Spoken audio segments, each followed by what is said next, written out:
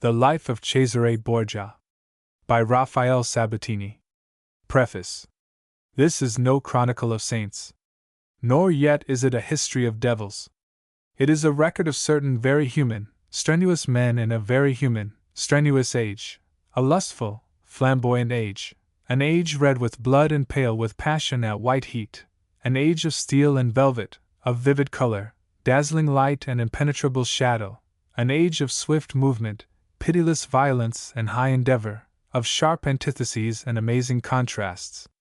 To judge it from the standpoint of this calm, deliberate, and correct century, as we conceive our own to be, is for sedate middle age to judge from its own standpoint the reckless, hot, passionate, lustful humors of youth that errs grievously and achieves greatly.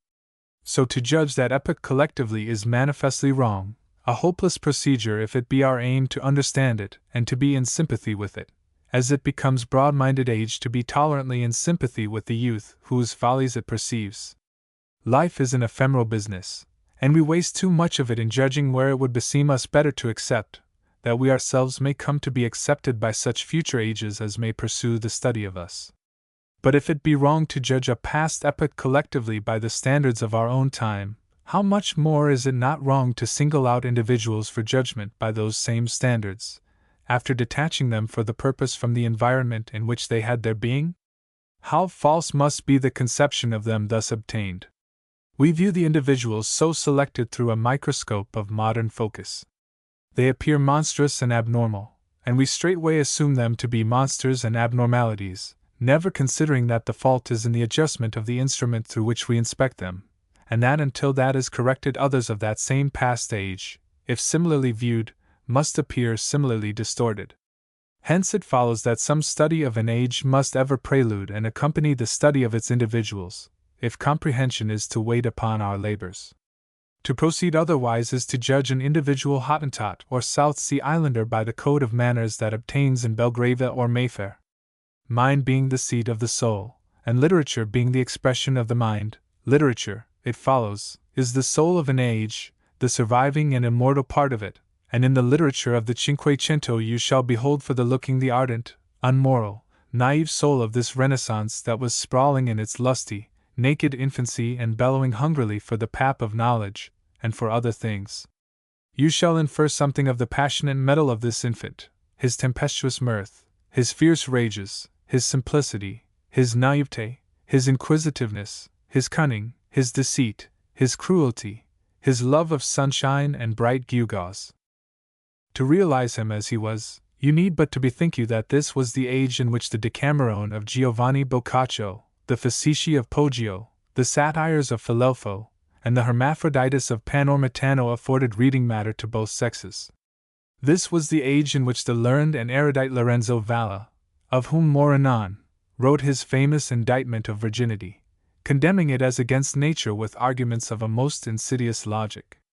This was the age in which Casa, Archbishop of Benevento, wrote a most singular work of erotic philosophy, which, coming from a churchman's pen, will leave you cold with horror should you chance to turn its pages. This was the age of the discovery of man, the pagan age which stripped Christ of his divinity to bestow it upon Plato, so that Marsilio Ficino actually burnt an altar lamp before an image of the Greek by whose teachings, in common with so many scholars of his day, he sought to inform himself. It was an age that had become unable to discriminate between the merits of the saints of the church and the harlots of the town. Therefore it honored both alike, extolled the carnal merits of the one in much the same terms as were employed to extol the spiritual merits of the other. Thus when a famous Roman courtesan departed this life in the year 1511, at the early age of 26, she was accorded a splendid funeral and an imposing tomb in the chapel Santa Gregoria with a tablet bearing the following inscription: Imperia courtesana Romanaque digna tanto nomini, rari inter mortals for me specimen dedit. It was, in short, an age so universally immoral as scarcely to be termed immoral, since immorality may be defined as a departure from the morals that obtain a given time and in a given place. So that whilst from our own standpoint the Cinquecento, taken collectively, is an age of grossest license and immorality, from the standpoint of the Cinquecento itself few of its individuals might with justice be branded immoral.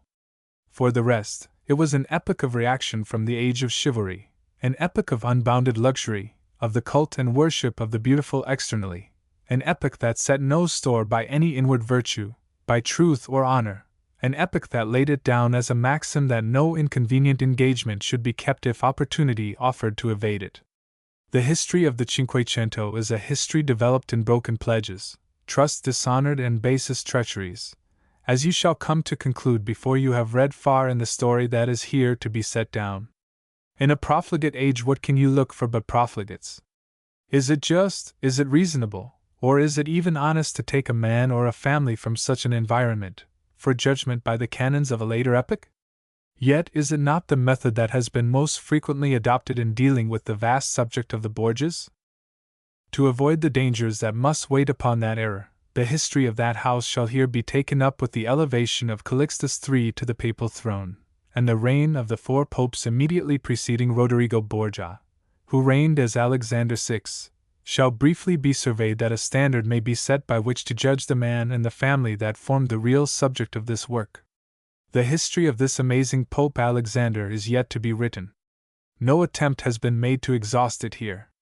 Yet of necessity he bulks large in these pages, for the history of his dazzling, meteoric son is so closely interwoven with his own that it is impossible to present the one without dealing at considerable length with the other. The sources from which the history of the House of Borgia has been culled are not to be examined in a preface. They are too numerous, and they require too minute and individual a consideration that their precise value and degree of credibility may be ascertained. Abundantly shall such examination be made in the course of this history, and in a measure as the need arises to cite evidence for one side or for the other shall that evidence be sifted. Never, perhaps, has anything more true been written of the Borgias and their history than the matter contained in the following lines of Rawdon Brown in his Riguardi sulla vita e sul opere di Marino Sanuto. It seems to me that history has made use of the House of Borgia as of a canvas upon which to depict the turpitudes of the 15th and 16th centuries. Materials for the work were very ready to the hand, and although they do not signally differ from the materials out of which the histories of half a dozen popes of the same epoch might be compiled, they are far more abundant in the case of the Borgia Pope, for the excellent reason that the Borgia Pope detaches from the background of the Renaissance far more than any of his compeers by virtue of his importance as a political force. In this was reason to spare for his being libeled and lampooned even beyond the usual extravagant wont. Slanders concerning him and his son Cesare were readily circulated, and they will generally be found to spring from those states which had most cause for jealousy and resentment of the Borgia might, Venice, Florence, and Milan, amongst others. No rancor is so bitter as political rancor, save, perhaps, religious rancor, which we shall also trace. No warfare more unscrupulous or more prone to use the insidious weapons of slander than political warfare. Of this such striking instances abound in our own time that there can scarce be the need to labor the point. And from the form taken by such slanders as are circulated in our own sedate and moderate epoch may be conceived what might be said by political opponents in a fierce age that knew no pudency and no restraint. All this in its proper place shall be more closely examined. For many of the charges brought against the House of Borgia some testimony exists, for many others, and these are the more lurid, sensational, and appalling covering as they do rape and murder, adultery, incest, and the sin of the cities of the plain, no single grain of real evidence is forthcoming. Indeed, at this time of day evidence is no longer called for where the sins of the Borgias are concerned. Oft reiterated assertion has usurped the place of evidence, for a lie sufficiently repeated comes to be credited by its very utterer. And meanwhile the calumny has sped from tongue to tongue, from pen to pen, gathering matter as it goes. The world absorbs the stories. It devours them greedily so they be sensational, and writers well aware of this have been pandering to that morbid appetite for some centuries now with this subject of the Borgias. A salted, piquant tale of vice, a ghastly story of moral turpitude and physical corruption, a hair-raising narrative of horrors and abominations, these are the stock in trade of the sensation-monger. With the authenticity of the matters he retails such a one has no concern. Southeast non è vero e ben trovato is his motto, and in his heart the sensation-monger, of whatsoever age, rather hopes the thing be true. He will certainly make his public so believe it, for to discredit it would be to lose 9/10 of its sensational value. So he trims and adjusts his wares, adds a touch or two of color, and what else he accounts necessary to heighten their air of authenticity, to dissemble any peeping spuriousness.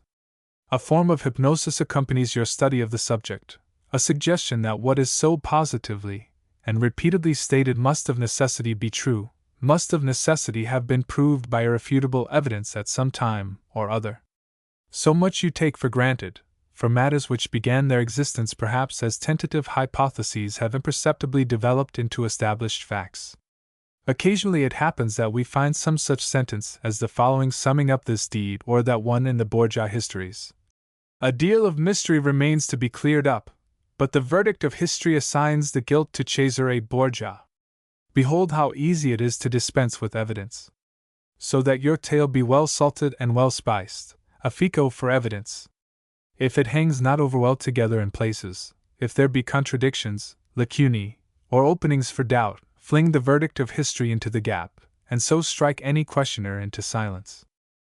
So far have matters gone in this connection that who undertakes to set down today the history of Cesare Borgia, with intent to do just and honest work, must find it impossible to tell a plain and straightforward tale, to present him not as a villain of melodrama, not a monster, ludicrous, grotesque, impossible, but as human being, a cold, relentless egotist, it is true, using men for his own ends. Terrible and even treacherous in his reprisals, swift as a panther and as cruel where his anger was aroused, yet with certain elements of greatness, a splendid soldier, an unrivaled administrator, a man preeminently just, if merciless in that same justice. To present Cesare Borgia thus in a plain straightforward tale at this time of day, would be to provoke the scorn and derision of those who have made his acquaintance in the pages of that eminent German scholar, Ferdinand Gregorovius, and of some other writers not quite so eminent yet eminent enough to serve serious consideration. Hence has it been necessary to examine at close quarters the findings of these great ones, and to present certain criticisms of those same findings. The author is overwhelmingly conscious of the invidious quality of that task, but he is no less conscious of its inevitability if this tale is to be told at all. Whilst the actual sources of historical evidence shall be examined in the course of this narrative, it may be well to examine at this stage the sources of the popular conceptions of the Borgias, since there will be no occasion later to allude to them. Without entering here into a dissertation upon the historical romance, it may be said that in proper hands it has been, and should continue to be, one of the most valued and valuable expressions of the literary art. To render and maintain it so, however, it is necessary that certain well-defined limits should be set upon the license which its writers are to enjoy. It is necessary that the work should be honest work, that preparation for it should be made by a sound, painstaking study of the period to be represented, to the end that a true impression may first be formed and then conveyed.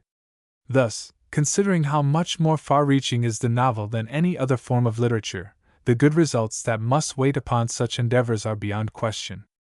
The neglect of them, the distortion of character to suit the romancer's ends, the like distortion of historical facts, the gross anachronisms arising out of a lack of study, have done much to bring the historical romance into disrepute. Many writers frankly make no pretense, leastways none that can be discerned, of aiming at historical precision. Others, however, invest their work with a spurious scholarliness, go the length of citing authorities to support the point of view which they have taken, and which they lay before you as the fruit of strenuous lucubrations. These are the dangerous ones, and of this type is Victor Hugo's famous tragedy Lucrèce Borgia, a work to which perhaps more than to any other, not excepting Les Borgias and Crimes Célèbres of Alexandre Dumas, is due the popular conception that prevails today of Cesare Borgia's sister. It is questionable whether anything has ever flowed from a distinguished pen in which so many licenses have been taken with the history of individuals and of an epoch, in which there is so rich a crop of crude, transpontine absurdities and flagrant, impossible anachronisms. Victor Hugo was a writer of rare gifts, a fertile romancer and a great poet, and it may be unjust to censure him for having taken the fullest advantages of the licenses conceded to both.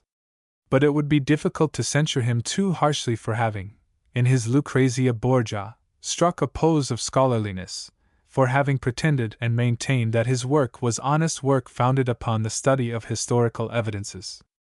With that piece of charlatanism he deceived the great mass of the unlettered of France and of all Europe into believing that in his tragedy he presented the true Lucrèce of Borgia.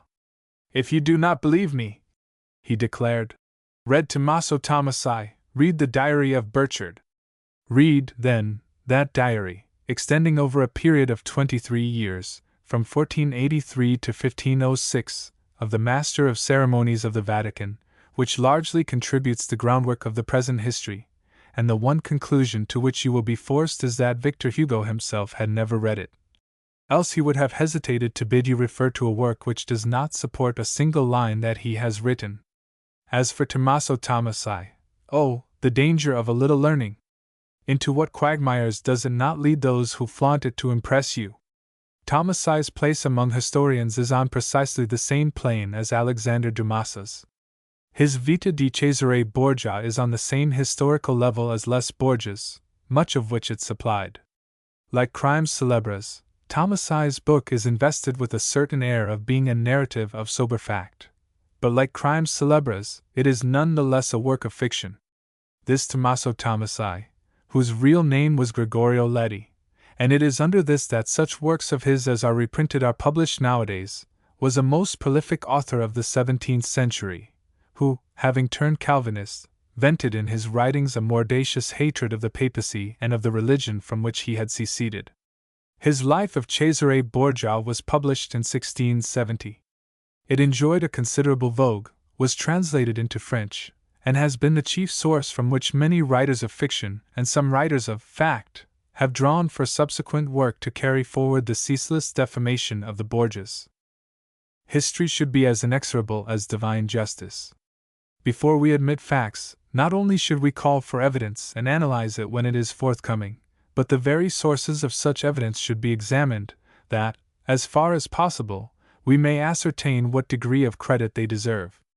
In the study of the history of the Borgias, we repeat, there has been too much acceptance without question, too much taking for granted of matters whose incredibility frequently touches and occasionally oversteps the confines of the impossible. One man knew Cesare Borgia better, perhaps, than did any other contemporary, of the many who have left more or less valuable records, for the mind of that man was the acutest of its age, one of the acutest Italy and the world have ever known. That man was Niccolò Machiavelli, Secretary of State to the Signory of Florence.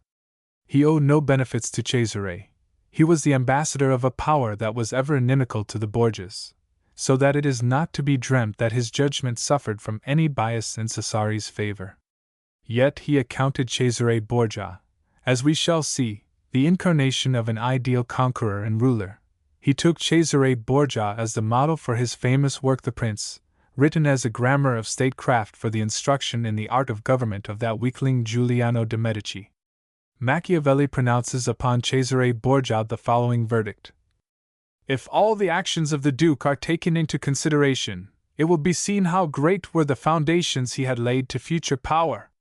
Upon these I do not think it superfluous to discourse, because I should not know what better precept to lay before a new prince than the example of his actions, and if success did not wait upon what dispositions he had made, that was through no fault of his own, but the result of an extraordinary and extreme malignity of fortune."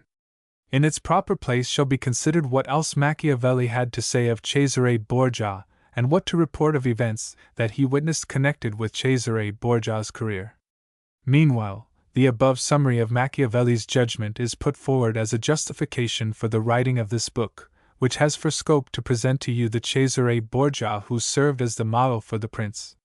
Before doing so, however, there is the rise of the house of Borgia to be traced, and in the first two of the 4 books into which this history will be divided it is Alexander VI, rather than his son, who will hold the center of the stage. If the author has a mercy to crave of his critics, it is that they will not impute it to him that he has set out with the express aim of whitewashing, as the term goes, the family of Borgia. To whitewash is to overlay, to mask the original fabric under a superadded surface. Too much superadding has there been here already. By your leave, all shall be stripped away. The grime shall be removed in the foulness of inference, of surmise, of deliberate and cold-blooded malice, with which centuries of scribblers, idle, fantastic, sensational, or venal, have coated the substance of known facts. But the grime shall be preserved and analyzed side by side with the actual substance, that you may judge if out of zeal to remove the former any of the latter shall have been included in the scraping. The author expresses his indebtedness to the following works which, amongst others, have been studied for the purposes of the present history. Book I. The House of the Bull. Borgia stirps, bos, ac series transcendit Olimpo, cantabat nomen secula cunctusum. Michel Fernot. Chapter 1. The Rise of the House of Borgia. Although the House of Borgia, which gave to the Church of Rome 2 popes and at least one saint, is to be traced back to the 11th century, claiming as it does to have its source in the kings of Aragon, we shall take up its history for our purposes with the birth at the city of Zataiva, in the kingdom of Valencia, on December 30, 1378, of Alonso de Borja, the son of Don Juan Domingo de Borja, and his wife Dona Francisca. To this Don Alonso de Borja is due the rise of his family to its stupendous eminence. An able, upright, vigorous-minded man, he became a professor and doctor of jurisprudence at the University of Lerida, and afterwards served Alfonso I of Aragon, king of Naples and the Two Sicilies, in the capacity of secretary. This office he filled with the distinction that was to be expected from one so peculiarly fitted for it by the character of the studies he had pursued. He was made Bishop of Valencia, created Cardinal in 1444, and finally, in 1455, ascended the throne of St. Peter as Calixtus III, an old man, enfeebled in body, but with his extraordinary vigor of mind all unimpaired. Calixtus proved himself as much a nepotist as many another pope before and since. This needs not to be dilated upon here. Suffice it that in February of 1456 he gave the scarlet hat of Cardinal Deacon of San Nicolo, in Carcere Tulliano, to his nephew Don Rodrigo de Lanzal y Borja. Born in 1431 at Zataiva, the son of Juana de Borja, sister of Calixtus, and her husband Don Jaufer de Lanzal, Rodrigo was in his 25th year at the time of his being raised to the purple, and in the following year he was further created Vice-Chancellor of Holy Church with an annual stipend of 8,000 florins. Like his uncle he had studied jurisprudence, at the University of Bologna, and mentally and physically he was extraordinarily endowed. From the pen portraits left of him by Gasparino of Verona, and Girolamo Porzio, we know him for a tall, handsome man with black eyes and full lips, elegant, courtly, joyous, and choicely eloquent, of such health and vigor and endurance that he was insensible to any fatigue. Giasone Meno of Milan refers to his elegant appearance, serene brow, royal glance, a countenance that at once expresses generosity and majesty, and the genial and heroic air with which his whole personality is invested. To a similar description of him Gasparino adds that all women upon whom he so much as casts his eyes he moves to love him, attracting them as the lodestone attracts iron. Which is, it must be admitted, a most undesirable reputation in a churchman. A modern historian, one who uses little restraint when writing of Rodrigo Borgia, says of him that he was a man of neither much energy nor determined will, and further that the firmness and energy wanting to his character were, however, often replaced by the constancy of his evil passions, by which he was almost blinded. How the constancy of evil passions can replace firmness and energy as factors of worldly success is not readily discernible, particularly if their possessor is blinded by them. The historical worth of the stricture may safely be left to be measured by its logical value. For the rest, to say that Rodrigo Borgia was wanting in energy and in will is to say something to which his whole career gives the loud and derisive lie, as will, to some extent at least, be seen in the course of this work. His honors as Cardinal Deacon and Vice-Chancellor of the Holy See he owed to his uncle, but that he maintained and constantly improved his position, and he a foreigner, be it remembered, under the reigns of the 4 succeeding popes, Pius II, Paul II, Sixtus IV, and Innocent VIII, until finally, 620 years after the death of Calixtus III, he ascended, himself, the papal throne. Can be due only to the unconquerable energy and stupendous talents which have placed him where he stands in History, one of the greatest forces, for good or ill, that ever occupied St. Peter's chair. Say of him that he was ambitious, worldly, greedy of power, and a prey to carnal lusts. All these he was.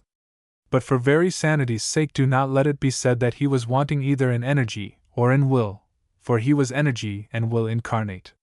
Consider that with Calixtus II's assumption of the tiara Rome became the Spaniards' happy hunting ground, and that into the eternal city streamed in their hundreds the Catalan adventurers, priests, clerks, captains of fortune, and others, who came to seek advancement at the hands of a Catalan pope. This Spanish invasion Rome resented. She grew restive under it.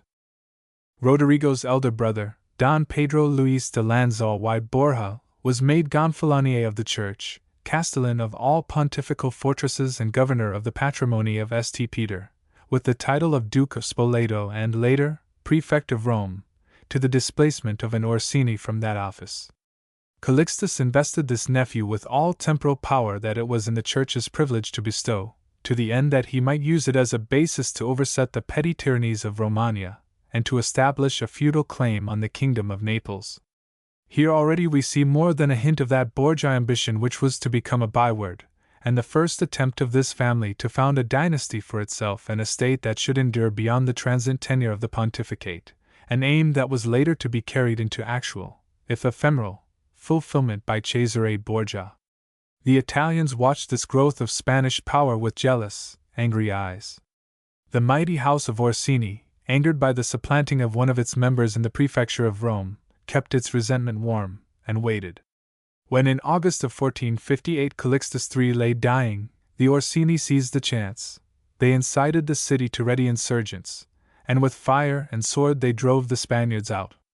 Don Pedro Luis made haste to depart, contrived to avoid the Orsini, who had made him their special quarry, and getting a boat slipped down the Tiber to Civita Vecchia, where he died suddenly some 6 weeks later, thereby considerably increasing the wealth of Rodrigo, his brother, and his heir. Rodrigo's cousin, Don Luis Juan, Cardinal Presbyter of Santi Quattro Coronati, another member of the family who owed his advancement to his uncle Calixtus, thought it also expedient to withdraw from that zone of danger to men of his nationality and name. Rodrigo de Lanzal y Borja alone remained, leastways, the only prominent member of his house, boldly to face the enmity of the majority of the Sacred College, which had looked with grim disfavor upon his uncle's nepotism.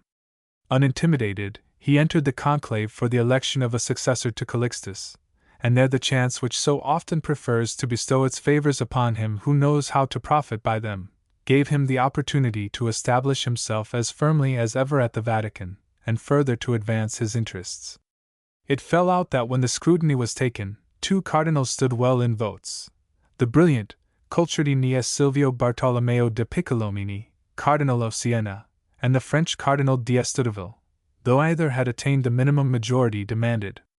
Of these 2, the lead in number of votes lay with the Cardinal of Siena, and his election therefore might be completed by accession, that is, by the voices of such cardinals as had not originally voted for him, until the minimum majority, which must exceed 2/3, should be made up.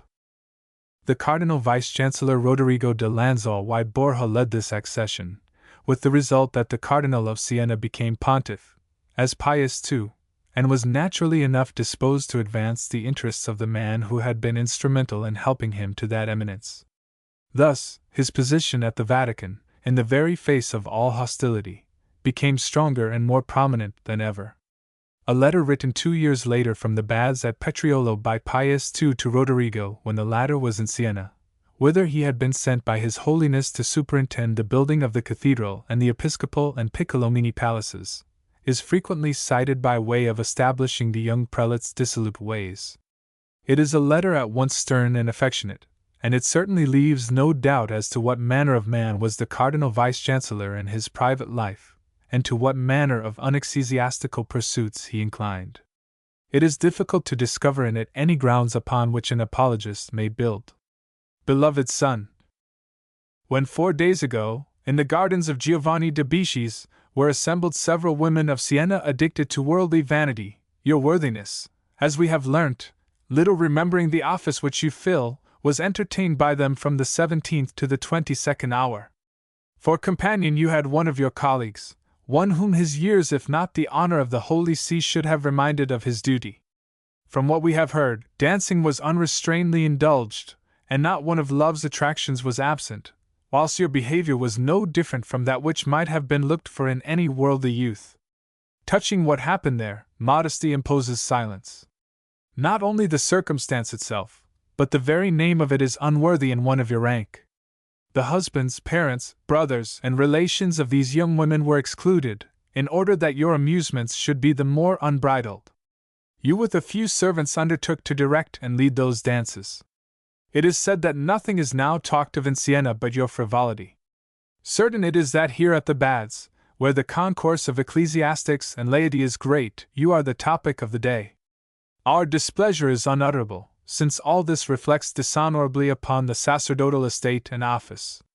It will be said of us that we are enriched and promoted not to the end that we may lead blameless lives, but that we may procure the means to indulge our pleasures.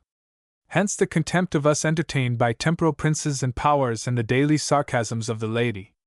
Hence also the reproof of our own mode of life when we attempt to reprove others. The very vicar of Christ is involved in this contempt, since he appears to countenance such things.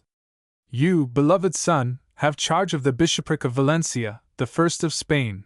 You are also vice-chancellor of the church, and what renders your conduct still more blameworthy is that you are among the cardinals, with the Pope, one of the councillors of the Holy See. We submit it to your own judgment whether it becomes your dignity to court young women, to send fruit and wine to her you love, and to have no thought for anything but pleasure. We are censured on your account. The blessed memory of your uncle Calixtus is vituperated, since in the judgment of many he was wrong to have conferred so many honors upon you. If you seek excuses in your youth, you are no longer so young that you cannot understand what duties are imposed upon you by your dignity. A cardinal should be irreproachable, a model of moral conduct to all. And what just cause have we for resentment when temporal princes bestow upon us titles that are little honorable, dispute with us our possessions, and attempt to bend us to their will? In truth, it is we who inflict these wounds upon ourselves, and it is we who occasion ourselves these troubles, undermining more and more each day by our deeds the authority of the Church. Our guerdon is shame in this world and condign punishment in the next. May your prudence therefore set a restraint upon these vanities and keep you mindful of your dignity, and prevent that you be known for a gallant among married and unmarried women. But should similar facts recur, we shall be compelled to signify that they have happened against our will and to our sorrow, and our censure must be attended by your shame. We have always loved you, and we have held you worthy of our favor as a man of upright and honest nature. Act therefore in such a manner that we may maintain such an opinion of you, and nothing can better conduce to this than that you should lead a well-ordered life. Your age, which is such as still to promise improvement, admits that we should admonish you paternally. Petriolo, June 11, 1460. Such a letter is calculated to shock us in our modern notions of a churchman. To us this conduct on the part of a prelate is scandalous beyond words. That it was scandalous even then is obvious from the pontiff's letter, but that it was scandalous in an infinitely lesser degree is no less obvious from the very fact that the pontiff wrote that letter, and in such terms, instead of incontinently unfrocking the offender. In considering Rodrigo's conduct, you are to consider, as has been urged already, the age in which he lived. You are to remember that it was an age in which the passions and the emotions wore no such masks as they wear today, but went naked and knew no shame of their nudity, an age in which personal modesty was as little studied as hypocrisy, and in which men wore their vices as openly as their virtues. No amount of simple statement can convey an adequate notion of the corrupt state of the clergy at the time. To form any just appreciation of this, it is necessary to take a peep at some of the documents that have survived. Such a document, for instance, as that bull of this Pope Pius II which forbade priests from plying the trades of keeping taverns, gaming houses, and brothels. Ponder also that under his successor, Sixtus IV, the tax levied upon the courtesans of Rome enriched the pontifical coffers to the extent of some 20,000 ducats yearly. Ponder further that when the vicar of the libidinous Innocent VIII published in 1490 an edict against the universal concubinage practiced by the clergy, forbidding its continuation under pain of excommunication. All that it earned him was the severe censure of the Holy Father, who disagreed with the measure and who straightway repealed and cancelled the edict. 1. All this being considered, and man being admittedly a creature of his environment, can we still pretend to horror at this Rodrigo and at the fact that being the man he was, prelate though he might be, handsome, brilliant, courted, in the full vigor of youth, and a voluptuary by nature, he should have succumbed to the temptations by which he was surrounded? One factor only could have caused him to use more restraint, the good example of his peers. That example he most certainly had not. Virtue is a comparative estate, when all is said, and before we can find that Rodrigo was vile, that he deserves unqualified condemnation for his conduct, we must ascertain that he was more or less exceptional in his license, that he was less scrupulous than his fellows. Do we find that? To find the contrary, we do not need to go beyond the matter which provoked that letter from the pontiff. For we see that he was not even alone, as an ecclesiastic, in the adventure, that he had for associate on that amorous frolic one Jacopo Ammanati, Cardinal Presbyter of San Cresonio, Rodrigo's senior and an ordained priest, which, without seeking to make undue capital out of the circumstance, we may mention that Rodrigo was not. He was a cardinal deacon, be it remembered. 1. We know that the very pontiff who admonished these young prelates, though now admittedly a man of saintly ways, had been a very pretty fellow himself in his lusty young days in Siena.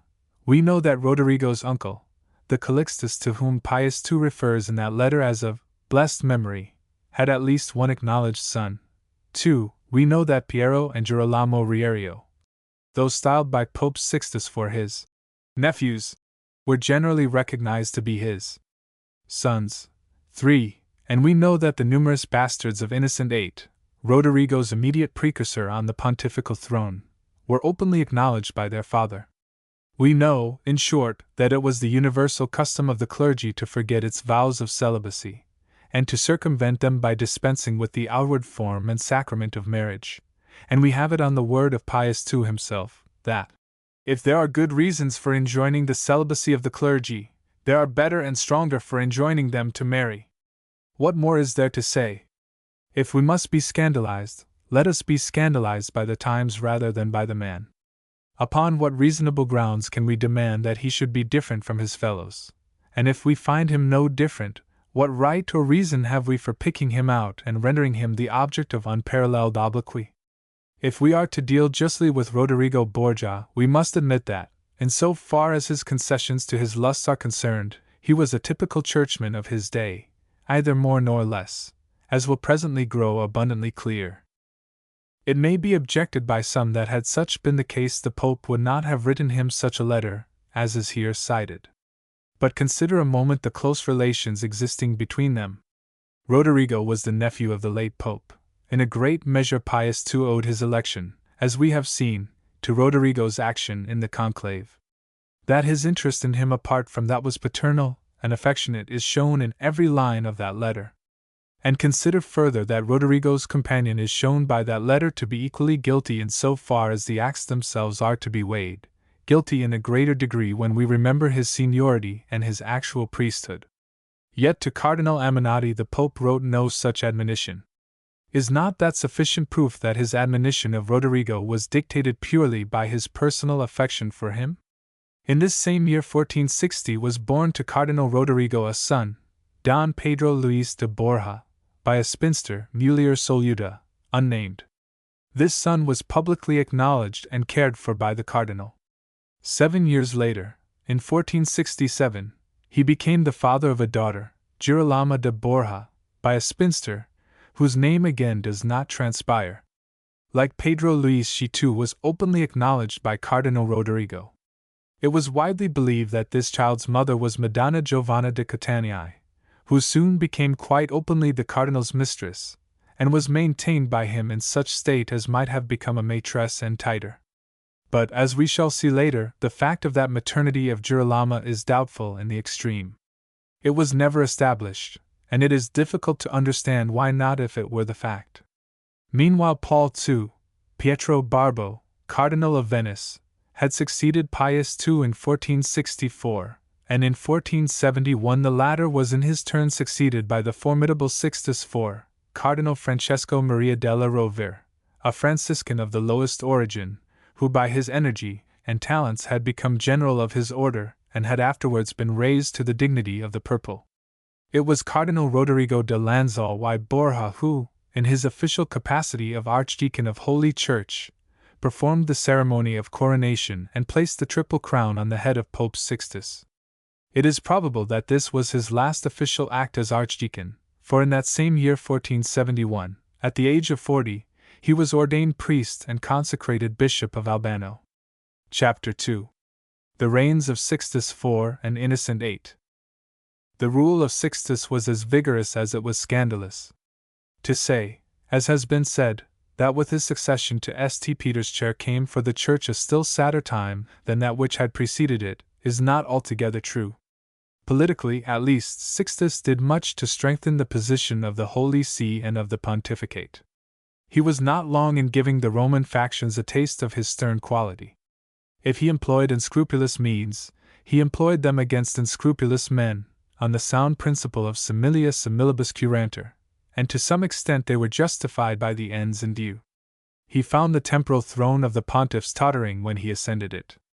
Stefano Porcaro and his distinguished following already in 1453 had attempted the overthrow of the pontifical authority, inspired, no doubt, by the attacks that had been leveled against it by the erudite and daring Lorenzo Valla.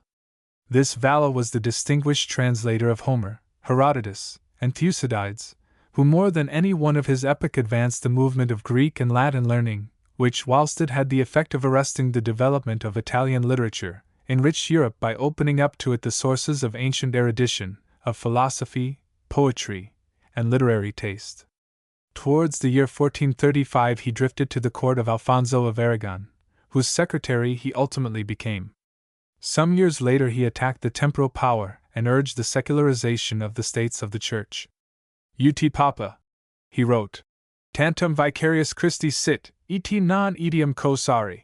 In his De falso credita et ementita Constantini donation, he showed that the decretals of the donation of Constantine, upon which rests the Pope's claim to the pontifical states, was an impudent forgery, that Constantine had never had the power to give, nor had given, Rome to the popes, and that they had no right to govern there.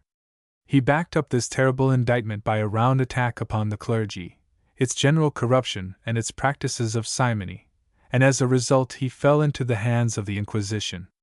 There it might have gone very ill with him but that King Alfonso rescued him from the clutches of that dread priestly tribunal. Meanwhile, he had fired his petard.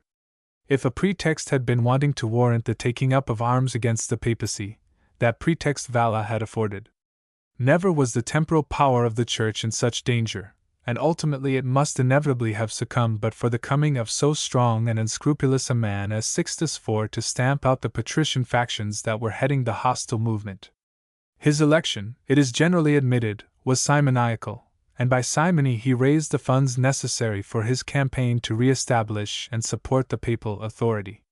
This simony of his, says Dr. Jacob Burckhardt, grew to unheard of proportions, and extended from the appointment of cardinals down to the sale of the smallest benefice.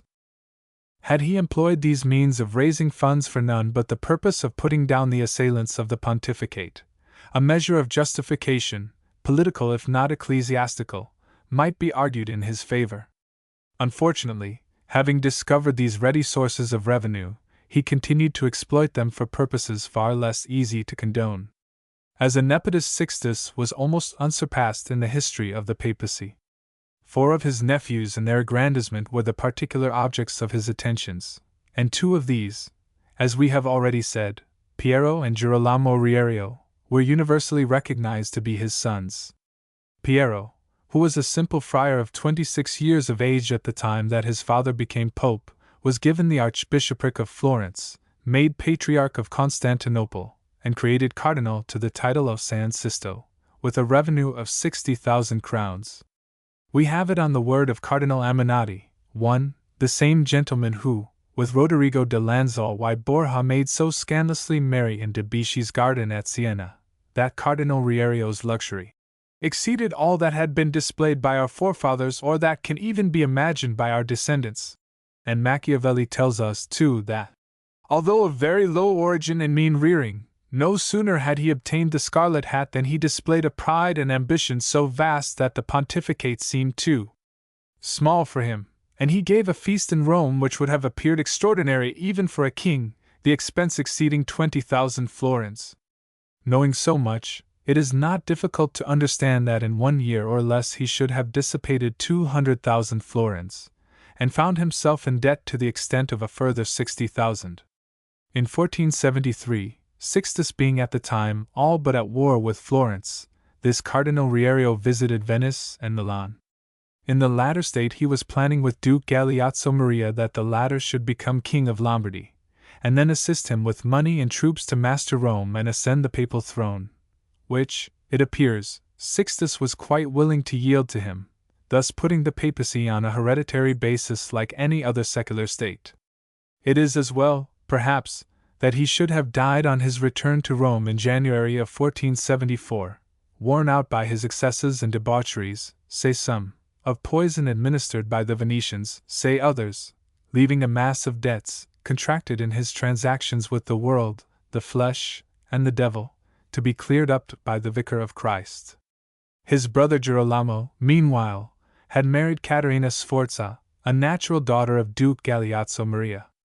She brought him as her dowry the city of Imola, and in addition to this he received from His Holiness the city of Forli, to which end the Ordelaffi were dispossessed of it. Here again we have a papal attempt to found a family dynasty, and an attempt that might have been carried further under circumstances more propitious, and had not death come to check their schemes. The only one of the 4 nephews of Sixtus, and to this one was imputed no nearer kinship, who was destined to make any lasting mark in history, was Giuliano della Rovere. He was raised by his uncle to the purple with the title of San Pietro in Vincoli, and 32 years later he was to become pope, as Julius II. Of him we shall hear much in the course of this story. Under the pontificate of Sixtus IV the position and influence of Cardinal Rodrigo were greatly increased, for once again the Spanish cardinal had made the most of his opportunities. As at the election of Pius II, so at the election of Sixtus IV it was Cardinal Rodrigo who led the act of accession which gave the new pope his tiara, and for this act Rodrigo, in common with the Cardinals Orsini and Gonzaga who acceded with him, was richly rewarded and advanced, receiving as his immediate guerdon the wealthy abbey of Subiaco. At about this time, 1470, must have begun the relations between Cardinal Rodrigo and Giovanna Catanii, or Venazza Catanii, as she is styled in contemporary documents, Venazza being a corruption or abbreviation of Giovanazza, an affectionate form of Giovanna. Who she was, or whence she came, are facts that have never been ascertained.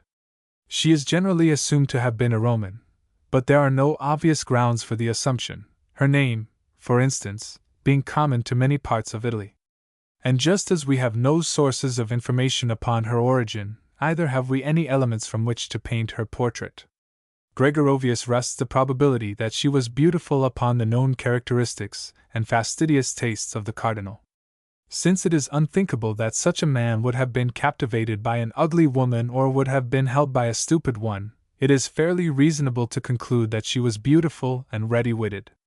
All that we do know of her up to the time of her liaison with Cardinal Rodrigo is that she was born on July 13, 1442, this fact being ascertainable by a simple calculation from the elements afforded by the inscription on her tomb in Santa Maria del Popolo. Vix and 76 m. 4d. 12 Objet Annom XVII 26, NOV. And again, just as we know nothing of her family origin, either have we any evidence of what her circumstances were when she caught the magnetic eye of Cardinal Rodrigo de Lanzol y Borja, or Borgia as by now his name, which had undergone Italianization, was more generally spelled.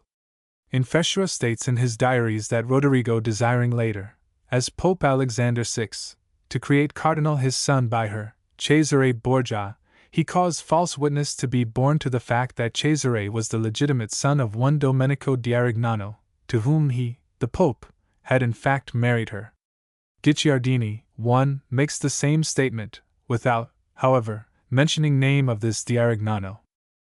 Now, bastards were by canon law excluded from the purple, and it is probably upon this circumstance that both Infessura and Guicciardini have built the assumption that some such means as these had been adopted to circumvent the law, and, as so often happens in chronicles concerning the Borgias, the assumption is straightway stated as a fact. But there were other ways of circumventing awkward commandments, and unfortunately for the accuracy of these statements of Infessura and Guicciardini, another way was taken in this instance. As early as 1480, Pope Sixtus IV had granted Cesare Borgia, in a bull dated October 1, dispensation from proving the legitimacy of his birth. This entirely removed the necessity for any such subsequent measures as those which are suggested by these chroniclers. Moreover, had Cardinal Rodrigo desired to fasten the paternity of Cesare on another, there was ready to his hand Vanazza's actual husband, Giorgio della Croce. 2. When exactly this man became her husband is not to be ascertained.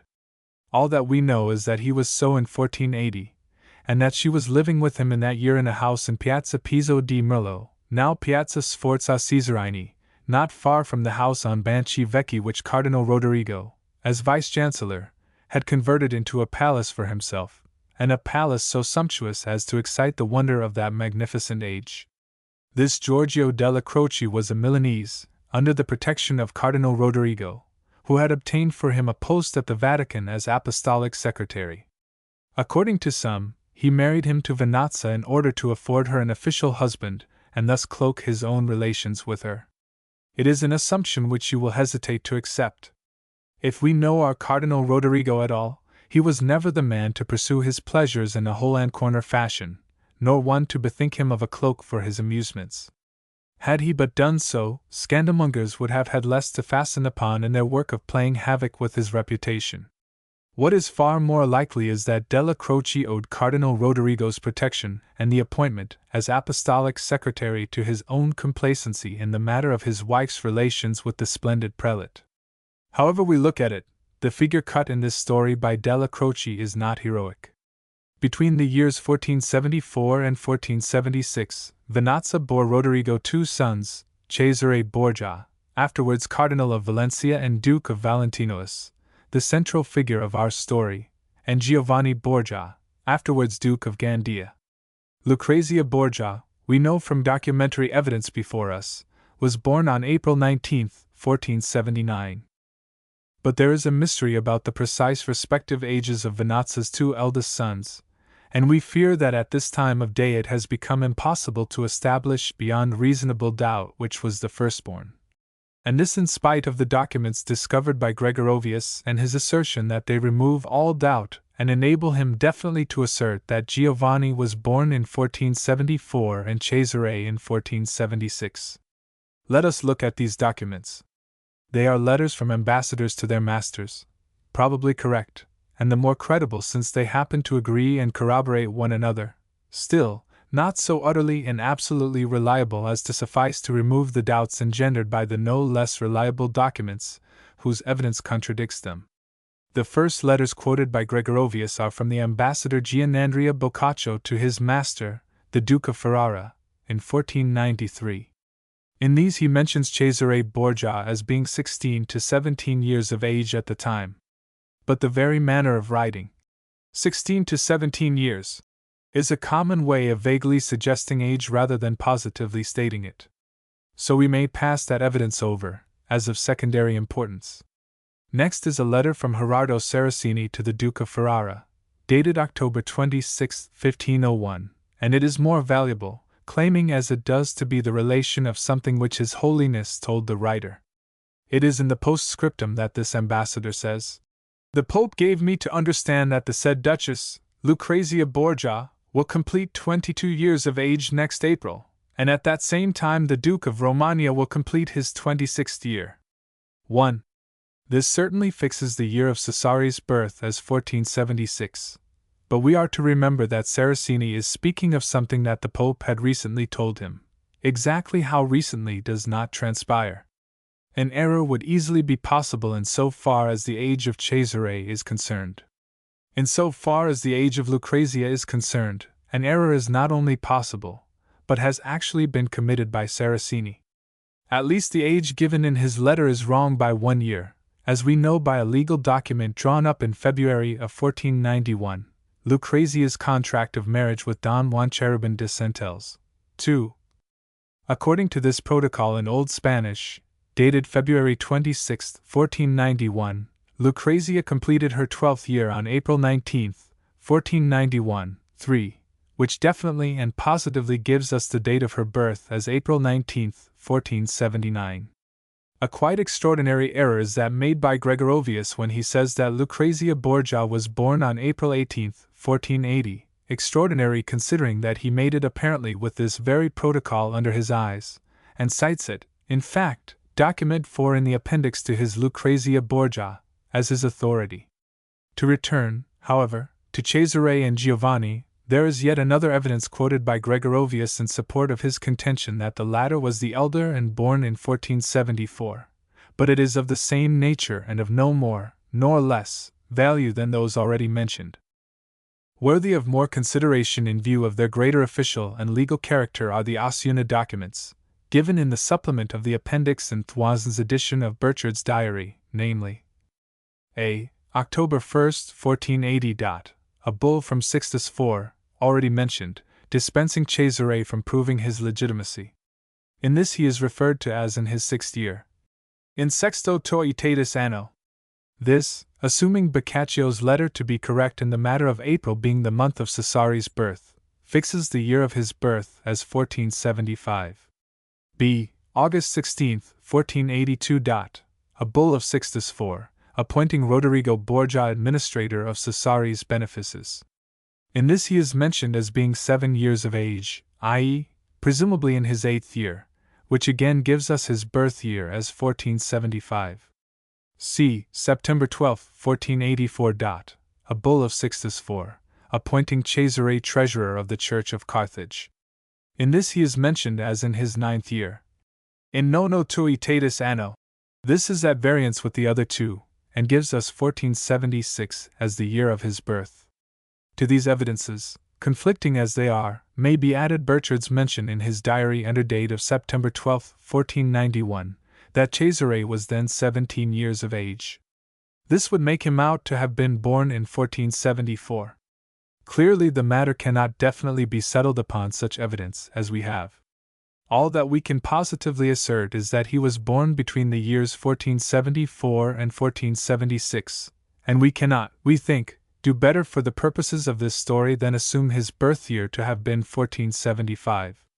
We know that between those same years, or in one or the other of them, was born Giovanni Borgia, but just as the same confusion prevails with regard to his exact age, so is it impossible to determine with any finality whether he was Cesare's junior or senior.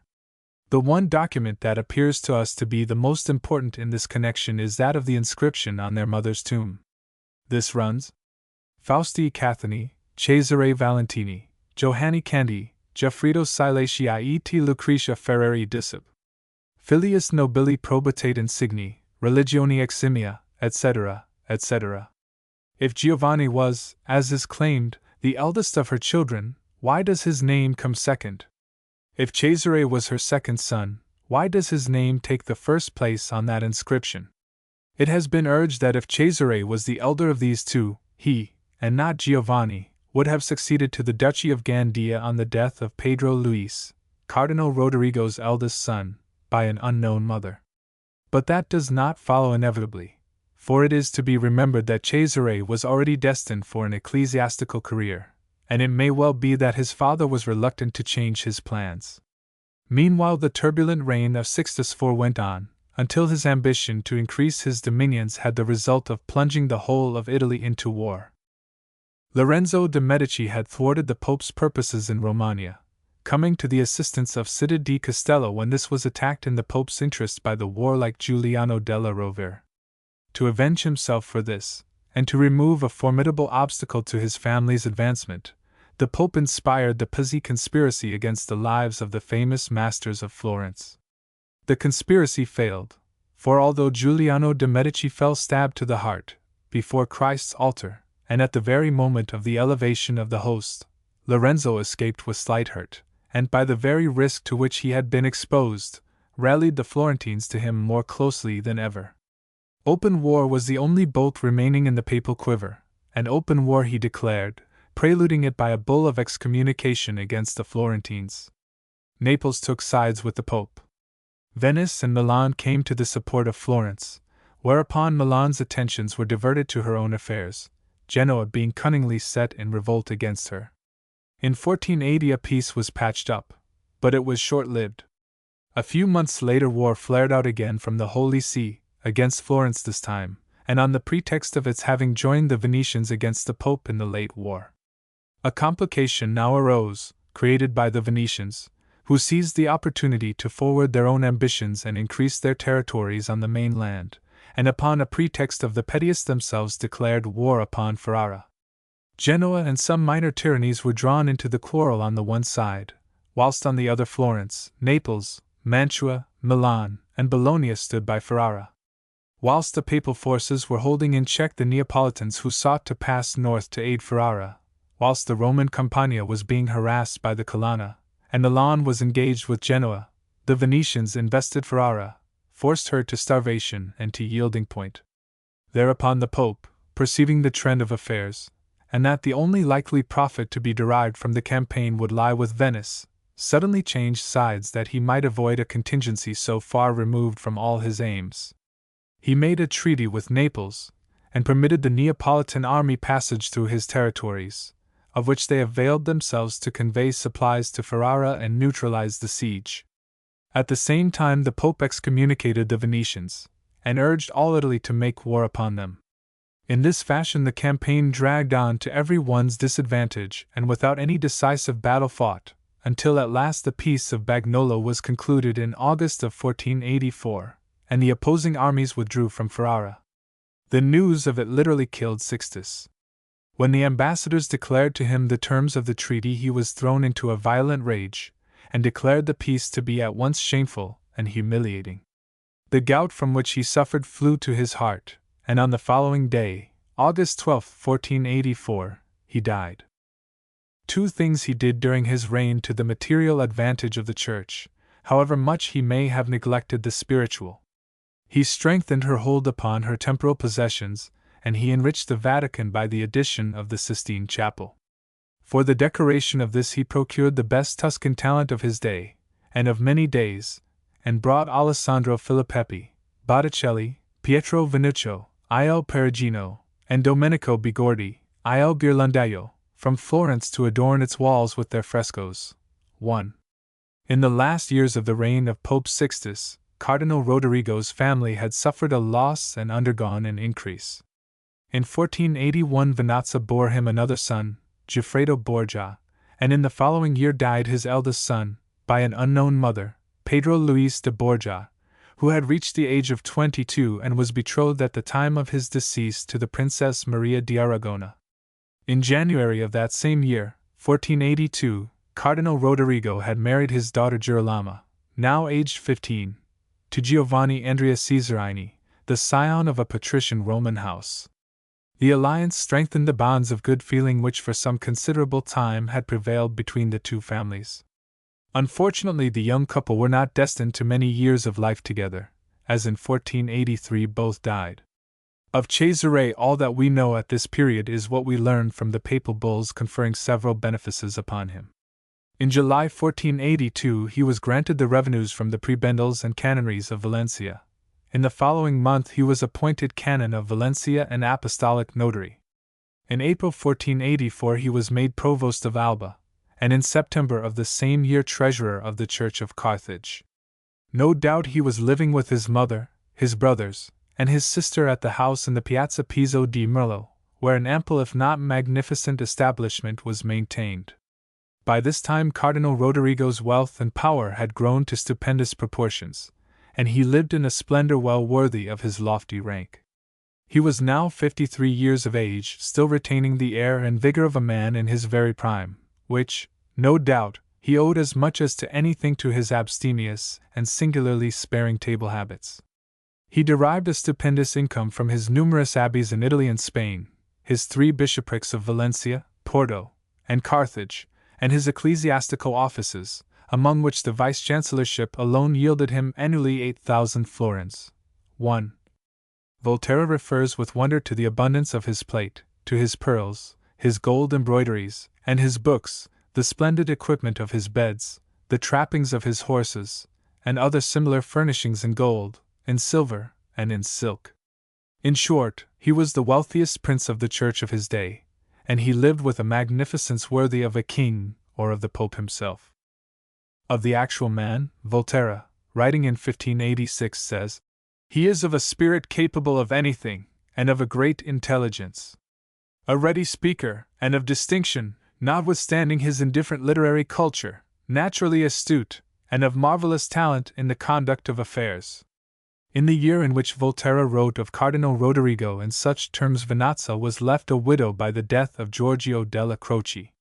Her widowhood was short, however, for in the same year, on June 6, she took a second husband, possibly at the instance of Rodrigo Borgia, who did not wish to leave her unprotected. That, at least, is the general inference, although there is very little evidence upon which to base it. This second husband was Carlo Canale, a Mantovese scholar who had served Cardinal Francesco Gonzaga in the capacity of chamberlain, and who had come to Rome on the death of his patron. The marriage contract shows that by this time Venazia had removed her residence to Piazza Branchis. In addition to this, she had by this time acquired a villa with its beautiful gardens and vineyards in the Suburra near S. Pietro in Vincoli. She is also known to have been the proprietor of an inn, the Albergo del Leone, in Via del Orso, opposite the Torre di Nona, for she figures with Della Croce in a contract regarding a lease of it in 1483. With her entrance into second nuptials, her relations with Cardinal Rodrigo came to an end, and his two children by her, then in Rome, Lucrezia and Goffredo, went to take up their residence with Adriana Orsini, née de Mila, at the Orsini Palace on Monte Giordano. She was a cousin of Rodrigo's, and the widow of Lodovico Orsini, by whom she had a son, Orso Orsini, who from early youth had been betrothed to Giulia Farnese, the daughter of a patrician family, still comparatively obscure, but destined through this very girl to rise to conspicuous eminence. For her surpassing beauty this Giulia Farnese has been surnamed La Bella, and as Giulia La Bella was she known in her day, and she has been immortalized by Pinturicchio and Guglielmo della Porta. She sat to the former as a model for his Madonna in the Borgia Tower of the Vatican, and to the latter for the statue of Truth which adorns the tomb of her brother Alessandro Farnese, who became Pope Paul III. Here in Adriana Orsini's house, where his daughter Lucrezia was being educated, Cardinal Rodrigo, now at the mature age of some 56 years, made the acquaintance and became enamored of this beautiful golden-headed Giulia, some 40 years his junior. To the fact that she presently became his mistress, somewhere about the same time that she became Orso Orsini's wife, is due the sudden rise of the house of Farnese. This began with her handsome, dissolute brother Alessandro's elevation to the purple by her lover, and grew to vast proportions during his subsequent and eminently scandalous occupation of the papal throne as Paul III. In the year 1490 Lucrezia was the only one of Rodrigo's children by Venazia who remained in Rome. Giovanni Borgia was in Spain, whither he had gone on the death of his brother Pedro Luis, to take possession of the Duchy of Gandia, which the power of his father's wealth and vast influence at the Valencian court had obtained for that same Pedro Luis. To this Giovanni now succeeded. Cesare Borgia, now aged 15, had for some 2 years been studying his humanities in an atmosphere of Latinity at the Sapienza of Perugia. There, if we are to believe the praises of him uttered by Pompilio, he was already revealing his unusual talents and a precocious wit. In the preface of the Syllabica on the art of prosody dedicated to him by Pompilio, the latter hails him as the hope and ornament of the house of Borgia. Borgi familii spes et decus. From Perugia he was moved in 1491 to the famous University of Pisa, a college frequented by the best of Italy. For preceptor he had Giovanni Vera of Arcilla, a Spanish gentleman who was later created a cardinal by Cesare's father. There in Pisa Cesare maintained an establishment of a magnificence in keeping with his father's rank and with the example set him by that same father. It was Cardinal Rodrigo's wish that Cesare should follow an ecclesiastical career, and the studies of canon law which he pursued under Filippo Decis, the most rated lecturer on canon law of his day, were such as peculiarly to fit him for that end and for the highest honors the Church might have to bestow upon him later. At the age of 17, while still at Pisa, he was appointed protonotary of the Church and preconized Bishop of Pampeluna. Sixtus IV died, as we have seen, in August 1482. The death of a pope was almost invariably the signal for disturbances in Rome, and they certainly were not wanting on this occasion. The Riario palaces were stormed and looted, and Girolamo Riario, the pope's nepot, threw himself into the castle of Sant' Angelo with his forces. The Orsini and Colonna were in arms, so that in a few days incendiarism, robbery, and murder raged in several parts of the city. The cardinals besought the count to surrender the castle to the Sacred College, withdraw his troops, and deliver Rome from the fear of his forces, and he, that he might win the favor of the future pope, obeyed, and withdrew to Imola. 1. The cardinals, having thus contrived to restore some semblance of order, proceeded to the creation of a new pontiff, and a Genoese, Giovanni Battista Cibo, Cardinal of Malfetta, was elected and took the name of Innocent VIII. Again, as in the case of Sixtus, there is no lack of those who charge this pontiff with having obtained his election by simony. The cardinals Giovanni di Aragona, brother to the King of Naples, and Ascanio Sforza, brother of Lodovico, Duke of Milan, are said to have disposed of their votes in the most open and shameless manner, practically putting them up for sale to the highest bidder. Italy rang with the scandal of it, we are told. Under Innocent's lethargic rule, the Church again began to lose much of the vigor with which Sixtus had inspired it. If the reign of Sixtus had been scandalous, infinitely worse was that of Innocent, a sordid, grasping sensualist, without even the one redeeming virtue of strength that had been his predecessor's. Nepotism had characterized many previous pontificates. Open paternity was to characterize his, for he was the first pope who, in flagrant violation of canon law, acknowledged his children for his own. He proceeded to provide for some 7 bastards, and that provision appears to have been the only aim and scope of his pontificate. Not content with raising money by the sale of preferments, Innocent established a traffic in indulgences, the like of which had never been seen before. In the Rome of his day you might, had you the money, buy anything, from a cardinal's hat to a pardon for the murder of your father. The most conspicuous of his bastards was Francesco Cibo, conspicuous chiefly for the cupidity which distinguished him as it distinguished the Pope his father. For the rest, he was a poor-spirited fellow who sorely disappointed Lorenzo de' Medici, whose daughter Maddalena he received in marriage. Lorenzo had believed that, backed by the Pope's influence, Francesco would establish for himself a dynasty in Romagna. But father and son were alike too invertebrate, the one to inspire, the other to execute any such designs as had already been attempted by the nepots of Calixtus III and Sixtus IV. Under the weak and scandalous rule of Innocent VIII, Rome appears to have been abandoned to the most utter lawlessness. Anarchy, robbery, and murder preyed upon the city. No morning dawned without revealing corpses in the streets, and if by chance the murderer was caught, there was pardon for him if he could afford to buy it, or tor di nona and the hangman's noose if he could not. It is not wonderful that when at last Innocent VIII died, Infessura should have blessed the day that freed the world of such a monster. But his death did not happen until 1492. A feeble old man, he had become subject to lethargic or cataleptic trances, which had several times already deceived those in attendance into believing him dead. He grew weaker and weaker, and it became impossible to nourish him upon anything but woman's milk. Towards the end came, Infessura tells us, a Hebrew physician who claimed to have a prescription by which he could save the Pope's life. For his infusion, 1, he needed young human blood, and to obtain it he took 3 boys of the age of 10, and gave them a ducat apiece for as much as he might require of them. Unfortunately, he took so much that the 3 boys incontinently died of his phlebotomy, and the Hebrew was obliged to take to flight to save his own life, for the Pope, being informed of what had taken place, execrated the deed and ordered the physician's arrest.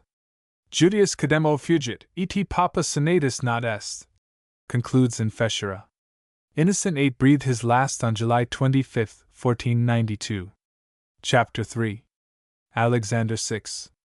The ceremonies connected with the obsequies of Pope Innocent VIII lasted, as prescribed, 9 days. They were concluded on August 5, 1492, and says in Fescera naively, Sic finita fuit ius memoria. The Sacred College consisted at the time of 27 cardinals, 4 of whom were absent at distant seas and unable to reach Rome in time for the immuring of the conclave. The 23 present were, in the order of their seniority, Rodrigo Borgia, Oliviero Carafa, Giuliano della Rovere, Battista Zeno, Giovanni Machiavelli, Giorgio Costa, Girolamo della Rovere, Paolo Fregosi, Domenico della Rovere, Giovanni dei Conti, Giovanni Giacomo Sclafani, Lorenzo Cibo, Artesino della Porta, Antoniato Pallavicino, Maffeo Gerardo, Francesco Piccolomini, Rafael Riario, Giovanni Battista Savelli, Giovanni Collana, Giovanni Orsini, Ascanio Maria Sforza, Giovanni de' Medici, and Francesco Sanseverino. On August 6 they assembled in St. Peter's to hear the sacred Mass of the Holy Ghost, which was said by Giuliano della Rovere on the tomb of the Prince of the Apostles, and to listen to the discourse Pro Eligendo Pontifex, delivered by the learned and eloquent Bishop of Carthage. Thereafter the cardinals swore upon the Gospels faithfully to observe their trust, and thereupon the conclave was immured.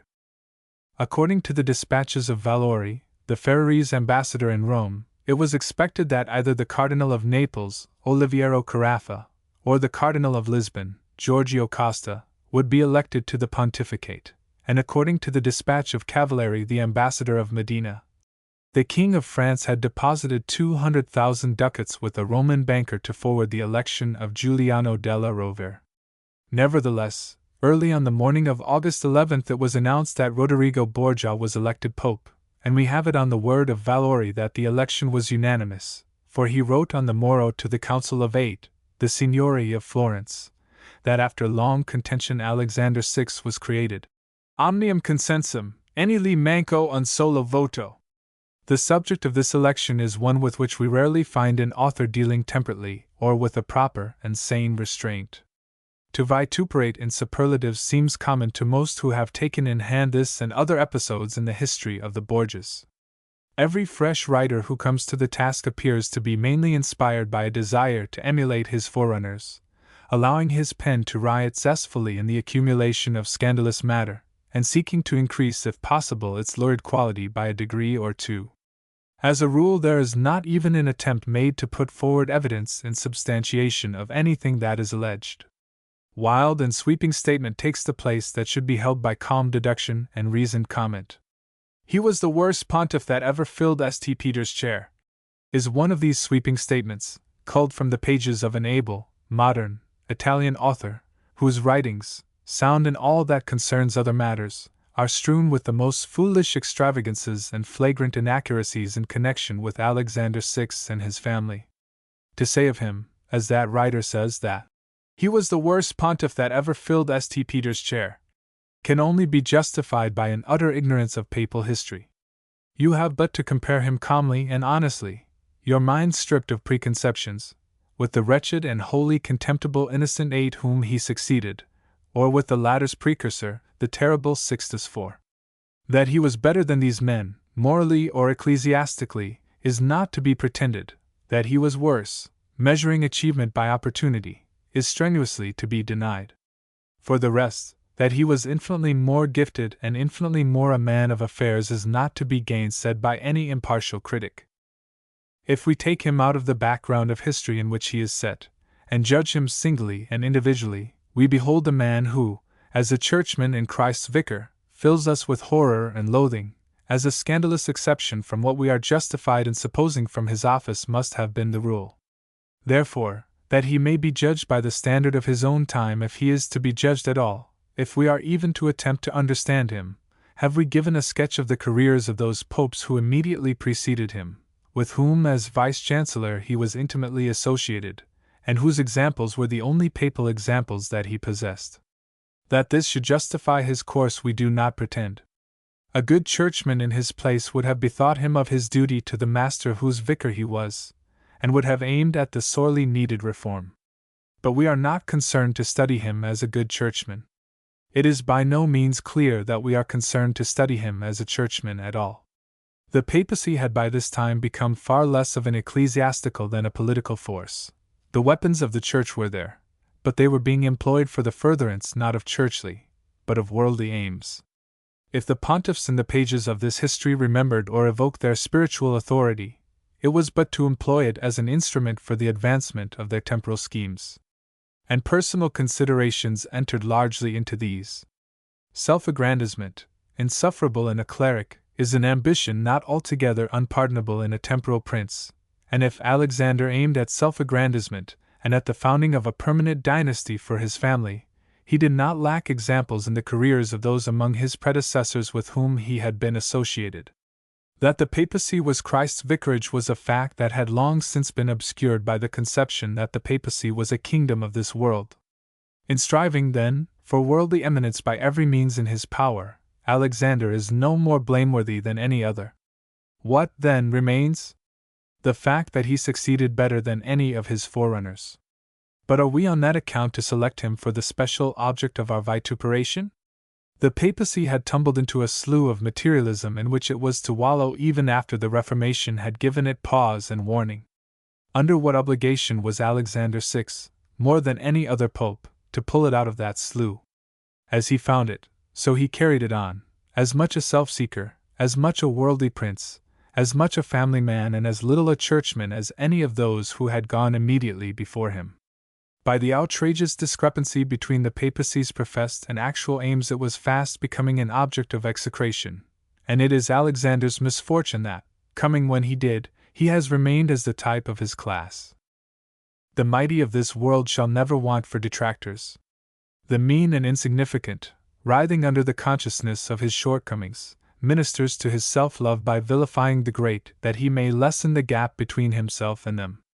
To achieve greatness is to achieve enemies. It is to excite envy, and as envy no seed can raise up such a crop of hatred. Does this need laboring? Have we not abundant instances about us of the vulgar tittle-tattle and scandalous unfounded gossip which, born heaven alone knows on what back stairs or in what servants' hall, circulates currently to the detriment of the distinguished in every walk of life? And the more conspicuously great the individual, the greater the incentive to slander him, for the interest of the slander is commensurate with the eminence of the personage assailed. Such to a great extent is the case of Alexander VI. He was too powerful for the stomachs of many of his contemporaries, and he and his son Cesare had a way of achieving their ends. Since that could not be denied, it remained to inveigh loudly against the means adopted, and with pious uplifting of hands and eyes to cry, "Shame!" and "Horror!" and "The like has never been heard of," in willful blindness to what had been happening at the Vatican for generations. Later writers take up the tale of it. It is a fine subject about which to make phrases, and the passion for phrase-making will at times outweigh the respect for truth. Thus Villari with his "The worst pontiff that ever filled St. Peter's chair," and again, elsewhere, echoing what many a writer has said before him from Guicciardini downwards, in utter and diametric opposition to the true facts of the case. The announcement of his election was received throughout Italy with universal dismay. To this he adds the ubiquitous story of King Ferrante's bursting into tears at the news, though never before known to weep for the death of his own children. Let us pause a moment to contemplate the grief of the Neapolitan king. What picture is evoked in your minds by that statement of his bursting into tears at Alexander's election? We see, do we not, a pious, noble soul, horror-stricken at the sight of the papacy's corruption, a truly sublime figure, whose tears will surely stand to his credit in heaven, a great heart breaking, a venerable head bowed down with lofty, righteous grief, weeping over the grave of Christian hopes. Such surely is the image we are meant to see by Guicciardini, and his many hollow echoes. Turn we now for corroboration of that noble picture to the history of this same Ferrante.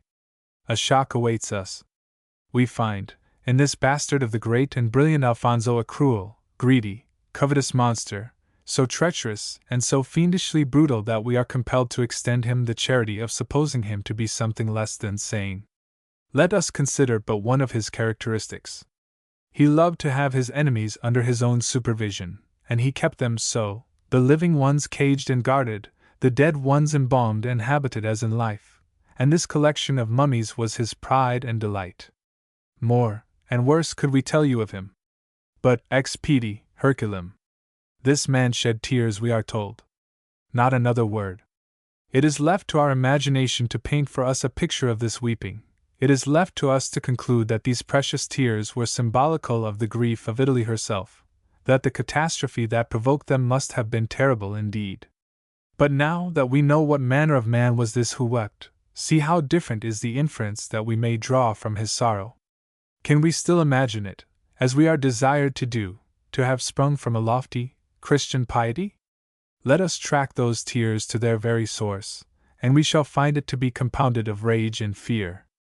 Ferrante saw trouble ahead of him with Lodovico Sforza, concerning a matter which shall be considered in the next chapter, and not at all would it suit him at such a time that such a pope as Alexander, who, he had every reason to suppose, would be on the side of Lodovico, should rule in Rome. So he had set himself, by every means in his power, to oppose Rodrigo's election. His rage at the news that all his efforts had been vain, his fear of a man of Rodrigo's mettle, and his undoubted dread of the consequences to himself of his frustrated opposition of that man's election, may indeed have loosened the tears of this Ferrante who had not even wept at the death of his own children. We say may, advisedly, for the matter, from beginning to end, is one of speculation. If we leave it for the realm of fact, we have to ask, were there any tears at all? Upon what authority rests the statement of the Florentine historian? What, in fact, does he say? It is well known that the King of Naples, for all that in public he dissembled the pain it caused him, signified to the Queen, his wife, with tears, which were unusual in him even on the death of his children, that a pope had been created who would be most pernicious to Italy. So that, when all is said, Ferrante shed his kingly tears to his wife in private, and to her in private he delivered his opinion of the new pontiff. How, then, came Guicciardini to know of the matter? True, he says, it is well known, meaning that he had those tears upon hearsay. It is, of course, possible that Ferrante's queen may have repeated what passed between herself and the king, but that would surely have been in contravention of the wishes of her husband, who had, be it remembered, dissembled his grief in public. And Ferrante does not impress one as the sort of husband whose wishes his wife would be bold enough to contravene. It is surprising that upon no better authority than this should these precious tears of Ferrante's have been crystallized in history. If this trivial instance has been dealt with at such length, it is because, for one reason, it is typical of the foundation of so many of the Borgia legends, and for another, because when history has been carefully sifted for evidence of the universal dismay with which the election of Rodrigo Borgia was received, King Ferrante's is the only case of dismay that comes through the mesh at all. Therefore was it expedient to examine it minutely. That universal dismay, like the tears of Ferrante, rests upon the word of Guicciardini.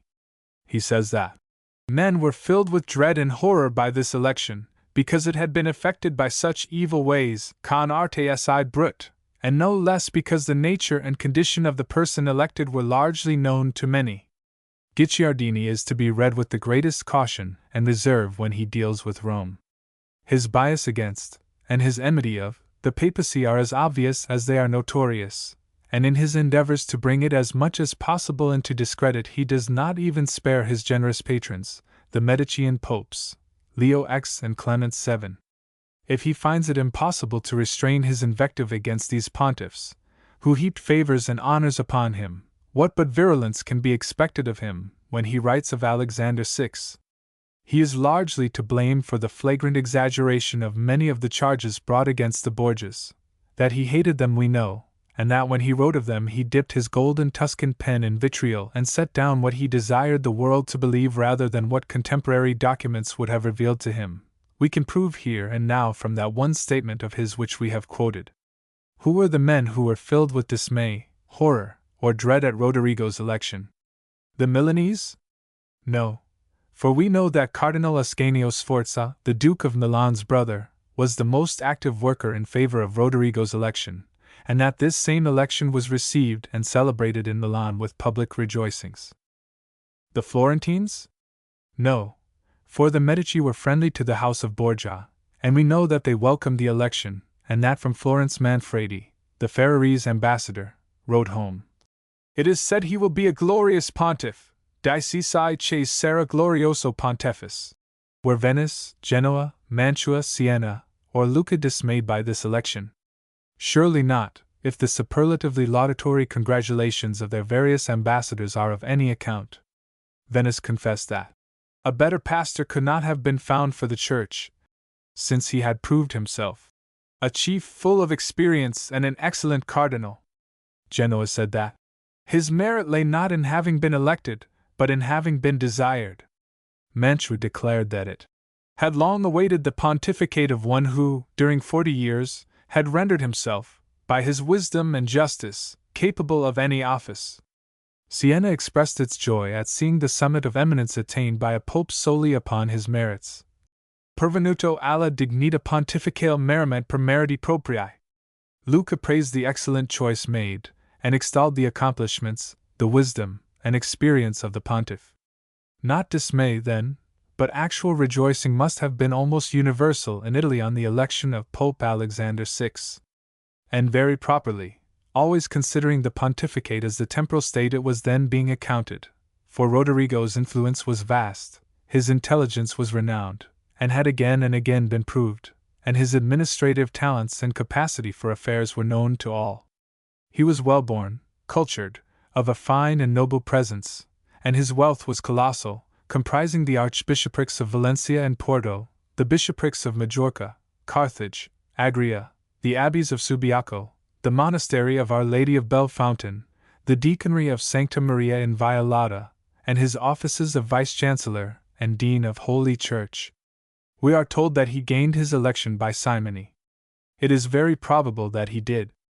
But the accusation has never been categorically established, and until that happens it would be well to moderate the vituperation hurled at him. Charges of that simony are common, conclusive proof there is none. We find Giacomo Trotti, the French ambassador in Milan, writing to the Duke of Ferrara a fortnight after Rodrigo's election that the papacy has been sold by simony in 1,000 rascalities, which is a thing ignominious and detestable. Ignominious and detestable indeed, if true, but be it remembered that Trotti was the ambassador of France, whose candidate, backed by French influence and French gold, as we have seen, was Della Rovere, and even if his statement was true, the ignominious and detestable thing was at least no novelty. Yet Guicciardini, treating of this matter, says, he gained the pontificate owing to discord between the Cardinals Ascanio Sforza and Giuliano di San Pietro in Vincoli, and still more because, in a manner without precedent in that age, con esempio nuovo in quella eta, he openly bought the votes of many cardinals, some with money, some with promises of his offices and benefices, which were very great.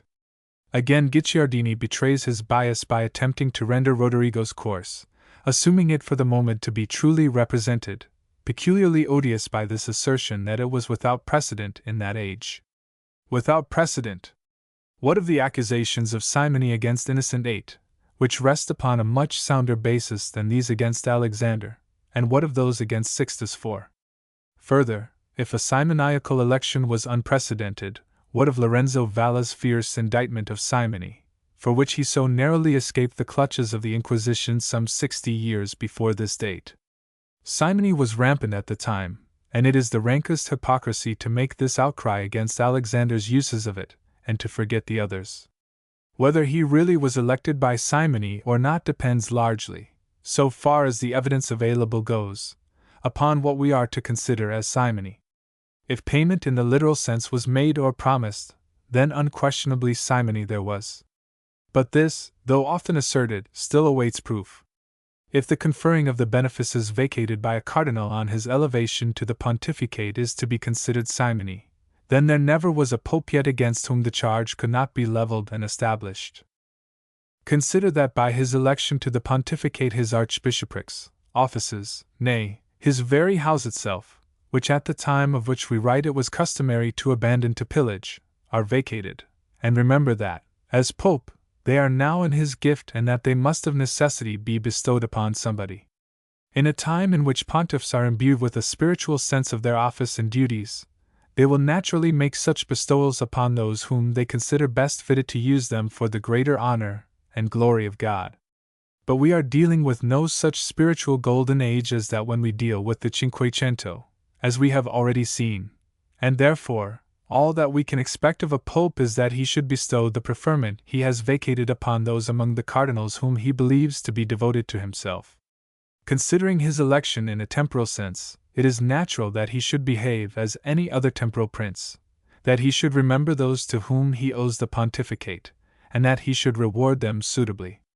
Alexander VI certainly pursued such a course, and the greatest profit from his election was derived by the Cardinal Sforza who, as Rodrigo himself admitted, had certainly exerted all his influence with the Sacred College to gain him the pontificate. Alexander gave him the vacated vice-chancellorship, for which, when all is said, Ascanio Sforza was excellently fitted, his vacated palace on Banchi Vecchi, the town of Nepi, and the bishopric of Agri. To Orsini he gave the church of Carthage and the legation of Marche, to Colonna the abbey of Subiaco, to Savelli the legation of Perugia, from which he afterwards recalled him, not finding him suited to so difficult a charge. To Rafael Riario went Spanish benefices worth 4,000 ducats yearly, to San Severino Rodrigo's house in Milan, whilst he consented that San Severino's nephew, known as Fracassa, should enter the service of the church with a condata of 100 men-at-arms and a stipend of 13,000 ducats yearly. Guicciardini says of all this that Ascanio Sforza induced many of the cardinals to that abominable contract, and not only by request and persuasion, but by example, because, corrupt and of an insatiable appetite for riches, he bargained for himself, as the reward of so much turpitude, the vice-chancellorships, churches, fortresses. The very plurals betray the frenzy of exaggeration dictated by his malice, and his, Rodrigo's, palace in Rome full of furniture of great value. What possible proof can Guicciardini have, what possible proof can there be, of such a bargain?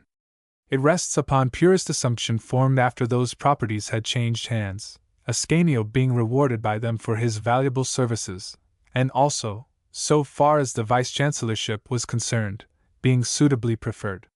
To say that Ascanio received them in consequence of a bargain, and as the price of his vote and electioneering services is not only an easy thing to say, but it is the obvious thing for any one to say who aims at defaming.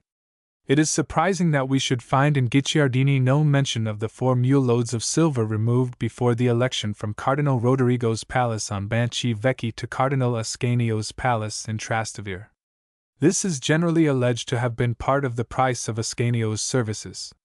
Whether it was so, or whether, as has also been urged, it was merely removed to save it from the pillaging by the mob of the palace of the cardinal elected to the pontificate, the fact is interesting as indicating in either case Cardinal Rodrigo's assurance of his election.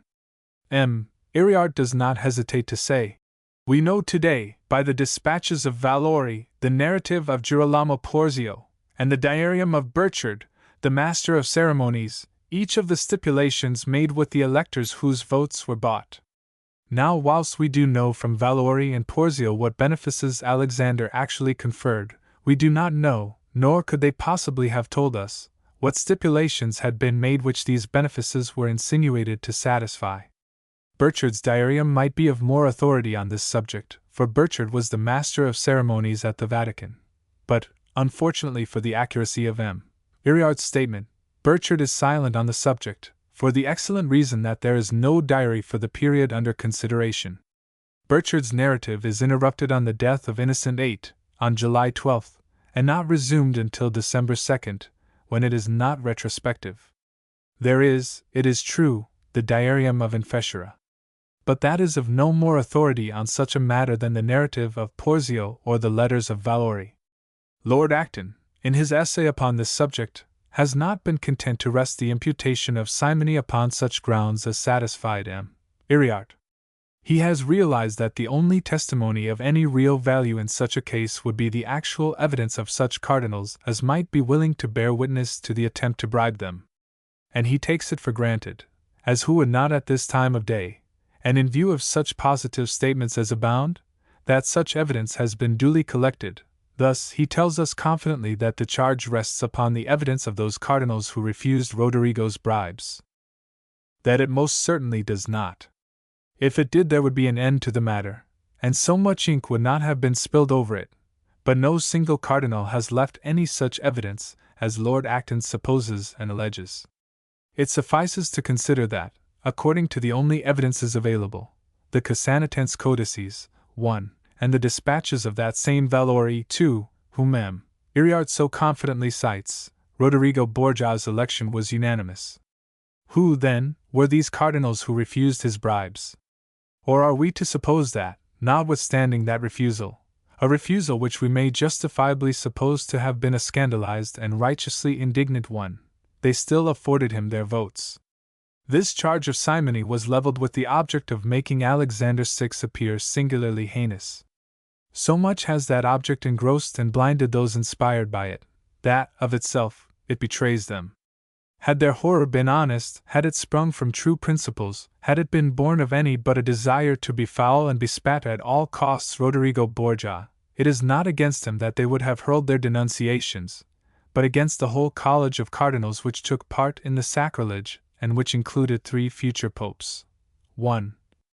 Assuming not only that there was simony, but that it was on as wholesale a scale as was alleged, and that for gold, coined or in the form of benefices, Rodrigo bought the cardinals' votes, what then? He bought them, true. But they sold him their sacred trust, their duty to their God, their priestly honor, their holy vows. For the gold he offered them they bartered these. So much omitted, then surely, in that transaction those cardinals were the prostitutes. The man who bought so much of them, at least, was on no baser level than were they. Yet invective singles him out for its one object, and so betrays the aforethought malice of its inspiration. Our quarrel is with that, and with those writers who have taken Alexander's simony for granted, eagerly almost, for the purpose of heaping odium upon him by making him appear a scandalous exception to the prevailing rule. If, nevertheless, we hold, as we have said, that simony probably did take place, we do so, not so much upon the inconclusive evidence of the fact, as upon the circumstance that it had become almost an established custom to purchase the tiara, and that Rodrigo Borgia, since his ambition clearly urged him to the pontificate, would have been an exception had he refrained. It may seem that to have disputed so long to conclude by admitting so much is no better than a waste of labor. Not so, we hope. Our aim has been to correct the adjustment of the focus and properly to trim the light in which Rodrigo Borgia is to be viewed, to the end that you may see him as he was, either better nor worse, the creature of his times, of his environment, and of the system in which he was reared and trained. Thus shall you also get a clearer view of his son Cesare, when presently he takes the stage more prominently. During the 17 days of the interregnum between the death of Innocent and the election of Alexander, the wild scenes usual to such seasons had been taking place in Rome, and notwithstanding the cardinal chamberlain's prompt action in seizing the gates and bridges, and the patrol's endeavors to maintain order, crime was unfettered to such an extent that some 220 murders are computed to have taken place, giving the terrible average of 13 a day. It was a very natural epilogue to the lax rule of the lethargic Innocent. One of the first acts of Alexander's reign was to deal summarily with this lawlessness. He put down violence with a hard hand that knew no mercy. He razed to the ground the house of a murderer caught red-handed, and hanged him above the ruins, and so dealt generally that such order came to prevail as had never before been known in Rome. Infestra tells us how, in the very month of his election, he appointed inspectors of prisons and 4 commissioners to administer justice, and that he himself gave audience on Tuesdays and settled disputes, concluding, Et justitiam mirabili modo facere copit. He paid all salaries promptly, a striking departure, it would seem, from what had been usual under his predecessor, and the effect of his improved and strenuous legislation was shortly seen in the diminished prices of commodities. He was crowned Pope on August 6 on the steps of the Basilica of St. Peter, by the Cardinal Archdeacon Piccolomini. The ceremony was celebrated with a splendor worthy of the splendid figure that was its center through the eyes of Michel Fernot. Despite his admission that he is unable to convey a worthy notion of the spectacle, you may see the gorgeous procession to the Lateran in which Alexander VI showed himself to the applauding Romans, the multitude of richly adorned men, gay and festive, the 700 priests and prelates, with their familiars, the splendid cavalcade of knights and nobles of Rome, the archers and Turkish horsemen, and the Palatine Guard, with its great halberds and flashing shields, the 12 white horses, with their golden bridles, led by footmen, and then Alexander himself on a snow-white horse, serene of brow and of majestic dignity, his hand uplifted, the fisherman's ring upon its forefinger, to bless the kneeling populace. The chronicler flings into superlatives when he comes to praise the personal beauty of the man, his physical vigor and health, which go to increase the veneration shown him. Thus, in the brilliant sunshine of that Italian August, amid the plaudits of assembled Rome, amid banners and flowers, music and incense, the flash of steel and the blaze of decorations with the Borgian arms everywhere displayed, or a grazing steer gules, Alexander VI passes to the Vatican, the aim and summit of his vast ambition. Friends and enemies alike have sung the splendors of that coronation, and the bull device, as you can imagine, plays a considerable part in those verses, be they paeans or lampoons. The former allude to Borgia as the bull, from the majesty and might of the animal that was displayed upon their shield.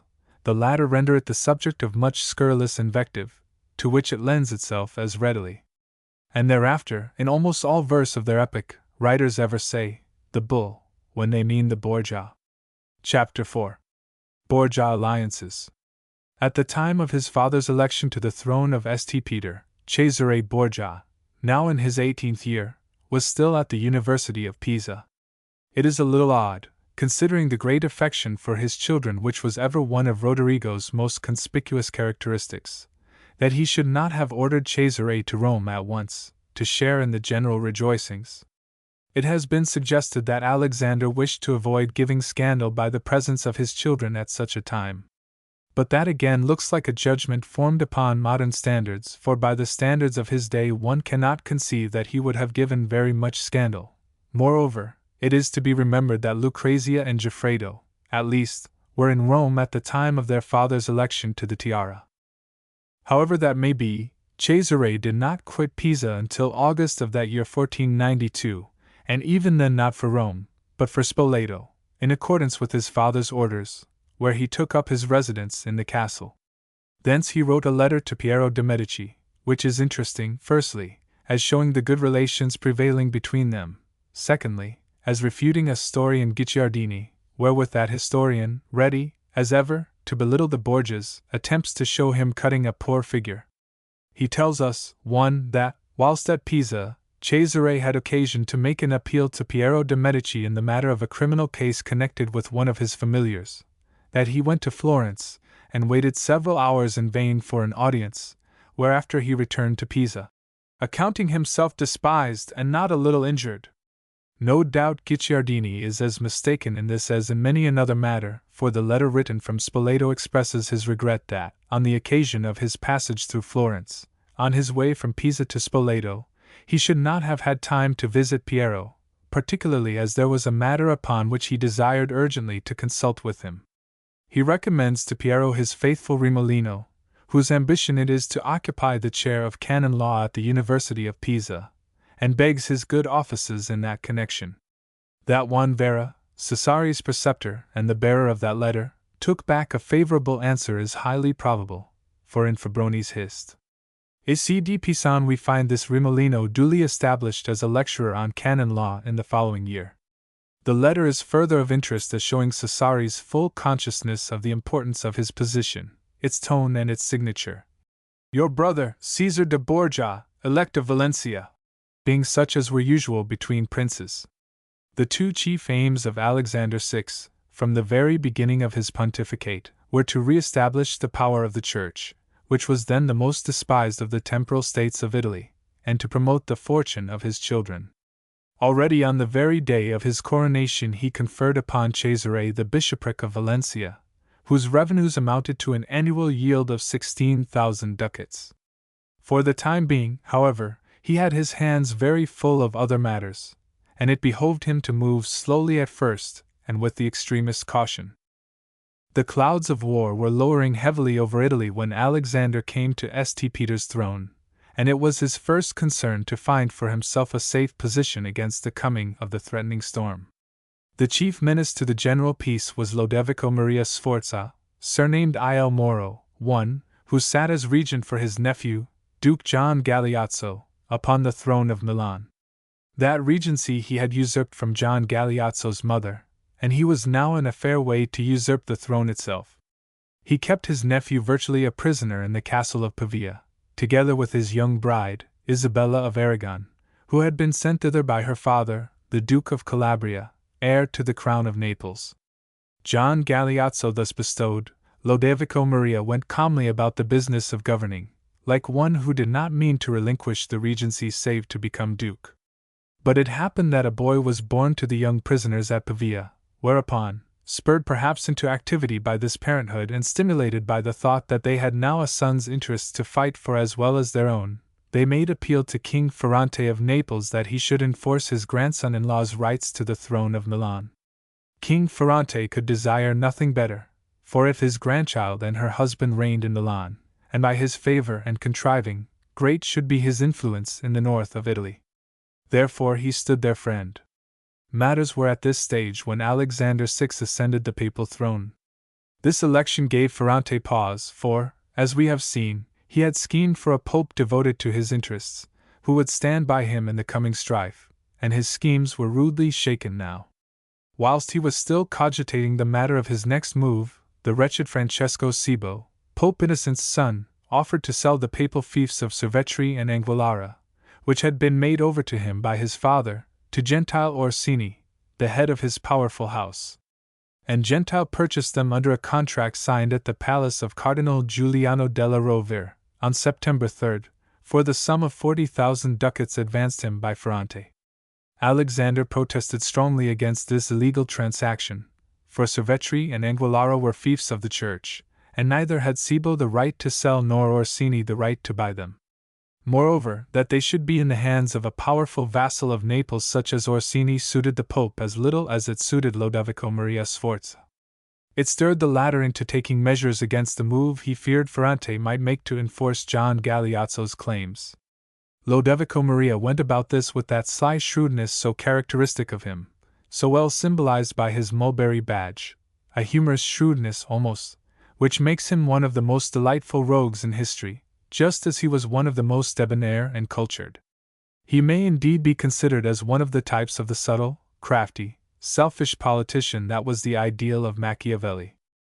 You see him, then, effacing the tight-lipped, cunning smile from his comely face and pointing out to Venice with a grave, sober countenance how little it can suit her to have the Neapolitan Spaniards ruffling it in the north, as must happen if Ferrante has his way with Milan. The truth of this was so obvious that Venice made haste to enter into a league with him, and into the camp thus formed came, for their own sakes, Mantua, Ferrara, and Siena. The league was powerful enough thus to cause Ferrante to think twice before he took up the cudgels for John Galeazzo. If Lodovico could include the Pope, the leagues would be so paralyzing that Ferrante would cease to think at all about his grandchildren's affairs.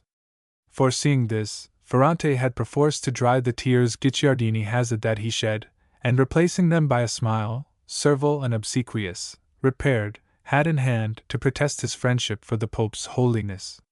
And so, in December of 1492, came the Prince of Altamira, Ferrante's second son, to Rome to lay his father's homage at the feet of the pontiff, and at the same time to implore His Holiness to refuse the King of Hungary the dispensation the latter was asking of the Holy See, to enable him to repudiate his wife, Donna Leonora, Ferrante's daughter.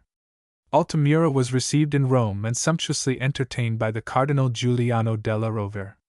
This cardinal had failed, as we have seen, to gain the pontificate for himself, despite the French influence by which he had been supported. Writhing under his defeat, and hating the man who had defeated him with a hatred so bitter and venomous that the imprint of it is on almost every act of his life, from the facilities he afforded for the assignment to Orsini of the papal fiefs that Cibo had to sell, he was already scheming for the overthrow of Alexander. To this end he needed great and powerful friends. To this end had he lent himself to the Cibo-Orsini transaction, To this end did he manifest himself the warm well-wisher of Ferrante. To this end did he cordially welcome the latter's son and envoy, and promise his support to Ferrante's petition.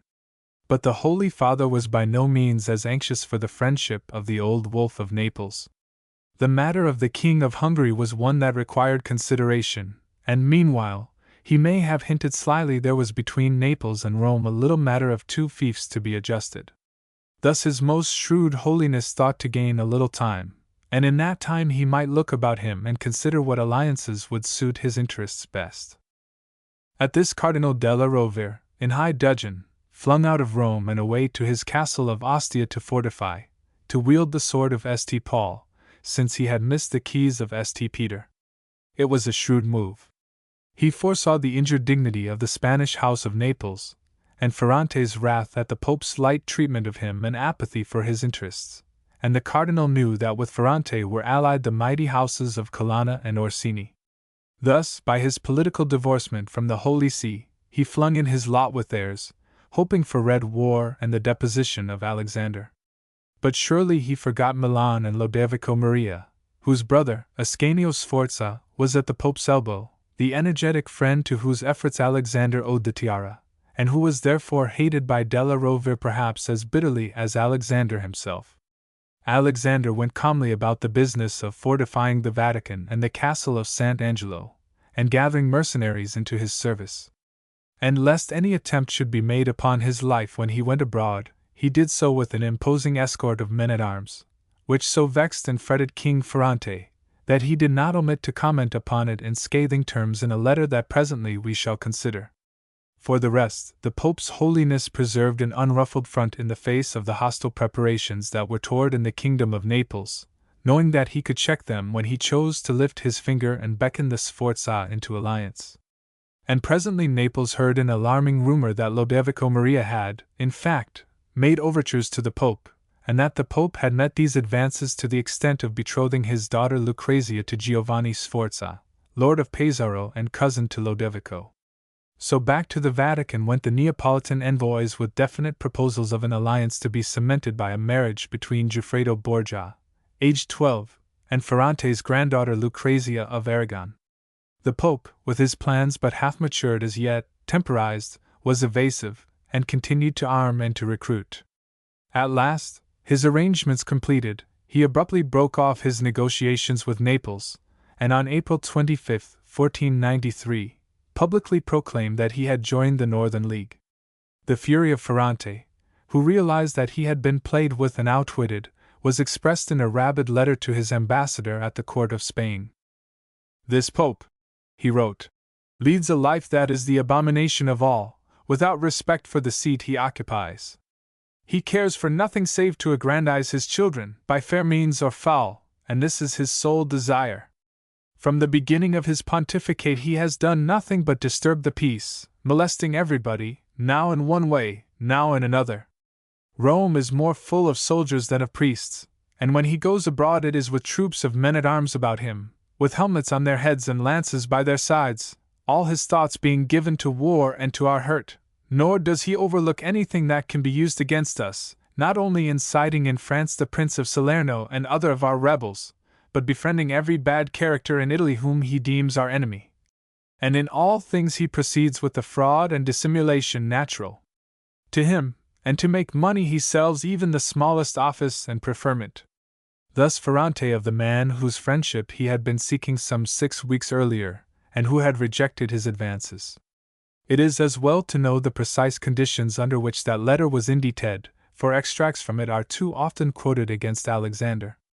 These conditions known, and known the man who wrote it, the letter's proper value is at once apparent. It was Ferrante's hope, and no doubt the hope of Giuliano della Rovere, that the King of Spain would lend an ear to these grievances, and move in the matter of attempting to depose Alexander, but an event more important than any other in the whole history of Spain, or of Europe, for that matter, was at the moment claiming its full attention, and the trifling affairs of the King of Naples, trifling by comparison, went all unheeded.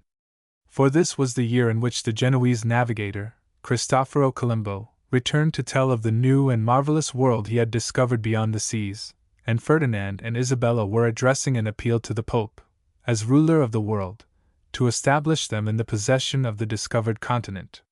Whereupon the Pope drew a line from pole to pole, and granted to Spain the dominion over all lands discovered, or to be discovered, 100 miles westward of Cape Verde and the Azores. And thus Ferrantes appealed to Spain against a Pope who showed himself so ready and complaisant a friend to Spain went unheeded by Ferdinand and Isabella. And what time the Neapolitan nursed his bitter chagrin, the alliance between Rome and Milan was consolidated by the marriage of Lucrèce Borgia to Giovanni Sforza, the comely weakling who was Lord of Pesaro and Codignola. Lucrèce Borgia's story has been told elsewhere. Her rehabilitation has been undertaken by a great historian, one, among others, and all serious-minded students must be satisfied at this time of day that the Lucrèce Borgia of Hugo's tragedy is a creature of fiction, bearing little or no resemblance to the poor lady who was a pawn in the ambitious game played by her father and her brother Cesare, before she withdrew to Ferrara, where eventually she died in childbirth in her 41st year.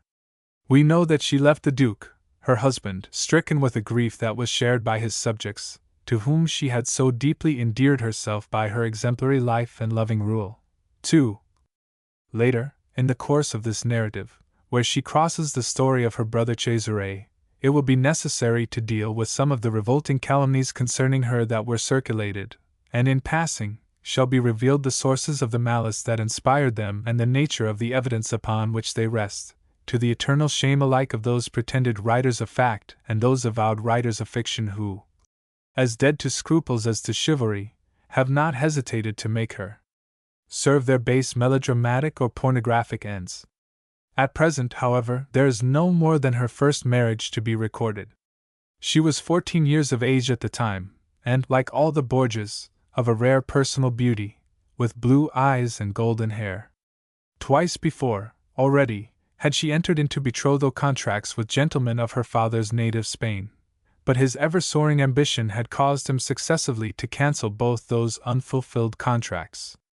A husband worthy of the daughter of Cardinal Rodrigo Borgia was no longer worthy of the daughter of Pope Alexander VI, for whom an alliance must now be sought among Italy's princely houses. And so she came to be bestowed upon the Lord of Pesaro, with a dowry of 30,000 ducats. Her nuptials were celebrated in the Vatican on June 12, 1493, in the splendid manner worthy of the rank of all concerned and of the reputation for magnificence which the Borgia had acquired. That night the Pope gave a supper party, at which were present some 10 cardinals and a number of ladies and gentlemen of Rome, besides the ambassadors of Ferrara, Venice, Milan, and France. There was vocal and instrumental music, a comedy was performed, the ladies danced, and they appear to have carried their gaieties well into the dawn. Hardly the sort of scene for which the Vatican was the ideal stage. Yet at the time it should have given little or no scandal. But what a scandal was there not, shortly afterwards, in connection with it, and how that scandal was heaped up later, by stories so revolting of the doings of that night that one is appalled at the minds that conceived them and the credulity that accepted them.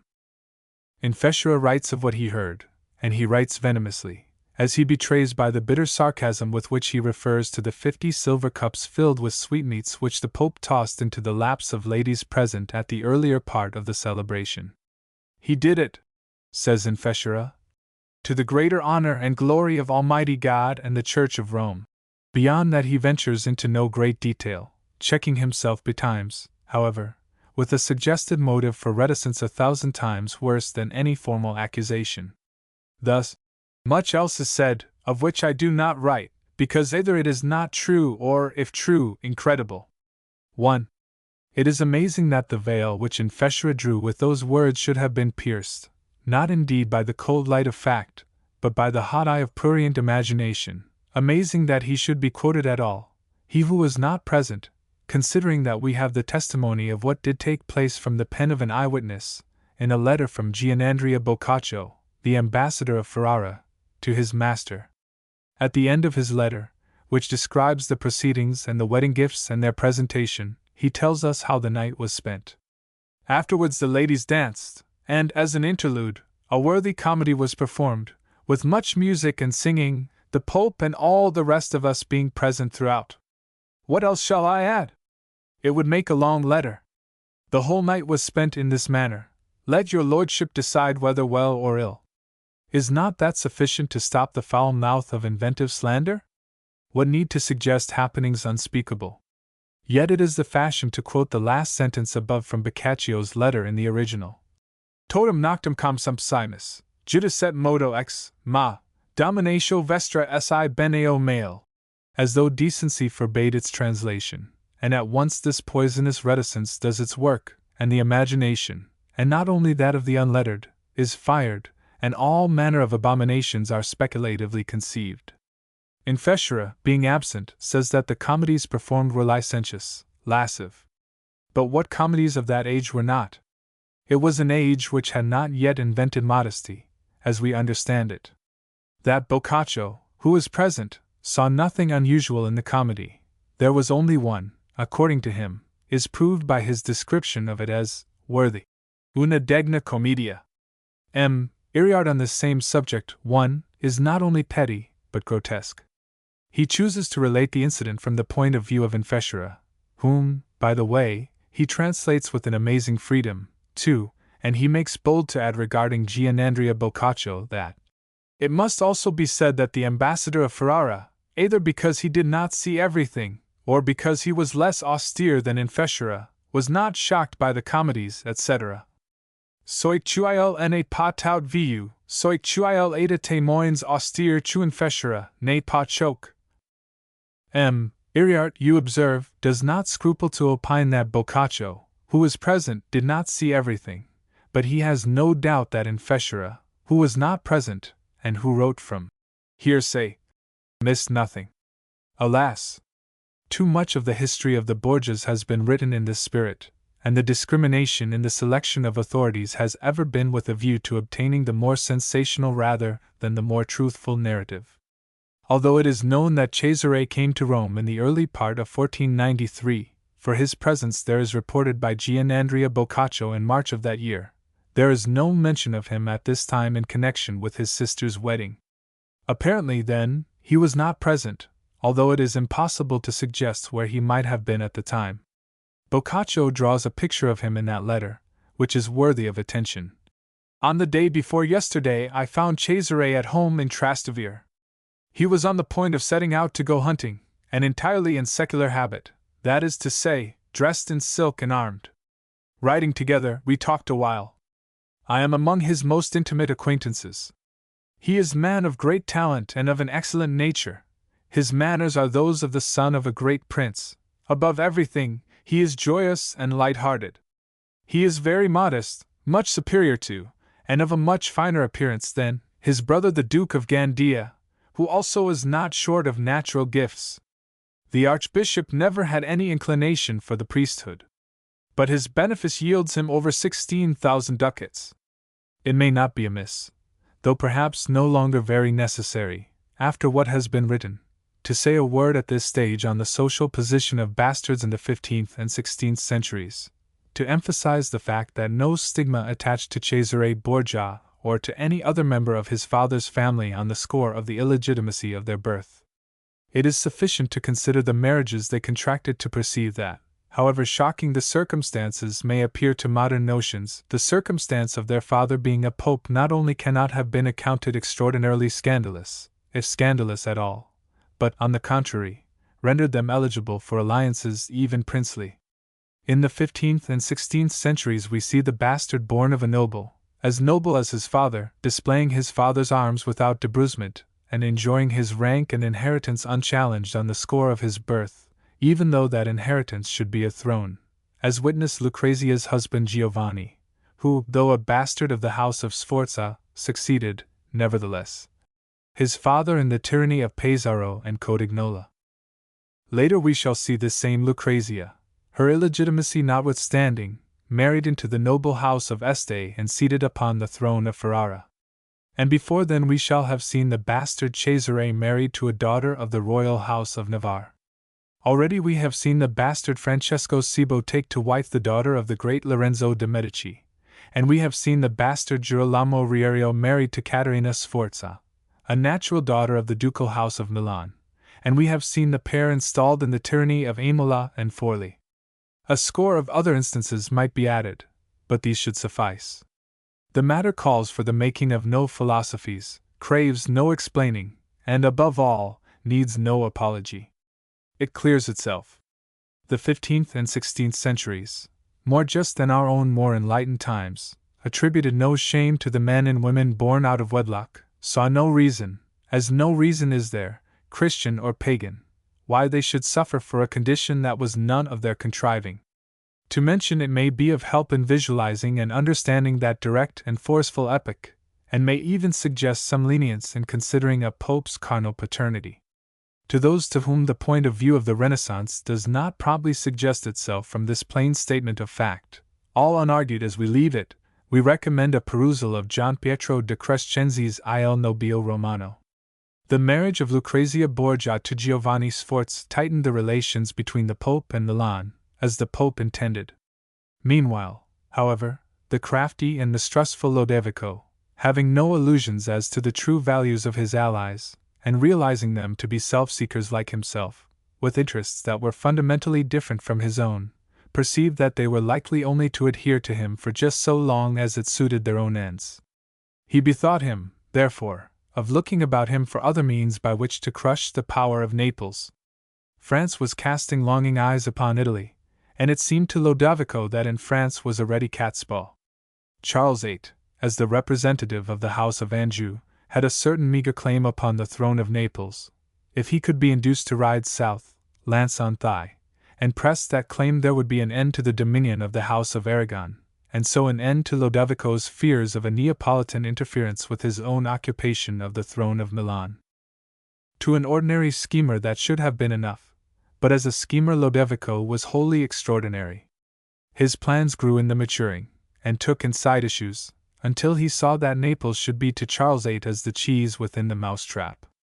Let his advent into Italy to break the power of Naples be free and open, but once within, he should find Milan and the northern allies between himself and his retreat, and Lodovico's should it be to bring him to his knees. Thus schemed Lodovico to shiver, first Naples and then France, before hurling the latter back across the Alps. A daring, bold, and yet simple plan of action. And what a power in Italy should not Lodovico derive from its success? Forthwith he got secretly to work upon it, sending his invitation to Charles to come and make good his claim to Naples, offering the French troops free passage through his territory. 1. And in the character of his invitation he played upon the nature of malformed, ambitious Charles, whose brain was stuffed with romance and chivalric rhodomantades.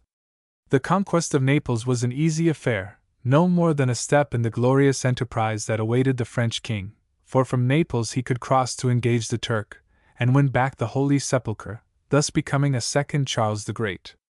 Thus Lodovico Maria the Crafty, to dazzle Charles the Romantic, and to take the bull of impending invasion by the very horns. We have seen the failure of the appeal to Spain against the Pope made by the King of Naples. To that failure was now added the tightening of Rome's relations with Milan by the marriage between Lucrezia Borgia and Giovanni Sforza, and Ferrante, rumors of a French invasion, with Naples for its objective being already in the air, realized that nothing remained him but to make another attempt to conciliate the Pope's holiness. And this time he went about his negotiations in a manner better calculated to serve his ends, since his need was grown more urgent. He sent the Prince of Altamura again to Rome for the ostensible purpose of settling the vexatious matter of Cervetri and Anguillara and making alliance with the Holy Father, whilst behind Altamura was the Neapolitan army ready to move upon Rome should the envoy fail this time. But on the terms now put forward, Alexander was willing to negotiate, and so a peace was patched up between Naples and the Holy See, the conditions of which were that Orsini should retain the fiefs for his lifetime, but that they should revert to Holy Church on his death, and that he should pay the Church for the life lease of them the sum of 40,000 ducats, which already he had paid to Francesco Cibo. That the peace should be consolidated by the marriage of the Pope's bastard, Goffredo, with Sancha of Aragon, the natural daughter of the Duke of Calabria, heir to the throne of Naples, and that she should bring the Principality of Squillace and the county of Coriate as her dowry. The other condition demanded by Naples, at the suggestion of Cardinal Giuliano della Rovere, was that the Pope should disgrace and dismiss his vice-chancellor, Ascanio Sforza, which would have shattered the pontifical relations with Milan. To this, however, the Pope would not agree, but he met Naples in the matter to the extent of consenting to overlook Cardinal della Rovere's defection and receive him back into favor. On these terms the peace was at last concluded in August of 1493, and immediately afterwards there arrived in Rome the Sieur Peron de Bache, an envoy from the King of France charged with the mission to prevent any alliance between Rome and Naples. The Frenchman was behind the fair. The Pope took the only course possible under the awkward circumstances, and refused to see the ambassador. Thereupon the offended King of France held a grand council, in which were proposed and treated many things against the Pope and for the reform of the Church. These royal outbursts of Christianity, these pious kingly frenzies to unseat an unworthy pontiff and reform the Church, follow always, you will observe, upon the miscarriage of royal wishes. In the consistory of September 1493 the Pope created 12 new cardinals to strengthen the Sacred College in general, and his own hand in particular. Amongst these new creations were the Pope's son Cesare, and Alessandro Farnese, the brother of the beautiful Julia. The grant of the red hat to the latter appears to have caused some scandal, for, owing to the Pope's relations with his sister, to which it was openly said that Farnese owed the purple, he received the byname of Cardinal della Ganella, Cardinal of the Petticoat. That was the first important step in the fortunes of the house of Farnese, which was to give dukes to Parma, and reach the throne of Spain, in the person of Isabella Farnese, before becoming extinct in 1758. Book 2. The Bull Pascant. Rome abovum invenit tunc, cum fundator eratro, et nunc lapsa so est ecce renata bove. From an inscription quoted by Bernardino Coaxo. Chapter 1. The French Invasion.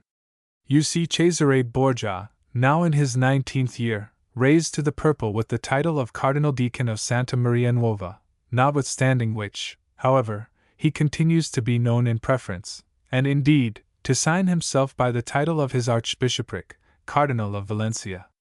It is hardly necessary to mention that, although already Bishop of Pampeluna and Archbishop of Valencia, he had received so far only his first tonsure. He never did receive any ecclesiastical orders beyond the minor and revocable ones. It was said by Infessura, and has since been repeated by a multitude of historians, upon no better authority than that of this writer on hearsay and inveterate gossip, that, to raise Cesare to the purple, Alexander was forced to prove the legitimacy of that young man's birth, and that to this end he procured false witnesses to swear that he was the son of Venazia de Catania and her husband, Domenico d'Arignano. Already has this been touched upon in an earlier chapter. Here it was shown that Venazia never had a husband of the name of d'Arignano, and it might reasonably be supposed that this circumstance alone would have sufficed to restrain any serious writer from accepting and repeating Infessura's unauthoritative statement. But if more they needed, it was ready to their hands in the bull of Sixtus IV of October 1, 1480, to which also allusion has been made, dispensing Cesare from proving his legitimacy. Super defectum natalium odi ordines et quocumque beneficia. Besides that, of what avail would any false swearing have been, considering that Cesare was openly named Borgia, that he was openly acknowledged by his father, and that in the very bull above mentioned he is stated to be the son of Rodrigo Borgia? This is another instance of the lightness, the recklessness with which Alexander VI has been accused of unseemly and illicit conduct, which it may not be amiss to mention at this stage, since, if not the accusation itself, at least the matter that occasioned it belongs chronologically here. During the first months of his reign, following in the footsteps of predecessors who had made additions to the Vatican, Alexander set about the building of the Borgia Tower. For its decoration he brought Perugino, Pinturicchio, Volterrano, and Peruzzi to Rome. Concerning Pinturicchio and Alexander, Vasari tells us, in his Vita degli Artefici, that over the door of one of the rooms in the Borgia Tower the artist painted a picture of the Virgin Mary in the likeness of Julia Farnese, who posed to him as the model, with Alexander kneeling to her in adoration, arrayed in full pontificals. Such a thing would have been horrible, revolting, sacrilegious. Fortunately it does not even amount to a truth untruly told, and well would it be if all the lies against the Borgias were as easy to refute. True, Pinturicchio did paint Giulia Farnese as the Madonna. True also that he did paint Alexander kneeling in adoration, but not to the Madonna, not in the same picture at all. The Madonna for which Giulia Farnese was the model is over a doorway, as Vasari says. The kneeling Alexander is in another room, and the object of his adoration is the Savior rising from his tomb. Yet one reputable writer after another has repeated that lie of Vasari's, and shocked us by the scandalous spectacle of a pope so debauched and lewd that he kneels and pontificals, in adoration, at the feet of his mistress depicted as the Virgin Mary. In October of that same year of 1493 Cesare accompanied his father on a visit to Orvieto, a journey which appears to have been partly undertaken in response to an invitation from Giulia Farnese's brother Alessandro. Orvieto was falling at the time into decay and ruin, no longer the prosperous center it had been less than 100 years earlier, but the shrewd eye of Alexander perceived its value as a stronghold, to be used as an outpost of Rome or as a refuge in time of danger, and he proceeded to repair and fortify it.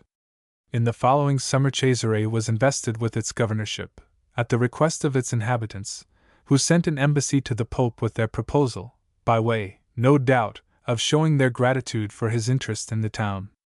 But in the meantime, towards the end of 1493, King Ferrante's uneasiness at the ever-swelling rumors of the impending French invasion was quickened by the fact that the Pope had not yet sent his son Goffredo to Naples to marry Donna Sancha, as had been contracted.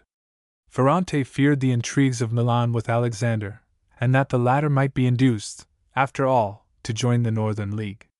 In a frenzy of apprehension, the old king was at last on the point of going to Milan to throw himself at the feet of Lodovico Sforza, who was now his only hope, when news reached him that his ambassadors had been ordered to leave France. That death blow to his hopes was a death blow to the man himself. Upon receiving the news he was smitten by an apoplexy, and upon January 25, 1494, he departed this life without the consolation of being able to suppose that any of his schemes had done anything to avert the impending ruin of his house. In spite of all Alexander's intercessions and representations, calculated to induce Charles VIII to abandon his descent upon Italy, in spite, no less, of the counsel he received at home from such far-seeing men as had his ear, the Christian king was now determined upon the expedition and his preparations were well advanced. In the month of March he assumed the title of King of Sicily, and sent formal intimation of it to Alexander, demanding his investiture at the hands of the Pope and offering to pay him a heavy annual tribute. Alexander was thus given to choose between the wrath of France and the wrath of Naples, and, to put the basest construction on his motives, he saw that the peril from an enemy on his very frontiers would be more imminent than that of an enemy beyond the Alps. It is also possible that he chose to be guided by his sense of justice and to do in the matter what he considered right. By whatever motive he was prompted, the result was that he refused to accede to the wishes of the Christian king. The consistory which received the French ambassador, Peron de Bacche, became the scene of stormy remonstrances, Cardinal Giuliano della Rovere, of course, supporting the ambassador and being supported in his act of insubordination by the Vice-Chancellor Ascanio Sforza, who represented his brother Lodovico in the matter, and the Cardinals Sanseverino, Colonna, and Savelli, all attached to French interests. Peron de Bacche so far presumed, no doubt emboldened by this support, as to threaten the Pope with deposition if he persisted in his refusal to obey the King of France. You see once more that kingly attitude, and you shall see it yet again presently and be convinced of its precise worth. In one hand a bribe of heavy annual tribute, in the other a threat of deposition. It was thus they conducted their business with the Holy Father. In this instance His Holiness took the threat, and dismissed the insolent ambassador. Della Rovere, conceiving that in France he had a stouter ally than in Naples, and seeing that he had once more incurred the papal anger by his open enmity, fled back to Ostia, and not feeling safe there, for the pontifical forces were advancing upon his fortress, took ship to Genoa, and thence to France, to plot the Pope's ruin with the exasperated Charles, and, the charge of simony being the only weapon with which they could attack Alexander's seat upon the papal throne, the charge of simony was once more brandished. His Holiness took the matter with a becoming and stately calm. He sent his nephew, Giovanni Borgia, to Naples to crown Alfonso, and with him went Goffredo Borgia to carry out the marriage contract with Alfonso's daughter, and thus strengthen the alliance between Rome and Naples. By the autumn Charles had crossed the Alps with the most formidable army that had ever been sent out of France, full 90,000 strong. And so badly was the war conducted by the Neapolitan generals who were sent to hold him in check that the appearance of the French under the very walls of Rome was almost such as to take the Pope by surprise. Charles's advance from the north had been so swift and unhindered that Alexander contemptuously said the French soldiers had come into Italy with wooden spurs and chalk in their hands to mark their lodgings. Charles had been well received by the intriguing Lodovico Sforza, with whom he visited the castle of Pavia, and the unfortunate John Galeazzo, who from long confinement, chagrin, and other causes was now reduced to the sorriest condition. Indeed, on October 22, some days after that visit, the wretched prince expired. Whether or not Lodovico had him poisoned, as has been alleged, a charge which, after all, rests on no proof, nor even upon the word of any person of reliance, his death most certainly lies at his ambitious uncle's door. Charles was at Piacenza when the news of John Galeazzo's death reached him. Like the good Christian that he accounted himself, he ordered the most solemn and imposing obsequies for the poor youth for whom in life he had done nothing. John Galeazzo left a heartbroken girl widow and 2 children to succeed him to the throne he had never been allowed to occupy, the eldest, Francesco Sforza, being a boy of 5. Nevertheless, Lodovico was elected Duke of Milan. Not only did he suborn the Parliament of Milan to that end, but he induced the Emperor to confirm him in the title. To this the Emperor consented, seeking to mask the unscrupulous deed by a pitiful sophism. He expounded that the throne of Milan should originally have been Lodovico's, and never Galeazzo Maria's, John Galeazzo's father, because the latter was born before Francesco Sforza had become Duke of Milan, whereas Lodovico was born when he already was so. The obsequies of John Galeazzo completed, Charles pushed on. From Florence he issued his manifesto, and although this confined itself to claiming the kingdom of Naples, and said no word of punishing the Pope for his disobedience in crowning Alfonso and being now in alliance with him, it stirred up grave uneasiness at the Vatican. The Pope's position was becoming extremely difficult. Nevertheless, he wore the boldest possible face when he received the ambassadors of France, and on December 9 refused to grant the letters patent of passage through the Pontifical States which the French demanded. Thereupon Charles advanced threateningly upon Rome, and was joined now by those turbulent barons Orsini, Colonna, and Savelli. Alexander VI has been widely accused of affecting a volte-face at this stage and betraying his Neapolitan allies, but his conduct, properly considered, can hardly amount to that. What concessions he made to France were such as a wise and inadequately supported man must make to an army 90,000 strong. To be recklessly and quixotically heroic is not within the function of popes. Moreover, Alexander had Rome to think of, for Charles had sent word that, if he were resisted, he would leave all in ruins, whereas if a free passage were accorded him, he would do no hurt nor suffer any pillage to be done in Rome. So the Pope did the only thing consistent with prudence. He made a virtue of necessity, and gave way where it was utterly impossible for him to resist. He permitted Charles the passage through his territory, which Charles was perfectly able to take for himself if refused. There ensued an interchange of compliments between Pope and King, and early in January Charles entered Rome in such warlike panoply as struck terror into the hearts of all beholders. Of that entrance Paolo Giovio has left us an impressive picture. The vanguard was composed of Swiss and German mercenaries, tall fellows, these professional warriors, superb in their carriage and stepping in time to the beat of their drums. They were dressed in variegated, close-fitting garments that revealed all their athletic symmetry. A fourth of them were armed with long, square-bladed halberds, new to Italy. The remainder trailed their 10-foot pikes, and carried a short sword at their belts, whilst to every 1,000 of them there were 100 arquebusiers. After them came the French infantry, without armor save the officers, who wore steel corselets and headpieces. These, again, were followed by 5,000 Gascon arbalisters, each shouldering his arbalest, a phalanx of short, rude fellows, not to be compared with the stately Swiss. Next came the cavalry, advancing in squadrons, glittering and resplendent in their steel casings. 2,500 of these were in full heavy armor, wielding iron maces and the ponderous lances that were usual also in Italy. Every man-at-arms had with him 3 horses, mounted by a squire and 2 valets, for men going to the lance in France. Some 5,000 of the cavalry were more lightly armed, in corselets and headpiece only, and they carried long wooden bows in the English fashion, while some were armed with pikes, intended to complete the work of the heavier cavalry. These were followed by 200 knights, the very flower of French chivalry for birth and valor, shouldering their heavy iron maces, their armor covered by purple, gold-embroidered surcoats. Behind them came 400 mounted archers forming the bodyguard of the king.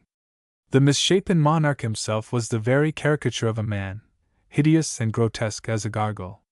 He was short of stature, spindle-shanked, rachitic and malformed, and of his face, with its colossal nose, loose mouth and shallow brow, Giovio says that it was the ugliest ever seen on man.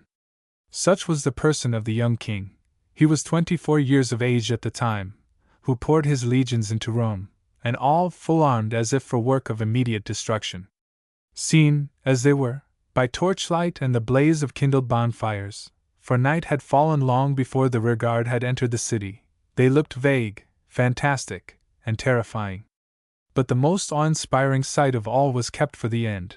It consisted of the 36 pieces of artillery which brought up the rear, each piece upon a carriage swiftly drawn by horses, and the longest measuring 8 feet, weighing 6,000 pounds, and discharging an iron ball as big as a man's head. The king lay in the palace of San Marco, where a lodging had been prepared for him, and thither on the day after his entrance came Cesare Borgia, with 6 cardinals, from the castle of Sant'Angelo, whither the Pope had withdrawn, to wait upon his Christian Majesty. Charles immediately revealed the full and exigent nature of his demands.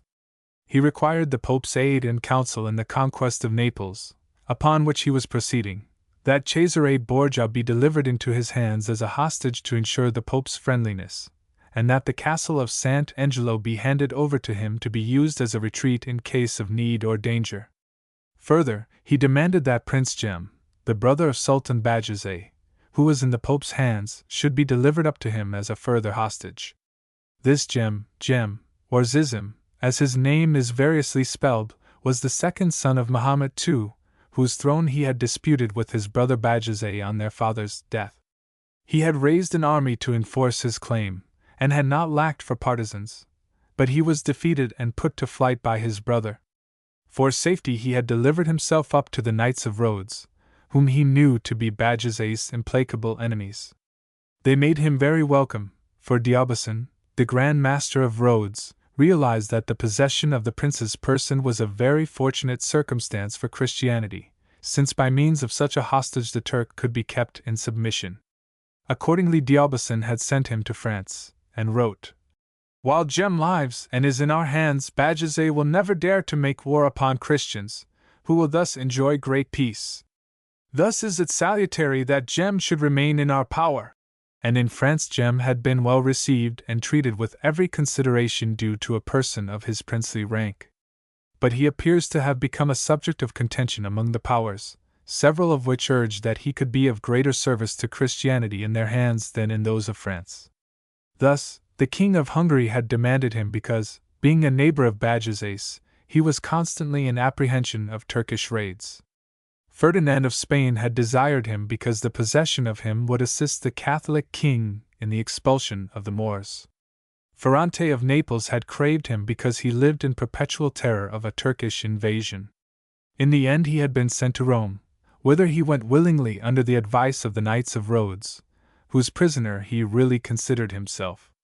They had discovered that Bajazet was offering enormous bribes to Charles for the surrender of him, and they feared lest Charles should succumb to the temptation. So Prince Jem had come to Rome in the reign of Pope Innocent VIII, and there he had since remained, Sultan Bajazet making the Pope an annual allowance of 40,000 ducats for his brother's safe custody. He was a willing prisoner, or rather a willing exile, for, far from being kept a prisoner, he was treated at Rome with every consideration, associating freely with those about the pontifical court, and being frequently seen abroad in company with the Pope and the Duke of Gandia. Now Charles was aware that the Pope, in his dread of a French invasion, and seeing vain all his efforts to dissuade Charles from making his descent upon Italy, had appealed for aid to Bajazet. For so doing he has been severely censured, and with some justice, for the picture of the head of Christianity making appeal to the infidel to assist him against Christians is not an edifying one. Still, it receives some measure of justification when we reflect what was the attitude of these same Christians towards their head.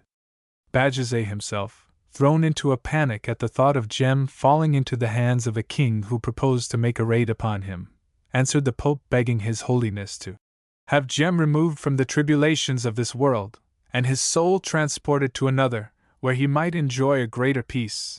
For this service he offered the Pope 300,000 ducats, to be paid on delivery of the prince's body, and if the price was high, so was the service required, for it would have ensured Bajazet a peace of mind he could not hope to enjoy while his brother lived. This letter was intercepted by Giovanni della Rovere, the prefect of Sinigaglia, who very promptly handed it to his brother, the Cardinal Giuliano. The Cardinal, in his turn, laid it before the King of France, who now demanded of the Pope the surrender of the person of this Gem as a further hostage. Alexander began by rejecting the king's proposals severally and collectively, but Charles pressed him to reconsider his refusal, and so, being again between the sword and the wall, the Pope was compelled to submit. A treaty was drawn up and signed on January 15th, the king, on his side, promising to recognize the Pope and to uphold him in all his rights. On the following day Charles made solemn act of veneration to the pontiff in consistory, kissing his ring and his foot, and professing obedience to him as the kings of France, his forebears, had ever done. Words for deeds. Charles remained 12 days longer in Rome, and set out at last, on January 28th, upon the conquest of Naples. First he went solemnly to take his leave of the Pope, and they parted with every outward mark of a mutual esteem which they most certainly cannot have experienced. When Charles knelt for the Pope's blessing, Alexander raised him up and embraced him, whilst Cesare completed the show of friendliness by presenting Charles with 6 beautiful chargers. They set out immediately afterwards, the French king taking with him his hostages, either of which he was destined to retain for long, with Cesare riding in the place of honor on his right. The army lay at Marino that night, and on the following at Velletri.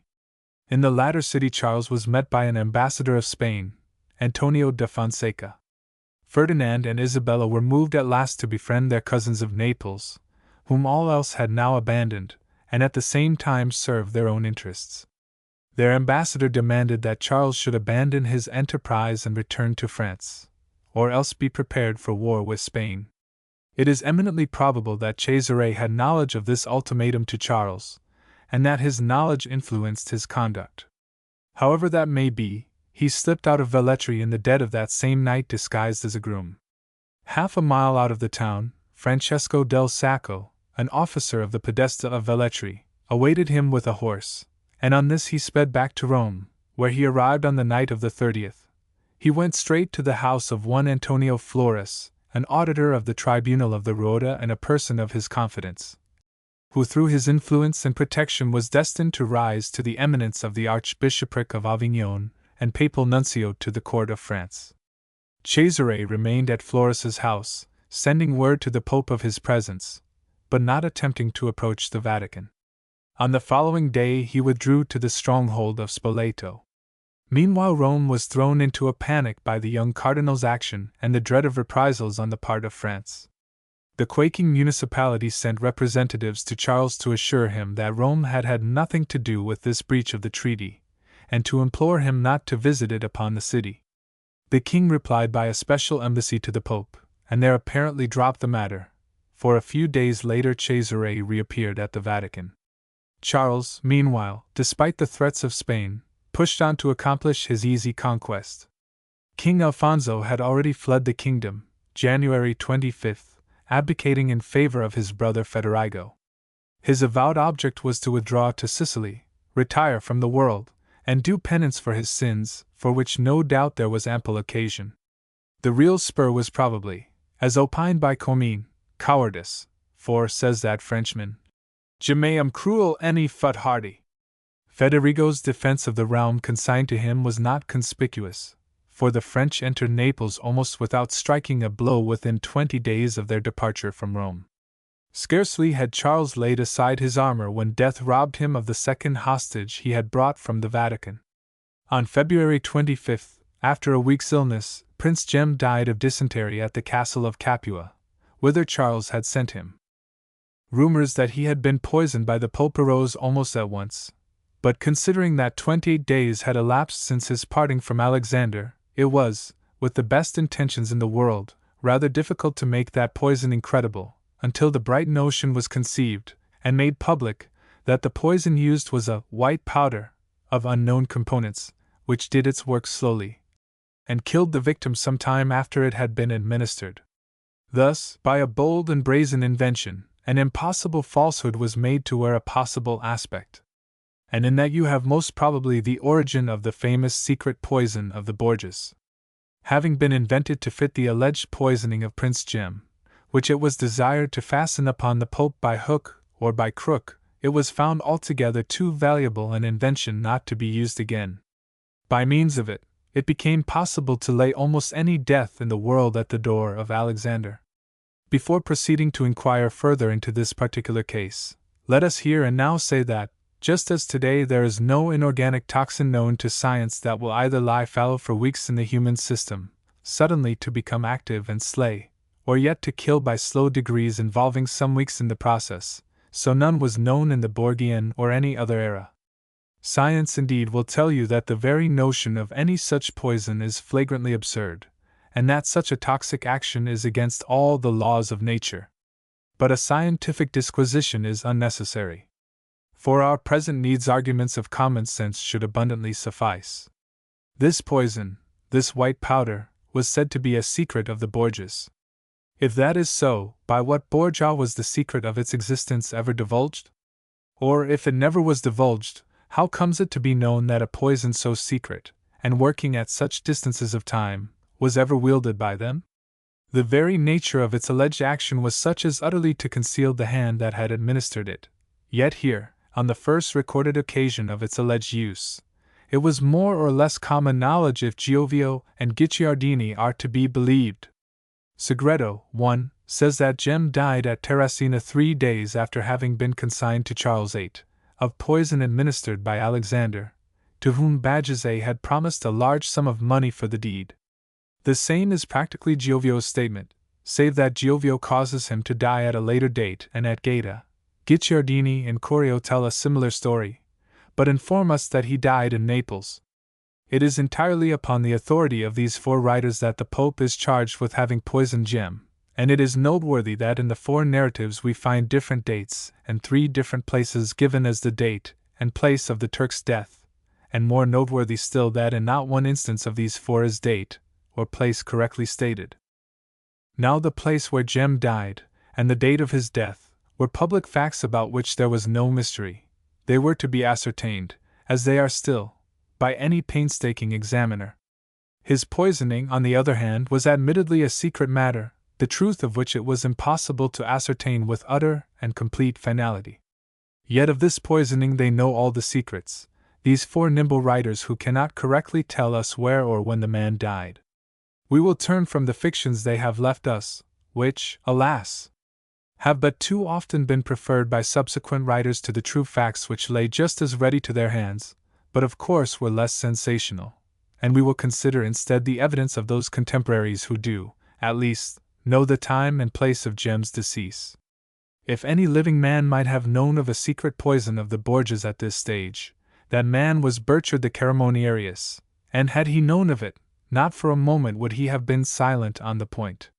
Yet not a word of this secret poison shall you find in his diaries, and concerning the death of Jem he records that, on February 25th died at the castle of Capua the said Jem, through meat or drink that disagreed with him.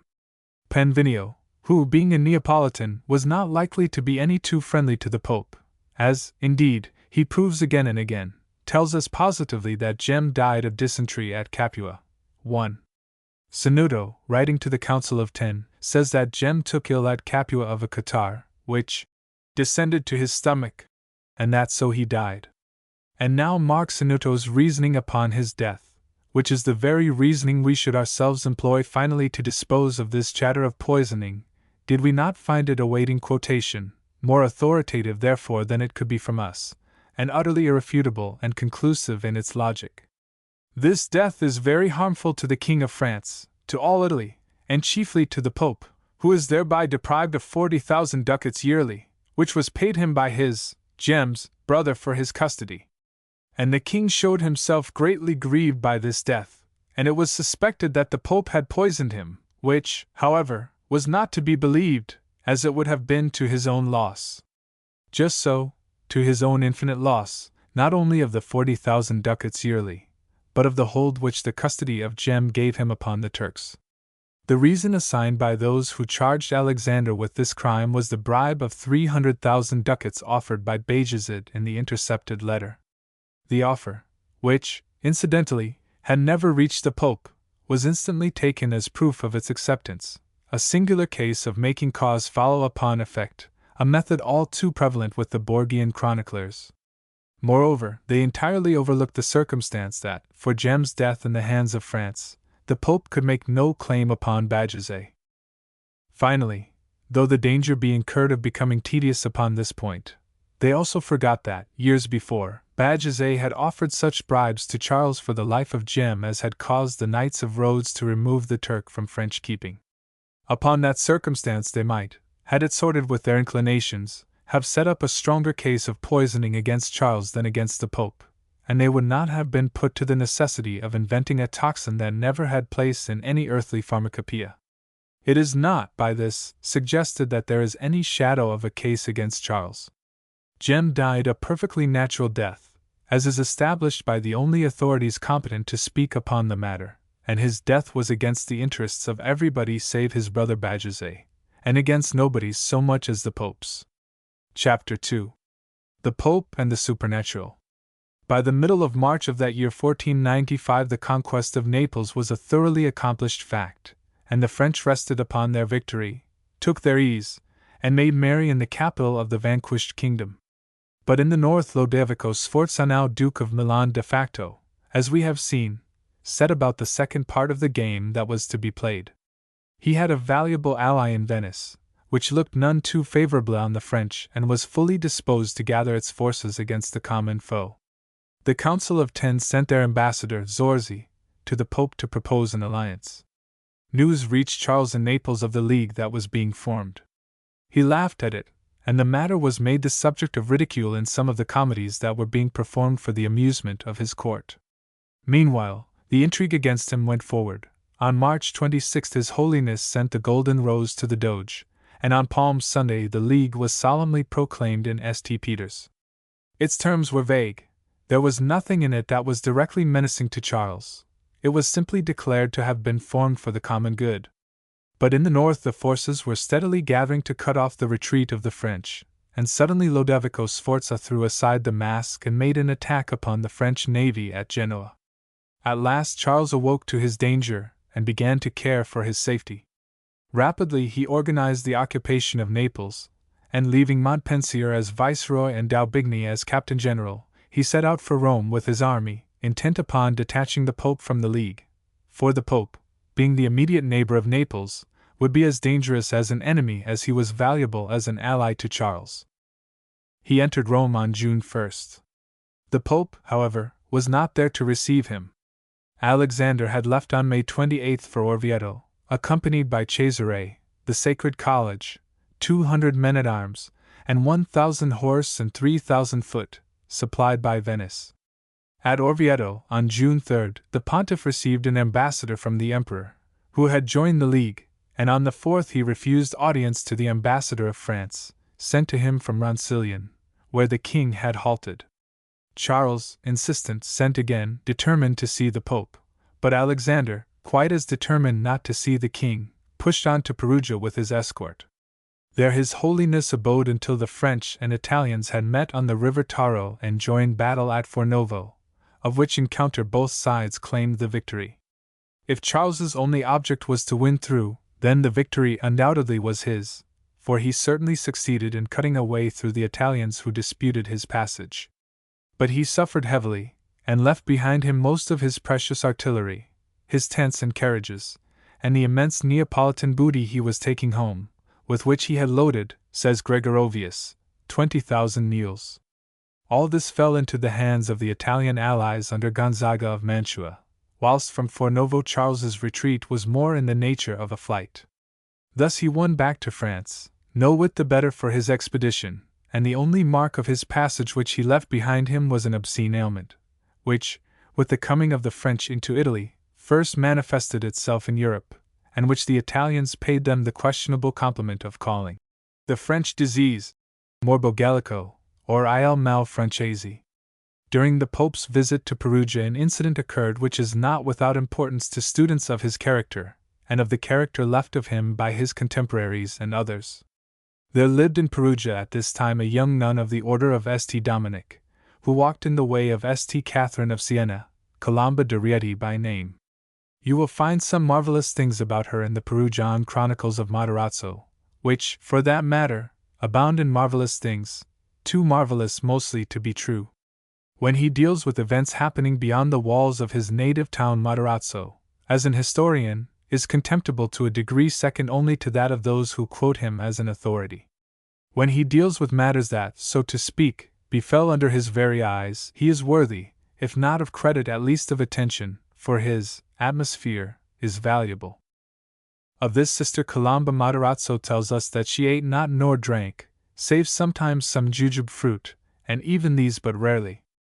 On the day of her coming to Perugia, which happened in 1488, as she was crossing the bridge of St. Gianni, some young men attempted to lay hands upon her, for she was comely and beautiful.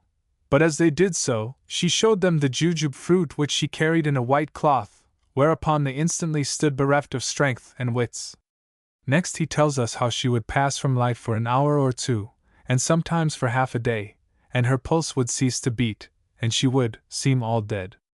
And then she would quiver and come to herself again, and prophesied the future, and threatened disaster. And again, one morning 2 of her teeth were found to have fallen out, which had happened in fighting with the devil, and for the many intercessions which she made, and the scandals which she repaired by her prayers, the people came to call her saint. Notwithstanding all this, and the fact that she lived without nourishment, he tells us that the brothers of St. Francis had little faith in her. Nevertheless, the community built her a very fine monastery, which was richly endowed, and many nuns took the habit of her order. Now it happened that whilst at Perugia in his student days, Cesare had witnessed a miracle performed by this poor ecstatic girl, or rather he had arrived on the scene, the church of St. Catherine of Siena, to find her, with a little naked boy in her lap, the center of an excited, frenzied crowd, which was proclaiming loudly that the child had been dead and that she had resurrected him. This was a statement which the prior of the Dominicans did not seem disposed unreservedly to accept, for, when approached with a suggestion that the bells should be rung in honor of the event, he would not admit that he saw any cause to sanction such a course. In the few years that were sped since then, however, Sister Colomba had acquired the great reputation of which Matarazzo tells us, so that, throughout the plain of Tiber, the Dominicans were preaching her fame from convent to convent.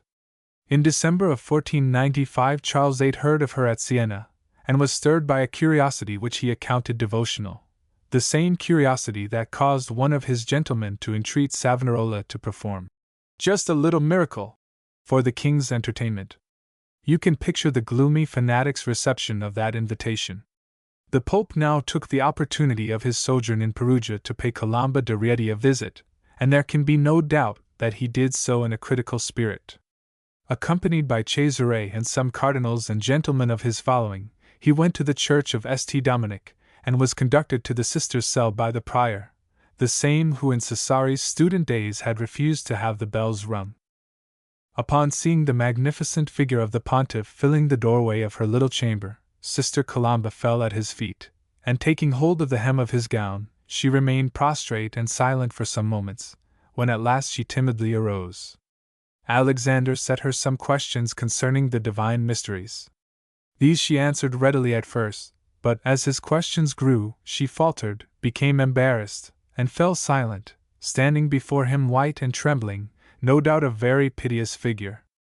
The Pope, not liking this, turned to the prior to demand an explanation, and admonished him sternly.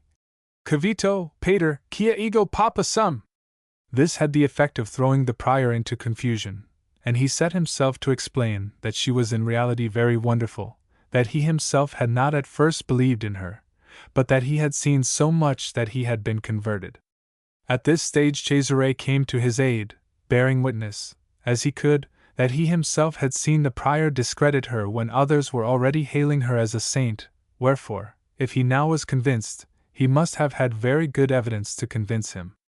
We can imagine the prior's gratitude to the young cardinal for that timely word when he saw himself in danger perhaps of being called to account for fostering and abetting an imposture. What was Alexander's opinion of her in the end we do not know, but we do know that he was not readily credulous. When, for instance, he heard that the stigmata were alleged to have appeared upon the body of Lucia di Narni, he did what might be expected of a skeptic of our own times rather than of a churchman of his superstitious age. He sent his physicians to examine her. That is but one instance of his common-sense attitude towards supernatural manifestations. His cold, calm judgment caused him to seek, by all available and practical means, to discriminate between the true and the spurious in an age in which men, by their credulity, were but too ready to become the prey of any impostor. It argues a breadth of mind altogether beyond the times in which he had his being. Witches and warlocks, who elsewhere, and even in much later ages, and in Protestant as well as Catholic states, were given to the fire, he contemptuously ignored. The unfortunate Moors and Jews, who elsewhere in Europe were being persecuted by the Holy Inquisition and burnt at the stake as an act of faith for the good of their souls and the greater honor and glory of God, found in Alexander a tolerant protector, and in Rome a safe shelter. These circumstances concerning him are not sufficiently known. It is good to know them for their own sake. But apart from that, they have a great historical value which it is well to consider. It is not to be imagined that such breadth of views could be tolerated in a pope in the dawn of the 16th century. The times were not ripe for it, men did not understand it, and what men do not understand they thirst to explain, and have a way of explaining in their own fashion and according to their own lights. A pope who did such things could not be a good pope, since such things must be abhorrent to God, as men conceived God then. To understand this is to understand much of the bad feeling against Alexander and his family, for this is the source of much of it. Because he did not burn witches and magicians, it was presently said that he was himself a warlock, and that he practiced black magic. It was not, perhaps, wanton calumny. It was said in good faith, for it was the only reason the times could think of that should account for his restraint. Because he tolerated Moors and Jews, it was presently said by some that he was a Moor, by others that he was a Jew, and by others still that he was both. What wonder, then, if the rancorous Cardinal Giuliano della Rovere venomously dubbed him Moor and Jew, and the rabid fanatic Savonarola screamed that he was no pope at all, that he was not a Christian, nor did he believe in any God. Misunderstood in these matters, he was believed to be an infidel, and no crime was too impossible to be fastened upon the man who was believed to be that in the Italy of the Cinquecento. Alexander, however, was very far from being an infidel, very far from not being a Christian, very far from not believing in God, as he has left abundant evidence in the bulls he issued during his pontificate. It is certainly wrong to assume, and this is pointed out by L. Espinois, that a private life which seems to ignore the commandments of the Church must preclude the possibility of a public life devoted to the service of the Church. This is far from being the case. Such a state of things, such a dual personality, is by no means inconsistent with churchmen of the 15th, or, for that matter, of the 20th century. The whole truth of the matter is contained in a Portuguese rhyme, which may roughly be translated. A debauchee may preach virtue with salutary effect, just as a man may preach hygiene without practicing the privations which it entails, or may save you from dyspepsia by pointing out to you what is indigestible without himself abstaining from it. Such was the case of Alexander VI, as we are justified in concluding from the evidence that remains. Let us consider the apostolic zeal revealed by his bull granting America to Spain. This was practically conceded, as the very terms of it will show, on condition that Spain should employ the dominion accorded her over the New World for the purpose of propagating the Christian faith and the conversion and baptism of the heathen. This is strictly enjoined, and emphasized by the command that Spain shall send out God-fearing men who are learned in religion and capable of teaching it to the people of the newly discovered lands. Thus Alexander invented the missionary. To King Manuel the Fortunate, of Portugal, who sought his authority for the conquest of Africa, he similarly enjoined that he should contrive that the name of the Savior be adored there, and the Catholic faith spread and honored, to the end that the king might win eternal life and the blessing of the Holy See. To the soldiers going upon this expedition His Holiness granted the same indulgences as to those who fought in the Holy Land, and he aided the kings of Spain and Portugal in this propagation of Christianity out of the coffers of the Church. He sent to America a dozen of the children of St. Francis, as apostles to preach the faith, and he invested them with the amplest powers. He prosecuted with stern rigor the heretics of Bohemia, who were obscenely insulting church and sacraments, and he proceeded similarly against the Picards and Vaudois, against the Lombard demoniacs, who had grown bold, were banding themselves together and doing great evil to property, to life, and to religion. Alexander raised his mighty arm. Then there is his bull of June 1, 1501, against those who already were turning to evil purposes the newly discovered printing press. In this he inveighed against the printing of matter prejudicial to healthy doctrine, to good manners, and above all, to the Catholic faith or anything that should give scandal to the faithful. He threatened the printers of impious works with excommunication should they persist, and enlisted secular weapons to punish them in a temporal as well as a spiritual manner. He ordered the preparation of indexes of all works containing anything hurtful to religion, and pronounced a ban of excommunication against all who should peruse the books so indexed. Thus Alexander invented the Index Expurgatorius. There is abundant evidence that he was a fervid celebrant, and of his extreme devotion to the Blessed Virgin, in whose honor he revived the ringing of the Angelus bell, shall be considered later. Whatever his private life, it is idle to seek to show that his public career was other than devoted to the upholding of the dignity and honor of the Church. Chapter 3. The Roman Barons.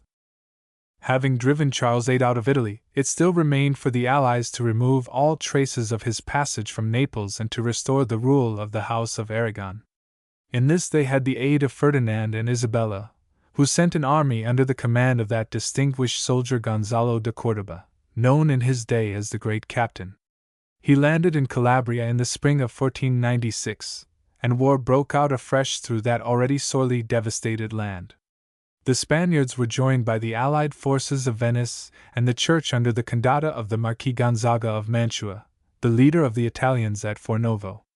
Lodovico had detached himself from the League, and again made terms with France for his own safety's sake.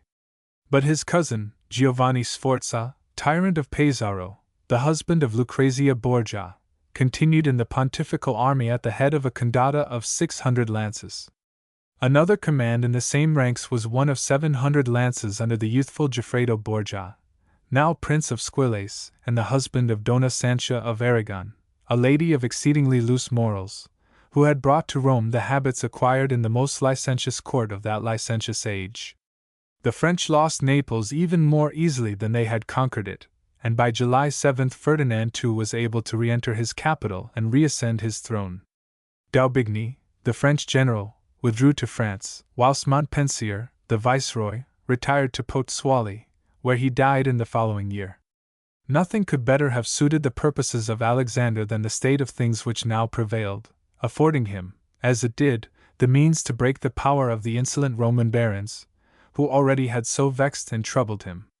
So in the consistory of June 1 he published a bull whereby Gentile Virginio Orsini, John Giordano Orsini, and his bastard Paolo Orsini and Bartolomeo di Alviano were declared outlawed for having borne arms with France against the Church, and their possessions were confiscated to the state. This decree was to be enforced by the sword, and for the purposes of the impending war, the Duke of Gandia was recalled to Rome. He arrived early in August, having left at Gandia his wife Maria Enriquez, a niece of the royal house of Spain. It was Cesare Borgia who took the initiative in the pomp with which his brother was received in Rome, riding out at the head of the entire pontifical court to meet and welcome the young duke.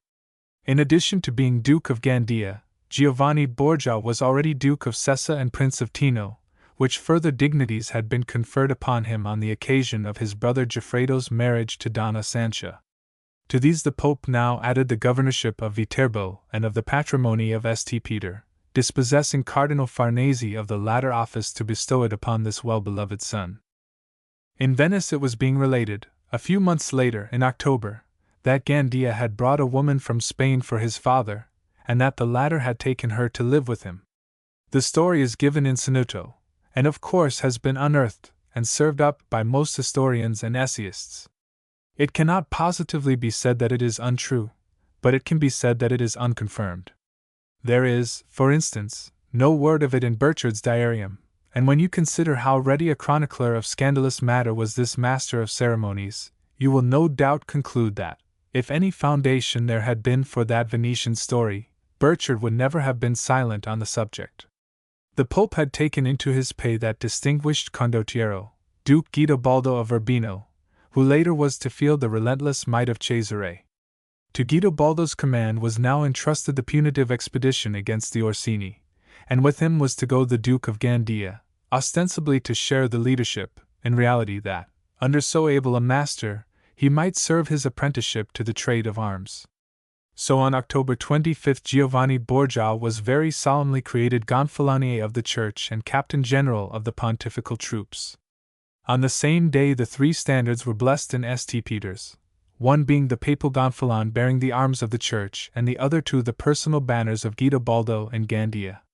The two condottieri attended the ceremony, arrayed in full armor, and received the white truncheons that were the emblems of their command. On the following day the army set out, accompanied by the Cardinal de Luna as papal legate à Latyr, and within a month 10 Orsini strongholds had surrendered. So far all had been easy for the papal forces, but now the Orsini rallied in the last three fortresses that remained them, Bracciano, Trevignano, and Anguillara, and their resistance suddenly acquired a stubborn character, particularly that of Bracciano, which was captained by Bartolomeo di Alviano, a clever, resourceful young soldier who was destined to go far. Thus the campaign, so easily conducted at the outset, received a check which caused it to drag on into the winter. And now the barons received further reinforcements. Vitellozzo Vitelli, the tyrant of Città di Castello, came to the aid of the Orsini, as did also the turbulent Baglioni of Perugia, the Della Rovere in Rome, and all those who were inimical to Alexander VI. On the other hand, however, the barons Colonna and Savelli ranged themselves on the side of the Pope. Already Trevignano had fallen, and the attack of the pontifical army was concentrated upon Bracciano. Hard pressed, and with all supplies cut off, Bartolomeo di Alviano was driven to the very verge of surrender, when over the hills came Carlo Orsini, with the men of Vitellozzo Vitelli, to take the papal forces by surprise and put them to utter rout. Guidobaldo was made prisoner, whilst the Duke of Gandia, Fabrizio Colonna, and the papal legate narrowly escaped, and took shelter in Roncillion, the Pope's son being slightly wounded in the face. It was a severe and sudden conclusion to a war that had begun under such excellent auspices for the pontificals. Yet, notwithstanding that defeat, which had left guns and baggage in the hands of the enemy, the Pope was the gainer by the campaign, having won 11 strongholds from the Orsini in exchange for 1 battle lost. The barons now prepared to push home their advantage and complete the victory, but the Pope checkmated them by an appeal to Gonzalo de Córdoba, who promptly responded and came with Prospero Colonna to the aid of the Church. He laid siege to Ostia, which was being held for the Cardinal della Rovere, and compelled it to a speedy surrender, thereby bringing the Orsini resistance practically to an end. For the present the might of the barons was broken, and they were forced to pay Alexander the sum of 50,000 ducats to redeem their captured fortresses. Gonzalo de Córdoba made a triumphal entry into Rome, bringing with him Minaldo de Guerra, the unfortunate defender of Ostia, in chains. He was received with great honor by the Duke of Gandia, accompanied by his brother-in-law, Giovanni Sforza, and they escorted him to the Vatican, where the Pope awaited him. This was but one of the many occasions just then on which Giovanni Sforza was conspicuous in public in close association with his father-in-law, the Pope. Burchard mentions his presence at the blessing of the candles on the Feast of the Purification, and shows him to us as a candlebearer standing on the Pope's right hand. Again we see him on Palm Sunday in attendance upon Alexander, he and Gandia standing together on the steps of the pontifical throne in the Sixtine Chapel during the blessing of the palms. There and elsewhere Lucrezia's husband is prominently in the public eye during those months of February and March of 1497, and we generally see him sharing, with the Duke of Gandia, the honor of close attendance upon the pontiff, all of which but serves to render the more marked his sudden disappearance from that scene. The matter of his abrupt and precipitate flight from Rome is one concerning which it is unlikely that the true and complete facts will ever be revealed. It was public gossip at this time that his marriage with Lucrezia was not a happy one, and that discord marred their life together. Lucrezia's reported grievance upon this subject reads a little vaguely to us now, whatever it may have conveyed at the time. She complained that Giovanni did not fittingly keep her company. 1. Which may be taken to mean that a good harmony did not prevail between them, or, almost equally well, that there were the canonical grounds for complaint against him as a husband which were afterwards formally preferred and made the grounds for the divorce. It is also possible that Alexander's ambition may have urged him to dissolve the marriage to the end that she might be free to be used again as a pawn in his far-reaching game. All that we do know positively is that, one evening in Holy Week, Sforza mounted a Turkish horse, and on the pretext of going as far as the church of Sant'Onofrio to take the air, he slipped out of Rome. And so desperately did he ride that, 24 hours later, he was home in Pesaro, his horse dropping dead as he reached the town. Certainly some terrible panic must have urged him, and this rather lends color to the story told by Almericai in the Memorie di Pesaro. According to this, the Lord of Pesaro's chamberlain, Giacomino, was in Lucrezia's apartments one evening when Cesare was announced, whereupon, by Lucrezia's orders, Giacomino concealed himself behind a screen. The Cardinal of Valencia entered and talked freely with his sister, the essence of his conversation being that the order had been issued for her husband's death. The inference to be drawn from this is that Giovanni had been given to choose in the matter of a divorce, and that he had refused to be a party to it, whence it was resolved to remove him in a still more effective manner. Be that as it may, the chroniclers of Pesaro proceed to relate that, after Cesare had left her, Lucrezia asked Giacomino if he had heard what had been said, and upon being answered in the affirmative, urged him to go at once and warn Giovanni. It was as a consequence of this alleged warning that Giovanni made his precipitate departure. A little while later, at the beginning of June, Lucrezia left the Vatican and withdrew to the convent of San Sisto, in the Appian Way, a step which immediately gave rise to speculation and to unbridled gossip, all of which, however, is too vague to be worthy of the least attention. Aretino's advices to the Cardinal Ippolito d'Este suggest that she did not leave the Vatican on good terms with her family, and it is very possible, if what the Pesaro chroniclers state is true, that her withdrawal arose out of her having warned Giovanni of his danger and enabled him to escape. At about the same time that Lucrezia withdrew to her convent, her brother Gandia was the recipient of further honors at the hands of his fond father. The Pope had raised the fief of Benevento to a dukedom, and as a dukedom conferred it upon his son, to him and to his legitimate heirs forever. To this he added the valuable lordships of Terracina and Pontecorvo. Cesare, meanwhile, had by no means been forgotten, and already this young cardinal was, with perhaps the sole exception of the Cardinal d'Estudeville, the richest churchman in Christendom. To his many other offices and benefices it was being proposed to add that of Chamberlain of the Holy See, Cardinal Riario, who held the office, being grievously ill and his recovery despaired of. Together with that office it was the Pope's avowed intention to bestow upon Cesare the palace of the late Cardinal of Mantua, and with it, no doubt, he would receive a proportion of the dead cardinal's benefices. Cesare was 22 years of age at the time, tall, of an athletic slenderness, and exceedingly graceful in his movements. He was acknowledged to be the handsomest man of his age. His face was long and pale, his brow lofty, his nose delicately aquiline. He had long auburn hair, and his hazel eyes, large, quick in their movements, and singularly searching in their glance, were alive with the genius of the soul behind them. He inherited from his father the stupendous health and vigor for which Alexander had been remarkable in his youth, and was remarkable still in his old age. The chase had ever been Cesare's favorite pastime, and the wild boar his predilect quarry, and in the pursuit of it he had made good use of his exceptional physical endowments, cultivating them until, like his father before him, he was equal to the endurance of almost any degree of fatigue. In the consistory of June 8 he was appointed legate à latere to go to Naples to crown King Federigo of Aragon, for in the meanwhile another change had taken place on the Neapolitan throne by the death of young Ferdinand II, who had been succeeded by his uncle, Federigo, Prince of Altamira. Cesare made ready for his departure upon this important mission, upon which he was to be accompanied by his brother Giovanni, Duke of Gandia.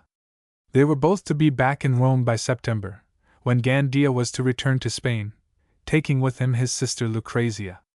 Thus had the Pope disposed, but the Borgia family stood on the eve of the darkest tragedy associated with its name, a tragedy which was to alter all these plans. Chapter 4. The Murder of the Duke of Gandia. On June 14, 1497, the eve of Cesare and Giovanni Borgia's departure for Naples, their mother Venazia gave them a farewell supper in her beautiful vineyard in Trastevere. In addition to the two guests of honor, several other kinsmen and friends were present, among whom were the Cardinal of Monreale and young Goffredo Borgia. They remained at supper until an advanced hour of the night, when Cesare and Giovanni took their departure, attended only by a few servants and a mysterious man in a mask, who had come to Giovanni whilst he was at table, and who almost every day for about a month had been in the habit of visiting him at the Vatican. The brothers and these attendants rode together into Rome and as far as the Vice-Chancellor Ascanio Sforza's palace in the Ponte Quarter. Here Giovanni drew rein, and informed Cesare that he would not be returning to the Vatican just yet, as he was first going elsewhere to amuse himself.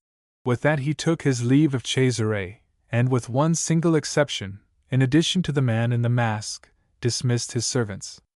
The latter continued their homeward way with the Cardinal, whilst the Duke, taking the man in the mask upon the crupper of his horse and followed his single attendant, turned and made off in the direction of the Jewish quarter.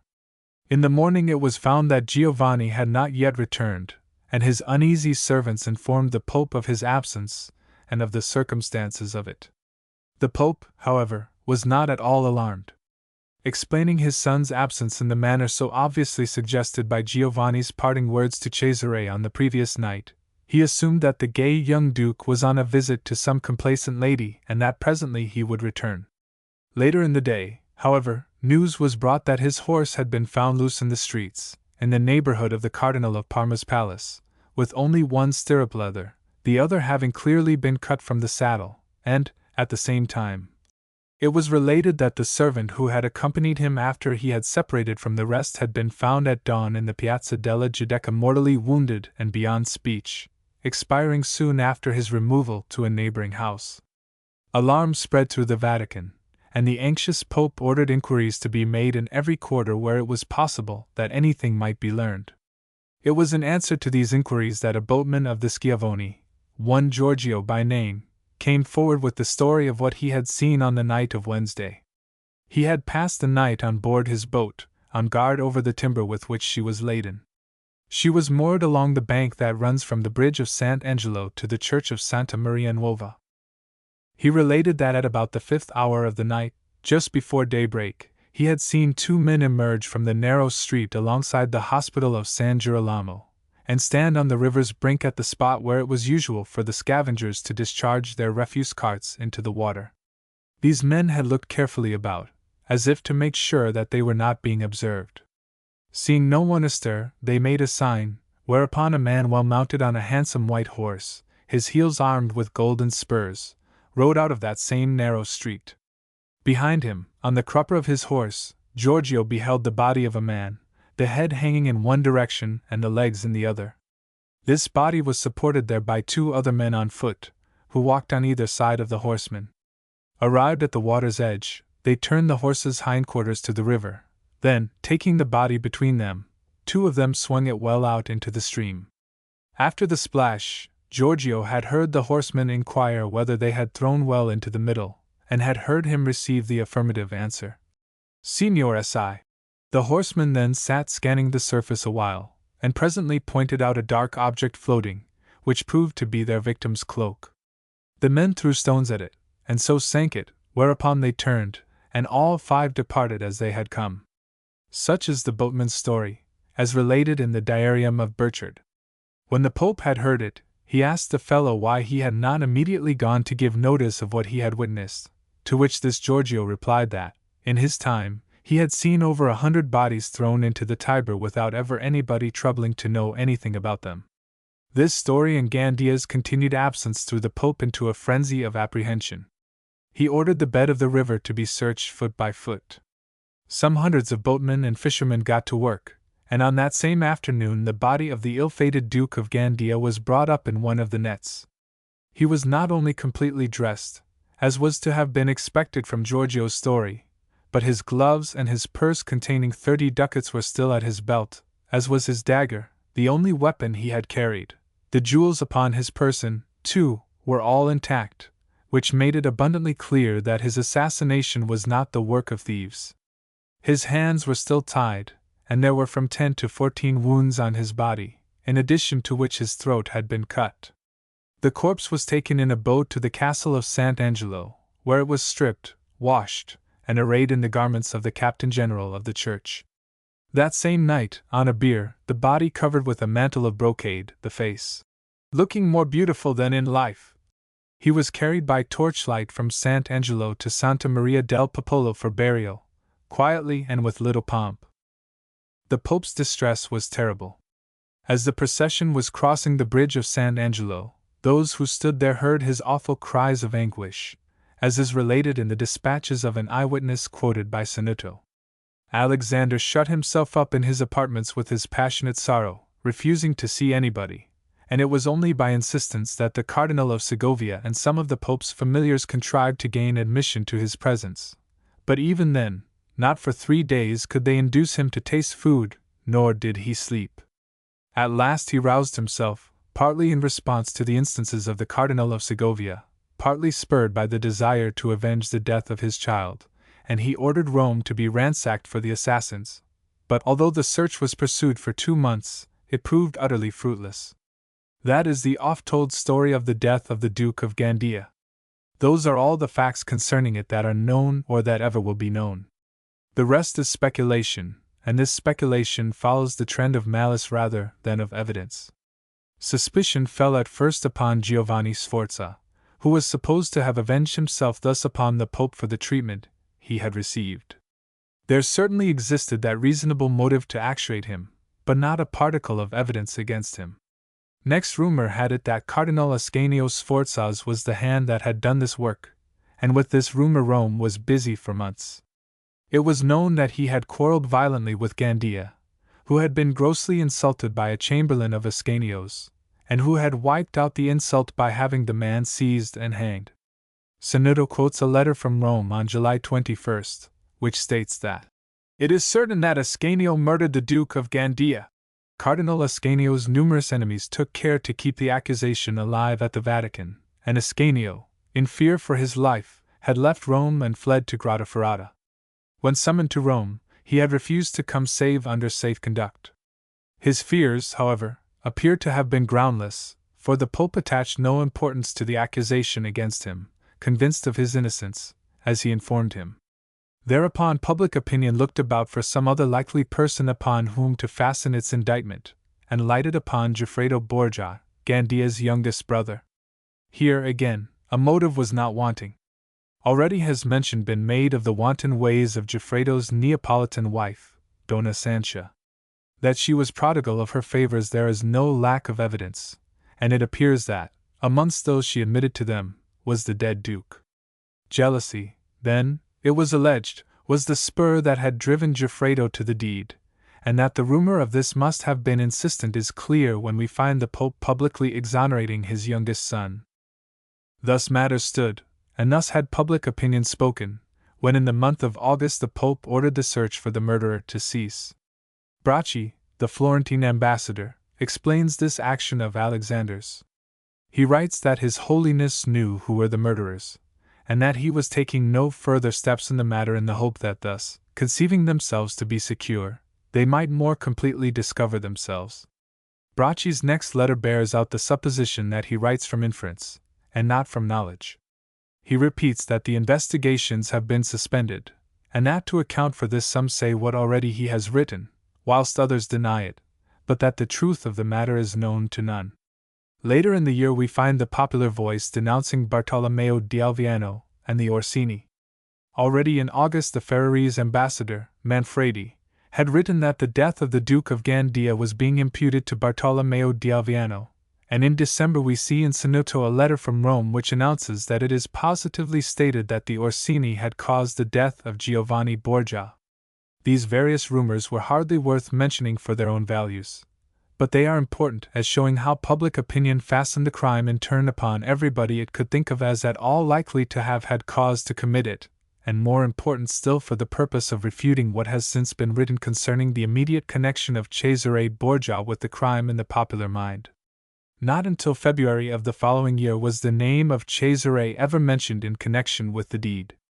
The first rumor of his guilt synchronized with that of his approaching renunciation of his ecclesiastical career, and there can be little doubt that the former sprang from the latter.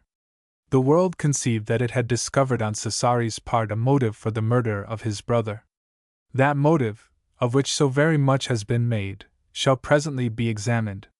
Meanwhile, to deal with the actual rumor, and its crystallization into history. The Ferrarese ambassador heard it in Venice on February 12, 1498. Capello seized upon it, and repeated it 2.5 years later, stating on September 28, 1500, Idiom amazo il fratello. And there you have the whole source of all the unbridled accusations subsequently launched against Cesare, all of which find a prominent place in Gregorovius's Geschichte Stadt Rom, whilst the rumors accusing others, which we have mentioned here, are there slurred over.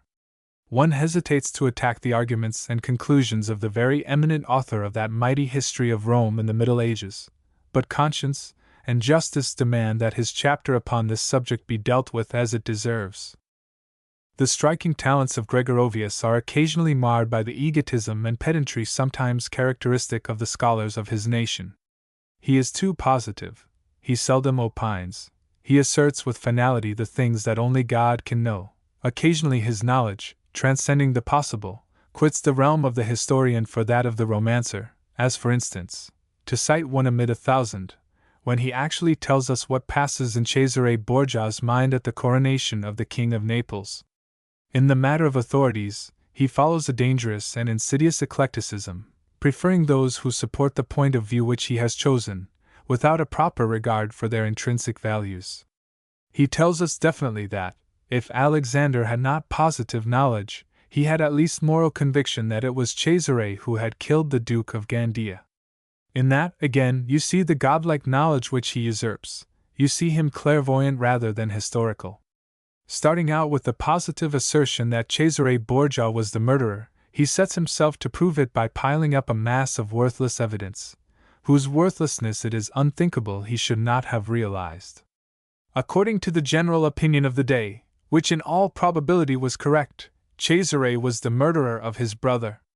Thus Gregorovius in his Lucrezia Borgia. A deliberate misstatement. For, as we have been at pains to show, not until the crime had been fastened upon everybody whom public opinion could conceive to be a possible assassin, not until nearly a year after Gandia's death did rumor for the first time connect Cesare with the deed. Until then the ambassador's letters from Rome in dealing with the murder and reporting speculation upon possible murderers never make a single allusion to Cesare as the guilty person. Later, when once it had been bruited, it found its way into the writings of every defamer of the Borgias, and from several of these it is taken by Gregorovius to help him uphold that theory. Two motives were urged for the crime. One was Cesare's envy of his brother, whom he desired to supplant as a secular prince, fretting in the cassock imposed upon himself which restrained his unbounded ambition. The other, and no epoch but this one under consideration, in its reaction from the age of chivalry, could have dared to level it without a careful examination of its sources, was Cesare's jealousy, springing from the incestuous love for their sister Lucrezia, which he is alleged to have disputed with his brother. Thus, as L. Espinois has pointed out, to convict Cesare Borgia of a crime which cannot absolutely be proved against him, all that is necessary is that he should be charged with another crime still more horrible of which even less proof exists. This latter motive, it is true, is rejected by Gregorovius. Our sense of honesty, he writes, repels us from attaching faith to the belief spread in that most corrupt age. Yet the authorities urging one motive are commonly those urging the other, and Gregorovius quotes those that suit him, without considering that, if he is convinced they lie in one connection, he has not the right to assume them truthful in another. The contemporary or quasi-contemporary writers upon whose authority it is usual to show that Cesare Borgia was guilty of both those revolting crimes are Sannazaro, Capello, Machiavelli, Matarazzo, Sanutto, Pietro Martiri d'Anghera, Guicciardini, and Panvinio. A formidable array. But consider them, one by one, at close quarters, and take a critical look at what they actually wrote. Sannazaro was a Neapolitan poet and epigrammatist, who could not, his times being what they were, be expected to overlook the fact that in these slanderous rumors of incest was excellent matter for epigrammatical verse. Therefore, he crystallized them into lines which, whilst doing credit to his wit, reveal his brutal cruelty. No one will seriously suppose that such a man would be concerned with the veracity of the matter of his verses, even leaving out of the question his enmity towards the house of Borgia, which will transpire later.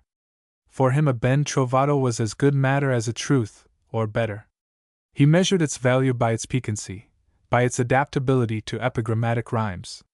Conceive the heartlessness of the man who, at the moment of Alexander's awful grief at the murder of his son, a grief which so moved even his enemies that the bitter Savonarola, and the scarcely less bitter Cardinal della Rovere, wrote to condole with him, could pen that terrible epigram. Consider the ribaldry of that, and ask yourselves whether this is a man who would immolate the chance of a witticism upon the altar of truth. It is significant that Sannazaro, for what he may be worth, confines himself to the gossip of incest. Nowhere does he mention that Cesare was the murderer, and we think that his silence upon the matter, if it shows anything, shows that Cesare's guilt was not so very much the general opinion of the day, as Gregorovius asks us to believe. Capello was not in Rome at the time of the murder, nor until 3 years later, when he merely repeated the rumor that had first sprung up some 8 months after the crime. The precise value of his famous relation, in which this matter is recorded, and to which we shall return in its proper place, and the spirit that actuated him is revealed in another accusation of murder which he levels at Cesare, an accusation which, of course, has also been widely disseminated upon no better authority than his own. It is Capello who tells us that Cesare stabbed the Chamberlain Perato in the Pope's very arms. He adds the details that the man had fled thither for shelter from Cesare's fury, and that the blood of him, when he was stabbed, spurted up into the very face of the Pope. Where he got the story is not readily surmised, unless it be assumed that he evolved it out of his feelings for the Borgias. The only contemporary accounts of the death of this Perato, or Pedro Calda, as was his real name, state that he fell by accident into the Tiber and was drowned. Burchard, who could not have failed to know if the stabbing story had been true, and would not have failed to report it, chronicles the fact that Perato was fished out of Tiber, having fallen in 6 days earlier. Non libenter. This statement, coming from the pen of the Master of Ceremonies at the Vatican, requires no further corroboration. Yet corroboration there actually is in a letter from Rome of February 20, 1498, quoted by Marino Sanutto in his Diarii. This states that Perato had been missing for some days, no one knowing what had become of him, and that now he has been found drowned in the Tiber. We mention this, in passing, with the twofold object of slaying another calumny, and revealing the true value of Capello, who happens to be the chief witness for the prosecution, put forward by Gregorovius. Is it not of great significance, inquires the German historian, that the fact should have been related so positively by an ambassador who obtained his knowledge from the best sources? The question is frivolous, for the whole trouble in this matter is that there were no sources at all, in the proper sense of the word, good or bad. There was simply gossip, which had been busy with a dozen names already. Machiavelli includes a note in his Extracts from Letters to the Ten, in which he mentions the death of Gandia, adding that at first nothing was known, and then men said it was done by the Cardinal of Valencia. There is nothing very conclusive in that. Besides, incidentally it may be mentioned that it is not clear when or how these extracts were compiled by Machiavelli, in his capacity of secretary to the Signory of Florence, from the dispatches of her ambassadors. But it has been shown, though we are hardly concerned with that at the moment, that these extracts are confused by comments of his own, either for his own future use or for that of another. Matarazzo is the Perugian chronicler of whom we have already expressed the only tenable opinion. The task he set himself was to record the contemporary events of his native town, the stronghold of the blood-dripping Baglioni. He enlivened it by every scrap of scandalous gossip that reached him, however alien to his avowed task. The authenticity of this scandalmongering chronicle has been questioned, but, even assuming it to be authentic, it is so wildly inaccurate when dealing with matters happening beyond the walls of Perugia as to be utterly worthless. Matarazzo relates the story of the incestuous relations prevailing in the Borgia family, and with an unsparing wealth of detail not to be found elsewhere. But on the subject of the murder he has a tale to tell entirely different from any other that has been left us. For whilst he urges the incest as the motive of the crime, the murderer, he tells us, was Giovanni Sforza, the outraged husband, and he gives us the fullest details of that murder, time and place, and exactly how committed, and all the other matters which have never been brought to light. It is all a worthless, garbled piece of fiction, most obviously. As such it has ever been treated. But it is as plausible as it is untrue, and, at least, as authoritative as any available evidence assigning the guilt to Cesare.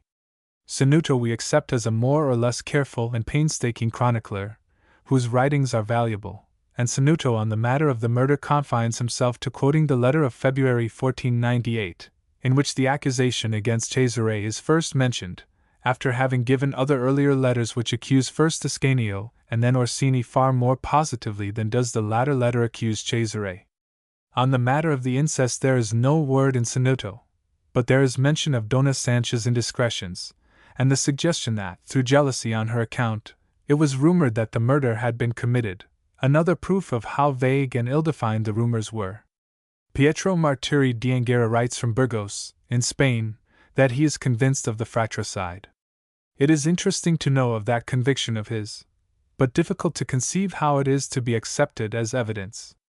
If more needs to be said of him, let it be mentioned that the letter in which he expresses that conviction is dated April 1497, 2 months before the murder took place. So that even Gregorovius is forced to doubt the authenticity of that document.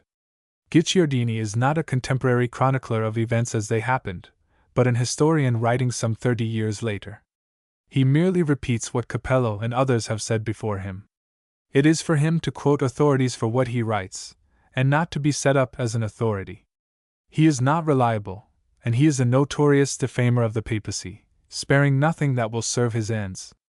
He dilates with gusto upon the accusation of incest. Lastly, Panvinto is in the same category as Guicciardini.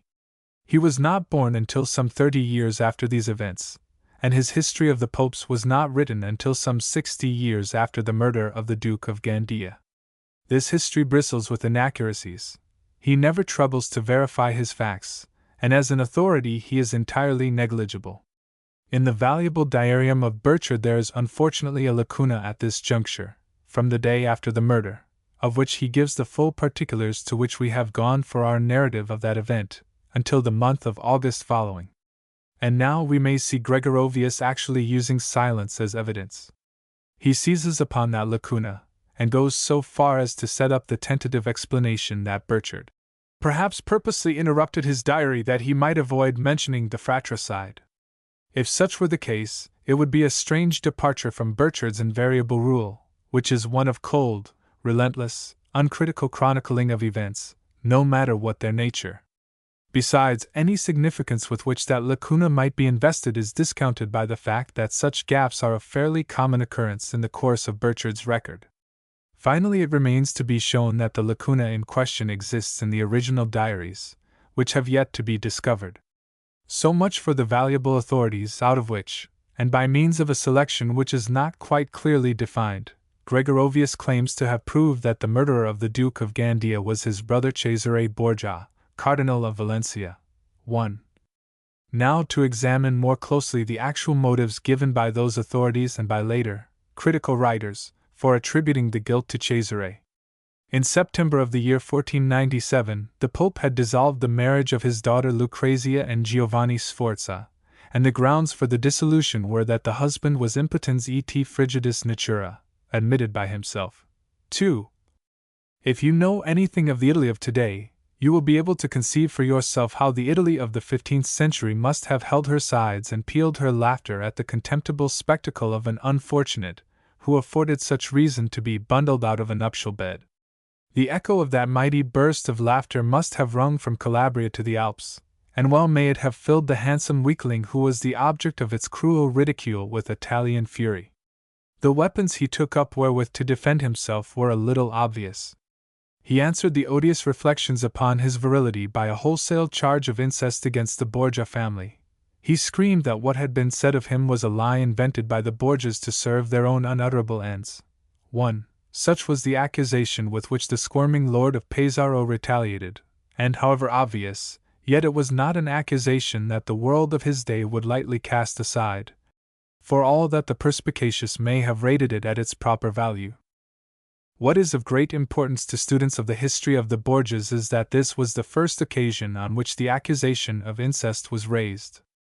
Of course it persisted, such a charge could not do otherwise.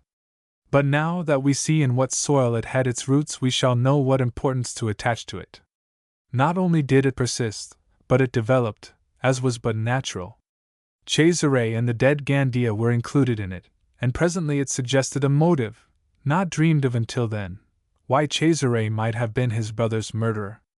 Then, early in 1498, came the rumor that Cesare was intending to abandon the purple, and later writers, from Capello down to our own times, have chosen to see in Cesare's supposed contemplation of that step a motive so strong for the crime as to prove it in the most absolutely conclusive manner. In no case could it be such proof, even if it were admitted as a motive. But is it really so to be admitted? Did such a motive exist at all? Does it really follow, as has been taken for granted, that Cesare must have remained an ecclesiastic had Gandia lived? We cannot see that it does. Indeed, such evidence as there is, when properly considered, points in the opposite direction, even if no account is taken of the fact that this was not the first occasion on which it was proposed that Cesare should abandon the ecclesiastical career, as is shown by the Ferrarese ambassador's dispatches of March 1493. It is contended that Gandia was a stumbling block to Cesare, and that Gandia held the secular possessions which Cesare coveted. But if that were really the case, why, when eventually, some 14 months after Gandia's death, Cesare doffed the purple to replace it by a soldier's harness, did he not assume the secular possessions that had been his brother's? His dead brother's lands and titles went to his dead brother's son, whilst Cesare's career was totally different, as his aims were totally different, from any that had been Gandia's, or that might have been Gandia's had the latter lived. True, Cesare became captain general of the church in his dead brother's place, but for that his brother's death was not necessary. Gandia had neither the will nor the intellect to undertake the things that awaited Cesare. He was a soft-natured, pleasure-loving youth, whose way of life was already mapped out for him. His place was at Gandia, in Spain, and whilst he might have continued lord of all the possessions that were his, it would have been Cesare's to become Duke of Valentinois, and to have made himself master of Romagna, precisely as he did. In conclusion, Gandia's death no more advanced than his life could have impeded the career which Cesare afterwards made his own, and to say that Cesare murdered him to supplant him is to set up a theory which the subsequent facts of Cesare's life will nowise justify. It is idle of Gregorovius to say that the logic of the crime is inexorable, in its assigning the guilt to Cesare, fatuous of him to suppose that, as he claims, he has definitely proved Cesare to be his brother's murderer. There is much against Cesare Borgia, but it never has been proved, and never will be proved, that he was a fratricide. Indeed, the few really known facts of the murder all point to a very different conclusion, a conclusion more or less obvious, which has been discarded, presumably for no better reason than because it was obvious. Where was all this need to go so far afield in quest of a probable murderer imbued with political motives? Where the need to accuse and turn every enemy that Gandia could possibly possess before finally fastening upon his own brother? Certain evidence is afforded by the known facts of the case, scant as they are. It may not amount to much, but at least it is sufficient to warrant a plausible conclusion, and there is no justification for discarding it in favor of something for which not a particle of evidence is forthcoming. There is, first of all, the man in the mask to be accounted for. That he is connected with the crime is eminently probable, if not absolutely certain. It is to be remembered that for a month, according to Burchard, he had been in the habit of visiting Gandia almost daily. He comes to Venazza's villa on the night of the murder. Is it too much to suppose that he brought a message from someone from whom he was in the habit of bringing messages? He was seen last on the crupper of Gandia's horse as the latter rode away towards the Jewish quarter. 1. Gandia himself announced that he was bound on pleasure, going to amuse himself.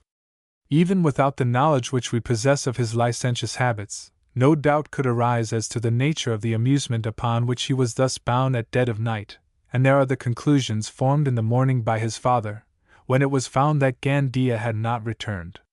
Is it so very difficult to conceive that Gandia, in the course of the assignation to which he went, should have fallen into the hands of an irate father, husband, or brother?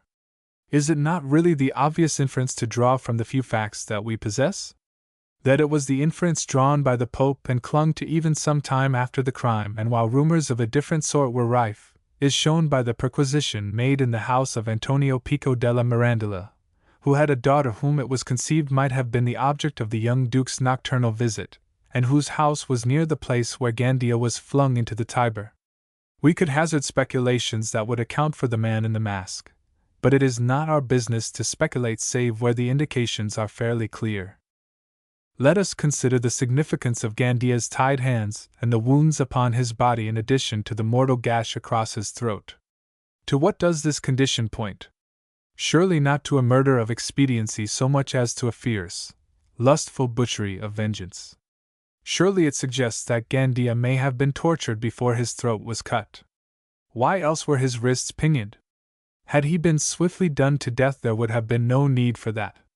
Had hired assassins done the work, they would not have stayed to pinion him, nor do we think they would have troubled to fling him into the river. They would have slain and left him where he fell. The whole aspect of the case suggests the presence of the master, of the personal enemy himself. We can conceive Gandia's wrists being tied, to the end that this personal enemy might do his will upon the wretched young man, dealing him one by one the 10 or 14 wounds in the body before making an end of him by cutting his throat. We cannot explain the pinioned wrists in any other way. Then the man on the handsome white horse, the man whom the 4 others addressed as men addressed their lord. Remember his gold spurs, a trifle, perhaps, but hired assassins do not wear gold spurs, even though their bestriding handsome white horses may be explainable. Surely that was the master, the personal enemy himself, and it was not Cesare, for Cesare at the time was at the Vatican. There we must leave the mystery of the murder of the Duke of Gandia, but we leave it convinced that, such scant evidence as there is, points to an affair of sordid gallantry, and nowise implicates his brother Cesare. Chapter 5. The Renunciation of the Purple. At the consistory of June 19, 1497, the Sacred College beheld a broken-hearted old man who declared that he had done with the world, and that henceforth life could offer him nothing that should endear it to him. A greater sorrow than this could not be ours, for we loved him exceedingly, and now we can hold neither the papacy nor any other thing as of concern. Had we 7 papacies, we would give them all to restore the Duke to life. So ran his bitter lament. He denounced his course of life as not having been all that it should have been, and appeared to see in the murder of his son a punishment for the evil of his ways. Much has been made of this, and quite unnecessarily. It has been taken eagerly as an admission of his unparalleled guilt. An admission of guilt it undoubtedly was, But what man is not guilty? And how many men, aye, and saints even, in the hour of tribulation have cried out that they were being made to feel the wrath of God for the sins that no man is without? If humanity contains a type that would not have seen in such a cause for sorrow a visitation of God, it is the type of inhuman monster to which we are asked to believe that Alexander VI belonged. A sinner unquestionably he was, and a great one, but a human sinner, and not an incarnate devil, else there could have been no such outcry from him in such an hour as this. He announced that henceforth the spiritual needs of the Church should be his only care. He inveighed against the corruption of the ecclesiastical estate, confessing himself aware of how far it had strayed from the ancient discipline and from the laws that had been framed to bridle license and cupidity, which were now rampant and unchecked, and he proclaimed his intention to reform the Curia and the Church of Rome. To this end he appointed a commission consisting of the cardinal bishops Oliviero Carafa and Giorgio Costa, the cardinal priests Antonietto Pallavicino and Gian Antonio San Giorgio, and the cardinal deacons Francesco Piccolomini and Rafael Riario. There was even a suggestion that he was proposing to abdicate, but that he was prevailed upon to do nothing until his grief should have abated and his judgment be restored to its habitual calm. This suggestion, however, rests upon no sound authority. Letters of condolence reached him on every hand. Even his archenemy, Cardinal Giuliano della Rovere, put aside his rancor in the face of the Pope's overwhelming grief, and also because it happened to consort with his own interests, as will presently transpire. He wrote to Alexander from France that he was truly pained to the very soul of him in his concern for the Pope's holiness, a letter which, no doubt, laid the foundations to the reconciliation that was toward between them. Still more remarkable was it that the thaumaturgical Savonarola should have paused in the atrabilious invective with which he was inflaming Florence against the Pope, should have paused to send him a letter of condolence in which he prayed that the Lord of all mercy might comfort His Holiness in his tribulation. That letter is a singular document, singularly human, yielding a singular degree of insight into the nature of the man who penned it. A whole chapter of intelligent speculation upon the character of Savonarola, based upon a study of externals, could not reveal as much of the mentality of that fanatical demagogue as the consideration of just this letter. The sympathy by which we cannot doubt it to have been primarily inspired is here overspread by the man's rampant fanaticism, there deluded by the prophecies from which he cannot even now refrain, and throughout, the manner is that of the pulpit-thumping orator. The first half of his letter is a prelude in the form of a sermon upon faith, all very trite and obvious, and the notion of this excommunicated friar holding forth to the Pope's holiness in polemical platitudes delivered with all the authority of inspired discoveries of his own is one more proof that at the root of fanaticism in all ages and upon all questions lies an utter lack of a sense of fitness and proportion. Having said that, the just man liveth in the Lord by faith, and that the Lord in His mercy passeth over all our sins, he proclaims that he announces things of which he is assured, and for which he is ready to suffer all persecutions, and begs His Holiness to turn a favorable eye upon the work of faith in which he is laboring, and to give heed no more to the impious, promising the Holy Father that thus shall the Lord bestow upon him the essence of joy instead of the spirit of grief. Having begun, as we have seen, with an assurance that the Lord in His mercy passeth over all our sins, he concludes by prophesying, with questionable logic, that the thunders of His wrath will ere long be heard. Nor does he omit to mention, with an apparent arrogance that again betrays that same want of a sense of proportion, that all his predictions are true. His letter, however, and that of Cardinal della Rovere, among so many others, show us how touched was the world by the Pope's loss and overwhelming grief, how shocked at the manner in which this had been brought about. The commission which Alexander had appointed for the work of reform had meanwhile got to work, and the Cardinal of Naples edited the articles of a constitution which was undoubtedly the object of prolonged study and consideration, as is revealed by the numerous erasures and emendations which it bears. Unfortunately, for reasons which are not apparent, it was never published by Alexander. Possibly by the time that it was concluded the aggrandizement of the temporal power was claiming his entire attention to the neglect of the spiritual needs of the Holy See. It is also possible, as has been abundantly suggested, that the stern mood of penitence had softened with his sorrow, and was now overpast. Nevertheless, it may have been some lingering remnant of this fervor of reform that dictated the severe punishment which fell that year upon the flagitious Bishop of Cosenza. A fine trade was being driven in Rome by the sale of forged briefs of indulgence. Reynaldus cites a bull on that score addressed by Alexander, in the first year of his pontificate, to the bishops of Spain, enjoining them to visit with punishment all who in that kingdom should be discovered to be pursuing such a traffic. On September 4, 1497, Burchard tells us, 3 servants of the pontifical secretary, the Archbishop of Cosenza, Bartolomeo Florido, were arrested in consequence of the discovery of 20 forged briefs issued by them. In their examination they incriminated their master the Archbishop, who was consequently put upon his trial and found guilty. Alexander deposed, degraded, and imprisoned him in Sant' Angelo in a dark room, where he was supplied with oil for his lamp and bread and water for his nourishment until he died. His underlings were burnt in the Campo di Fiori in the following month. The Duke of Gandia left a widow and 2 children, Giovanni, a boy of 3 years of age, and Isabella, a girl of 2. In the interests of her son, the widowed Duchess applied to the governor of Valencia in the following September for the boy's investiture in the rights of his deceased father.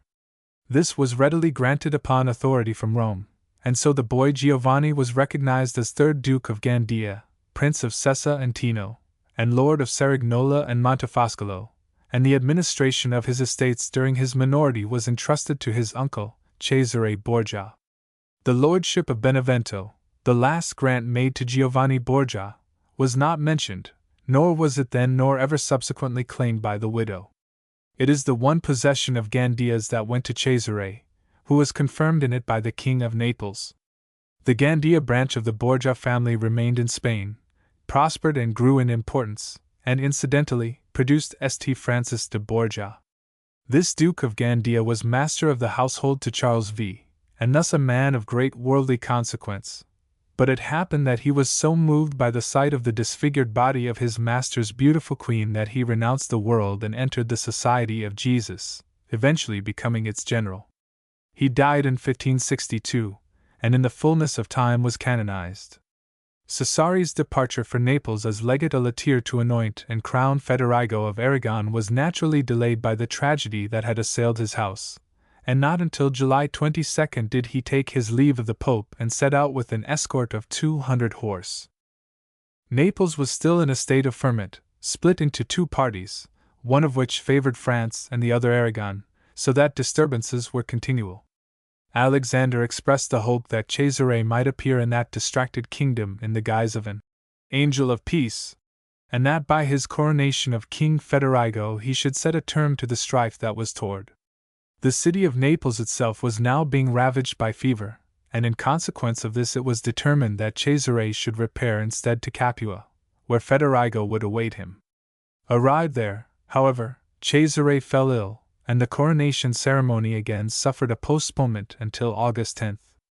Cesare remained a fortnight in the kingdom, and on August 22 set out to return to Rome, and his departure appears to have been a matter of relief to Federigo, for so impoverished did the King of Naples find himself that the entertainment of the legate and his numerous escort had proved a heavy tax upon his flabby purse. On the morning of September 6 all the cardinals in Rome received a summons to attend at the monastery of Santa Maria Nuova to welcome the returned Cardinal of Valencia. In addition to the Sacred College all the ambassadors of the powers were present, and, after the celebration of the Mass, the entire assembly proceeded to the Vatican, where the Pope was waiting to receive his son. When the young cardinal presented himself at the foot of the papal throne, Alexander opened his arms to him, embraced, and kissed him, speaking no word. This rests upon the evidence of 2 eyewitnesses, 1, and the circumstance has been urged and propounded into the one conclusive piece of evidence that Cesare had murdered his brother, and that the Pope knew it. In this you have some more of what Gregorovius terms inexorable logic. He kissed him, but he spake no word to him, therefore, they reason, Cesare murdered Gandia. Can absurdity be more absurd, fatuity more fatuous?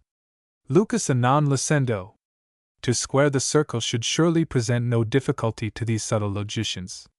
It was, as we have seen, in February of 1498 that it was first rumored that Cesare intended to put off the purple, and that the rumor had ample foundation was plain from the circumstance that the Pope was already laying plans whose fulfillment must be dependent upon that step, and seeking to arrange a marriage for Cesare with Carlotta of Aragon, King Federigo of Naples' daughter, stipulating that her dowry should be such that Cesare, in taking her to wife, should become Prince of Altamira and Tarentum. But Federigo showed himself unwilling, possibly in consideration of the heavy dowry demanded and of the heavy draft already made by the Borgias, through Goffredo Borgia, Prince of Squillace, upon this Naples which the French invasion had so impoverished. He gave out that he would not have his daughter wedded to a priest who was the son of a priest, and that he would not give his daughter unless the Pope could contrive that a cardinal might marry and yet retain his hat. It all sounded as if he were actuated by nice scruples and high principles, but the opinion is unfortunately not encouraged when we find him, nevertheless, giving his consent to the marriage of his nephew Alfonso to Lucrezia Borgia upon the pronouncement of her divorce from Giovanni Sforza. The marriage, let us say in passing, was celebrated at the Vatican on June 20, 1498, Lucrezia receiving a dowry of 40,000 ducats. But the astute Alexander saw to it that his family should acquire more than it gave, and contrived that Alfonso should receive the Neapolitan cities of Bicelli and Quadrata, being raised to the title of Prince of Bicelli. Nevertheless, there was a vast difference between giving in marriage a daughter who must take a weighty dowry out of the kingdom, and receiving a daughter who would bring a handsome dowry with her. And the facts suggest that such was the full measure of Federigo's scruples. Meanwhile, to dissemble his reluctance to let Cesare have his daughter to wife, Federigo urged that he must first take the feeling of Ferdinand and Isabella in this matter. While affairs stood thus, Charles VIII died suddenly at Amboise in April of that year 1498. Some work was being carried out there by artists whom he had brought from Naples for the purpose, and in going to visit this, the king happened to enter a dark gallery, and struck his forehead so violently against the edge of a door that he expired the same day, at the age of 28. He was a poor, malformed fellow, as we have seen, and of little understanding, Comines tells us, but so good that it would have been impossible to have found a kinder creature. With him the Valois dynasty came to an end. He was succeeded by his cousin, the Duke of Orleans, who, upon his coronation at Reims, assumed the title of King of France and the two Sicilies and Duke of Milan, a matter which considerably perturbed Federigo of Aragon and Lodovico Sforza. Each of these rulers saw in that assumption of his own title by Louis XII a declaration of enmity, the prelude to a declaration of open war, wherefore, deeming it idle to send their ambassadors to represent them at the court of France, they refrained from doing so. Louis XII's claim upon the Duchy of Milan was based upon his being the grandson of Valentina Visconti, and considering himself a Visconti, he naturally looked upon the Sforza dominion as no better than a usurpation which too long had been left undisturbed. To disturb it now was the first aim of his kingship. And to this end, as well as in another matter, the friendship of the Pope was very desirable to Louis. The other matter concerned his matrimonial affairs. No sooner did he find himself King of France than he applied to Rome for the dissolution of his marriage with Jeanne de Valois, the daughter of Louis XI. The grounds he urged were threefold. Firstly, between himself and Jeanne there existed a relationship of the fourth degree and a spiritual affinity, resulting from the fact that her father, Louis XI, had held him at the baptismal font, which before the Council of Trent did constitute an impediment to marriage. Secondly, he had not been a willing party to the union, but had entered into it as a consequence of intimidation from the terrible Louis XI, who had threatened his life and possessions if not obeyed in this. Thirdly, Jeanne labored under physical difficulties which rendered her incapable of maternity. Of such a nature was the appeal he made to Alexander, and Alexander responded by appointing a commission presided over by the Cardinal of Luxembourg, and composed of that same cardinal and the bishops of Albi and Ceuta, assisted by 5 other bishops as assessors, to investigate the king's grievance. There appears to be no good reason for assuming that the inquiry was not conducted fairly and honorably, or that the finding of the bishops and ultimate annulment of the marriage was not in accordance with their consciences. We are encouraged to assume that all this was indeed so, when we consider that Jeanne de Valois submitted without protest to the divorce, and that neither then nor subsequently at any time did she prefer any complaint, accepting the judgment, it is presumable, as a just and fitting measure. She applied to the Pope for permission to found a religious order, whose special aim should be the adoration and the emulation of the perfections of the Blessed Virgin, a permission which Alexander very readily accorded her. He was, himself, imbued with a very special devotion for the Mother of the Saviour. We see the spur of this special devotion of his in the votive offering of a silver effigy to her famous altar of the Santissima Annunziata in Florence, which he had promised in the event of Rome being freed from Charles VIII. Again, after the accident of the collapse of a roof in the Vatican, in which he narrowly escaped death, it is to Santa Maria Nuova that we see him going in procession to hold a solemn thanksgiving service to Our Lady. In a dozen different ways did that devotion find expression during his pontificate, and be it remembered that Catholics owe it to Alexander VI that the Angelus bell is rung thrice daily in honor of the Blessed Virgin. To us this devotion to the Mother of Chastity on the part of a churchman openly unchaste and flagrant subversion of his vows is a strange and incongruous spectacle. But the incongruity of it is illumining. It reveals Alexander's simple attitude towards the sins of the flesh, and shows how, in common with most churchmen of his day, he found no conscientious difficulty in combining fervid devotion with perfervid license. Whatever it may seem by ours, by his lights, by the light of the examples about him from his youth, by the light of the precedents afforded him by his predecessors in St. Peter's chair, his conduct was a normal enough affair, which can have afforded him little with which to reproach himself. In the matter of the annulment of the marriage of Louis XII, it is to be conceded that Alexander made the most of the opportunity it afforded him. He perceived that the moment was propitious for enlisting the services of the King of France to the achievement of his own ends, more particularly to further the matter of the marriage of Cesare Borgia with Carlotta of Aragon, who was being reared at the court of France. Accordingly, Alexander desired the Bishop of Ceuta to lay his wishes in the matter before the Christian king, and to the end that Cesare might find a fitting secular estate awaiting him when eventually he emerged from the clergy, the Pope further suggested to Louis, through the bishop's agency, that Cesare should receive the investiture of the counties of Valentinois and Dies in Dauphiny. On the face of it, this wears the look of inviting bribery. In reality, it scarcely amounted to so much, although the opportunism that prompted the request is undeniable. Yet it is worthy of consideration that in what concerned the counties of Valentinois and Dies, the Pope's suggestion constituted a wise political step. These territories had been in dispute between France and the Holy See for a matter of some 200 years, during which the popes had been claiming dominion over them. The claims had been admitted by Louis XI, who had relinquished the counties to the Church, but shortly after his death the Parliament of Dauphiny had restored them to the Crown of France. Charles VIII and Innocent VIII had wrangled over them, and an arbitration was finally projected, but never held. Alexander now perceived a way to solve the difficulty by a compromise which should enrich his son and give the latter a title to replace that of cardinal which he was to relinquish. So his proposal to Louis XII was that the Church should abandon its claim upon the territories, whilst the king, raising Valentinois to the dignity of a duchy, should so confer it upon Cesare Borgia. Although the proposal was politically sound, it constituted at the same time an act of flagrant nepotism. But let us bear in mind that Alexander did not lack a precedent for this particular act. When Louis XI had surrendered Valentinois to Sixtus IV, this pope had bestowed it upon his nephew Girolamo, thereby vitiating any claim that the Holy See might subsequently have upon the territory. We judge it, under the circumstances that Louis XI had surrendered it to the Church, to be a far more flagrant piece of nepotism than was Alexander's now. Louis XII, nothing behind the Pope in opportunism, saw in the concession asked of him the chance of acquiring Alexander's goodwill.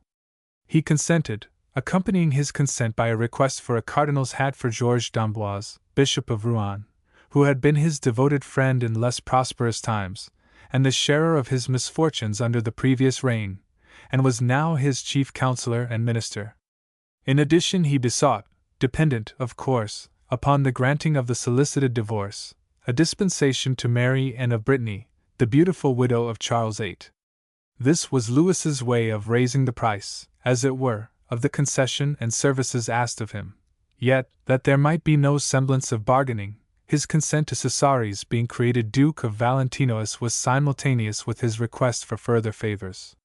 With the royal patents conferring that duchy upon the Pope's son, Louis de Villeneuve reached Rome on August 7, 1498. On the same day the young cardinal came before the Sacred College, assembled in consistory, to crave permission to doff the purple. After the act of adoration of the Pope's holiness, he humbly submitted to his brother cardinals that his inclinations had ever been in opposition to his embracing the ecclesiastical dignity, and that, if he had entered upon it at all, this had been solely at the instances of his holiness, just as he had persevered in it to gratify him, but that, his inclinations and desires for the secular estate persisting, he implored the Holy Father, of his clemency, to permit him to put off his habit and ecclesiastical rank, to restore his hat and benefices to the Church, and to grant him dispensation to return to the world and be free to contract marriage. And he prayed the very reverend cardinals to use their good offices on his behalf, adding to his own their intercessions to the Pope's holiness to accord him the grace he sought. The cardinals relegated the decision of the matter to the Pope. Cardinal Ximenes alone, as the representative of Spain, stood out against the granting of the solicited dispensation, and threw obstacles in the way of it. In this, no doubt, he obeyed his instructions from Ferdinand and Isabella, who saw to the bottom of the intrigue with France that was toward, and of the alliance that impended between Louis XII and the Holy See, an alliance not at all to the interests of Spain. The Pope made a speedy rout of the cardinal's objections with the most apostolic and irresistible of all weapons.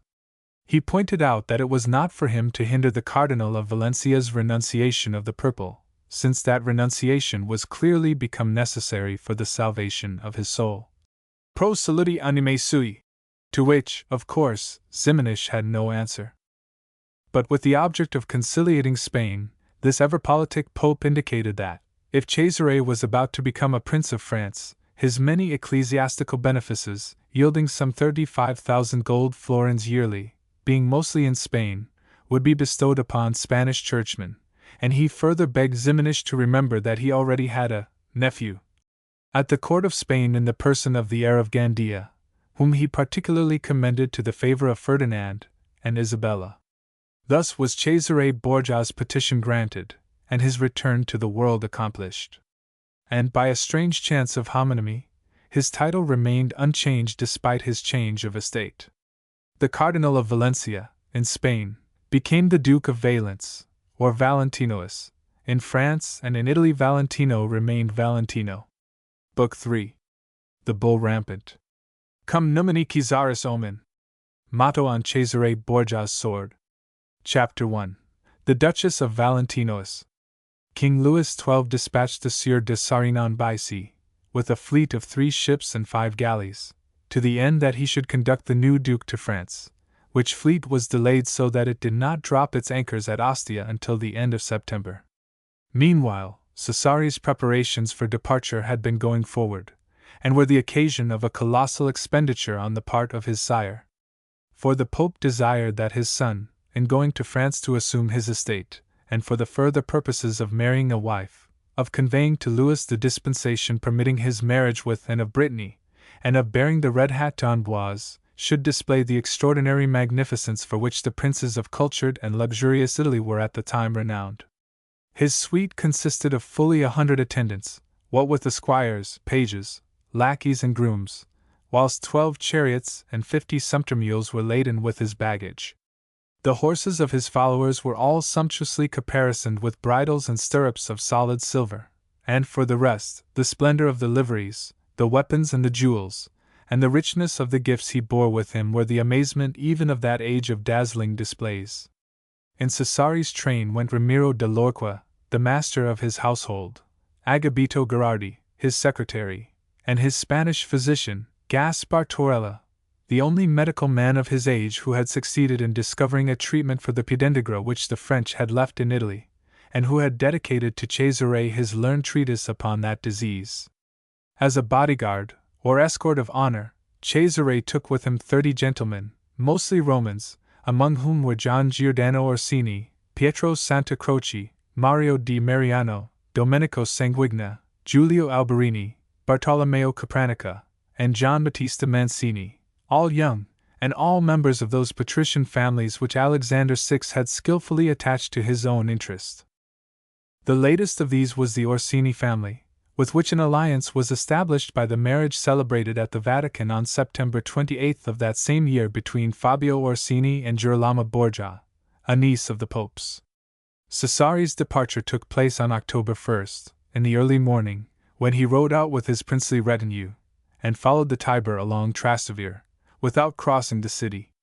He was mounted on a handsome charger, caparisoned in red silk and gold brocade, the colors of France, in which he had also dressed his lackeys. He wore a doublet of white damask laced with gold, and carried a mantle of black velvet swinging from his shoulders. Of black velvet, too, was the cap on his auburn head, its sable color an effective background for the ruddy effulgence of the great rubies, as large as beans, with which it was adorned. Of the gentlemen who followed him, the Romans were dressed in the French mode, like himself, whilst the Spaniards adhered to the fashions of their native Spain. He was escorted as far as the end of the Banshee by 4 cardinals, and from a window of the Vatican the Pope watched the imposing cavalcade and followed it with his eyes until it was lost to view, weeping, we are told, for very joy at the contemplation of the splendor and magnificence which it had been his to bestow upon his beloved son. The very heart of him, as he wrote to the King of France in that letter of which Cesare was the bearer. On October 12 the Duke of Valentinois landed at Marseilles, where he was received by the Bishop of Dijon, whom the king had sent to meet him, and who now accompanied the illustrious visitor to Avignon. There Cesare was awaited by the Cardinal Giuliano della Rovere. This prelate was now anxious to make his peace with Alexander, and presently we shall look into the motives that probably inspired him, a matter which has so far, we fancy, escaped criticism for reasons that we shall also strive to make apparent. To the beginnings of a reconciliation with the pontiff afforded by his touching letter of condolence on the death of the Duke of Gandia, he now added a very cordial reception and entertainment of Cesare, and throughout his sojourn in France the latter received at the hands of della Rovere the very friendliest treatment, the cardinal missing no opportunity of working in the Duke's interests, and for the advancement of his ends. The Pope wrote to the Cardinal commending Cesare to his good graces, and the Cardinal replied with protestations which he certainly proceeded to make good. Della Rovere was to escort Cesare to the king, who was with his court then at Chinon, awaiting the completion of the work that was being carried out at his castle of Blois, which presently became his chief residence. But Cesare appears to have tarried in Avignon, for he was still there at the end of October, nor did he reach Chinon until the middle of December. The pomp of his entrance was a thing stupendous. We find a detailed relation of it in Brantome, translated into prose form some old verses which, he tells us, that he found in the family treasury. He complains of their coarseness, and those who are acquainted with the delightful old Frenchman's own frankness of expression may well raise their brows at that criticism of his. Whatever the coarse liberties taken with the subject, of which we are not allowed more than an occasional glimpse, and despite the fact that the relation was in verse, which ordinarily makes for the indulgence of the rhymer's fancy, the description appears to be fairly accurate, for it corresponds more or less with the particulars given in Sonetto. At the head of the cavalcade went 24 sumpter mules, laden with coffers and other baggage under draperies embroidered with Cesare's arms, prominent among which would be the red bull, the emblem of his house, and the 3-pointed flame, his own particular device. Behind these came another 24 mules, caparisoned in the king's colors of scarlet and gold, to be followed in their turn by 16 beautiful chargers led by hand, similarly caparisoned, and their bridles and stirrups of solid silver. Next came 18 pages on horseback, 16 of whom were in scarlet and yellow, whilst the remaining 2 were in cloth of gold. These were followed by a posse of lackeys in the same liveries and 2 mules laden with coffers draped with cloth of gold, which contained the gifts of which Cesare was the bearer. Behind these rode the Duke's 30 gentlemen, in cloth of gold and silver, and amongst them came the Duke himself. Cesare was mounted on a superb war-horse that was all empanopled in a cuirass of gold leaves of exquisite workmanship, its head surmounted by a golden artichoke, its tail confined in a net of gold abundantly studded with pearls. The Duke was in black velvet, through the slashings of which appeared the gold brocade of the undergarment. Suspended from a chain said by Brantome's poet to be worth 30,000 ducats, a medallion of diamonds blazed upon his breast, and in his black velvet cap glowed those same wonderful rubies that we saw on the occasion of his departure from Rome. His boots were of black velvet, laced with gold thread that was studded with gems. The rear of the cavalcade was brought up by more mules and the chariots bearing his plate, and tents, and all the other equipage with which a prince was wont to travel. It is said by some that his horse was shod with solid gold, and there is also a story, pretty, but probably untrue, that some of his mules were shod in the same metal, and that either because the shoes were loosely attached of intent, or because the metal, being soft, parted readily from the hoofs, these golden shoes were freely cast and left as largesse for those who might care to take them. The Bishop of Rouen, that same Georges d'Amboise for whom he was bringing the red hat, the Seneschal of Toulouse and several gentlemen of the court went to meet him on the bridge, and escorted him up through the town to the castle, where the king awaited him. Louis XII gave him a warm and cordial welcome, showing him then and thereafter the friendliest consideration. Not so, however, the lady he was come to woo. It was said in Venice that she was in love with a young Breton gentleman in the following of Queen Anne. Whether this was true, and Carlotta acted in the matter in obedience to her own feelings, or whether she was merely pursuing the instructions she had received from Naples, she obstinately and absolutely refused to entertain or admit the suit of Cesare. Della Rovere, on January 18, wrote to the Pope from Nantes, whither the court had moved, a letter in which he sang the praises of the young Duke of Valentinois. By his modesty, his readiness, his prudence, and his other virtues he has known how to earn the affections of every one. Unfortunately, there was one important exception, as the Cardinal was forced to add. The damsel, either out of her own contrariness, or because so induced by others, which is easier to believe, constantly refuses to hear of the wedding. Della Rovere was quite justified in finding it easier to believe that Carlotta was acting upon instructions from others, for, when hard pressed to consent to the alliance, she demanded that the Neapolitan ambassador should himself say that her father desired her to do so, a statement which, it seems, the ambassador could not bring himself to make. Baffled by the persistence of that refusal, Cesare all but returned a bachelor to Italy. So far, indeed, was his departure a settled matter that in February of 1489, at the castle of Lox, he received the king's messages for the Pope. Yet Louis hesitated to let him go without having bound His Holiness to his own interests by stronger bonds. In the task of tracing the annals of the Borgias, the honest seeker after truth is compelled to proceed axe in hand that he may hack himself away through the tangle of irresponsible or malicious statements that have grown up about this subject, driving their roots deep into the soil of history. Not a single chance does malignity, free or chartered, appear to have missed for the invention of flagitious falsehoods concerning this family, or for the no less flagitious misinterpretation of known facts. Amid a mass of written nonsense dealing with Cesare's sojourn in France is the oft-repeated, totally unproven statement that he withheld from Louis the dispensation enabling the latter to marry Anne of Brittany, until such time as he should have obtained from Louis all that he desired of him, in short, that he sold him the dispensation for the highest price he could extract.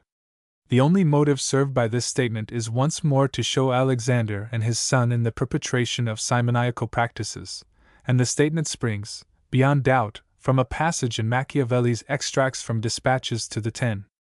Elsewhere has been mentioned the confusion prevailing in those extracts, and their unreliability as historical evidences. That circumstance can be now established. The passage in question runs as follows. This dispensation was given to Valentinois when he went to France without anyone being aware of its existence, with orders to sell it dearly to the king, and not until satisfied of the wife and his other desires. And whilst these things were toward, the king learnt from the Bishop of Ceuta that the dispensation already existed, and so, without having received or even seen it, the marriage was celebrated, and for revealing this the Bishop of Ceuta was put to death by order of Valentinois. Now, to begin with, Machiavelli admits that what passed between Pope and Duke was secret. How, then, does he pretend to possess these details of it? But leaving that out of the question, his statement, so abundantly repeated by later writers, is traversed by every one of the actual facts of the case.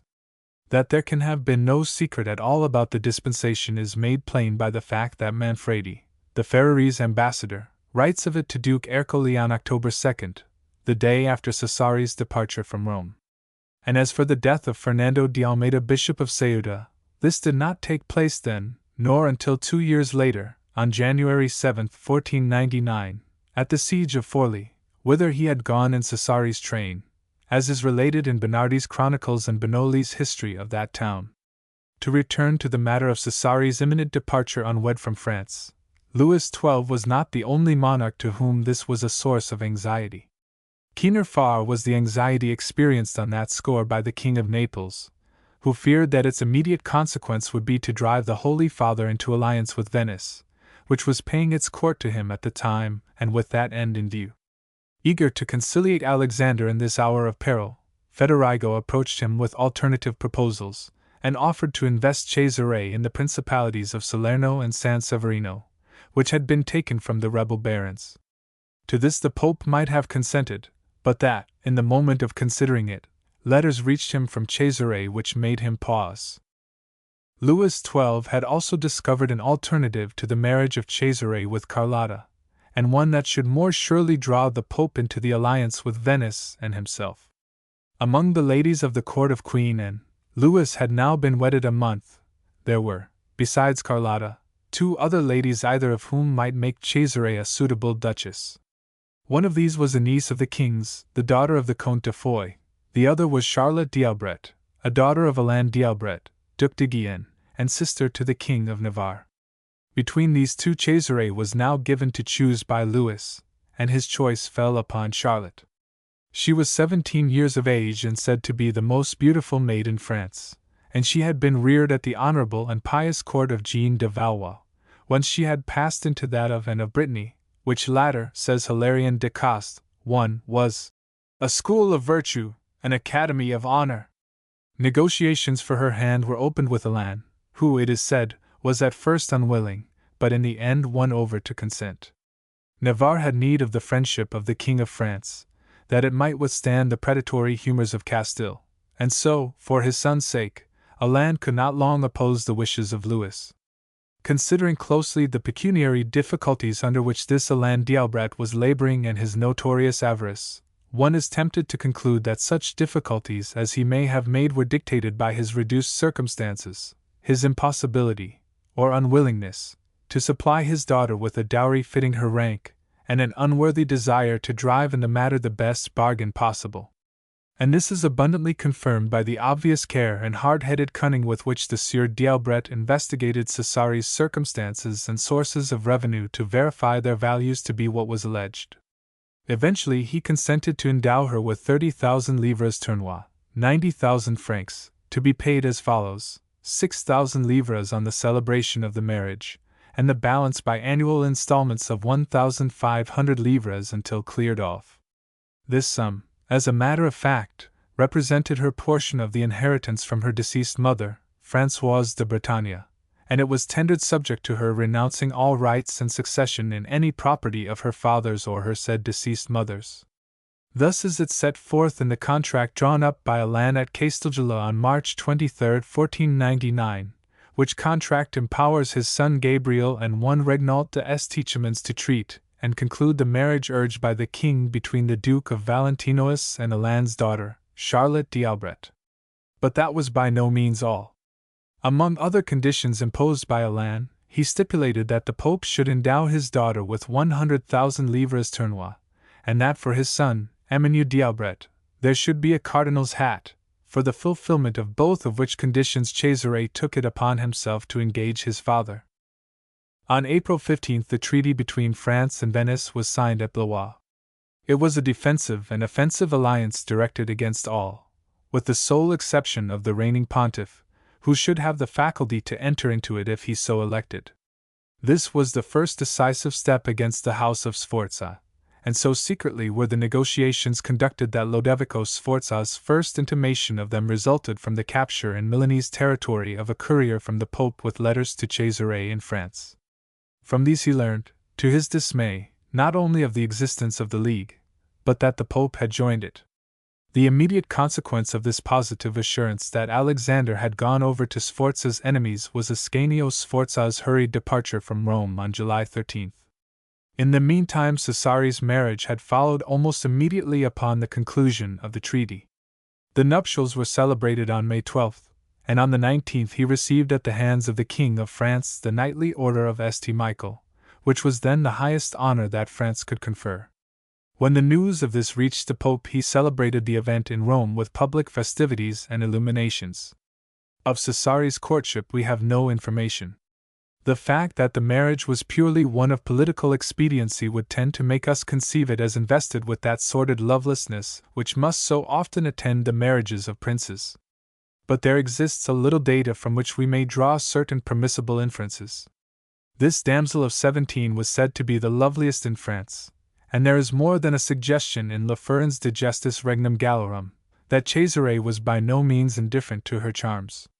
He tells us that the Duke of Valentinois entered into the marriage very heartily, not only for the sake of its expediency, but for the beauty of the lady, which was equalled by her virtues and the sweetness of her nature. Cesare, we have it on more than one authority, was the handsomest man of his day. The gallantry of his bearing merited the approval of so fastidious a critic in such matters as Baldassare Castiglione, who mentions it in his Il Cortigiano. Of his personal charm there is also no lack of commendation from those who had his acquaintance at this time. Added to this, his Italian splendor and flamboyance may well have dazzled a maid who had been reared amid the grey and something stern tones of the court of Jeanne de Valois. And so it may well be that they loved, and that they were blessed in their love for the little space allotted them in each other's company. The sequel justifies in a measure the assumption. Just one little summer out of the span of their lives, brief though those lives were, did they spend together, and it is good to find some little evidence that, during that brief season at least, they inhabited life's rose garden. In September, just 4 short months after the wedding bells had pealed above them, the trumpets of war blared out their call to arms. Louis's preparations for the invasion of Milan were complete, and he poured his troops through Piedmont under the command of Giangiacomo Trivulzio. Cesare was to accompany Louis into Italy. He appointed his 17-year-old Duchess governor and administrator of his lands and lordships in France and Dauphiny under a deed dated September 8, and he made her heiress to all his movable possessions in the event of his death. Surely this bears some witness, not only to the prevailing of a good understanding between them, but to his esteem of her and the confidence he reposed in her mental qualities. The rest her later mourning of him shows.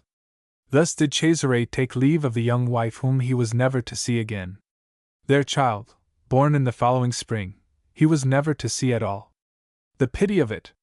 Ambition-driven, to fulfill the destiny expected of him, he turned his back upon that pleasant land of Dauphiny where the one calm little season of his manhood had been spent, where happiness and peace might have been his lifelong portion had he remained. He set his face towards Italy and the storm and stress before him, and in the train of King Louis he set out upon the turbulent meteoric course that was to sear so deep and indelible a brand across the scroll of history. Chapter 2. The Knell of the Tyrants. In the hour of his need Lodovico Sforza found himself without friends or credit, and he had to pay the price of the sly, faithless egotistical policy he had so long pursued with profit. His far-reaching schemes were flung into confusion because a French king had knocked his brow against the door, and had been succeeded by one who conceived that he had a legal right to the throne of Milan, and the intent and might to enforce it, be the right legal or not. It was in vain now that Lodovico turned to the powers of Italy for assistance, in vain that his cunning set fresh intrigues afoot. His neighbors had found him out long since, he had played fast and loose with them too often, and there was none would trust him now. Thus he found himself isolated, and in no case to withstand the French avalanche which rolled down upon his duchy. The fall of Milan was a matter of days. Of resistance there was practically none. Town after town threw up its gates to the invaders, and Lodovico, seeing himself abandoned on all sides, sought in flight the safety of his own person. Cesare took no part in the war, which, after all, was no war, no more than an armed progress. He was at Lyons with the king, and he did not move into Italy until Louis went to take possession of his new duchy. Amid the acclamations of the ever-fickle mob, hailing him as its deliverer, Louis XII rode triumphantly into Milan on October 6, attended by a little host of princes, including the Prince of Savoy, the Dukes of Montferrat and Ferrara, and the Marquis of Mantua. But the place of honor went to Cesare Borgia, who rode at the king's side, a brilliant and arresting figure. This was the occasion on which Baldassare Castiglione, who was in the Marquis of Mantua's suite, was moved to such praise of the appearance and gallant bearing of the Duke, and of the splendid equipment of his suite, which outshone those of all that little host of attendant princes. From this time onward Cesare signs himself Cesare Borgia of France, and quarters on his shield the golden lilies of France with the red bull of the House of Borgia. The conditions on which Alexander VI joined the League of France and Venice became apparent at about this time. They were to be gathered from the embassy of his nephew, the Cardinal Giovanni Borgia, to Venice in the middle of September. There the latter announced to the Council of Ten that the Pope's Holiness aimed at the recovery to the Church of those Romagna tyrannies which originally were fiefs of the Holy See and held by her vicars, who, however, had long since repudiated the pontifical authority, refused the payment of their tributes, and in some instances had even gone so far as to bear arms against the Church. With one or two exceptions, the violent and evil misgovernment of these turbulent princelings was a scandal to all Italy. They ruled by rapine and murder, and rendered Romagna little better than a nest of brigands. Their state of secession from the Holy See arose largely out of the nepotism practiced by the last popes, a nepotism writers are too prone to overlook when charging Alexander with the same abuse. Such popes as Sixtus IV and Innocent VIII had broken up the states of the Church that they might endow their children and their nephews. The nepotism of such as these never had any result but to impoverish the Holy See, whilst, on the other hand, the nepotism of Alexander, this pope who is held up to obloquy as the archetype of the nepotist, had a tendency rather to enrich it. It was not to the states of the Church, not by easy ways of plundering the territories of the Holy See, that he turned to found dominions and dynasties for his children. He went beyond and outside of them, employing princely alliances as the means to his ends. Gandia was a duke in Spain, Goffredo a prince in Naples, and Cesare a duke in France. For none of these could it be said that territories had been filched from Rome, whilst the alliances made for them were such as tended to strengthen the power of the Pope, and therefore, of the Church. The reconsolidation of the states of the Church, the recovery of her full temporal power, which his predecessors had so grievously dissipated, had ever been Alexander's aim. Louis XII afforded him, at last, his opportunity, since with French aid the thing now might be attempted. His son Cesare was the Hercules to whom was to be given the labor of cleaning out the Augean stable of the Romagna. That Alexander may have been single-minded in his purpose has never been supposed. It might, indeed, be to suppose too much, and the general assumption that, from the outset, his chief aim was to found a powerful state for his son may be accepted. But let us at least remember that such had been the aims of several popes before him. Sixtus IV and Innocent VIII had similarly aimed at founding dynasties in Romagna for their families, but, lacking the talents and political acuteness of Alexander and a son of the mettle and capacity of Cesare Borgia, the feeble trail of their ambition is apt to escape attention. It is also to be remembered that, whatever Alexander's ulterior motive, the immediate results of the campaign with which he inspired his son were to reunite to the Church the states which had fallen away from her, and to re-establish her temporal sway in the full plenitude of its dominion.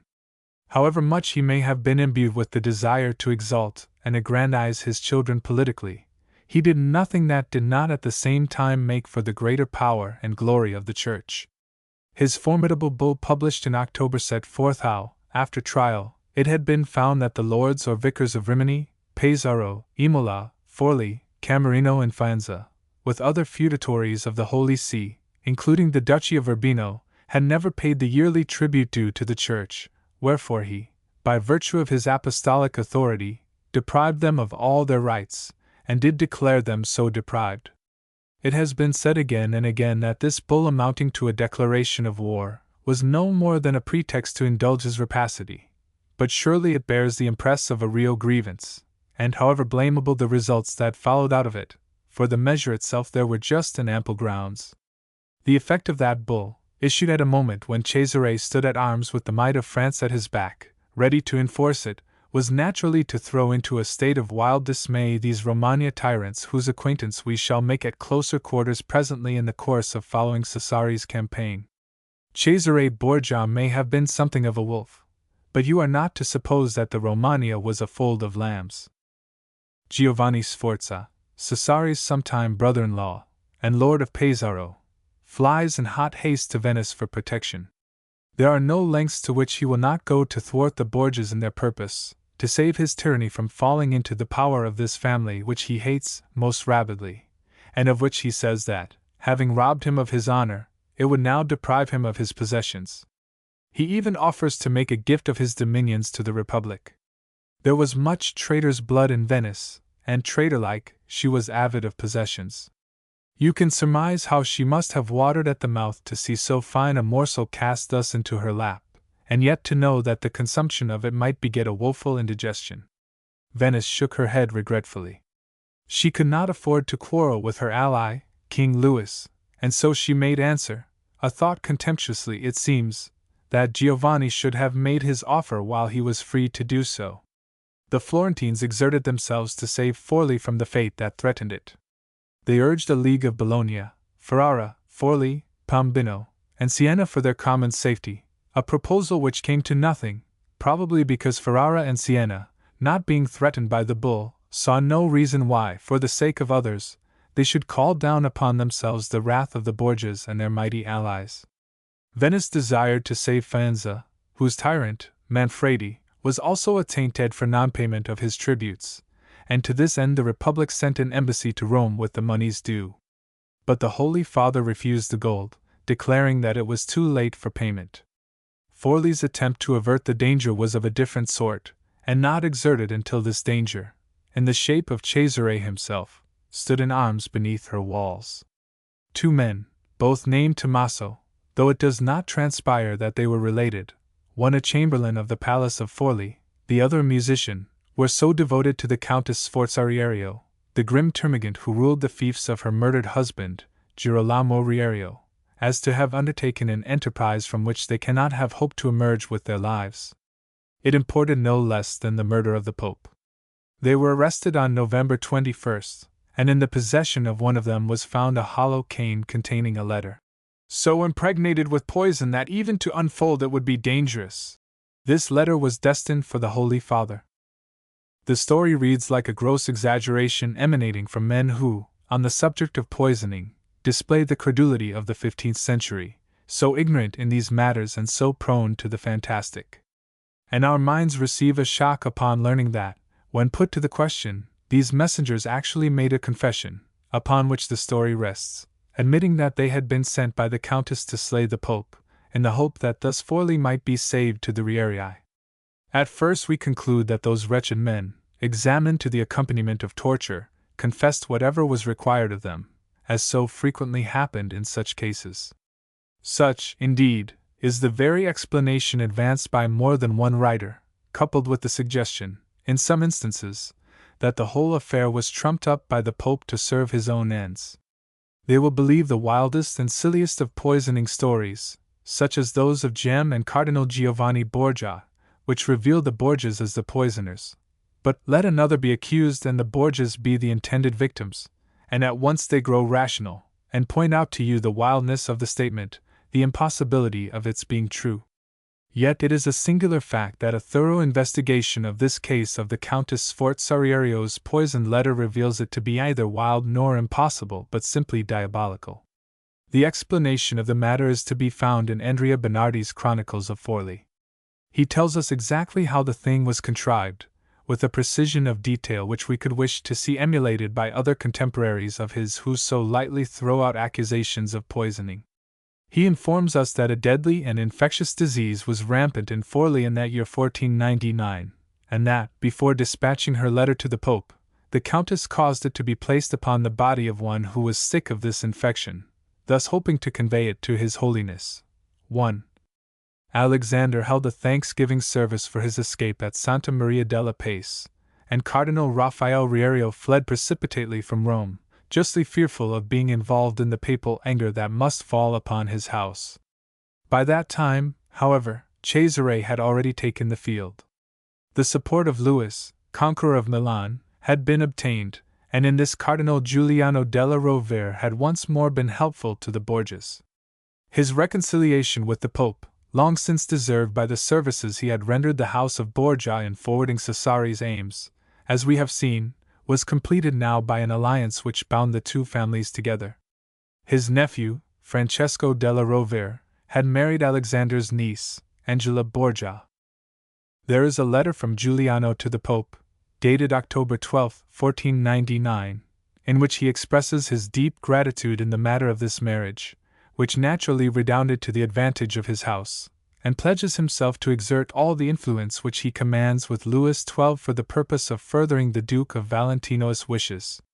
So well does he keep this promise that we see him utterly abandoning his cousins the Rierii, who are likely to be crushed under the hoofs of the now charging bull, and devoting himself strenuously to equip Cesare for that same charge. So far does he go in this matter that he is one of the sureties, the other being the Cardinal Giovanni Borgia, for the loan of 45,000 ducats raised by Cesare in Milan towards the cost of his campaign.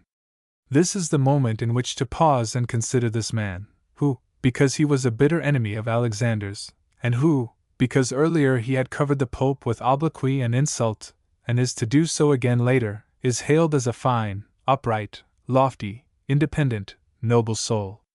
Not so fine, upright, or noble but that he can put aside his rancor when he finds that there is more profit in fawning than in snarling, not so independent but that he can become a sycophant who writes panegyrics of Cesare and letters breathing devotion to the Pope, once he has realized that thus his interests will be better served. This is the man, remember, who dubbed Alexander a Jew and a Moor, this the man who agitated at the courts of France and Spain for Alexander's deposition from the pontificate on the score of the simony of his election.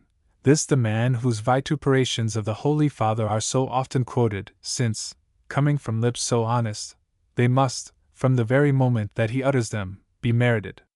If only the historian would turn the medal about a little, and allow us a glimpse of the reverse as well as of the obverse, what a world of trouble and misconceptions should we not be spared.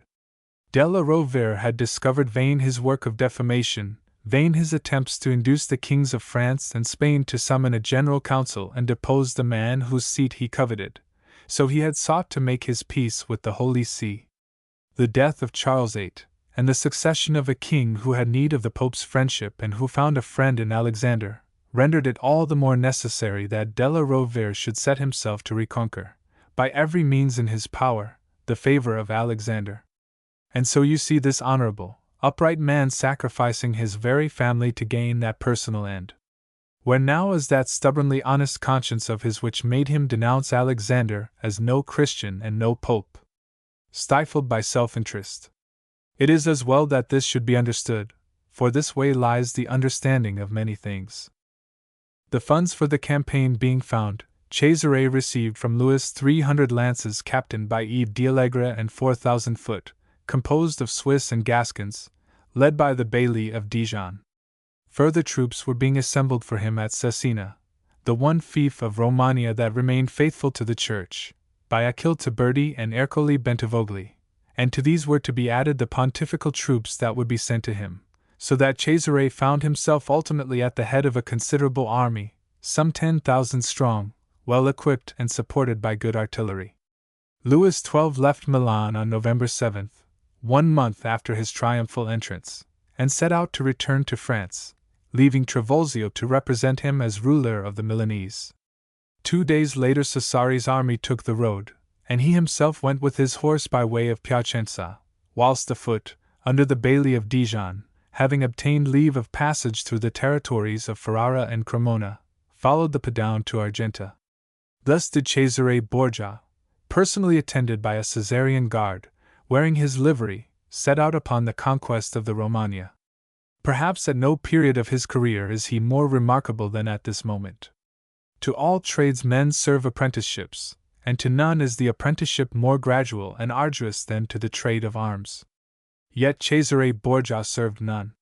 Like Minerva, springing full-grown and armed into existence, so Cesare sprang to generalship in the hour that saw him made a soldier. This was the first army in which he had ever marched, yet he marched at the head of it. In his 24 years of life he had never so much as witnessed a battle pitched, yet here was he riding to direct battles and to wrest victories. Boundless audacity and swiftest intelligence welded into an amazing whole. Chapter 3. Imola and Forli. Between his departure from Milan and his arrival before Imola, where his campaign was to be inaugurated, Cesare paid a flying visit to Rome and his father, whom he had not seen for a full year.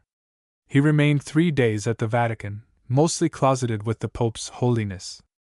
At the end of that time he went north again to rejoin his army, which by now had been swelled by the forces that had joined it from Cesena, some pontifical troops, and a condotta under Vitellozzo Vitelli.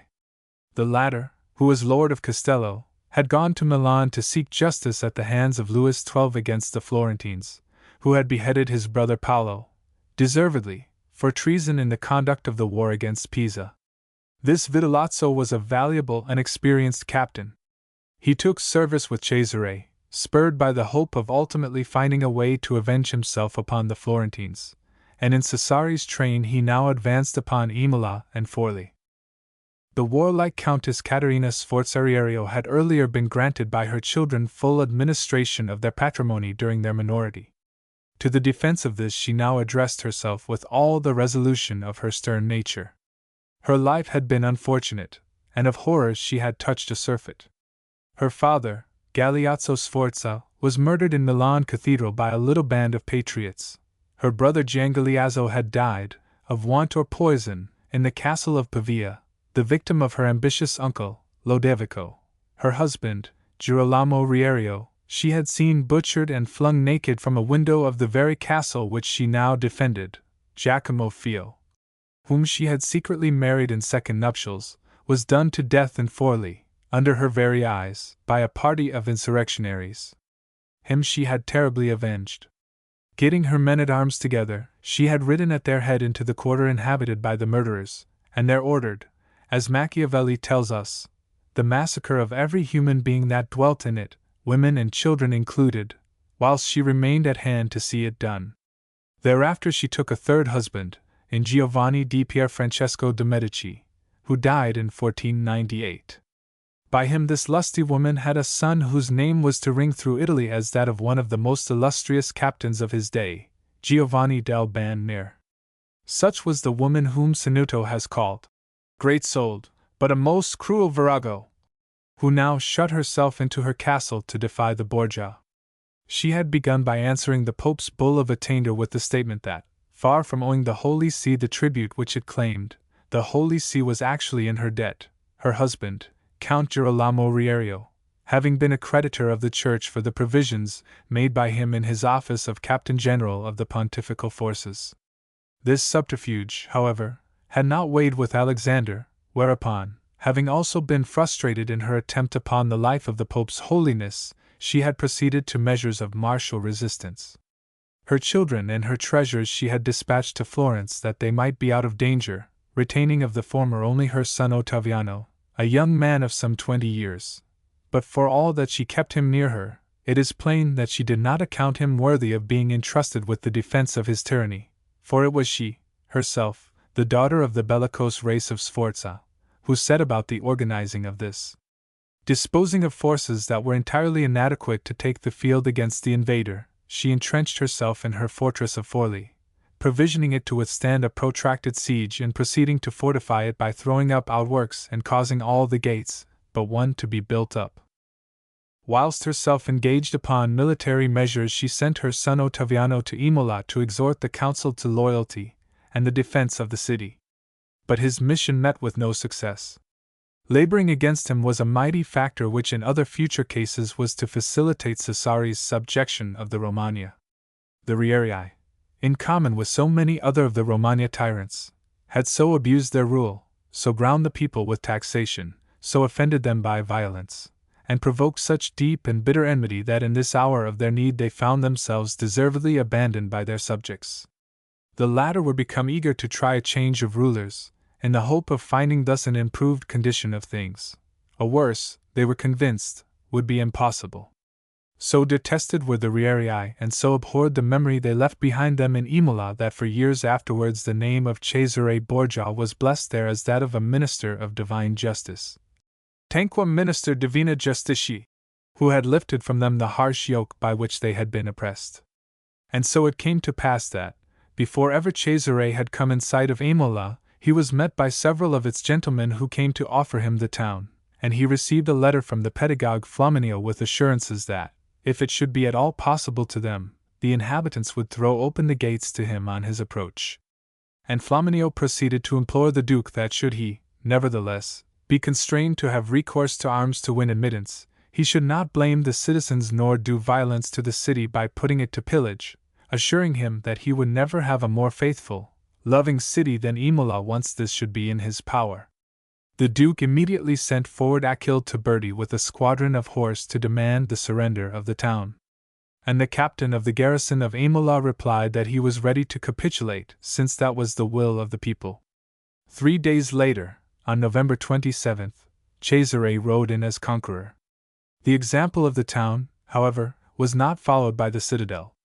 Under the command of Dionigio di Naldo the latter held out, and, as the Duke's army made its entrance into Imola, the Castellan signified his resentment by turning his cannon upon the town itself, with such resolute purpose that many houses were set on fire and demolished. This Naldo was one of the best reputed captains of foot of his day, and he had seen much service under the Sforza, but his experience could avail him little here.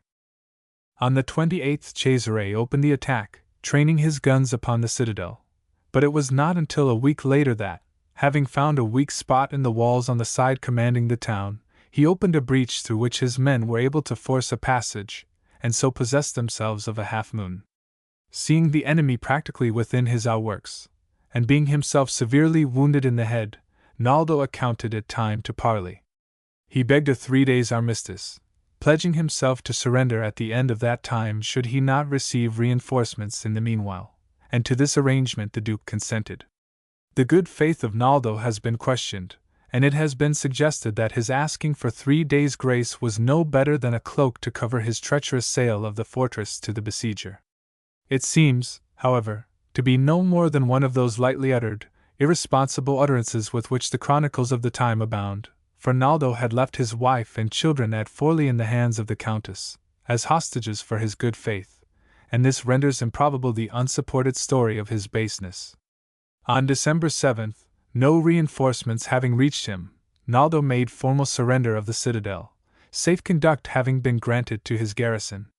A week later there arrived at Imola Cesare's cousin, the Cardinal Giovanni Borgia, whom the Pope had constituted legate in Bologna and the Romagna in place of the Cardinal Ascanio Sforza, and whom he had sent to support Cesare's operations with ecclesiastical authority. Cardinal Giovanni, as the Pope's representative, received in the Church of San Domenico the oath of fealty of the city to the Holy See. This was pledged by 4 representative members of the Council of 30, and by that act the conquest and subjection of the town became a fully accomplished fact. The lesser strongholds of the territory threw up their gates one by one before the advancing enemy, until only Forli remained to be taken. Cesare pushed forward to reduce it. On his way he passed through Faenza, whose tyrant, Manfredi, deeming himself secure in the protection of Venice and in view of the circumstance that the Republic had sent to Rome the arrears of tribute due from his fief, and anxious to conciliate the Pope, received and entertained Cesare very cordially. At Forli the case of Imola was practically repeated. Notwithstanding that the inhabitants were under the immediate eye of the formidable Countess, and although she sent her brother, Alessandro Sforza, to exhort the people and the council to stand by her, the latter, weary as the rest of the oppressive tyranny of her family, dispatched their representatives to Cesare to offer him the town. The Countess's valor was of the sort that waxes as the straits become more desperate. Since the town abandoned and betrayed her, she would depend upon her citadel, and by a stubborn resistance make Cesare pay as dearly as possible for the place. To the danger which she seems almost eager to incur for her own part, this strong-minded, comely matron will not subject the son she has kept beside her until now, and so she packs Ottaviano off to Florence and safety. That done, she gives her mutinous subjects a taste of her anger by attempting to seize half a dozen of the principal citizens of Forli. As it happened, not only did this intent miscarry, but it went near being the means of involving her in battle even before the Duke's arrival, for the people, getting wind of the affair, took up arms to defend their threatened fellow citizens. She consoled herself, however, by seizing the persons of Niccolo Tornielli and Lodovico Ercolini, whom the council had sent to inform her that their representatives had gone to Cesare with the offer of the town. Further, to vent her rage and signify her humor, she turned her cannon upon the communal palace and shattered the tower of it. Meanwhile Cesare advanced. It was again to Berti who now rode forward with his horse to demand the surrender of Forli. This was accorded as readily as had been that of Aimola, whereupon Cesare came up to take possession in person. But despite the cordial invitation of the councillors, he refused to enter the gates until he had signed the articles of capitulation. On December 19th, under a deluge of rain, Cesare, in full armor, the banner of the church borne ahead of him, rode into Forli with his troops. He was housed in the palace of Count Luffo Nomigli, one of the gentlemen whom Caterina had hoped to capture, and his men were quartered through the town. These foreign soldiers of his seemed to have got a little out of hand here at Forli, and they committed a good many abuses, to the dismay and discomfort of the citizens. Sinuto comments upon this with satisfaction, accounting the city well served for having yielded herself up like a strumpet. It is a comment more picturesque than just, for obviously Forli did not surrender through pusillanimity, but to the end that it might be delivered from the detestable rule of the Rierii. The city occupied, it now remained to reduce the fortress and bring its warrior mistress to terms. Cesare set about this at once, nor allowed the Christmas festivities to interfere with his labors, but kept his men at work to bring the siege guns into position. On Christmas Day the Countess belatedly attempted a feeble ruse in the hope of intimidating them. She flew from her battlements a banner, bearing the device of the Lion of St. Mark, thinking to trick Cesare into the belief that she had obtained the protection of Venice, or, perhaps, signifying thus that she threw herself into the arms of the Republic, making surrender of her fiefs to the Venetians to the end that she might spite a force which she could not long withstand, as Giovanni Sforza had sought to do. But Cesare, nowise disturbed by that banner, pursued his preparations, which included the mounting of 7 cannons and 10 falconets in the square before the church of St. John the Baptist. When all was ready for the bombardment, he made an effort to cause her to realize the hopelessness of her resistance, and the vain sacrifice of life it must entail. He may have been moved to this by the valor she displayed, or it may have been that he obeyed the instincts of generalship which made him ever miserly in the matter of the lives of his soldiers. Be that as it may, with intent to bring her to a reasonable view of the situation, he rode twice to the very edge of the ditch to parley with her, but all that came of his endeavors was that on the occasion of his second appeal to her, he had a narrow escape of falling a victim to her treachery, and so losing his life. She came down from the ramparts, and, ordering the lowering of the bridge, invited him to meet her upon it that there they might confer more at their ease, having, meanwhile, instructed her castellan to raise the bridge again the moment the Duke should set foot upon it. The castellan took her instructions too literally, for even as the Duke did set one foot upon it there was a grind and clank of machinery, and the great structure swung up and clattered into place. The Duke remained outside, save by a too great eagerness on the part of those who worked the winches, for had they waited but a second longer they must have trapped him. Cesare returned angry to Forli, and set a price upon Caterina's head, 20,000 ducats if taken alive, 10,000 if dead, and on the morrow he opened fire.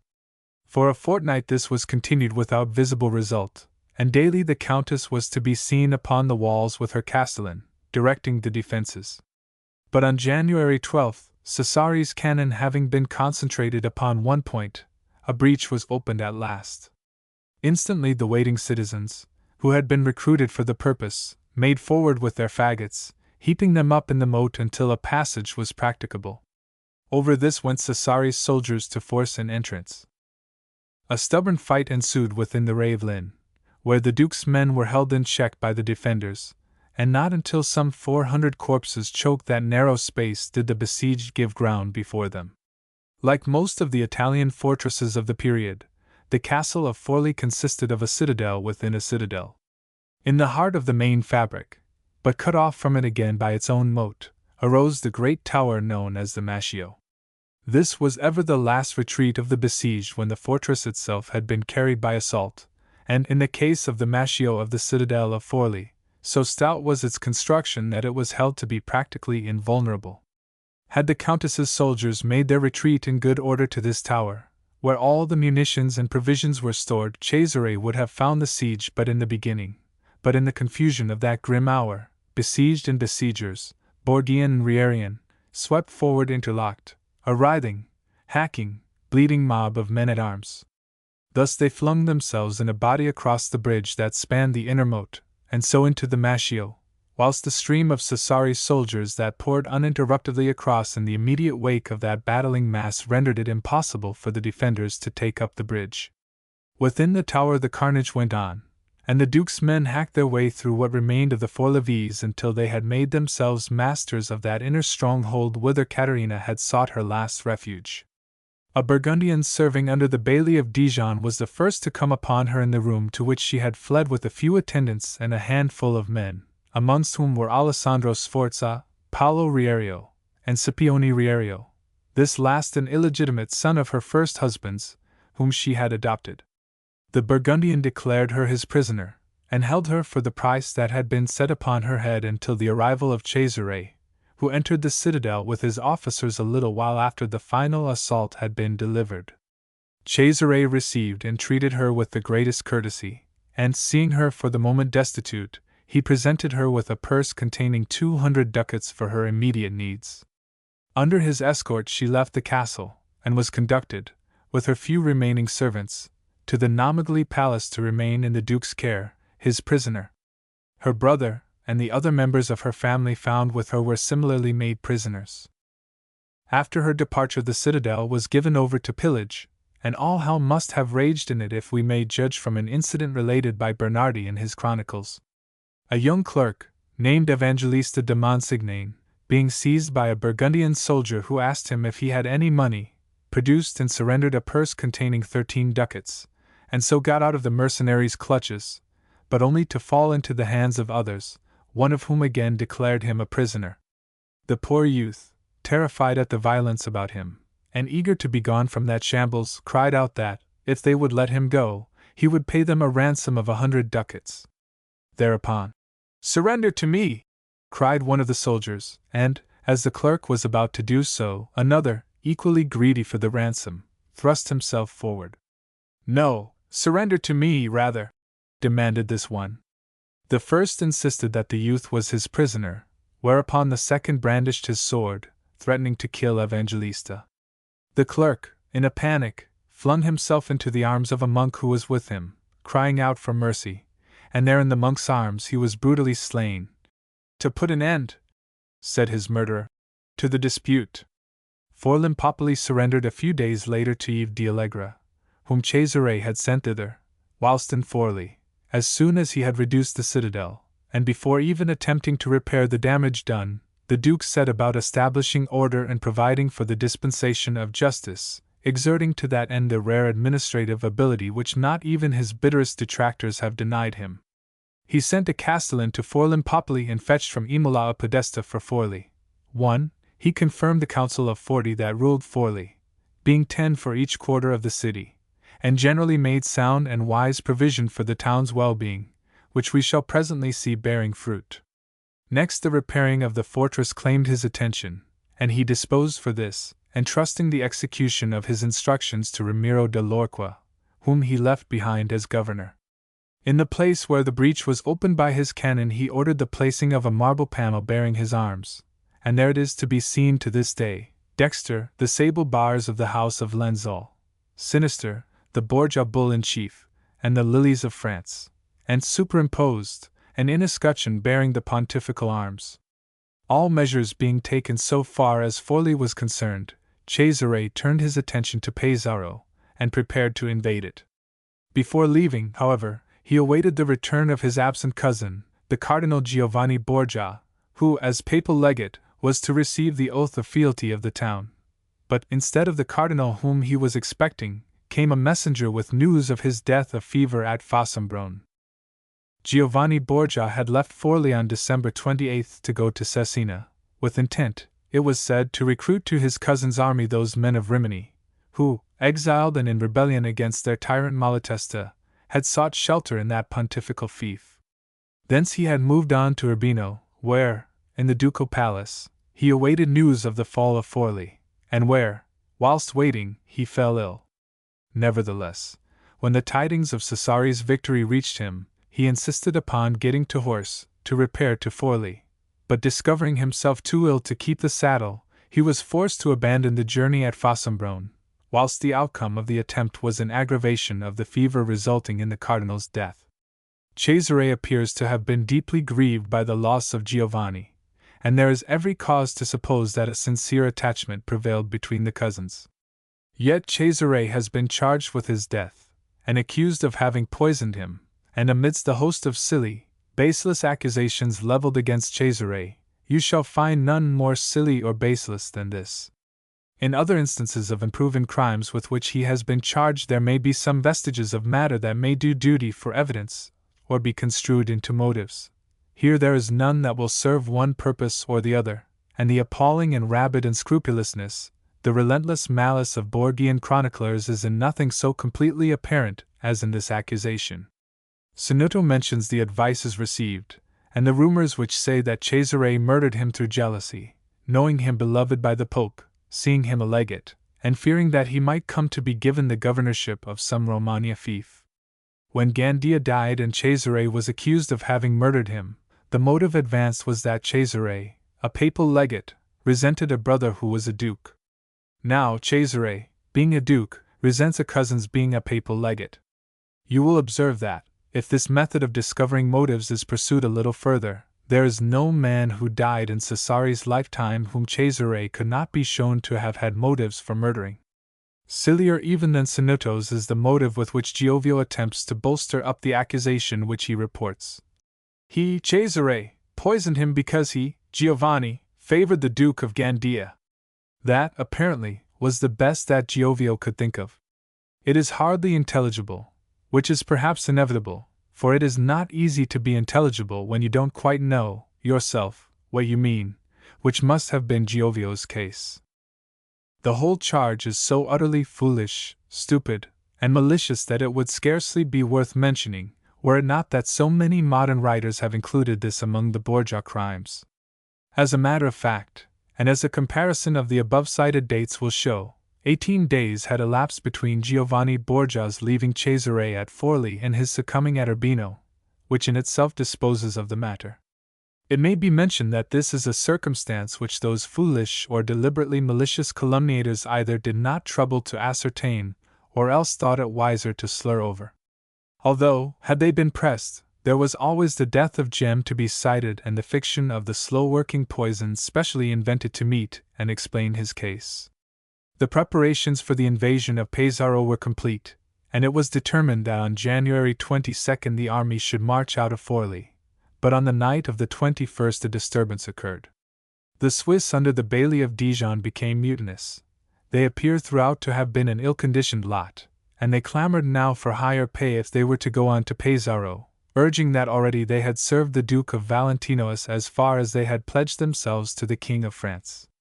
Towards the 3rd hour of the night the Baillie himself, with these mutineers at his heels, presented himself at the Namagli Palace to demand that the Countess Sforzariero should be delivered into his hands.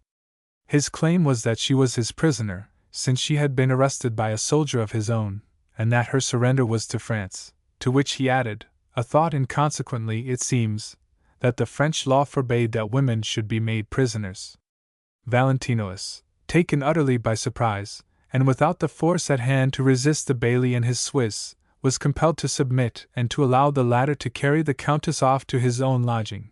But he dispatched a messenger to Forlimpopoli with orders for the immediate return of Allegra and his horse, and in the morning, after Mass, he had the army drawn up in the marketplace, and so, backed by his Spanish, French, and Italian troops, he faced the threatening Swiss.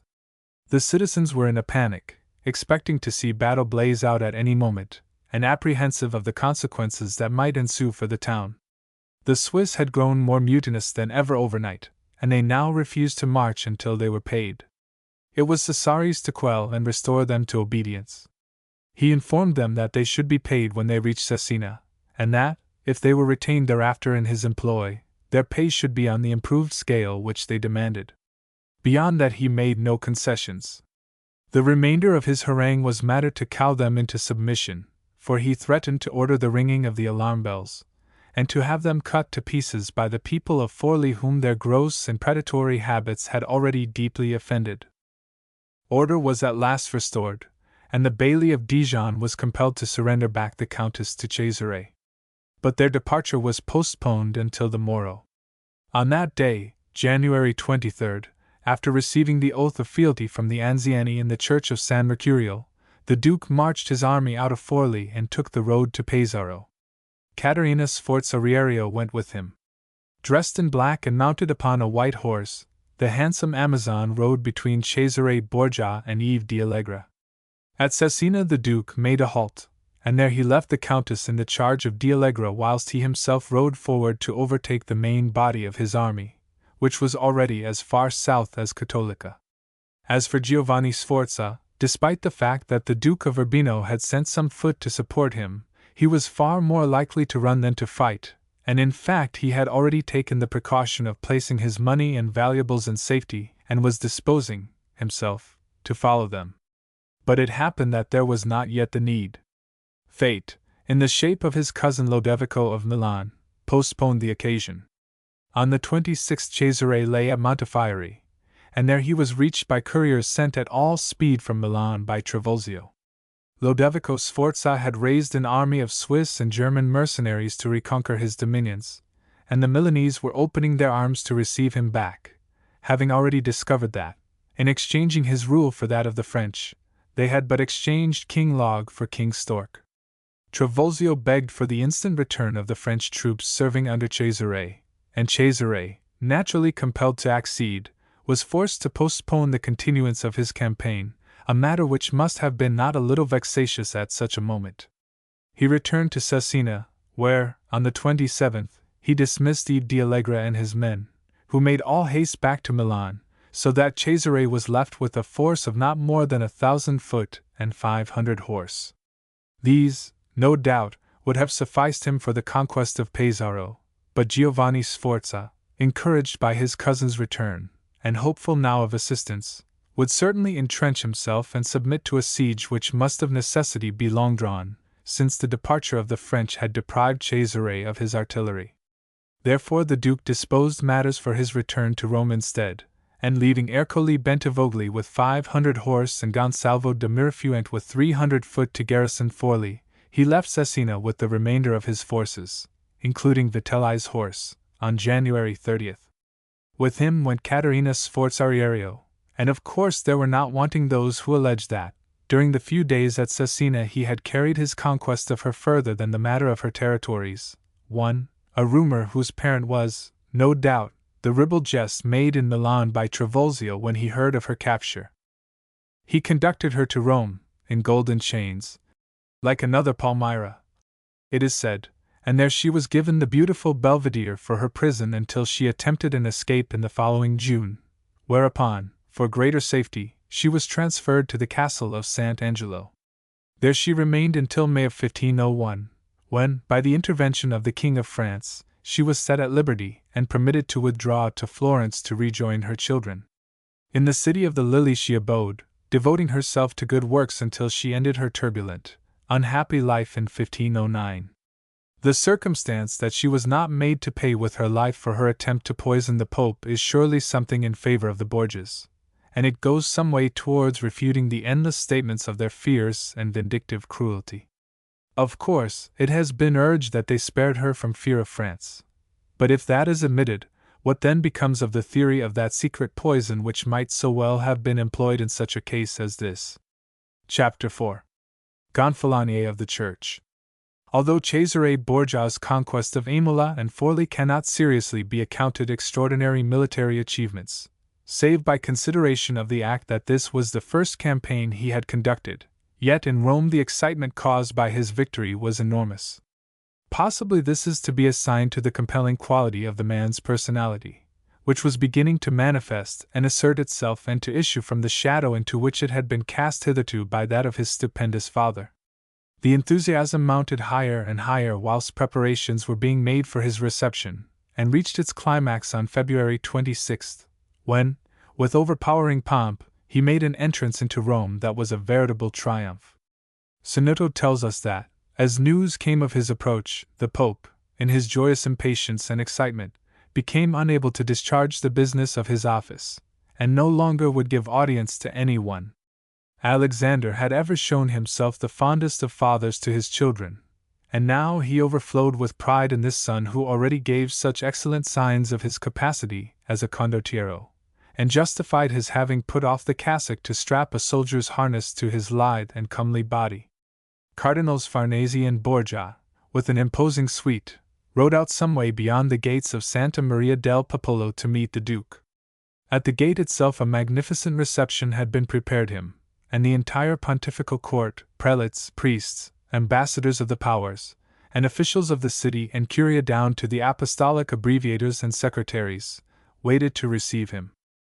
It was towards evening, between the 22nd and the 23rd hours, when he made his entrance. In the van went the baggage carts, and behind these marched 1,000 foot in full campaign apparel, headed by 2 heralds in the Duke's livery and 1 in the livery of the King of France. Next came Vitellozzo's horse, followed by 50 mounted gentlemen at arms, the Duke's Caesarean guard, immediately preceding Cesare himself. The handsome young Duke, bello e biondo, was splendidly mounted, but very plainly dressed in black velvet with a simple gold chain for only ornament, and he had about him 100 guards on foot, also in black velvet, halberd on shoulder, and a posse of trumpeters in a livery that displayed his arms.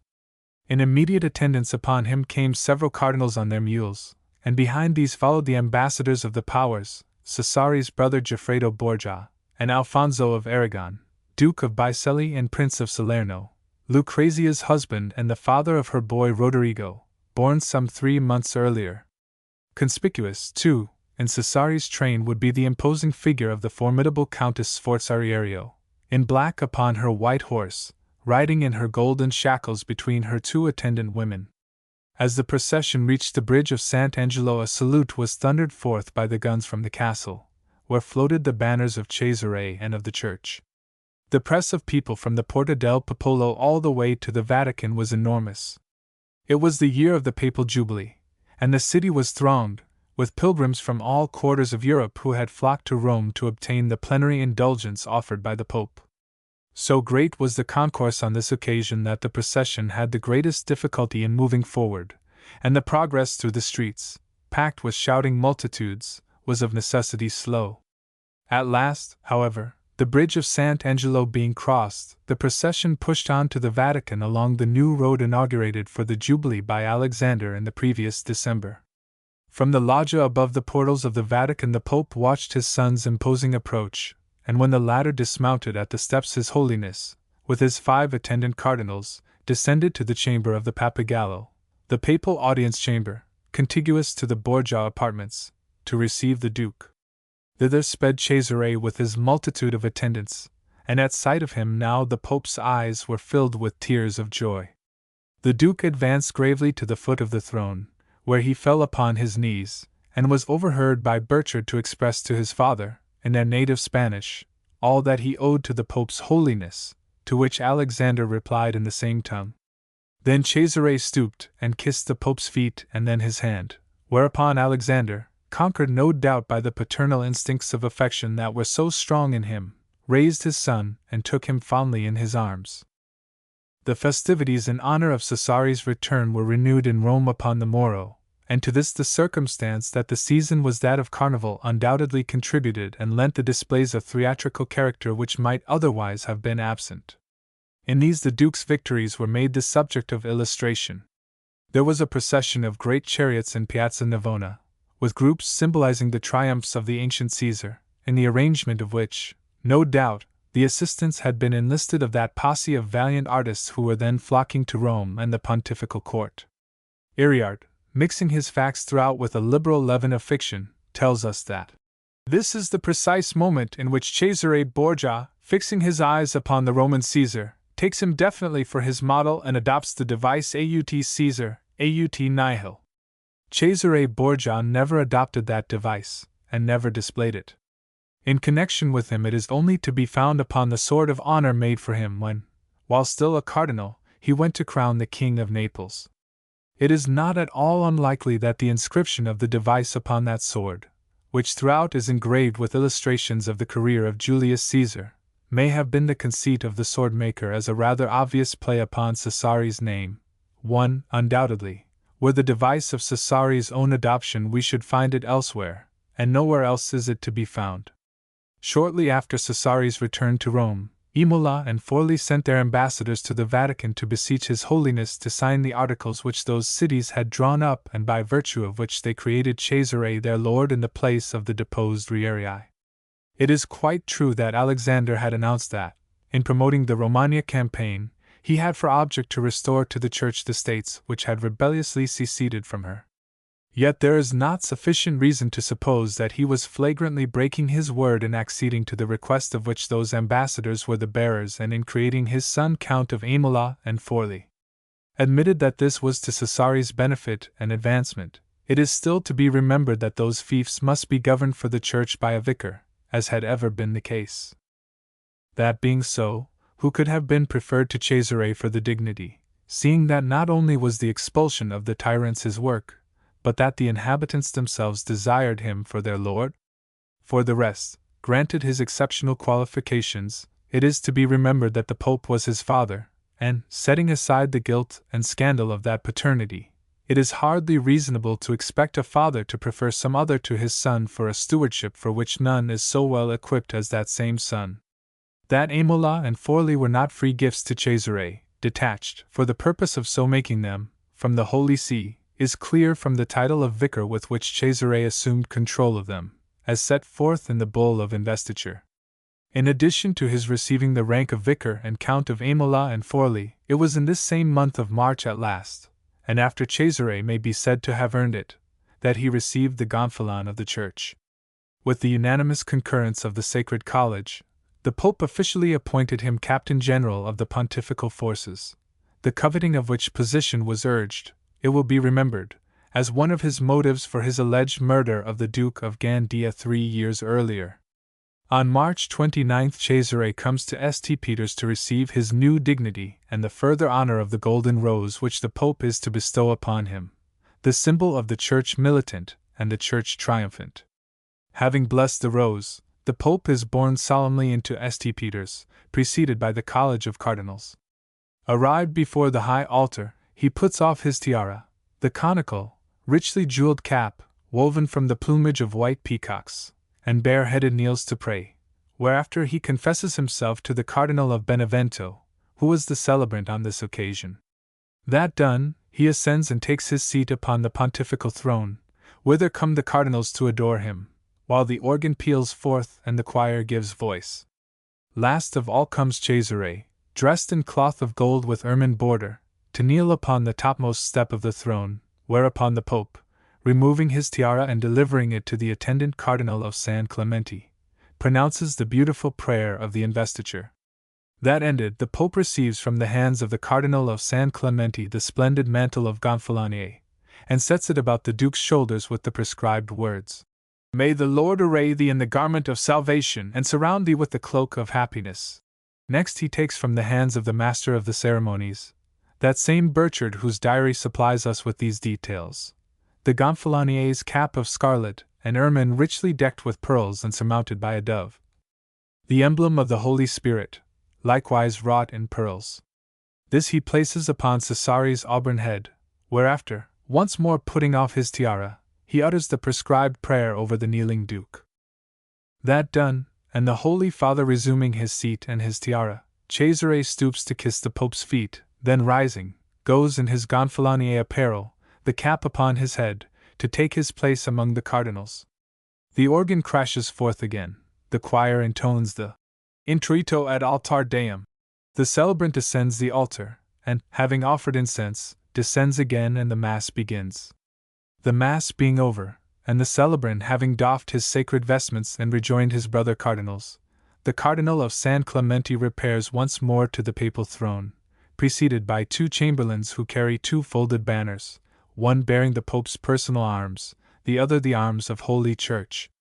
Behind the cardinal follows an acolyte with the censer and incense boat, and another with the holy water and the aspersorio, and behind these again 2 prelates with a missal and a candle. The Pope rises, blesses the folded banners and incenses them, having received the censer from the hands of a priest who has prepared it. Then, as he resumes his seat, Cesare steps forward once more, and kneeling, places both hands upon the missal and pronounces in a loud, clear voice the words of the oath of fealty to St. Peter and the Pope, swearing ever to protect the latter and his successors from harm to life, limb, or possessions. Thereafter the Pope takes the blessed banners and gives the charge of them to Cesare, delivering into his hands the white truncheon symbolic of his office, whilst the Master of Ceremonies hands the actual banners to the 2 deputies, who in full armor have followed to receive them, and who attach them to the lances provided for the purpose. The investiture is followed by the bestowal of the golden rose, whereafter Cesare, having again kissed the Pope's feet and the ring of the fisherman on his finger, has the cap of office replaced upon his head by Burchard himself, and so the ceremonial ends. The Bishop of Isernia was going to Cesena to assume the governorship of that pontifical fief, and profiting by this, Cesare appointed him his lieutenant general in Romagna, with authority over all his other officers there and full judicial powers.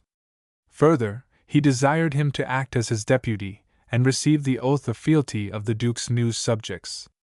Meanwhile, Cesare abode in Rome, no doubt impatient of the interruption which his campaign had suffered, and which it seemed must continue yet a while. Lodovico Sforza had succeeded in driving the French out of his dominions as easily as he, himself, had been driven out by them a few months earlier. But Louis XII sent down a fresh army under La Tremouille, and Lodovico, basely betrayed by his Swiss mercenaries at Novara in April, was taken prisoner. That was the definite end of the Sforza rule in Milan. For 10 years the crafty, scheming Lodovico was left to languish a prisoner in the castle of Laux, at the end of which time he miserably died.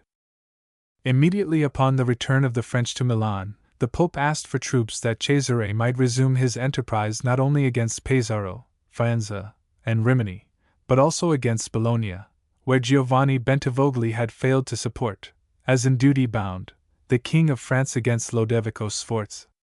But Bentivogli repurchased the forfeited French protection at the price of 40,000 ducats, and so escaped the impending danger, whilst Venice, it happened, was growing concerned to see no profit accruing to herself out of this league with France and Rome, and that was a matter which her traitor spirit could not brook.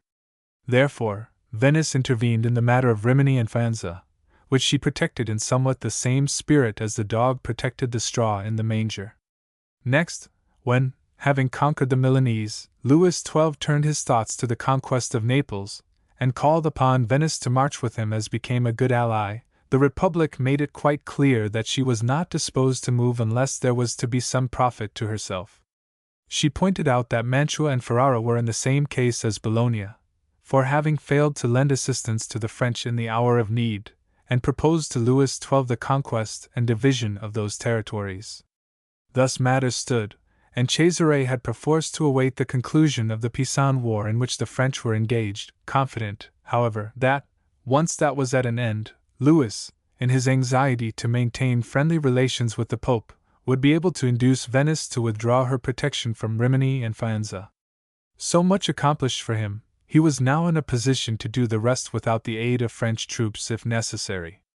The Jubilee, protracted for a further year, so vast and continuous was the concourse of the faithful, 200,000 of whom knelt in the square before St. Peter's on Easter Day to receive the Pope's blessing, was pouring vast sums of money into the pontifical coffers, and for money men were to be had in plenty by a young condottiero whose fame had been spreading ever since his return from the Romagna.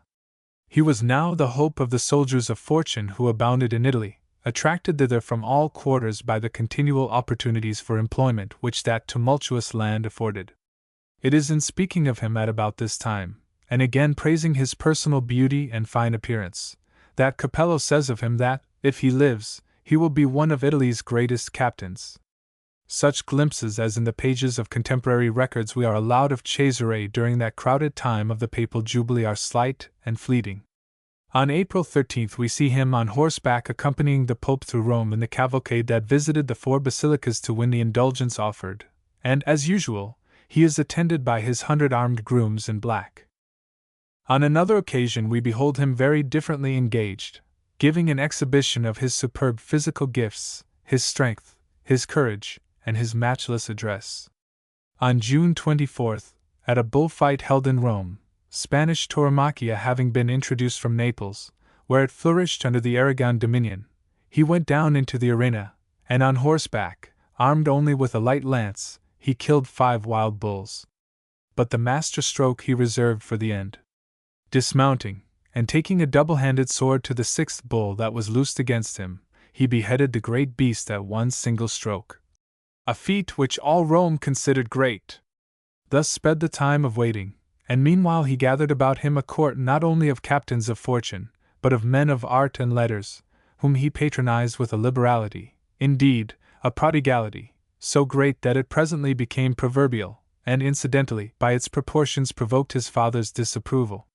In the brilliant group of men of letters who enjoyed his patronage were such writers as Justolo, Spariolo, and that unfortunate poet Serafino Cimino de Aquila, known to fame and posterity as the great Aquilano. And it would be, no doubt, during these months that Pier di Lorenzo painted that portrait of Cesare which Vasari afterwards saw in Florence, but which, unfortunately, is not now known to exist. Bramante, too, was of his court at this time, as was Michelangelo Buonarroti, whose superb group of Mercy, painted for Cardinal de Villiers, had just amazed all Rome. With Pinturicchio and Leonardo da Vinci, whom we shall see later beside Cesare, Michelangelo was ever held in the highest esteem by the Duke. The story of that young sculptor's leap into fame may not be so widely known, but that its repetition may be tolerated here, particularly since, remotely at least, it touches Cesare Borgia. When, in 1496, young Buonarroti, at the age of 23, came from Florence to Rome to seek his fortune at the opulent pontifical court, he brought a letter of recommendation to Cardinal Sforziario. This was the time of the great excavations about Rome. Treasures of ancient art were daily being rescued from the soil, and Cardinal Sforziario was a great dilettante and collector of the antique.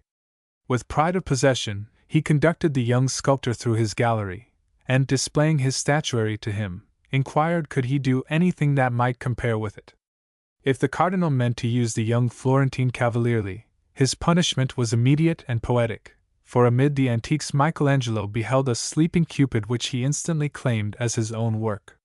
Riario was angry, no doubt suspicious, too, of fraud. This Cupid was, as its appearance showed, a genuine antique, which the cardinal had purchased from a Milanese dealer for 200 ducats. Michelangelo, in a passion, named the dealer, one Baldassari, to whom he had sent the statue after treating it, with the questionable morality of the Cinquecentists, so as to give it the appearance of having lain in the ground, to the end that Baldassari might dispose of it as an antique. His present fury arose from his learning the price paid by the cardinal to Baldassari, from whom Michelangelo had received only 30 ducats. In his wrath he demanded, very arbitrarily it seems, the return of his statue. But to this the cardinal would not consent until Baldassari had been arrested and made to disgorge the money paid him. Then, at last, Sforziario complied with Michelangelo's demands and delivered him his Cupid, a piece of work whose possession had probably ceased to give any pleasure to that collector of the antique. But the story was bruited abroad, and cultured Rome was agog to see the statue which had duped so astute a judge as Sforziario.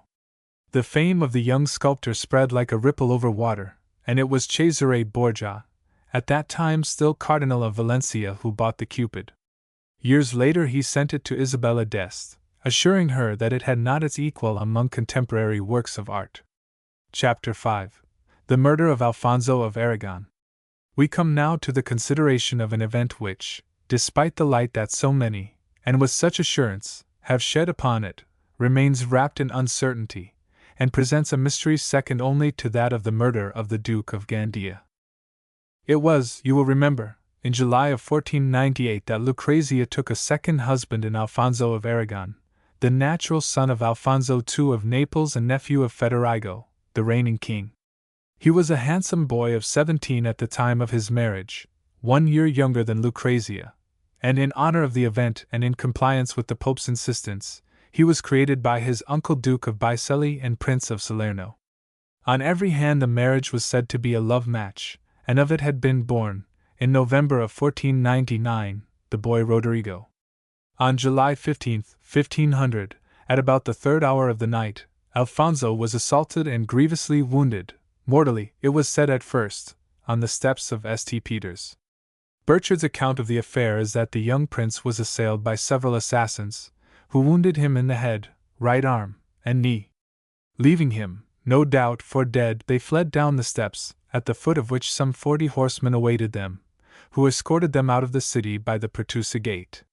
The prince was residing in the palace of the Cardinal of Santa Maria in Portico, but so desperate was his condition that those who found him upon the steps of the basilica bore him into the Vatican, where he was taken to a chamber of the Borgia Tower, whilst the Cardinal of Capua at once gave him absolution in articulo mortis. The deed made a great stir in Rome, and was, of course, the subject of immediate gossip, and 3 days later Cesare issued an edict forbidding, under pain of death, any man from going armed between Sant'Angelo and the Vatican. News of the event was carried immediately to Naples, and King Federigo sent his own physician, Gallieno, to treat and tend his nephew. In the care of that doctor and a hunchback assistant, Alfonso lay ill of his wounds until August 17, when suddenly he died, to the great astonishment of Rome, which for some time had believed him out of danger. In recording his actual death, Burchard is at once explicit and reticent to an extraordinary degree. Not dying, he writes, from the wound he had taken, he was yesterday strangled in his bed at the 19th hour. Between the chronicling of his having been wounded on the steps of St. Peter's and that of his death, 33 days later, there is no entry in Burchard's diary relating to the prince, nor anything that can in any way help the inquirer to a conclusion, whilst, on the subject of the strangling, not another word does the master of ceremonies add to what has above been quoted. That he should so coldly, almost cynically, state that Alfonso was strangled, without so much as suggesting by whom, is singular in one who, however grimly laconic, is seldom reticent, notwithstanding that he may have been so accounted by those who despaired of finding in his diary the confirmation of such points of view as they happened to have chosen and of such matters as it pleased them to believe and propagate. That same evening Alfonso's body was borne, without pomp, to St. Peter's, and placed in the chapel of Santa Maria del Febre. It was accompanied by Francesco Borgia, Archbishop of Cosenza. The doctor who had been in attendance upon the deceased and the hunchback were seized, taken to Sant'Angelo and examined, but shortly thereafter set at liberty. So far we are upon what we may consider safe ground. Beyond that we cannot go, save by treading the uncertain ways of speculation, and by following the accounts of the various rumors circulated at the time.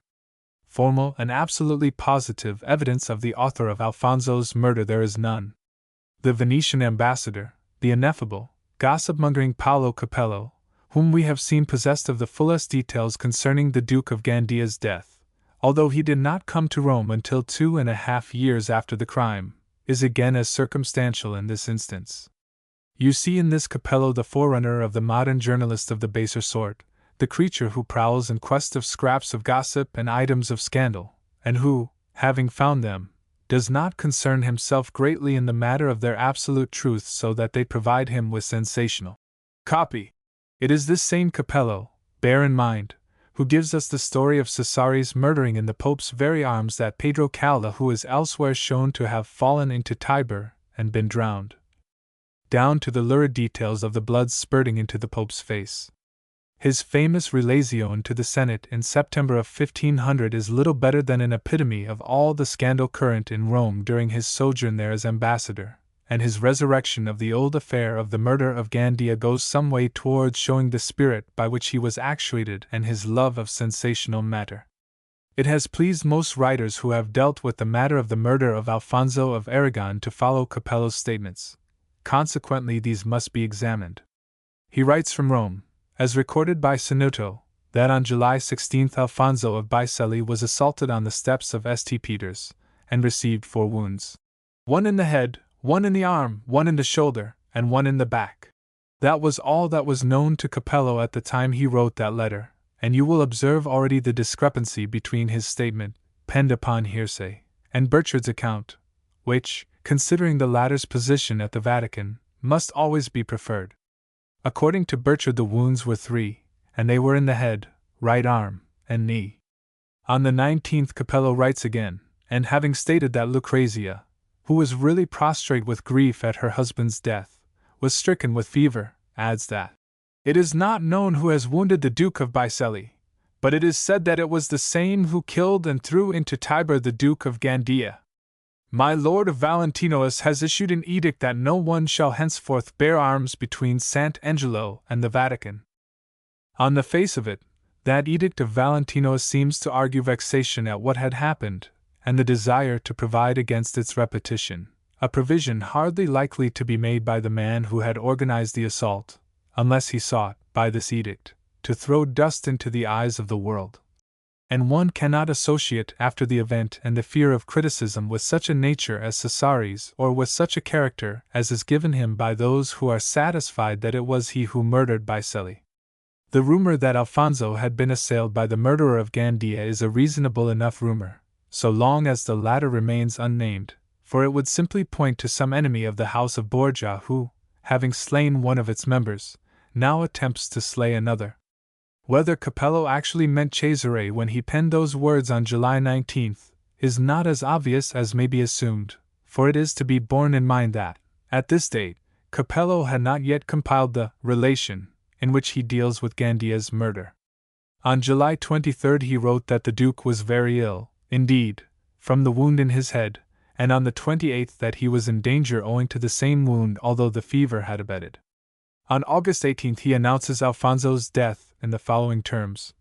The Duke of Bicelli, Madonna Lucrezia's husband, died today because he was planning the death of the Duke of Valentinois, by means of an arbalest bolt when he walked in the garden, and the Duke has had him cut to pieces in his room by his archers. This cutting to pieces form of death is one very dear to the imagination of Capello, and bears some witness to his sensation-mongering proclivities. Coming to matters more public, and upon which his evidence is more acceptable, he writes on the 20th that some servants of the prince's have been arrested, and that, upon being put to the question, they confessed to the prince's intent to kill the Duke of Valentinois, adding that a servant of the Duke's was implicated. On the 23rd Capello circumstantially confirms this matter of Alfonso's attempt upon Cesare's life, and states that this has been confessed by the master of Alfonso's household, the brother of his mother, Madonna Drusa. That is the sum of Capello's reports to the Senate, as recorded by Sinuto. The rest, the full, lurid, richly colored, sensational story, is contained in his Relation of September 20th. He prefaces the narrative by informing the Senate that the Pope is on very bad terms with Naples, and proceeds to relate the case of Alfonso of Aragon as follows. He was wounded at the 3rd hour of night near the palace of the Duke of Valentinois, his brother-in-law, and the prince ran to the Pope, saying that he had been wounded and that he knew by whom, and his wife Lucrèce, the Pope's daughter, who was in the room, fell into anguish. He was ill for 33 days, and his wife and sister, who is the wife of the Prince of Squillace, another son of the Pope's, were with him and cooked for him in a saucepan for fear of his being poisoned, as the Duke of Valentinois so hated him. And the Pope had him guarded by 16 men for fear that the Duke should kill him. And when the Pope went to visit him, Valentinois did not accompany him, save on one occasion, when he said that what had not been done at breakfast might be done at supper. On August 17 he, Valentinois, entered the room where the prince was already risen from his bed, and driving out the wife and sister, called in his man, named Machiavelli, and had the prince strangled, and that night he was buried. It will be seen that it is scarcely necessary to go outside of Capello's own relation for the purpose of traversing the statements contained in it, so far as the death of Alfonso of Aragon is concerned. It is, however, still to be considered that, if Alfonso knew who had attempted his life, as Capello states that he told the Pope, and knew that he was in hourly danger of death from Valentinois, it may surely be taken for granted that he would have imparted the information to the Neapolitan doctor sent him by his uncle, who must have had his confidence. We know that, after the prince's death, the physician and his hunchback assistant were arrested, but subsequently released. They returned to Naples, and in Naples, if not elsewhere, the truth must have been known, definite and authentic facts from the lips of eyewitnesses, not mere matters of rumor, as was the case in Rome. It is to Neapolitan writings, then, that we must turn for the truth of this affair, and yet from Naples all that we find is a rumor, the echo of the Roman rumor. They say, writes the Venetian ambassador at the court of King Federigo, that he was killed by the Pope's son. A more mischievous document than Capello's Relazione can seldom have found its way into the pages of history. It is the prime source of several of the unsubstantiated accusations against Cesare Borgia upon which subsequent writers have drawn, accepting without criticism, and from which they have formed their conclusions as to the Duke's character. Even in our own times we find the learned Gregorovius following Capello's relations step by step, and dealing out this matter of the murder of the Duke of Bicelli in his own paraphrases, as so much substantiated, unquestionable fact. We find in his Lucrezia Borgia the following statement: the affair was no longer a mystery.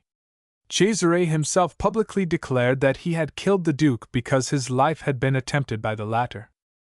To say that Cesare publicly declared that he had killed the Duke is to say a very daring thing, and is dangerously to improve upon Capello. If it is true that Cesare made this public declaration, how does it happen that no one but Capello heard him?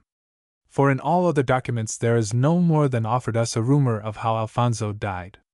Surely it is to be supposed that, had Cesare made any such declaration, the letters from the ambassadors would have rung with it. Yet they will offer you nothing but statements of what is being rumored. Nor does Gregorovius confine himself to that in his sedulous following of Capello's relation. He serves up out of Capello the lying story of the murder of Pedro Calda. What, he says of Cesare, to support his view that Cesare murdered Alfonso of Aragon, could be beyond this terrible man who had poignarded the Spaniard Pedro Calda, under the Pope's very cloak, so that his blood spurted up into the Pope's face? This in his History of Rome. In his Lucrezia Borgia he almost improves upon it when he says that the Venetian ambassador, Paolo Capello, reports how Cesare Borgia stabbed the Chamberlain Prato, etc., but Burchard makes no mention of the fact.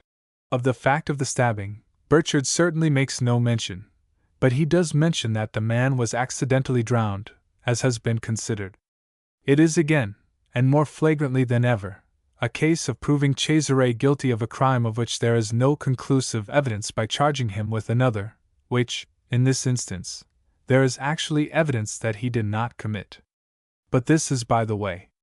Burchard's entries in his diary relating to the assault upon Alfonso of Aragon can no more escape the criticism of the thoughtful than can Capello's relation. His 40 horsemen, for instance, need explaining. Apart from the fact that this employment of 40 horsemen would be an altogether amazing and incredible way to set about the murder of a single man, it is to be considered that such a troop, drawn up in the square before St. Peter's, must of necessity have attracted some attention. It was the first hour of the night, remember, according to Burchard, that is to say, at dusk. Presumably, too, those horsemen were waiting when the prince arrived. How then did he, and why was he allowed, to pass them, only to be assailed in ascending the steps? Burchard, presumably, did not himself see these horsemen. Certainly he cannot have seen them escorting the murderers to the Pertusa gate. Therefore he must have had the matter reported to him. Naturally enough, had the horsemen existed, they must have been seen. How, then, does it happen that Capello did not hear of them? Nor the Florentine ambassador, who says that the murderers were 4, nor any one else apparently? To turn for a moment to the Florentine ambassador's letters upon the subject, we find in this other Capello, Francesco Capello was his name, accounts which differ alike from Paolo Capello's and from Burchard's stories. But he is careful to say that he is simply repeating the rumors that are abroad, and cites several different versions that are current, adding that the truth of the affair is not known to anybody. His conclusions, however, particularly those given in cipher, point to Cesare Borgia as the perpetrator of the deed, and hint at some such motive of retaliation for an attempt upon his own life as that which is given by the ambassador of Venice. There is much mystery in the matter, despite Gregorovius's assertion to the contrary, mystery which mere assertion will not dissipate. This conclusion, however, it is fair to draw, if, on Capello's evidence, we are to accept it that Cesare Borgia is responsible for the death of Alfonso of Aragon, then, on the same evidence, we must accept the motive as well as the deed. We must accept as equally exact his thrice-repeated statement in letters to the Senate that the prince had planned Cesare's death by posting crossbowmen to shoot him. 1. Either we must accept all, or we must reject all, that Capello tells us. If we reject all, then we are left utterly without information as to how Alfonso of Aragon died. If we accept all, then we find that it was as a measure of retaliation that Cesare compassed the death of his brother-in-law, which made it not a murder, but a private execution, justifiable under the circumstances of the provocation received and as the adjustment of these affairs was understood in the Cinquecento. Chapter 6. Rimini and Pesaro.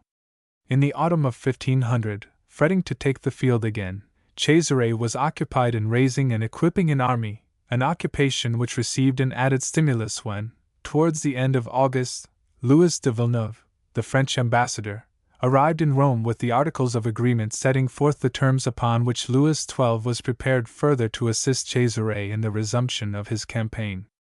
In these it was stipulated that, in return for such assistance, Cesare should engage himself, on his side, to aid the King of France in the conquest of Naples when the time for that expedition should be ripe.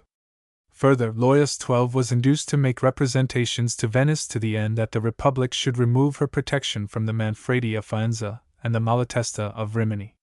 Venice being at the time in trouble with the Turk, and more anxious than ever to conciliate France and the Pope, was compelled to swallow her reluctance and submit with the best grace she could assume.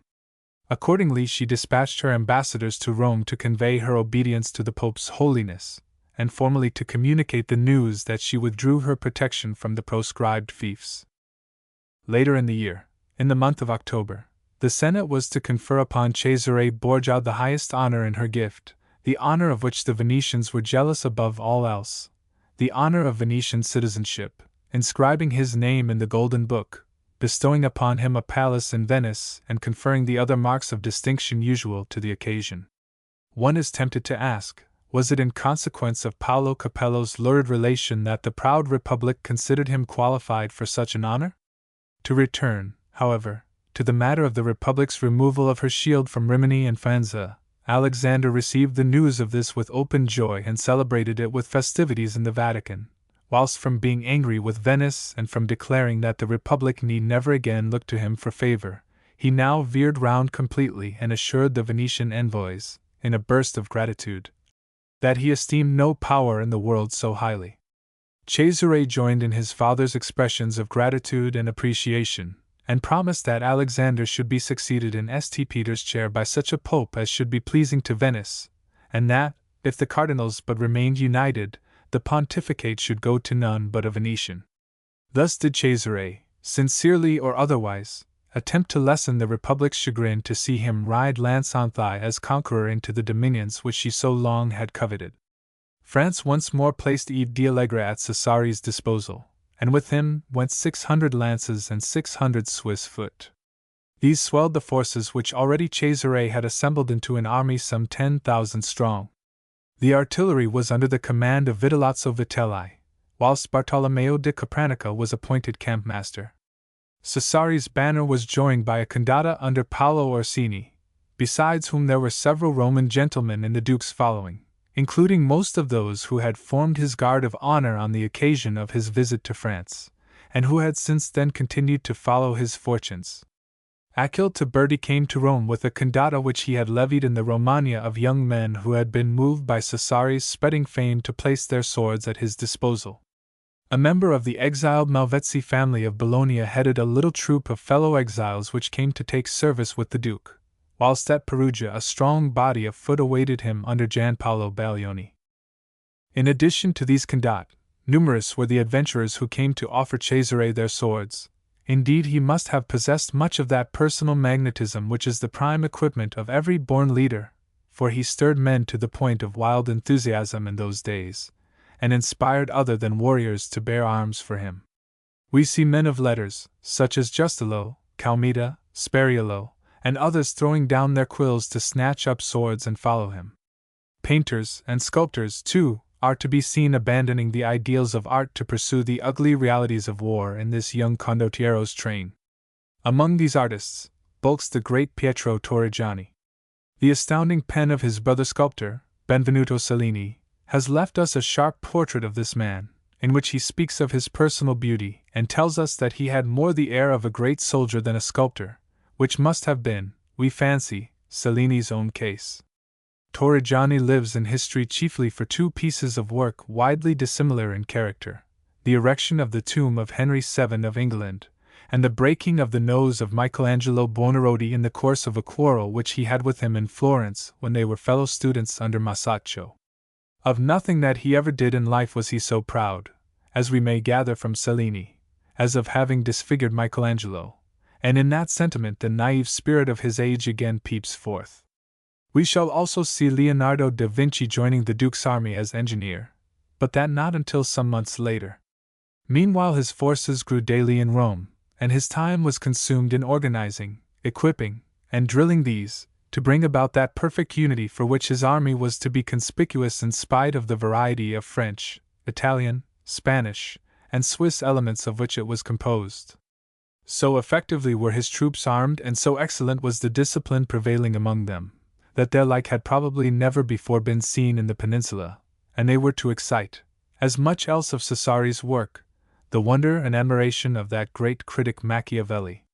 So much, however, was not to be achieved without money, and still more would be needed for the campaign ahead. For this the Church provided.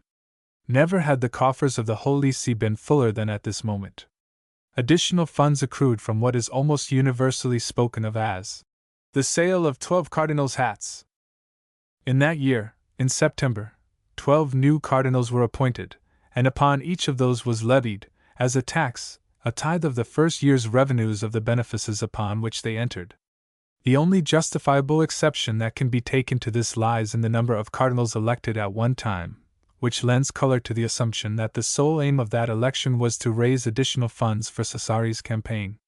Probably it was also Alexander's aim further to strengthen his power with the Sacred College, so that he could depend upon a majority to ensure his will in all matters. But we are at the moment concerned with the matter of the levied tax. It has been dubbed an atrocious act of simony, but the reasoning that so construes it is none so clear. The cardinals' hats carried with them vast benefices. These benefices were the property of the Church. They were in the gift and bestowal of the Pope, and in the bestowing of them the Pope levied a proportionate tax. Setting aside the argument that this tax was not an invention of Alexander's, does such a proceeding really amount to a sale of benefices? A sale presupposes bargaining, a making of terms between two parties, an adjusting of a price to be paid. There is evidence of no such marketing of these benefices. Indeed, one cardinal, vowed to poverty, received his hat without the imposition of a tax. Another was Cesare's brother-in-law, Amanieu d'Albret, who had been promised the hat a year ago. It is further to be borne in mind that, for months earlier, the Pope had levied a similar decima, or tax, upon the entire College of Cardinals and every official in the service of the Holy See, for the purposes of the expedition against the Muslim, who was in arms against Christianity. Naturally, that tax was not popular with luxurious, self-seeking, Cinquecento prelates, who in the main cared entirely for their own prosperity and not at all for that of Christianity, and you may realize how, by levying it, Alexander laid himself open to harsh criticism. The only impugnable matter in the deed lies, as has been said, in the number of cardinals so created at a batch. But the ends to be served may be held to justify, if not altogether, at least in some measure, the means adopted. The Romagna War for which the funds were needed was primarily for the advancement of the Church, to expunge those faithless vicars who, appointed by the Holy See and holding their fiefs in trust for her, refused payment of just tribute, and otherwise so acted as to alienate from the Church the states which she claimed for her own.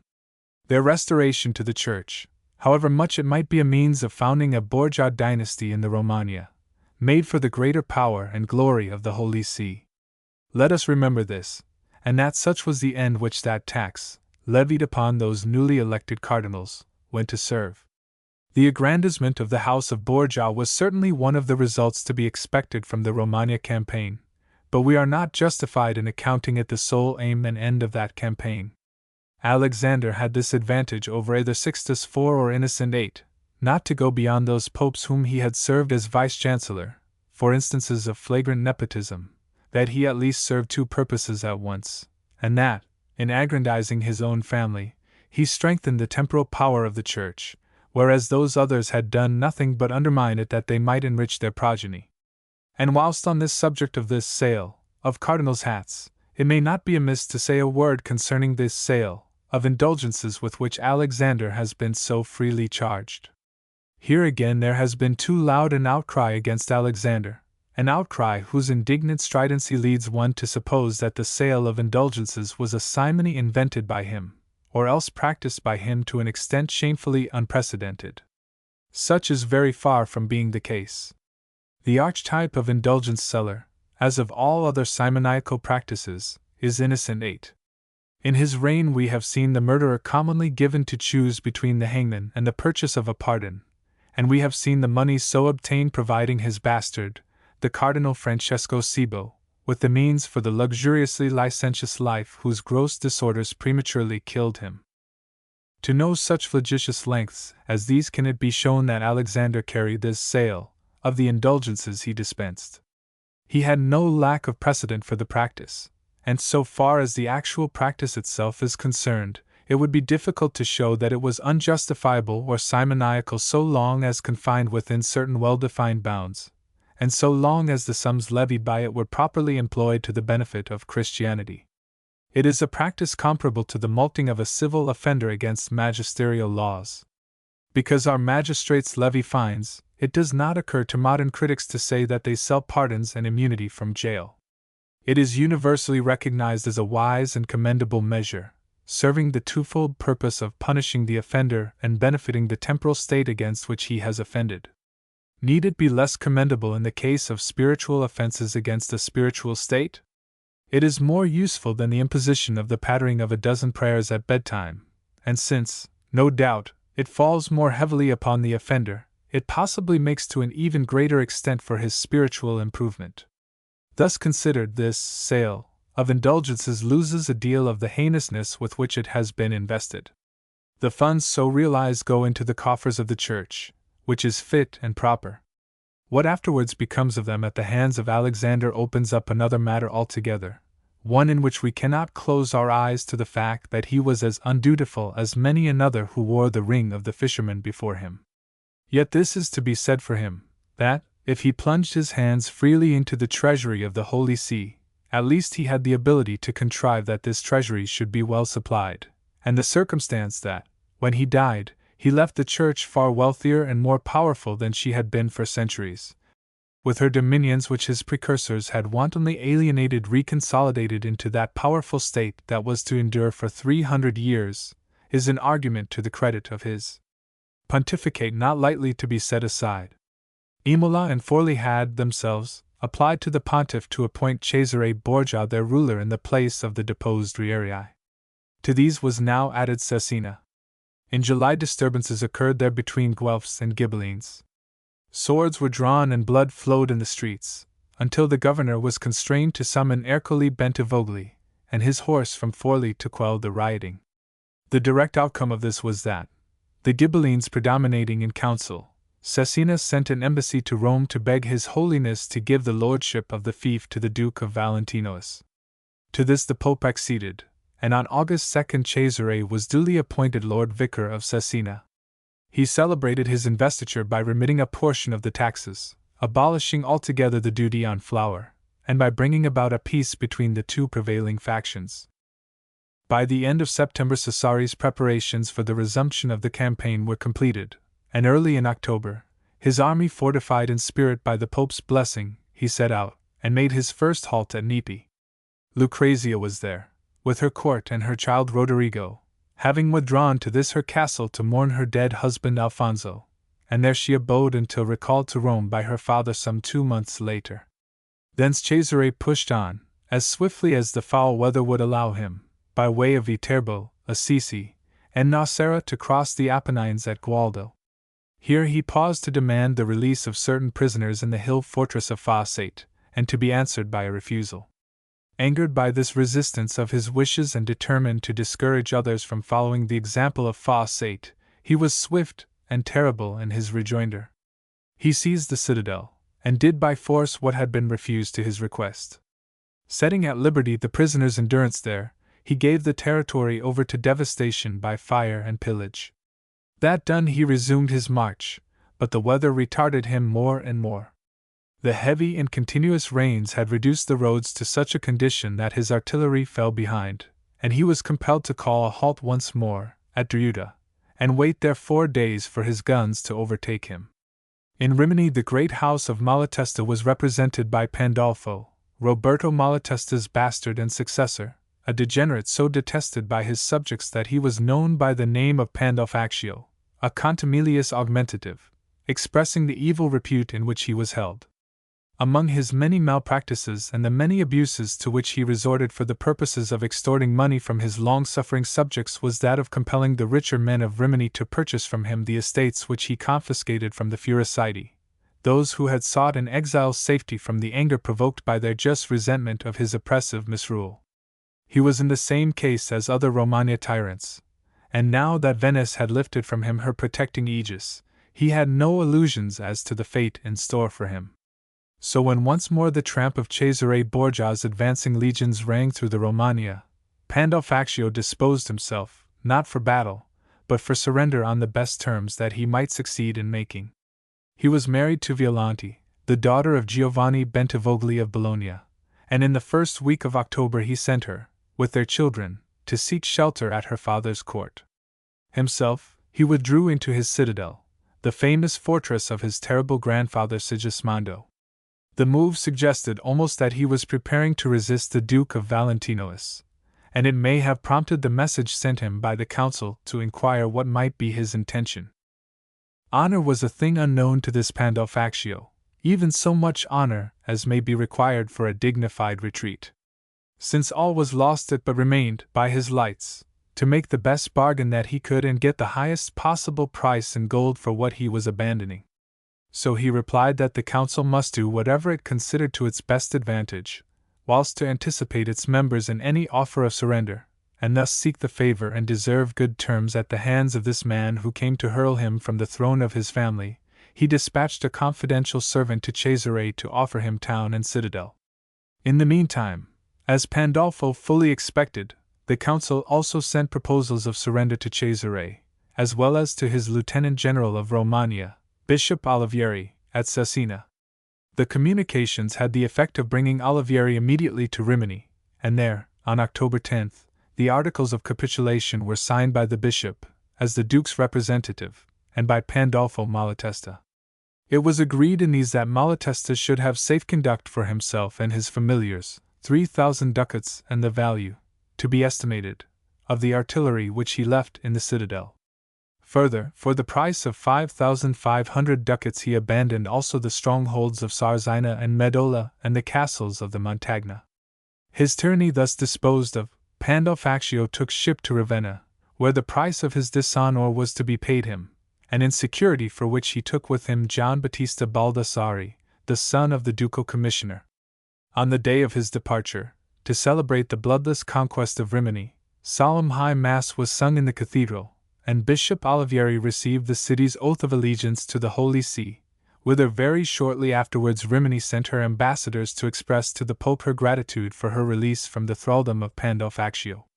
Like Rimini, Pesaro too fell without the striking of a blow, for all that it was by no means as readily relinquished on the part of its ruler. Giovanni Sforza had been exerting himself desperately for the past 2 months to obtain help that should enable him to hold his tyranny against the Borgia might. But all in vain. His entreaties to the emperor had met with no response, whilst his appeal to Francesco Gonzaga of Mantua, whose sister, it will be remembered, had been his first wife, had resulted in the Marquis sending him 100 men under an Albanian, named Jacopo. What Giovanni was to do with 100 men it is difficult to conceive, nor are the motives of Gonzaga's action clear. We know that at this time he was eagerly seeking Cesare's friendship, sorely uneasy as to the fate that might lie in store for his own dominions, once the Duke of Valentinois should have disposed of the feudatories of the Church. Early in that year 1500 he had asked Cesare to stand godfather for his child, and Cesare had readily consented, whereby a certain bond of relationship and good feeling had been established between them, which everything shows Gonzaga most anxious to preserve unsevered. The only reasonable conclusion in the matter of that condotta of 100 men is that Gonzaga desired to show friendliness to the Lord of Pesaro, yet was careful not to do so to any extent that might be hurtful to Valentinois. As for Giovanni Sforza, of whom so many able pens have written so feelingly as the constant, unfortunate victim of Borgia ambition, there is no need to enter into analyses for the purpose of judging him here. His own subjects did so in his own day. When a prince is beloved by all classes of his people, it must follow that he is a good prince and a wise ruler. When his subjects are divided into 2 factions, one to oppose and the other to support him, he may be good or bad, or good and bad. But when a prince can find none to stand by him in the hour of peril, it is to be concluded that he has deserved little at the hands of those whom he has ruled. The latter is the case of Giovanni Sforza, this prince whom, Iriart tells us, rendered sweet the lives of his subjects. The nobility and the proletariat of Pesaro abhorred him. The trader classes stood neutral, anxious to avoid the consequences of partisanship, since it was the class most exposed to those consequences. On Sunday, October 11th, the day after Pandolfo Malatesta had relinquished Rimini, news reached Pesaro that Ercole Bentivogli's horse was marching upon the town, in advance of the main body of Cesare's army. Instantly there was an insurrection against Giovanni, and the people, taking to arms, raised the cry of Duca! In acclamation of the Duke of Valentinois, under the very windows of their ruler's palace. Getting together the 300 men that constituted his army, Giovanni beat a hasty retreat to Pesaro's magnificent fortress, and that same night he secretly took ship to Ravenna accompanied by the Albanian Jacopo, and leaving his half-brother, Galeazzo Sforza di Codignola, in command of the citadel. Thence Giovanni repaired to Bologna, and already repenting his precipitate flight, he appealed for help to Bentivogli, who was himself uneasy, despite the French protection he enjoyed. Similarly, Giovanni addressed fresh appeals to Francesco Gonzaga, but neither of these tyrants could or dared avail him, and whilst he was still imploring their intervention his fief had fallen into Cesare's power. Ercole Bentivogli, with a small body of horse, had presented himself at the gates of Pesaro on October 21st, and Galeazzo Sforza, having obtained safe conduct for the garrison, surrendered. Cesare, meanwhile, was at Fano, where he paused to allow his army to come up with him, for he had outridden it from Fossate, through foul wintry weather, attended only by his light horse. It was said that he hoped that Fano might offer itself to him as other fiefs had done, and, if Pandolfo Colanuccio is correct, he had been counseled by the Pope not to attempt to impose himself upon Fano, but to allow the town a free voice in the matter. If his hopes were as stated, he was disappointed in them, for Fano made no offer to him, and matters remained for the present as they were. On the 27th, with the banners of the bull unfurled, he rode into Pesaro at the head of 2,000 men, making his entrance with his wonted pomp, of whose dramatic values he was so fully aware. He was met at the gates by the council, which came to offer him the keys of the town, and despite the pouring rain under which he entered the city, the people of Pesaro thronged the streets to acclaim him as he rode. He took up his lodgings at the Sforza Palace, so lately vacated by Giovanni, the palace where Lucrezia Borgia had held her court when, as Giovanni's wife, she had been Countess of Pesaro and Codignola. Early on the morrow he visited the citadel, which was one of the finest in Italy, rivaling that of Rimini for strength. On his arrival there, a flourish of trumpets imposed silence, while the heralds greeted him formally as Lord of Pesaro. He ordered one of the painters in his train to draw up plans of the fortress to be sent to the Pope, and issued instructions for certain repairs and improvements, which he considered desirable. Here in Pesaro came to him the famous Pandolfo Colanuccio, as envoy from the Duke of Ferrara, to congratulate Cesare upon the victory. In sending Colanuccio at such a time, Ercole d'Este paid the Duke of Valentinois a subtle, graceful compliment. This distinguished poet, dramatist, and historian was a native of Pesaro who had been exiled 10 years earlier by Giovanni, which was the tyrant's way of showing his gratitude to the man who, more than any other, had contributed to the bastard Sforza's succession to his father as Lord of Pesaro and Codignola. Colanuccio was one of the few literary men of his day who was not above using the Italian tongue, treating it seriously as a language and not merely as a debased form of Latin. He was eminent as a jurisconsult, and being a man of action as well as a man of letters, he had filled the office of podesta in various cities. He had found employment under Lorenzo de' Medici, and latterly under Ercole d'Este, whom we now see him representing. Cesare received him with all honor, sending the master of his household, Ramiro de Lorqua, to greet him on his arrival and to bear him the usual gifts of welcome, of barley, wine, capons, candles, sweetmeats, etc., whilst on the morrow the Duke gave him audience, treating him in the friendliest manner, as we see from Colanuccio's own report to the Duke of Ferrara. In this he says of Cesare, "He is accounted valiant, joyous, and open-handed, and it is believed that he holds honest men in great esteem. Harsh in his vengeance, according to many, he is great of spirit and of ambition, athirst for eminence and fame." Colanuccio was reinstated by Cesare in the possessions of which Giovanni had stripped him, a matter which so excited the resentment of the latter that, when ultimately he returned to his dominions, one of his first acts was to avenge it. Colanuccio, fearing that he might not stand well with the tyrant, had withdrawn from Pesaro. But Giovanni, with all semblance of friendliness, treacherously lured him back to cast him into prison and have him strangled, a little matter which those who, to the detriment of the Borgia, seek to make a hero of this Giovanni Sforza, would do well not to suppress. A proof of the splendid discipline prevailing in Cesare's army is afforded during his brief sojourn in Pesaro. In the town itself, some 2,000 of his troops were accommodated, while some thousands more swarmed in the surrounding country. Occupation by such an army was, naturally enough, cause for deep anxiety on the part of a people who were but too well acquainted with the ways of the 15th-century men-at-arms. But here was a general who knew how to curb and control his soldiers. Under the pain of death his men were forbidden from indulging any of the predations or violences usual to their kind, and, as a consequence, the inhabitants of Pesaro had little to complain of. Giustolo gives us a picture of the Duke of Valentinois on the banks of the river Montoni, which again throws into relief the discipline which his very presence, such was the force of his personality, was able to enforce. A disturbance arose among his soldiers at the crossing of this river, which was swollen with rains and the bridge of which had been destroyed. It became necessary to effect the crossing in one small boat, the only craft available, and the men, crowding to the bank, stormed and fought for precedence until the affair grew threatening. Cesare rowed down to the river, and no more than his presence was necessary to restore peace. Under that calm, cold eye of his the men instantly became orderly, and whilst he sat his horse and watched them, the crossing was soberly effected, and as swiftly as the single craft would permit. The Duke remained but 2 days in Pesaro.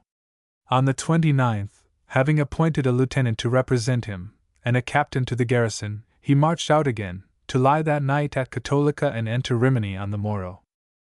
There again he was received with open arms, and he justified the people's welcome of him by an immediate organization of affairs which gave universal satisfaction.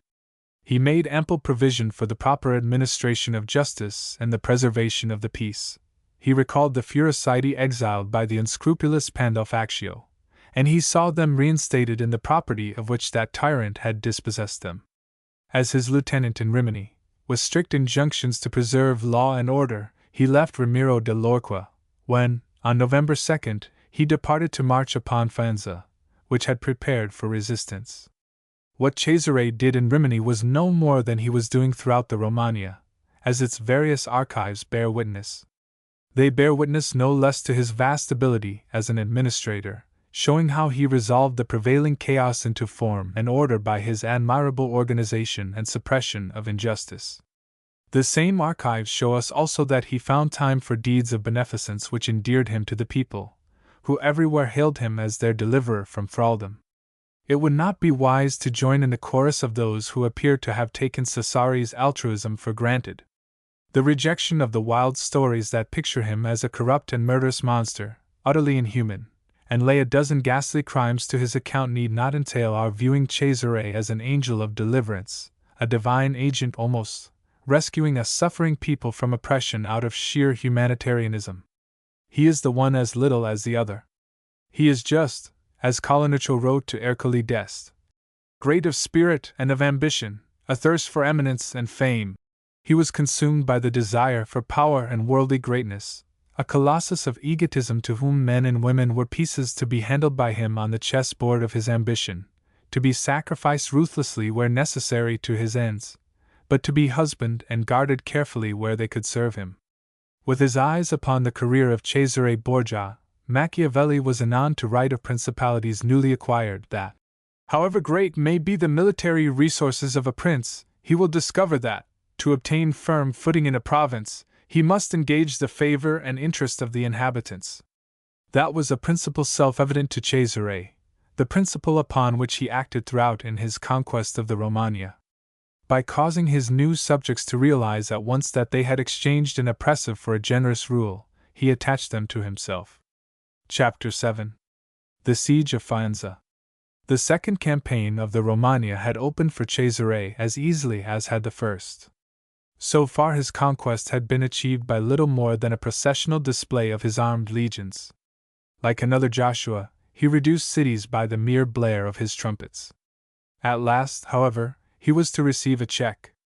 Where grown men had fled cravenly at his approach, it remained for a child to resist him at Faenza, as a woman had resisted him at Forli. His progress north from Pesaro was of necessity slow. He paused, as we have seen, at Rimini, and he paused again, and for a rather longer spell, at Forli, so that it was not until the second week of November that Astor Manfredi, the boy of 16 who was to hold Faenza, caught in the distance the flash of arms and the banners with the bull device borne by the host which the Duke of Valentinois led against him. At first it had been Astor's intent to follow the example set him by Malatesta and Sforza, and he had already gone so far as to remove his valuables to Ravenna, whither he, too, meant to seek refuge. But he was in better case than any of the tyrants so far deposed, inasmuch as his family, which had ruled Faenza for 200 years, had not provoked the hatred of its subjects, and these were now ready and willing to stand loyally by their young lord. But loyalty alone can do little, unless backed by the might of arms, against such a force as Cesare was prepared to hurl upon Faenza. This Astor realized, and for his own and his subjects' sake was preparing to depart, when, to his undoing, support reached him from an unexpected quarter. Bologna, whose ruler, Giovanni Bentivogli, was Astor's grandfather, in common with Florence and Urbino, grew daily more and more alarmed at the continual tramp of armed multitudes about her frontiers, and at the steady growth in numbers and in capacity of this splendid army which followed Caesar, an army captained by such enemies of the Bentivogli as the Baglioni, the Orsini, and the exiled Malvezzi. Bentivogli had good grounds for his anxiety, not knowing how long he might depend upon the protection of France, and well aware that, once that protection was removed, there would be no barrier between Bologna and Cesare's manifest intentions concerning her. Next to Cesare's utter annihilation, to check his progress was the desire dearest just then to the heart of Bentivogli, and with this end in view he dispatched Count Guido Torella to Faenza, in mid-October, with an offer to assist Astor with men and money. Astor, who had succeeded Galato Manfredi in the tyranny of Faenza at the age of 3, had been and still continued under the tutelage of the council which really governed his territories. To this council came Count Torella with Bentivogli's offer, adding the proposal that young Astor should be sent to Venice for his personal safety. But to this the council replied that it would be useless, if that course were adopted, to attempt resistance, as the people could only be urged to it by their affection for their young lord, and that, if he were removed from their midst, they would insist upon surrender. News of these negotiations reached Rome, and on October 24 Alexander sent Bentivogli his commands to refrain, under pain of excommunication, from interfering in the affairs of Faenza. Bentivogli made a feeble attempt to mask his disobedience. The troops with which he intended to assist his grandson were sent ostensibly to Castel Bolognese, but with instructions to desert thence and make for Faenza. This they did, and thus was a store strengthened by 1,000 men, whilst the work of preparing his city for resistance went briskly forward. Meanwhile, ahead of Cesare Borgia, swept Vitellozzo Vitelli with his horse into Astor's dominions. He descended upon the valley of the Lamone, and commenced hostilities by the capture and occupation of Briskela on November 7. The other lesser strongholds and townships offered no resistance to Cesare's arms. Indeed, they were induced into ready rebellion against their lord by Dionigio di Naldo, the sometime defender of Imola, who had now taken service with Cesare. On November 10 Cesare himself halted his host beneath the walls of Faenza and called upon the town to surrender. Being denied, he encamped his army for the siege. He chose the eastern side of the town, between the rivers Lamone and Marzano, and that his artillery might have free play, he caused several houses to be demolished. In Faenza itself, meanwhile, the easy conquest of the valley had not produced a good effect. Moreover, the defenders had cause to fear treachery within their gates, for a paper had been picked up out of the moat containing an offer of terms of surrender. It had been shot into the castle attached to an arbelspult, and was intended for the Castellan Castagnini. This Castagnini was arrested, thrown into prison, and his possessions confiscated, whilst the council placed the citadel in the hands of 4 of its own members together with Gian Evangelista Manfredi, Astor's half-brother, and a bastard of Galeotto's. These set about defending it against Cesare, who had now opened fire. The Duke caused the guns to be trained upon a certain bastion through which he judged that a good assault might be delivered and an entrance gained. Night and day was the bombardment of that bastion kept up, yet without producing visible effect until the morning of the 20th, when suddenly one of its towers collapsed thunderously into the moat.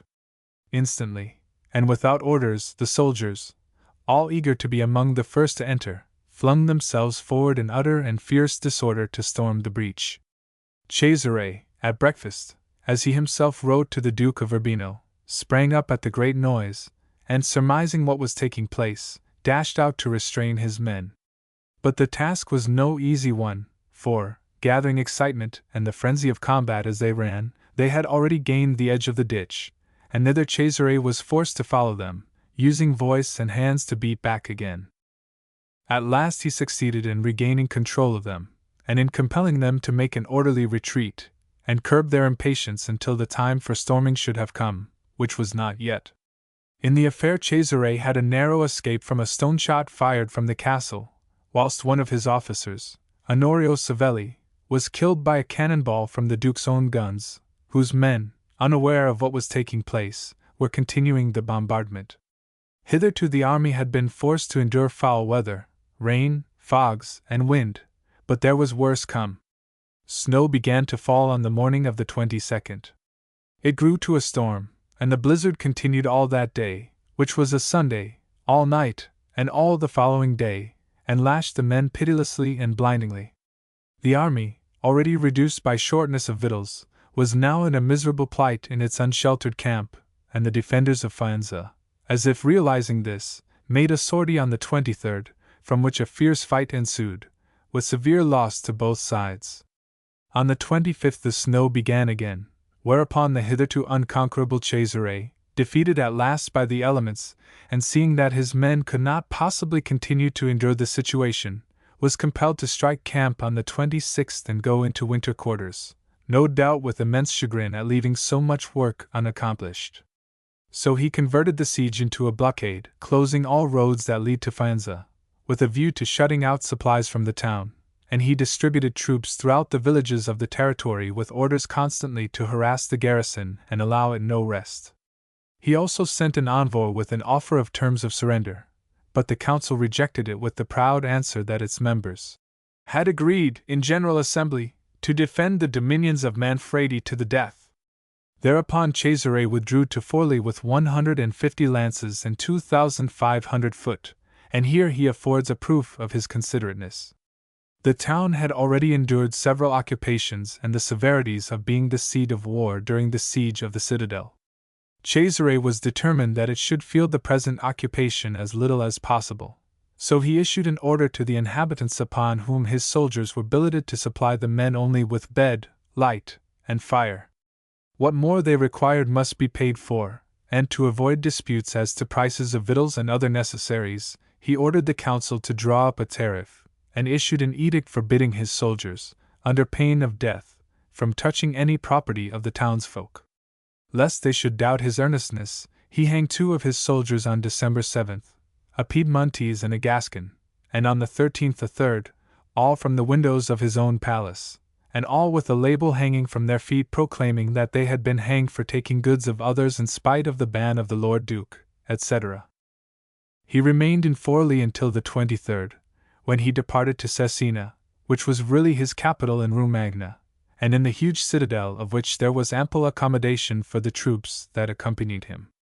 In Forli he left, as his lieutenants, the Bishop of Trani and Don Michel de Corella, the Machiavelli, of Capello's relation, and the Michelato, of so many Borgia fables.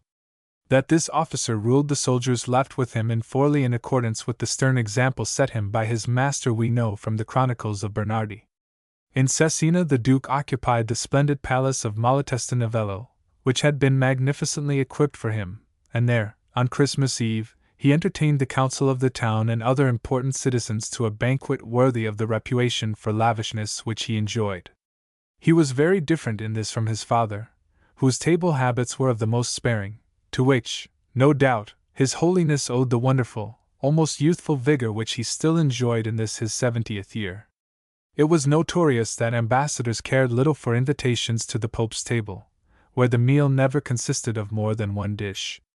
On Christmas Day the Duke attended Mass at the church of San Giovanni Evangelista with great pomp, arrayed in the ducal chlamys, and followed by his gentlemen. With these young patricians Cesare made merry during the days that followed. The time was spent in games and joustings, in all of which the Duke showed himself freely, making display of his physical perfections, fully aware, no doubt, of what a short cut these afforded him to the hearts of the people, ever ready to worship physical beauty, prowess, and address.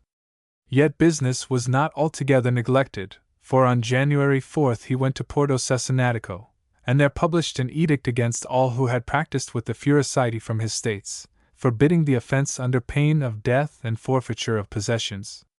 He remained in winter quarters until the following April, from which, however, it is not to be concluded that Faenza was allowed to be at peace for that spell. The orders which he had left behind him, that the town was constantly to be harassed, were by no means neglected. On the night of January 21st, by arrangement with some of the inhabitants of the beleaguered city, the foot surrounding Faenza attempted to surprise the garrison by a secret escalade. They were, however, discovered betimes in the attempt and repulsed, some who had the mischance, as it happened, to gain the battlements before the alarm was raised, being taken and hanged. The Duke's troops, however, consoled themselves by capturing Russi and Solarolo, the last 2 strongholds in the valley that had held for a store. Meanwhile, Cesare and his merry young patricians spent the time as agreeably as might be in Cesena during that carnival. The author of the Diario Cesenate is moved by the Duke's pastimes to criticize him severely as indulging in amusements unbecoming the dignity of his station. He is particularly shocked to know that the Duke should have gone forth in disguise with a few companions to repair to carnival festivities in the surrounding villages, and there to wrestle with the rustics. It is not difficult to imagine the discomfiture suffered by many a village Hercules at the hands of this lithe young man, who could behead a bull at a single stroke of a spadoon, and break a horseshoe in his fingers. The diary in question, you will have gathered, is that of a pedant, prim and easily scandalized. So much being obvious, it is noteworthy that Cesare's conduct should have afforded him no subject for graver strictures than these, Cesare being such a man as has been represented, and the time being that of carnival when license was allowed full play. The Pope accounted that the check endured by Cesare before Faenza was due not so much to the foul weather by which his army had been beset as to the assistance which Giovanni Bentivogli had rendered his grandson Astor, and bitter were the complaints of it which he addressed to the King of France. Alarmed by this, and fearing that he might have compromised himself and jeopardized the French protection by his action in the matter, Bentivogli made haste to recall his troops, and did in fact withdraw them from Faenza early in December, shortly after Cesare had gone into winter quarters.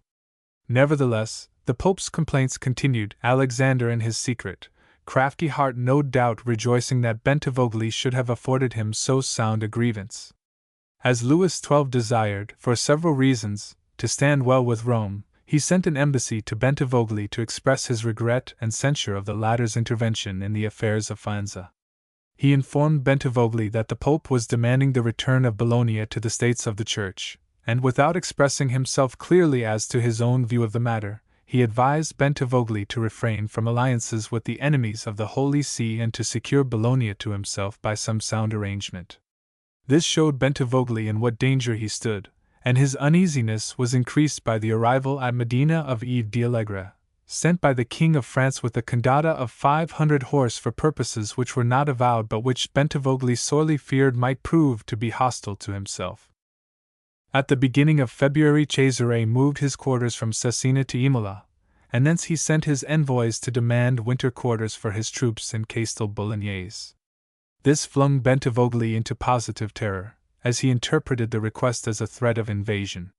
Castel Bolognese was too valuable a stronghold to be so lightly placed in the Duke's hands. Thence Bentivogli might, in case of need, hold the Duke in check, the fortress commanding, as it did, the road from Imola to Faenza. He had the good sense, however, to compromise the matter by returning Cesare an offer of accommodation for his men with victuals, artillery, etc., but without the concession of Castel Bolognese.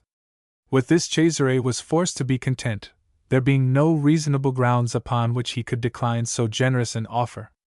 It was a cunning concession on Bentivogli's part, for, without strengthening the Duke's position, it yet gave the latter what he ostensibly required, and left no cause for grievance, and no grounds upon which to molest Bologna. So much was this the case that on February 26 the Pope wrote to Bentivogli expressing his thanks at the assistance which he had thus given Cesare in the Faenza emprise. It was during this sojourn of Cesare's at Imola that the abduction took place of Dorotea Caracciolo, the young wife of Gian Battista Caracciolo, a captain of foot in the Venetian service. The lady, who was attached to the Duchess of Urbino, had been residing at the latter's court, and in the previous December Caracciolo had begged leave of the Council of Ten that he might himself go to Urbino for the purpose of escorting her to Venice. The council, however, had replied that he should send for her, and this the captain had done. Near Servia, on the confines of the Venetian territory, towards evening of February 14th, the lady's escort was set upon by 10 well-armed men, and rudely handled by them, some being wounded and one at least killed, whilst the lady and a woman who was with her were carried off. The Podesta of Servia reported to the Venetian Senate that the abductors were Spaniards of the army of the Duke of Valentinois, and it was feared in Venice, according to Sinuto, that the deed might be the work of Cesare.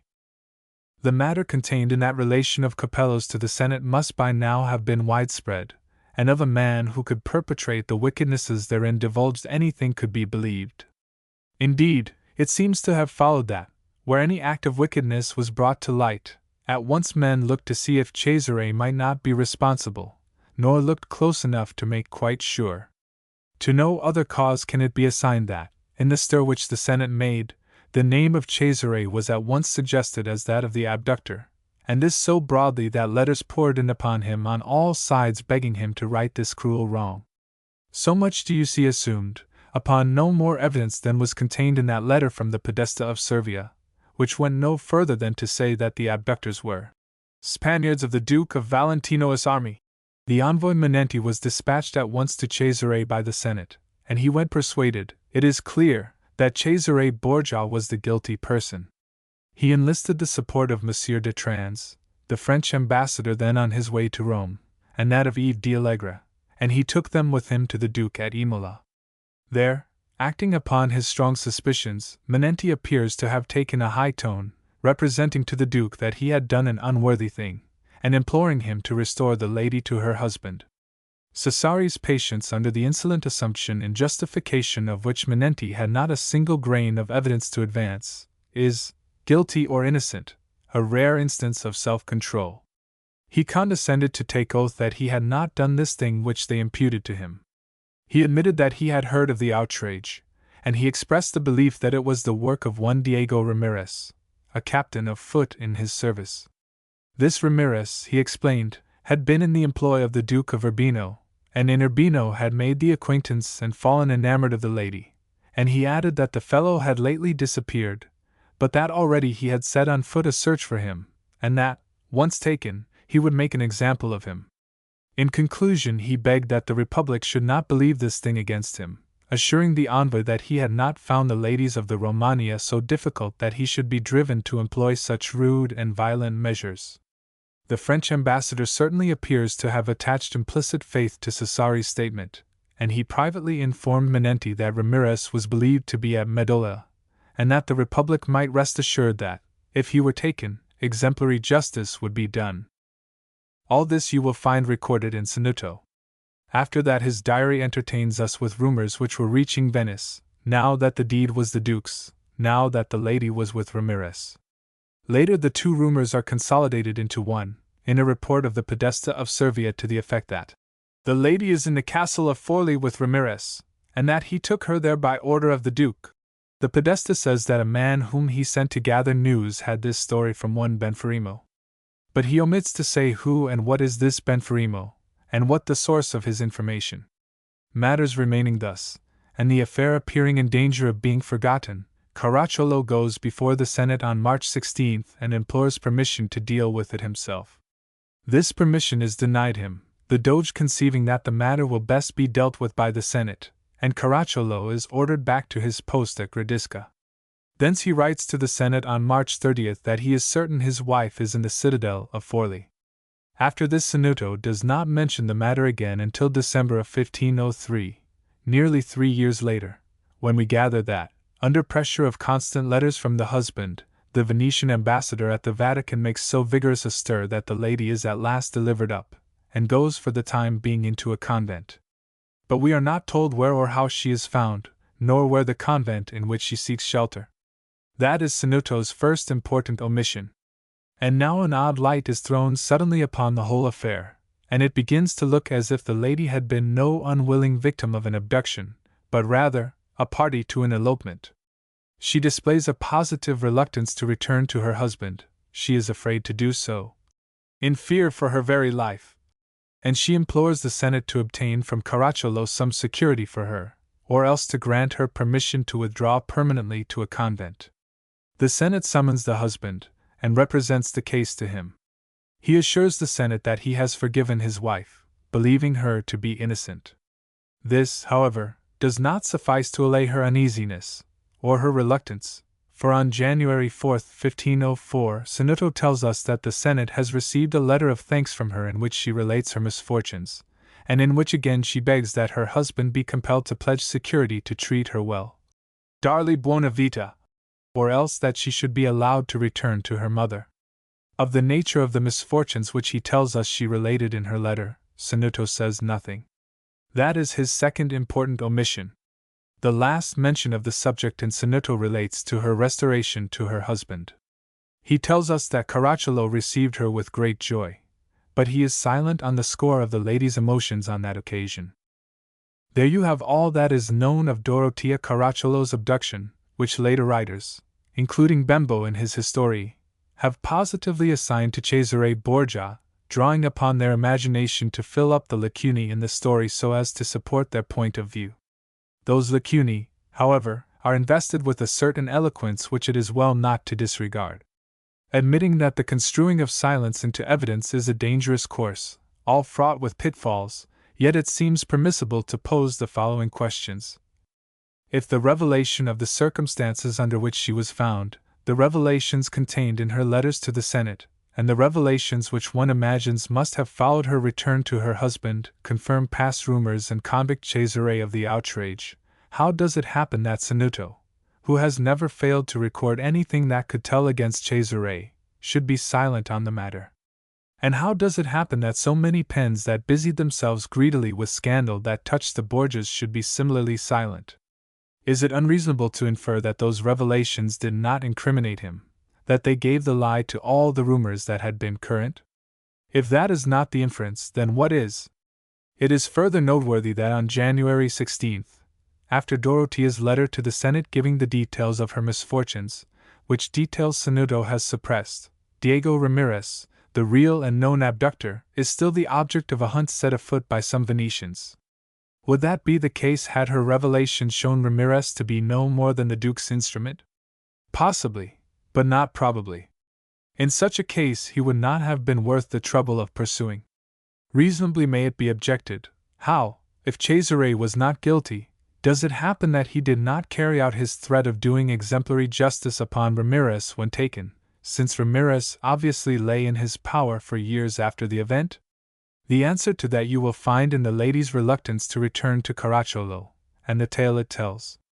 It is not in the least illogical to assume that, when Cesare threatened that vengeance upon Ramirez for the outrage which it was alleged had been committed, he fully intended to execute it, but that, upon taking Ramirez, and upon discovering that here was no such outrage as had been represented, but just the elopement of a couple of lovers, he found there was nothing for him to avenge. Was it for Cesare Borgia to set up as a protector and avenger of cuckolds? Rather would it be in keeping with the feelings of his age and race to befriend the fugitive pair who had planted the antlers upon the brow of the Venetian captain. Lastly, Cesare's attitude towards women may be worth considering, that we may judge whether such an act as was imputed to him is consistent with it. Women play no part whatever in his history. Not once shall you find a woman's influence swaying him, not once shall you see him permitting dalliance to retard his advancement, or jeopardize his chances. With him, as with egotists of his type, governed by cold will and cold intellect, the sentimental side of the relation of the sexes has no place. With him one woman was as another woman. As he craved women, so he took women, but with an almost contemptuous undiscrimination. For all his needs concerning them the lupaneria sufficed. Is this mere speculation, think you? Is there no evidence to support it, do you say? Consider, pray, in all its bearings the treatise on Pudendagre dedicated to a man of Cesare Borgia's rank by the physician Torella, written to meet his needs, and see what inference you draw from that. Surely such an inference as will invest with the ring of truth, expressing as it does his intimate nature, and confirming further what has here been said, that answer of his to the Venetian envoy, that he had not found the ladies of Romagna so difficult that he should be driven to such rude and violent measures. Chapter 8. Astor Manfredi. On March 29 Cesare Borgia departed from Cesena, whither, meanwhile, he had returned, to march upon Faenza, resume the attack, and make an end of the city's stubborn resistance. During the past months, however, and notwithstanding the presence of the Borgia troops in the territory, the people of Faenza had been able to increase their fortifications by the erection of outworks and a stout bastion in the neighborhood of the Osservanza hospital, well beyond the walls. This bastion claimed Cesare's first attention, and it was carried by assault on April 12. Thither he now fetched his guns, mounted them, and proceeded to a steady bombardment of the citadel. But the resistance continued with unabated determination, a determination amounting to heroism, considering the hopelessness of their case, and the straits to which the Fantini were reduced by now. Victuals and other necessaries of life had long since been running low. Still the men of Faenza tightened their belts, looked to their defenses, and flung defiance at the Borgia. The wealthier inhabitants distributed wine and flour at prices purely nominal, and lent Astor money for the payment of his troops. It is written that to the same end the very priests, their patriotism surmounting their duty to the Holy Father in whose name this war was waged, consented to the despoiling of the churches and the melting down of the sacred vessels. Even the women of Faenza bore their share of the burden of defense, carrying to the ramparts the heavy stones that were to be hurled down upon the besiegers, or actually donning casque and body armor and doing sentry duty on the walls while the men rested. But the end was approaching. On April 18 the Borgia cannon opened at last a breach in the walls, and Cesare delivered a terrible assault upon the citadel. The fight upon the smoking ruins was fierce and determined on both sides, the Duke's men pressing forward gallantly under showers of scalding pitch and a storm of boulders, launched upon them by the defenders, who used the very ruins of the wall for ammunition. For 4 hours was that assault maintained, nor did it cease until the deepening dusk compelled Cesare to order the retreat, since to continue in the failing light was but to sacrifice men to no purpose. Cesare's appreciation of the valor of the garrison ran high. It inspired him with a respect which shows his dispassionate breadth of mind, and he is reported to have declared that with an army of such men as those who held Faenza against him he would have conquered all Italy. He did not attempt a second assault, but confined himself during the 3 days that followed to continuing the bombardment. Within Faenza men were by now in desperate case. Weariness and hunger were so exhausting their endurance, so sapping their high valor that nightly there were desertions to the Duke's camp of men who could bear no more. The fugitives from the town were well received, all save one, a man named Gramanti, a dyer by trade, who, in deserting to the Duke, came in to inform him that at a certain point of the citadel the defenses were so weak that an assault delivered there could not fail to carry it. This man afforded Cesare an opportunity of marking his contempt for traitors and his respect for the gallant defenders of Faenza. The Duke hanged him for his pains under the very walls of the town he had betrayed. On the 21st the bombardment was kept up almost without interruption for 8 hours, and so shattered was the citadel by that pitiless cannonade that the end was in sight at last. But the Duke's satisfaction was tempered by his chagrin at the loss of Achille Tiberti, one of the most valiant of his captains, and one who had followed his fortunes from the first with conspicuous devotion.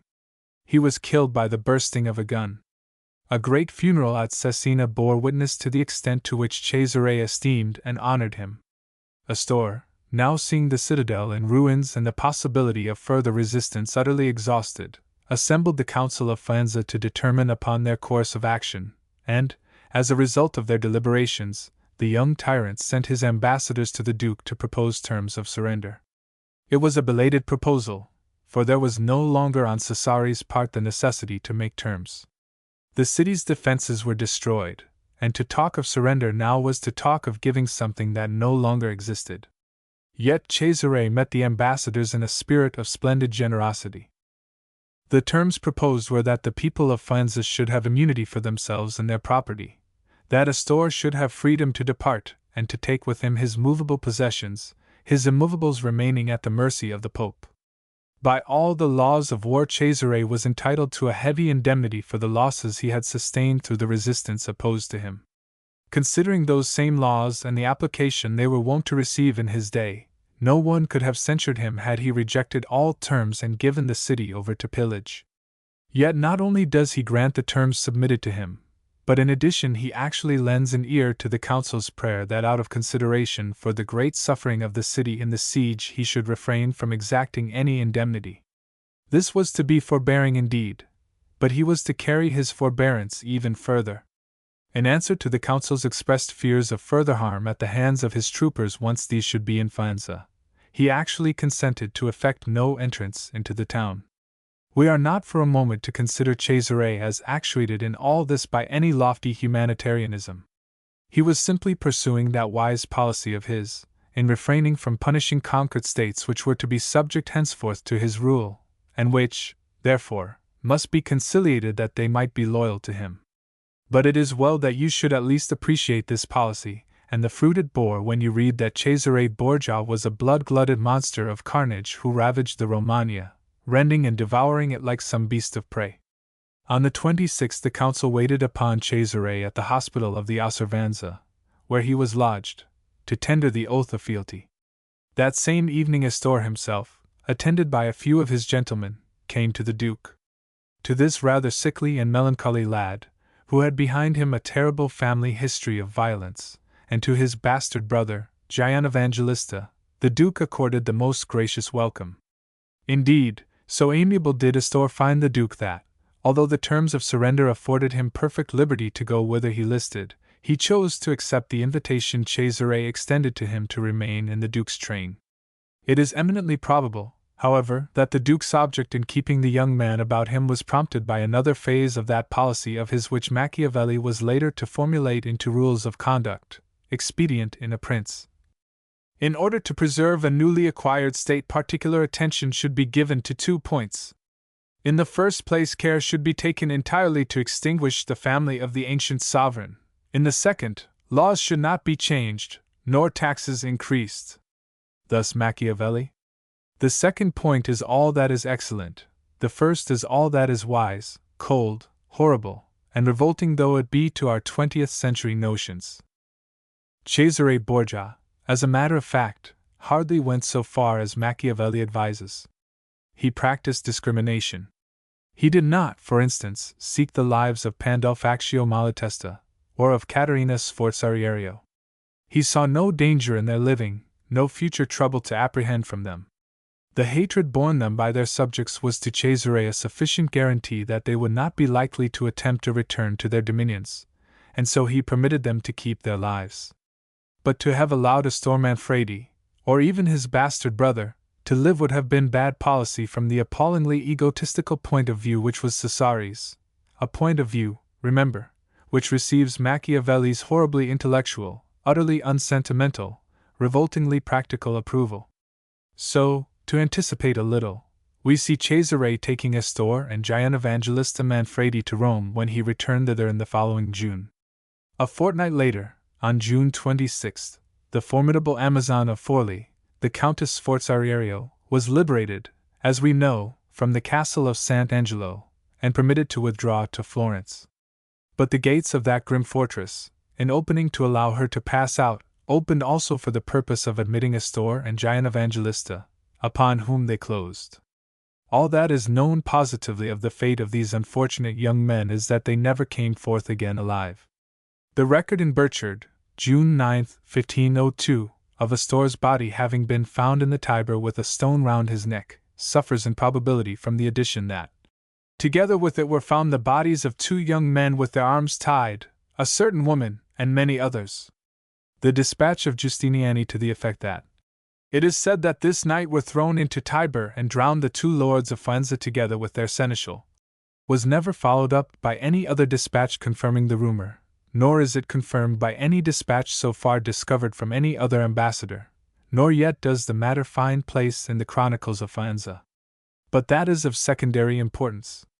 The ugliest feature of the case is not the actual assassination of the young men, but the fact that Cesare had pledged himself that Astor should go free, and yet had kept him by him, at first, it would seem, in his train, and later as a prisoner, until he put an end to his life.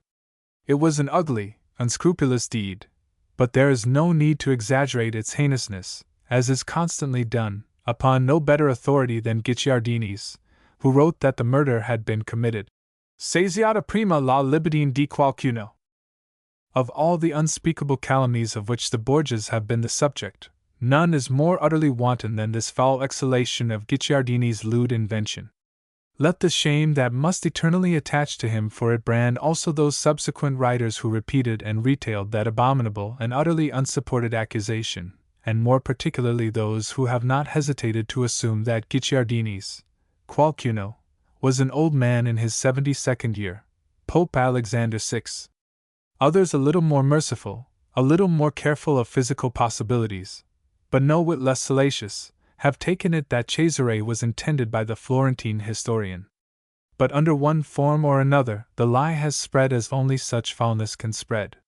It has become woven into the warp of history, it has grown to be one of those facts which are unquestioningly accepted, but it stands upon no better foundation than the frequent repetition which a charge so monstrous could not escape. Its source is not a contemporary one. It is first mentioned by Guicciardini, and there is no logical conclusion to be formed other than that Guicciardini invented it.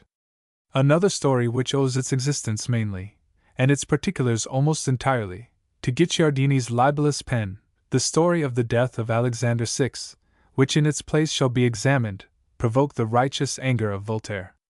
Atheist and violent anti-clerical though he was, the story's obvious falseness so revolted him that he penned his formidable indictment in which he branded Guicciardini as a liar who had deceived posterity that he might vent his hatred of the Borgias.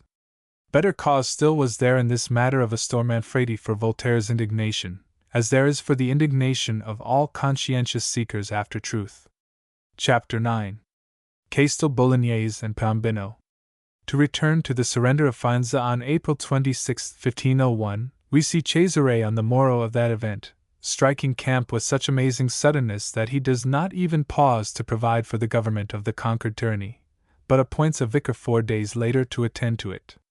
He makes his abrupt departure from Faenza, and is off like a whirlwind to sweep unexpectedly into the Bolognese territory, and by striking swiftly, to terrify Bentivogli into submission in the matter of Castel Bolognese. This fortress, standing in the Duke's dominions, on the road between Faenza and Imola, must be a menace to him whilst in the hands of a power that might become actively hostile. Ahead of him Cesare sent an envoy to Bentivogli, to demand its surrender. The alarmed Lord of Bologna, having convened his council, the Regimento, replied that they must deliberate in the matter, and 2 days later they dispatched their ambassador to lay before Cesare the fruits of these deliberations. They were to seek the Duke at Imola, but they got no farther than Castel S. Pietro, which to their dismay they found already in the hands of Vitellozzo Vitelli's men-at-arms. For what time Bentivogli had been deliberating, Cesare Borgia had been acting with that promptness which was one of his most salient characteristics, and in addition to Castel S. Pietro he had already captured Castel Fuminense, Castel Guelfo, and Medicina, which were now invested by his troops. When the alarming news of this swift action reached Bologna, it caused Bentivogli to bethink him at last of Louis XII's advice, that he should come to terms with Cesare Borgia, and he realized that the time to do so could no longer be put off. He made haste, therefore, to agree to the surrender of Castel Bolognese to the Duke, to concede him stipend for 100 lances of 3 men each, and to enter into an undertaking to lend him every assistance for 1 year against any power with which he might be at war, the King of France excepted. In return, Cesare was to relinquish the captured strongholds and undertake that the Pope should confirm Bentivogli in his ancient privileges. On April 29, Paolo Orsini went as Cesare's plenipotentiary to Bologna to sign this treaty. It was a crafty arrangement on Bentivogli's part, for, over and above the pacification of Cesare and the advantage of an alliance with him, he gained as a result the alliance also of those famous condottieri Vitelli and Orsini, both bitter enemies of Florence, the latter intent upon the restoration of the Medici, the former impatient to avenge upon the Signori the execution of his brother Paolo. As an installment, on account of that debt, Vitelli had already put to death Pietro da Marciano, the brother of Count Ranuccio da Marciano, when this gentleman fell into his hands at Medicina. 2 days before the treaty was signed, Bentivogli had seized 4 members of the powerful house of Marescotti. This family was related to the exiled Malvezzi, who were in arms with Cesare, and Bentivogli feared that communications might be passing between the two to his undoing. On that suspicion he kept them prisoners for the present, nor did he release them when the treaty was signed, nor yet when, amid public rejoicings expressing the relief of the Bolognese, it was published on May 2nd. Hermes Bentivogli, Giovanni's youngest son, was on guard at the palace with several other young Bolognese patricians, and he incited these to go with him to make an end of the traitors who had sought to destroy the peace by their alleged plottings with Bentivogli's enemies in Cesare's camp. He led his companions to the chamber where the Marescotti were confined, and there, more or less in cold blood, those 4 gentlemen were murdered for no better reason, ostensibly, than because it was suspected they had been in communication with their relatives in the Duke of Valentino's army. That was the way of the Cinquecento, which appears to have held few things of less account than human life. In passing, it may be mentioned that Guicciardini, of course, does his ludicrous best to make this murder appear, at least indirectly, since directly it would be impossible, the work of Cesare Borgia. As for Castel Bolognese itself, Cesare Borgia sent 1,000 demolishers in the following July to raze it to the ground. It is said to have been the most beautiful castle in the Romagna, but Cesare had other qualities than beauty to consider in the matter of a stronghold. Its commanding position rendered it almost in the nature of a gateway controlling, as we know, the road from Faenza to Imola, and its occupation by the Bolognese or other enemies in time of disturbance might be of serious consequence to Cesare. Therefore he ruthlessly ordered Ramiro de Lorqua to set about its demolition. The Council of Castel Bolognese made great protest, and implored Ramiro to stay his hand until they should have communicated with the Duke petitioning for the castle's preservation. But Ramiro, a hard, stern man, and Cesare's most active officer in the Romagna, told them bluntly that to petition the Duke in such a matter would be no better than a waste of time. He was no more than right, for Cesare, being resolved upon the expediency of the castle's destruction, would hardly be likely to listen to sentimental reasonings for its preservation. Confident of this, Ramiro without more ado set about the execution of the orders he had received. He pulled down the walls and filled up the moat, until nothing remained so much as to show the place where the fortress had stood. Another fortress which shared the fate of Castel Bolognese was the castle of Sant'Arcangelo, and similarly would Cesare have disposed of Solarolo, but that, being of lesser importance, and the inhabitants offering, in their petition for its preservation, to undertake, themselves, the payment of the castellan, he allowed it to remain. Scarcely was the treaty with Bologna signed than Cesare received letters from the Pope recalling him to Rome, and recommending that he should not molest the Florentines in his passage, a recommendation which Alexander deemed very necessary considering the disposition towards Florence of Vitelli and Orsini. He foresaw that they would employ arguments to induce Valentinus into an enterprise of which all the cost would be his, and all the possible profit their own.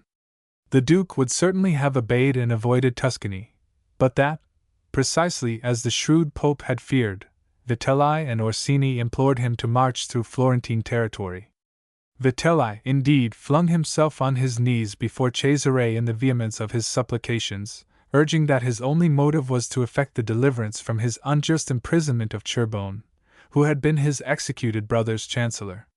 Beyond that, he swore he would make no demands upon Florence, that he would not attempt to mix himself in the affairs of the Medici, and that he would do no violence to town or country. Thus implored, Cesare gave way. Probably he remembered the very circumstances under which Vitelli had joined his banner, and considered that he could not now oppose a request backed by a promise of so much moderation. So on May 7th he sent his envoys to the Signory to crave leave of passage for his troops through Florentine territory. Whilst still in the Bolognese he was sought out by Giuliano de' Medici, who begged to be allowed to accompany him, a request which Cesare instantly refused, as being contrary to that to which he had engaged himself, and he caused Giuliano to fall behind at Lojano. Nor would he so much as receive in audience Piero de' Medici, who likewise sought to join him in Sienese territory, as soon as he perceived what was toward.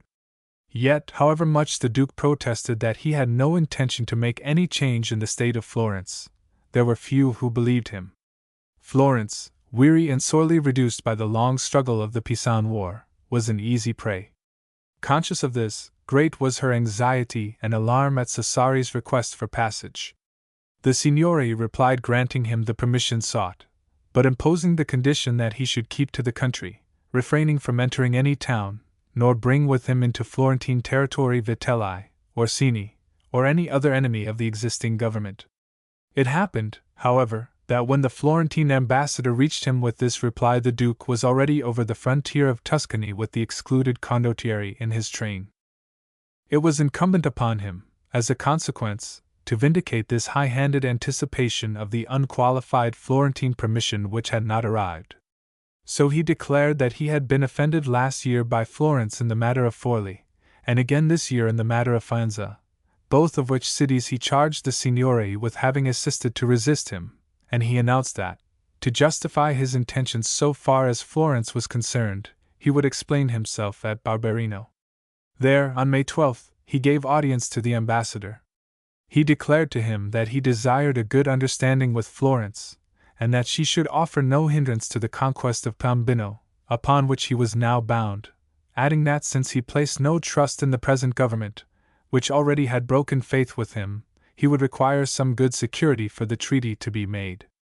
Of reinstating the Medici he said nothing, but he demanded that some satisfaction be given Vitelli and Orsini, and to quicken Florence in coming to a decision, he pushed forward with his army as far as Forno dei Campi, almost under her very walls.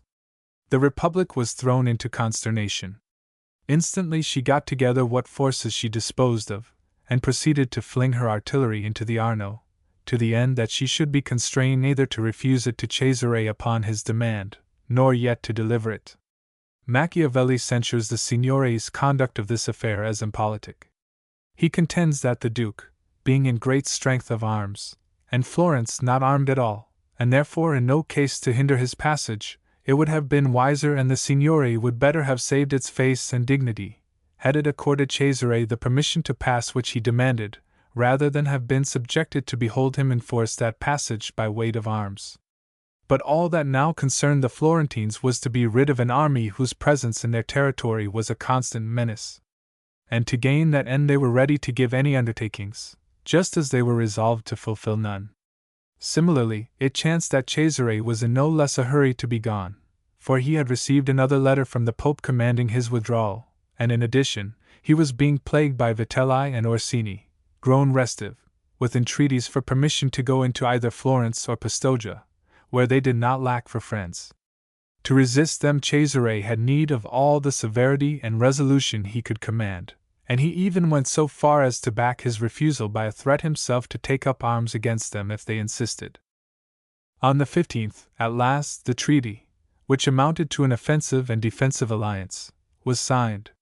By the terms of this, Florence undertook to give Cesare a condotta of 300 lances for 3 years, to be used in Florentine service, with a stipend of 36,000 ducats yearly. How much this really meant the Duke was to discover 2 days later, when he sent to ask the Signore to lend him some cannon for the emprise against Piombino, and to pay him the first installment of 1/4 of the yearly stipend before he left Florentine territory.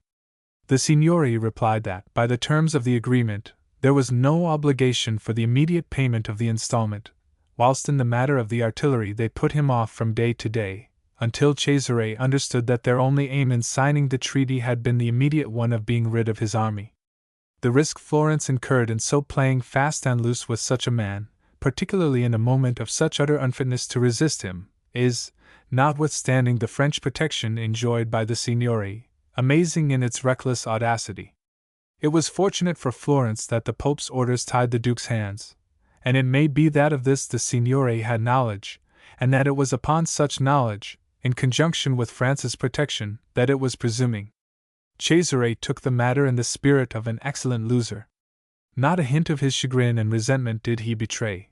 Instead, he set about furnishing his needs elsewhere, sending Vitelli to Pisa with a request for artillery, a request to which Pisa very readily responded, as much on Vitelli's account as on the Duke's. As for Florence, if Cesare Borgia could be terribly swift in punishing, he could also be formidably slow. If he could strike upon the instant where the opening for a blow appeared, he could also wait for months until the opening should be found. He waited now. It would be at about this time that young Leonardo da Vinci sought employment in Cesare Borgia's service. Leonardo had been in Milan until the summer of 1500, when he repaired to Florence in quest of better fortune, but finding little or no work to engage him there, he took the chance of the Duke of Valentino's passage to offer his service to one whose liberal patronage of the arts was become proverbial. Cesare took him into his employ as engineer and architect, leaving him in the Romagna for the present. Leonardo may have superintended the repairs of the castle of Forli, whilst he certainly built the canal from Cesena to the Porto Cesenatico, before rejoining the Duke in Rome. On May 25 Cesare moved by the way of the Valley of Cesena to try conclusions with Giacomo di Appiano, tyrant of Piombino, who with some Genoese and some Florentine aid, was disposed to offer resistance to the Duke. The first strategic movement in this affair must be the capture of the Isle of Elba, whence aid might reach Piombino on its promontory thrusting out into the sea. For this purpose the Pope sent from Civita Vecchia 6 galleys, 3 brigantines, and 2 galleons under the command of Lodovico Mosca, captain of the Papal navy, whilst Cesare was further reinforced by some vessels sent him from Pisa together with 8 pieces of cannon. With these he made an easy capture of Elba and Pianosa. That done, he proceeded to lay siege to Piombino, which, after making a gallant resistance enduring for 2 months, was finally pressed to capitulate. Long before that happened, however, Cesare had taken his departure. Being awaited in Rome, he was unable to conduct the siege operations in person. So he quitted Piombino in June to join the French under d'Aubigny, bound at last upon the conquest of Naples, and claiming, as their treaty with him provided, Cesare's collaboration. Chapter 10. The End of the House of Aragon. Cesare arrived in Rome on June 13. There was none of the usual pomp on this occasion.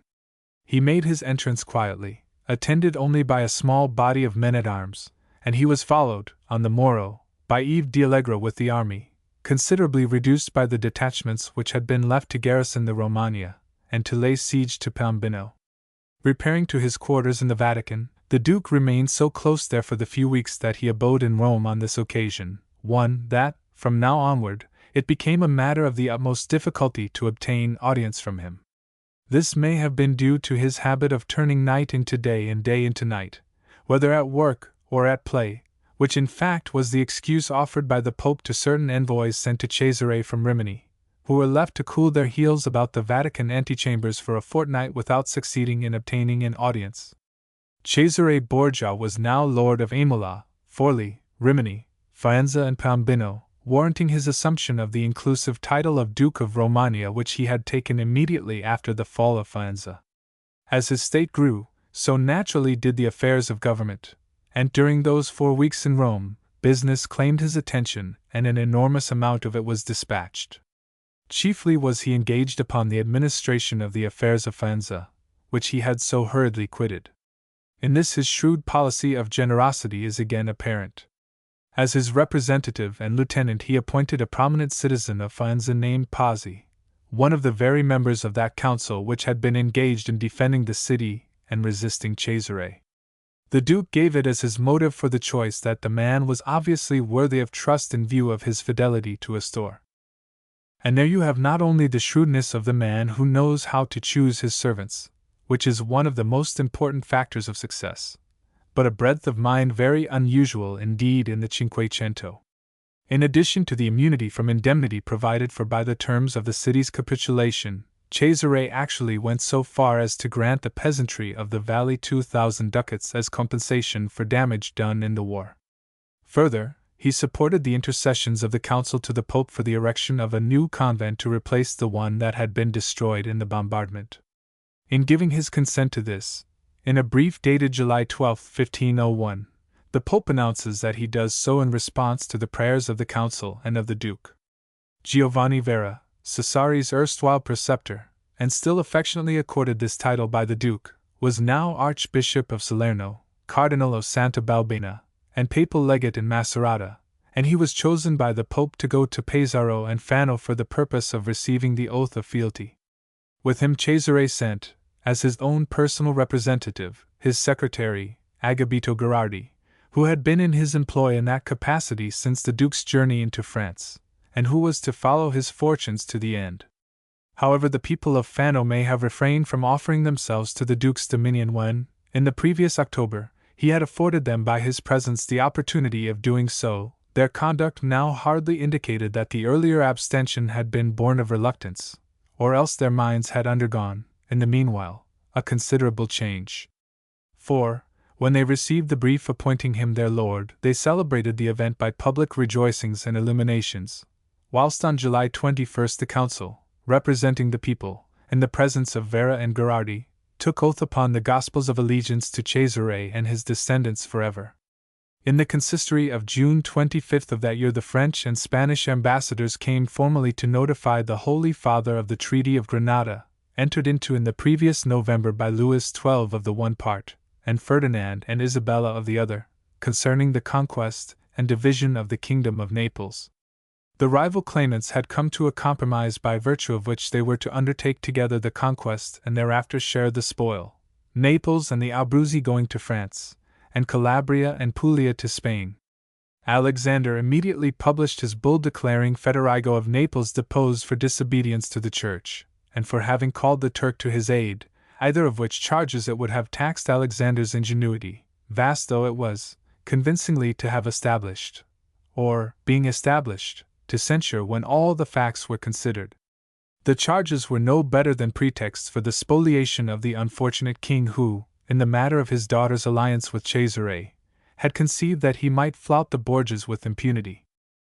On June 28, d'Aubigny left Rome with the French troops, accompanied by the bulk of the considerable army with which Cesare supported his French ally, besides 1,000 foot raised by the Pope and a condotta of 100 lances under Morgante Baglioni.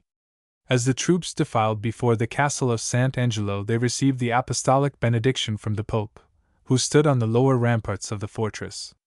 Cesare himself cannot have followed to join the army until after July 10, for as late as that date there is an edict indicted by him against all who should offer injury to his Romagna officers.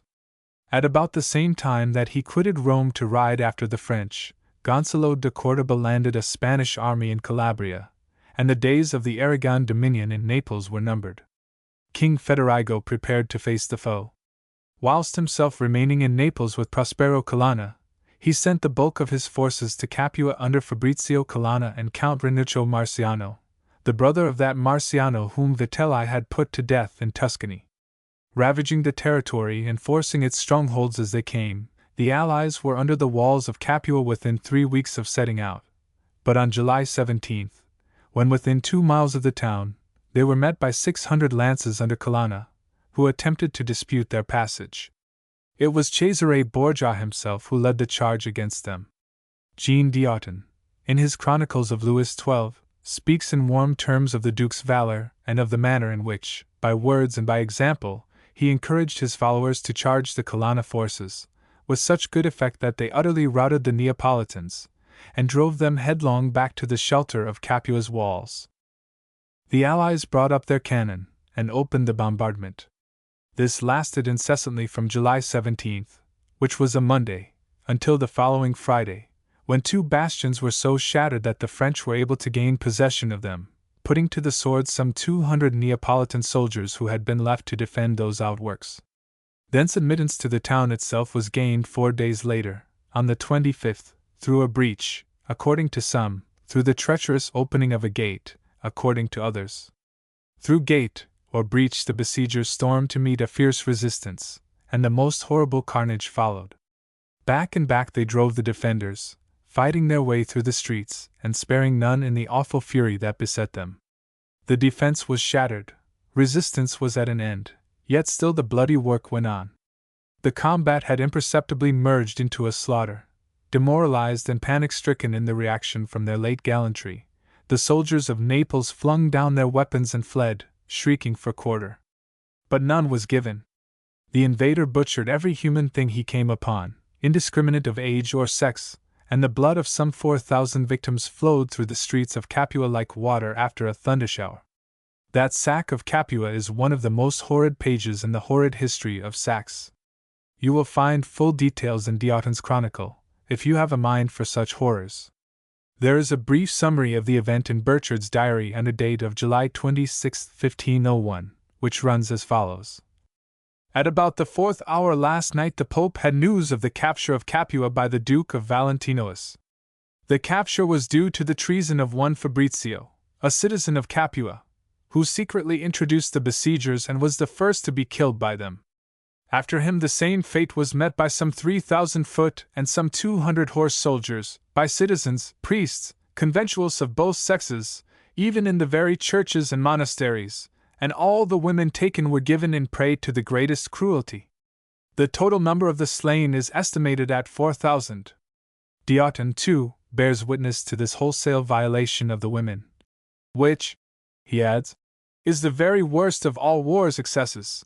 He informs us further that the foot soldiers of the Duke of Valentinois acquitted themselves so well in this, that 30 of the most beautiful women went captive to Rome, a figure which is confirmed by Burchard.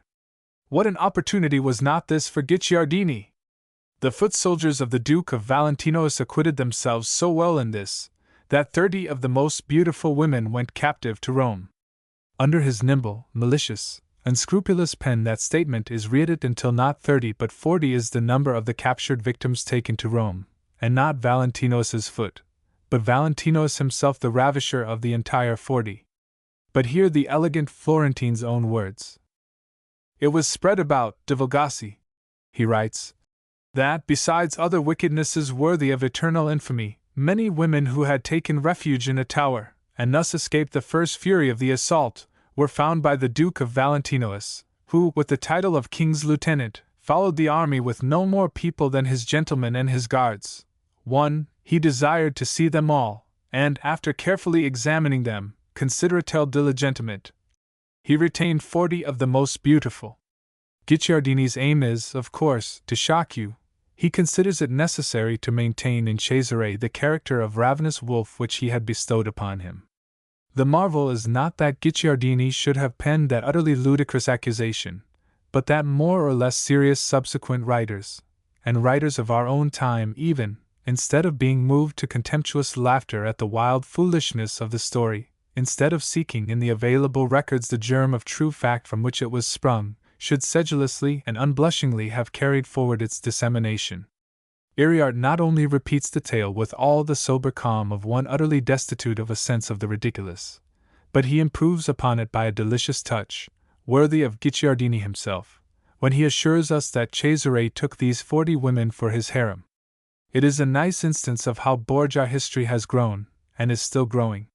If verisimilitude itself does not repudiate Guicciardini's story, there are the Capuan chronicles to do it, particularly that of Pellegrini, who witnessed the pillage.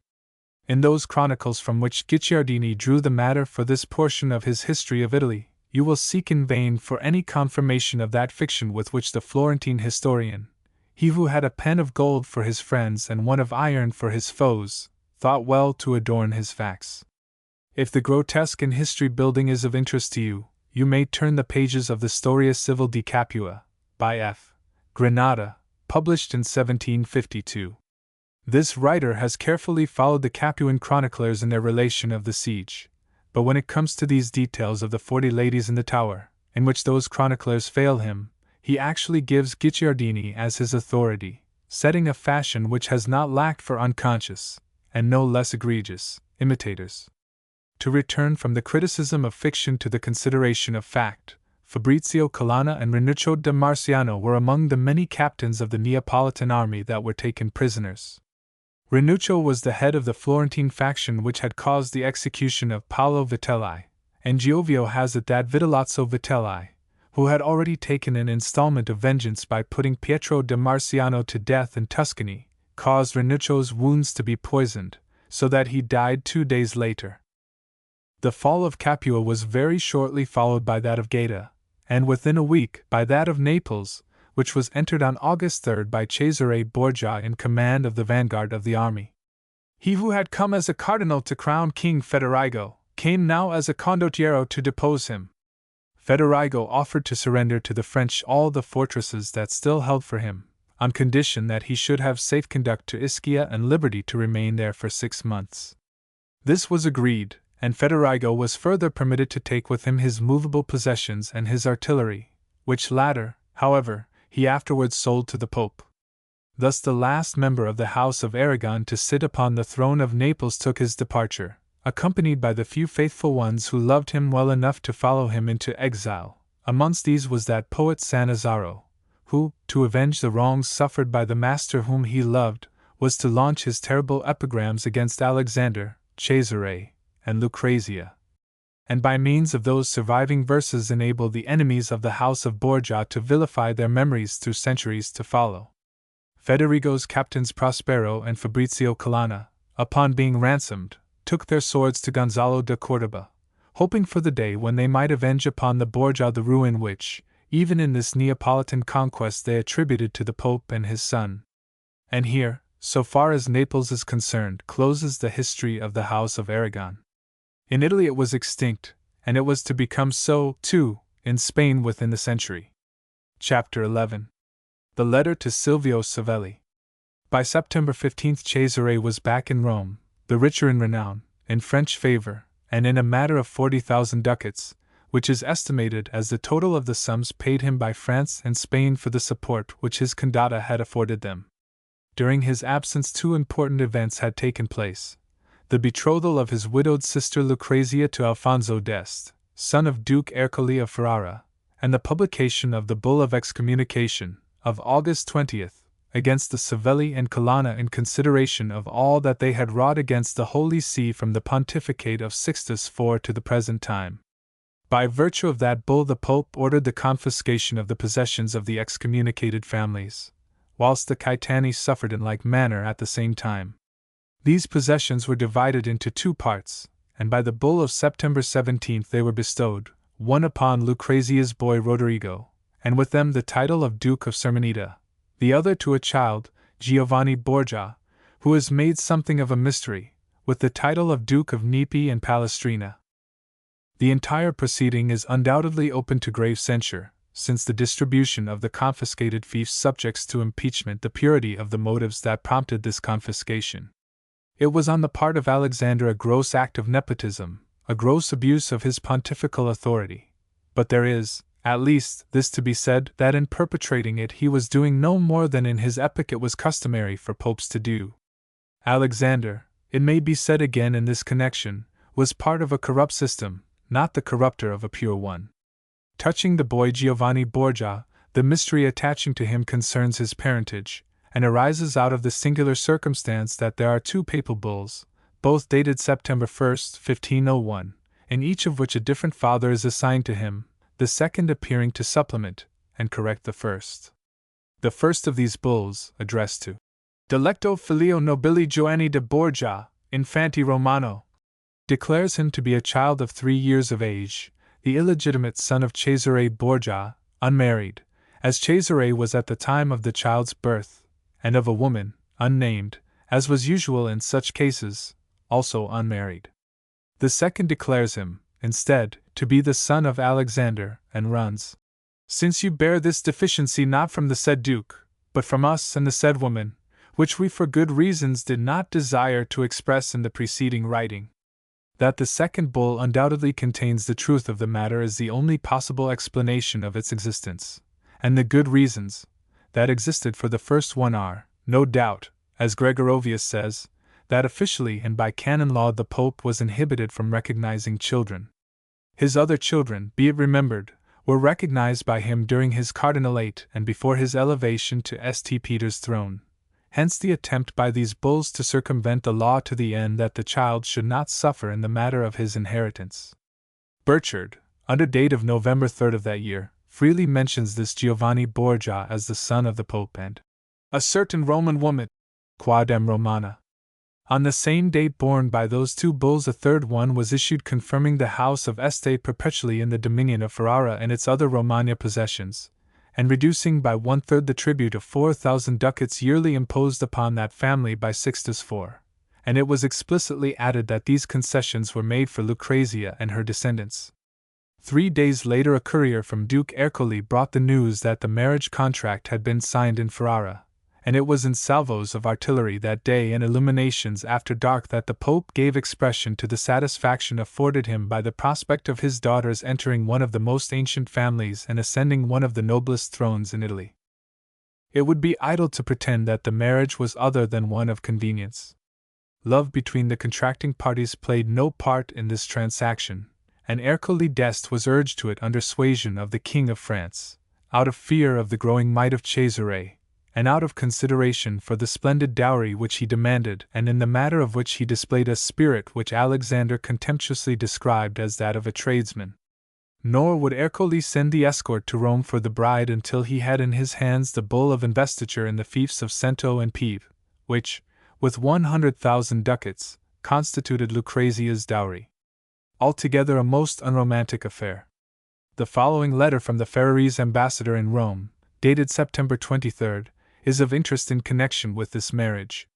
Most illustrious Prince and most noble Lord, His Holiness the Pope, taking into consideration such matters as might occasion displeasure not only to your Excellency and to the most illustrious Don Alfonso, but also to the Duchess and even to himself, has charged us to write to your Excellency to urge you so to contrive that the Lord Giovanni of Pesaro, who, as your Excellency is aware, is in Mantua, shall not be in Ferrara at the time of the nuptials. Notwithstanding that his divorce from the said duchess is absolutely legitimate and accomplished in accordance with pure truth, as is publicly known not only from the proceedings of the trial but also from the free confession of the said Don Giovanni, it is possible that he may still be actuated by some lingering ill will.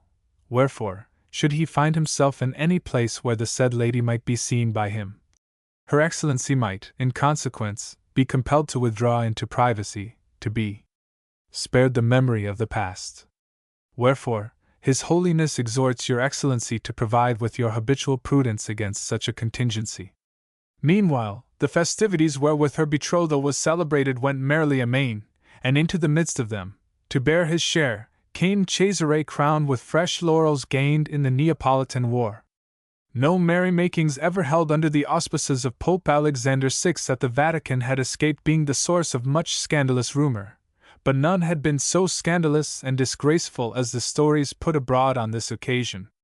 These found a fitting climax in that anonymous letter to Silvio Savelli, published in Germany, which at the time, be it borne in mind, was extremely inimical to the Pope, viewing with jaundiced eyes his ever-growing power, and stirred perhaps to this unspeakable burst of venomous fury by the noble Este alliance, so valuable to Cesare in that it gave him a friend upon the frontier of his Romagna possessions. The appalling publication, which is given in full in Burchard, was fictitiously dated from Gonzalo de Cordoba's Spanish camp at Taranto on November 25. A copy of this anonymous pamphlet, which is the most violent attack on the Borgias ever penned, perhaps the most terrible indictment against any family ever published, a pamphlet which Gregorovius does not hesitate to call an authentic document of the state of Rome under the Borgias, fell into the hands of the Cardinal of Medina, who on the last day of the year carried it to the Pope. Before considering that letter, it is well to turn to the entries in Burchard's diary under the dates of October 27th and November 11th of that same year. You will find two statements which have no parallel in the rest of the entire diary, few parallels in any sober narrative of facts. The sane mind must recoil and close up before them, so impossible does it seem to accept them. The first of these is the relation of the supper given by Cesare in the Vatican to 50 courtesans, a relation which possibly suggested to the debauched Regent d'Orleans his fate's diadem, a couple of centuries later. Burchard tells us how, for the amusement of Cesare, of the Pope, and of Lucrezia, these 50 courtesans were set to dance after supper with the servants and some others who were present, dressed at first and afterwards not so. He draws for us a picture of those 50 women on all fours, in all their plastic nudity, striving for the chestnuts flung to them in that chamber of the Apostolic Palace by Christ's vicar, an old man of 70, by his son and his daughter. Nor is that all by any means. There is much worse to follow, matter which we dare not translate, but must leave more or less discreetly veiled in the decadent Latin of the Cerimoniarius. Tandem exposita dona ultima, diplets de serico, peria colligarum, by Rita ed alia pro illis capluris dictas meretrices carnaliter agnoscerent, que furunt ibidem in alla pub lice carnaliter tractate arbitrio presentium, dona distributa victoribus. Such is the monstrous story. Gregorovius, in his defense of Lucrezia Borgia, refuses to believe that she was present, but he is reluctant to carry his incredulity any further. Some orgy of that nature, he writes, or something similar may very well have taken place. But who will believe that Lucrezia, already the legal wife of Alfonso d'Este and on the eve of departure for Ferrara, can have been present as a smiling spectator? Quite so. Gregorovius puts his finger at once upon one of the obvious weaknesses of the story. But where there is one falsehood there are usually others, and if we are not to believe that Lucrezia was present, why should we be asked to believe in the presence of the Pope? If Burchard was mistaken in the one, why might he not be mistaken in the other? But the question is not really one of whom you will believe to have been present at that unspeakable performance, but rather whether you can possibly bring yourself to believe that it ever took place as it is related in the diarium. Gregorovius says, you will observe, some orgy of that nature, or something similar, may very well have taken place. We could credit that Cesare held some orgy of that nature. He had apartments in the Vatican, and if it shock you to think that it pleased him, with his gentlemen, to make merry by feasting a parcel of Roman harlots, you are, if you value justice, to be shocked at the times rather than the man. The sense of humor of the Cinquecento was primitive, and in primitive humor prurience plays ever an important part, as is discernible in the literature and comedies of that age. If you would appreciate this to the full, consider Burchard's details of the masks worn at carnival by some merrymakers. Venerant ad plaidem est petri larvati, habentes nasos lungos et grossos in forma priaporum. And you must realize that in Cesare's conduct in this matter there would have been nothing so very abnormal considered from the point of view of the Cinquecento, even though it were to approach the details given by Burchard. But even so, you will hesitate before you accept the story of that Saturnalia in its entirety, and before you believe that an old man of 70, a priest and Christ's vicar, was present with Cesare and his friends. Burchard does not say that he himself was a witness of what he relates. But the matter shall presently be further considered. Meanwhile, let us pass to the second of these entries in the diary, and a not unimportant detail, on the very next page of it, under the date of November 11th. In this it is related that certain peasants entered Rome by the Viridarian gate, driving 2 maras laden with timber, that, in crossing the square of St. Peter's, some servants of the Pope's ran out and cut the cords so that the timber was loosened and the beasts relieved of their burden. They were then led to a courtyard within the precincts of the palace, where 4 stallions were loosed upon them. Ascenderunt equas et quaerent cum eis et eas graviter pisterunt et leserunt. Whilst the Pope at a window above the doorway of the palace, with Madonna Lucrezia, witnessed with great laughter and delight the show which it is suggested was specially provided for their amusement. The improbabilities of the Saturnalia of the 50 courtesans pale before the almost utter impossibility of this narrative. To render it possible in the case of 2 chance animals as these must have been under the related circumstances, a biological coincidence is demanded so utterly unlikely and incredible that we are at once moved to treat the story with scorn, and reject it as a fiction. Yet not one of those many writers who have retailed that story from Burchard's diarium as a truth incontestable as the Gospels, has paused to consider this, so blinded are we when it is a case of accepting that which we desire to accept. The narrative, too, is oddly, suspiciously, circumstantial, even to the unimportant detail of the particular gate by which the peasants entered Rome. In a piece of fiction it is perfectly natural to fill in such minor details to the end that the picture shall be complete, but they are rare in narratives of fact. And one may be permitted to wonder how came the master of ceremonies at the Vatican to know the precise gate by which those peasants came. It is not, as we have seen, the only occasion on which an excess of detail in the matter of a gate renders suspicious the accuracy of a story of Burchard's. Both these affairs find a prominent place in the letter to Silvio Savelli. Indeed, Gregorovius cites the pamphlet as one of the authorities to support Burchard, and to show that what Burchard wrote must have been true. The other authority he cites is Matarazzo, disregarding not only the remarkable discrepancy between Matarazzo's relation and that of Burchard, but the circumstance that the matter of that pamphlet became current throughout Italy, and that it was thus, and only thus, that Matarazzo came to hear of the scandal. 1. The letter to Silvio Savelli opens by congratulating him upon his escape from the hands of the robbers who had stripped him of his possessions, and upon his having found a refuge in Germany at the Emperor's court. It proceeds to marvel that thence he should have written letters to the Pope begging for justice and reinstatement, his wonder being at the credulity of Savelli in supposing that the Pope, betrayer of the human race, who has spent his life in betrayals, will ever do any just thing other than through fear or force. Rather does the writer suggest the adoption of other methods.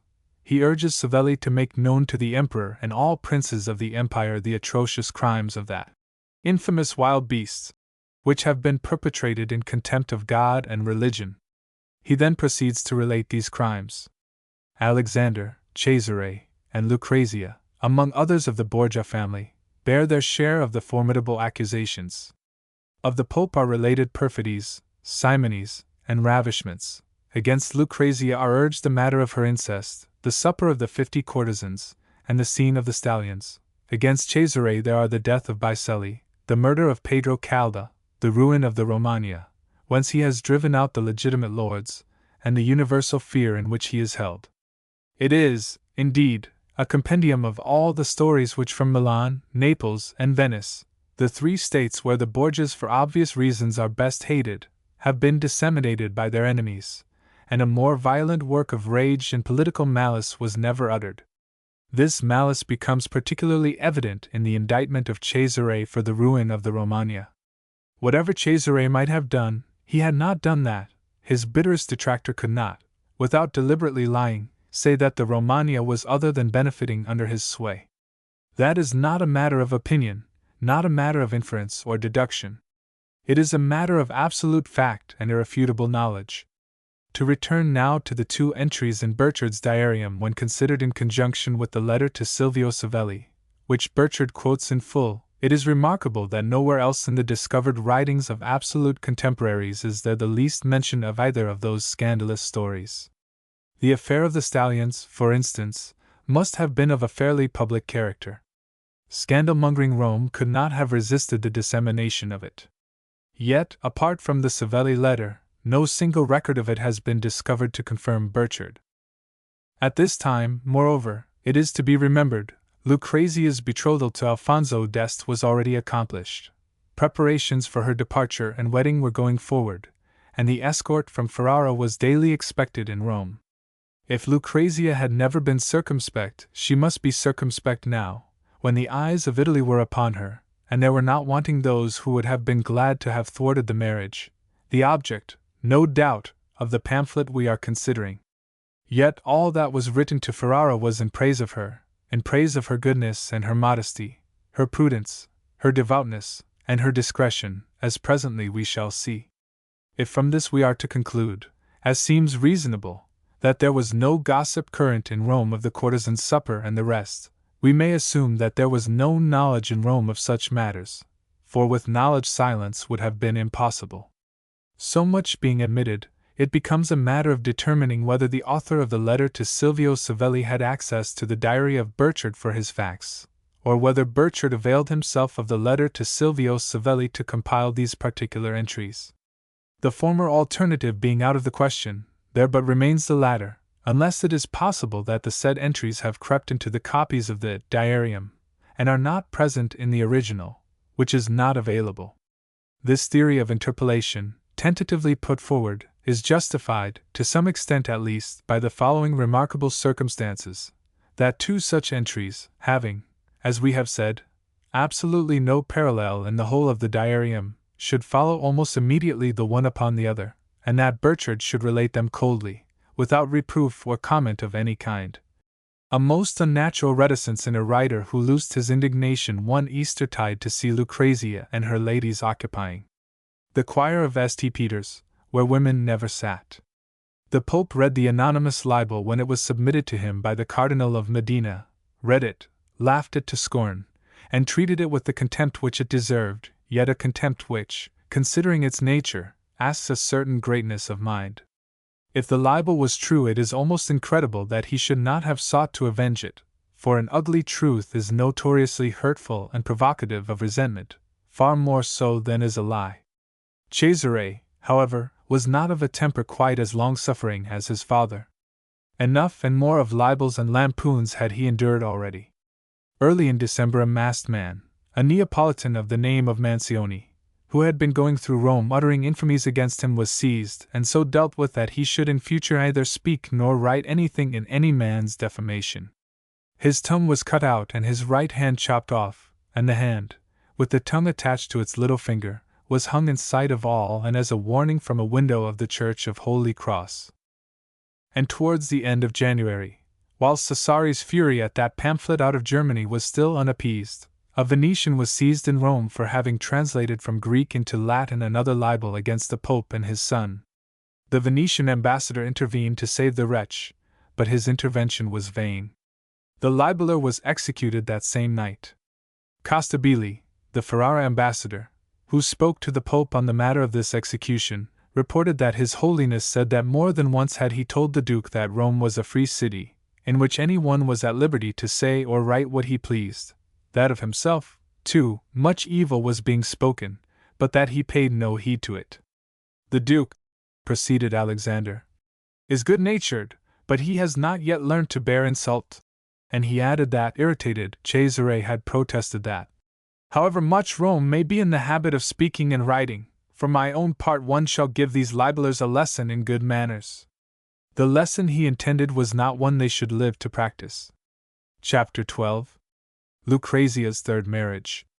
At about the same time that Burchard was making in his diarium those entries which reflect so grossly upon the Pope and Lucrezia, Gianluca Pazzi, the ambassador of Ferrara at the Vatican, was writing the following letter to his master, Duke Ercole, Lucrezia's father-in-law elect.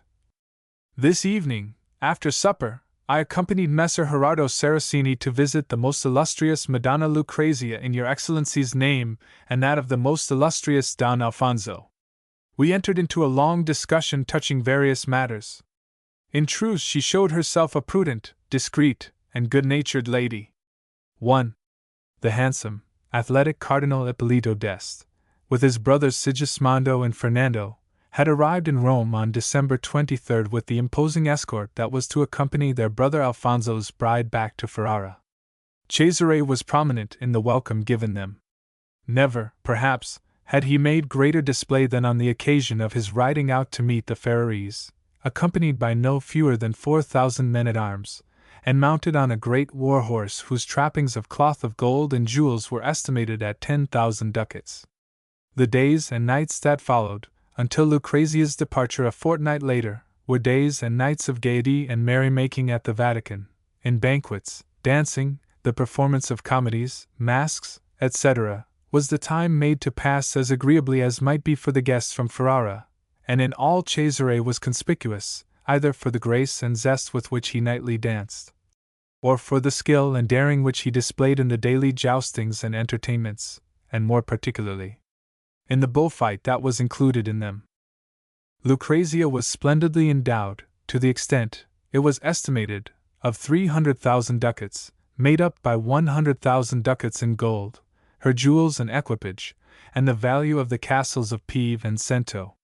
Her departure from Rome took place on January 6, and so she passes out of this chronicle, which, after all, has been little concerned with her. Of the honor done her everywhere on that journey to Ferrara, the details are given elsewhere, particularly in the book devoted to her history and rehabilitation by her Gregorovius. After all, the real Lucrezia Borgia fills a comparatively small place in the actual history of her house. It is in the fictions concerning her family that she is given such an enviable importance, and presented as a Maenad, a poisoner, and worse.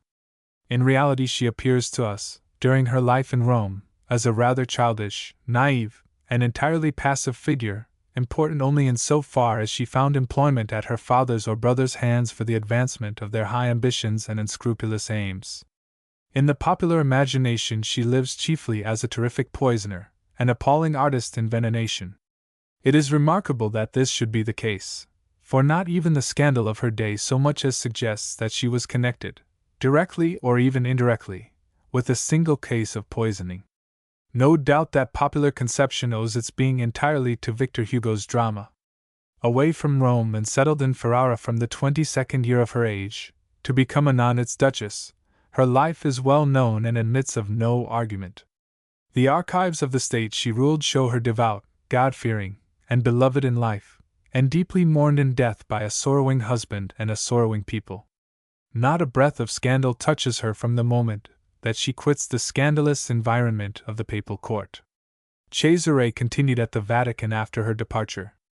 His duchess was to have come to Rome in that Easter of 1502, and it had been disposed that the ladies and gentlemen who had gone as escort of honor with Lucrezia should proceed, after leaving her in Ferrara, to Lombardy, to do the like office by Charlotte d'Albret, and meeting her there, accompany her to Rome.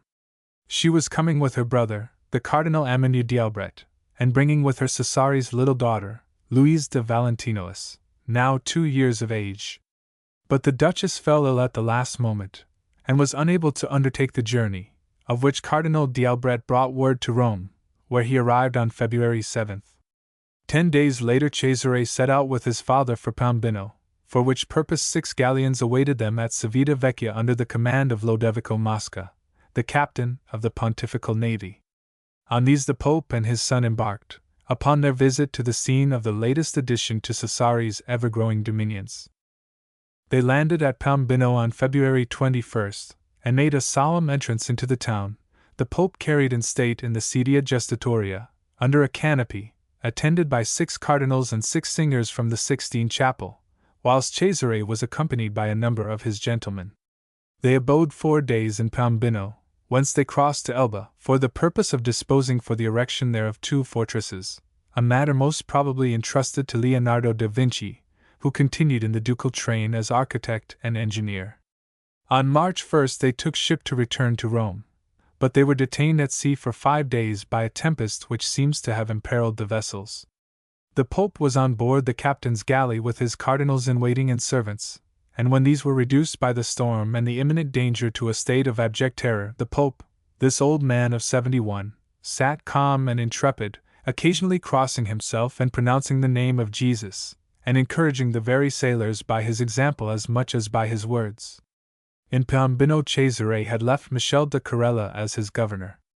This Corella was a captain of foot, a soldier of fortune, who from the earliest days of Cesare's military career had followed the Duke's fortunes, the very man who is alleged to have strangled Alfonso of Aragon by Cesare's orders.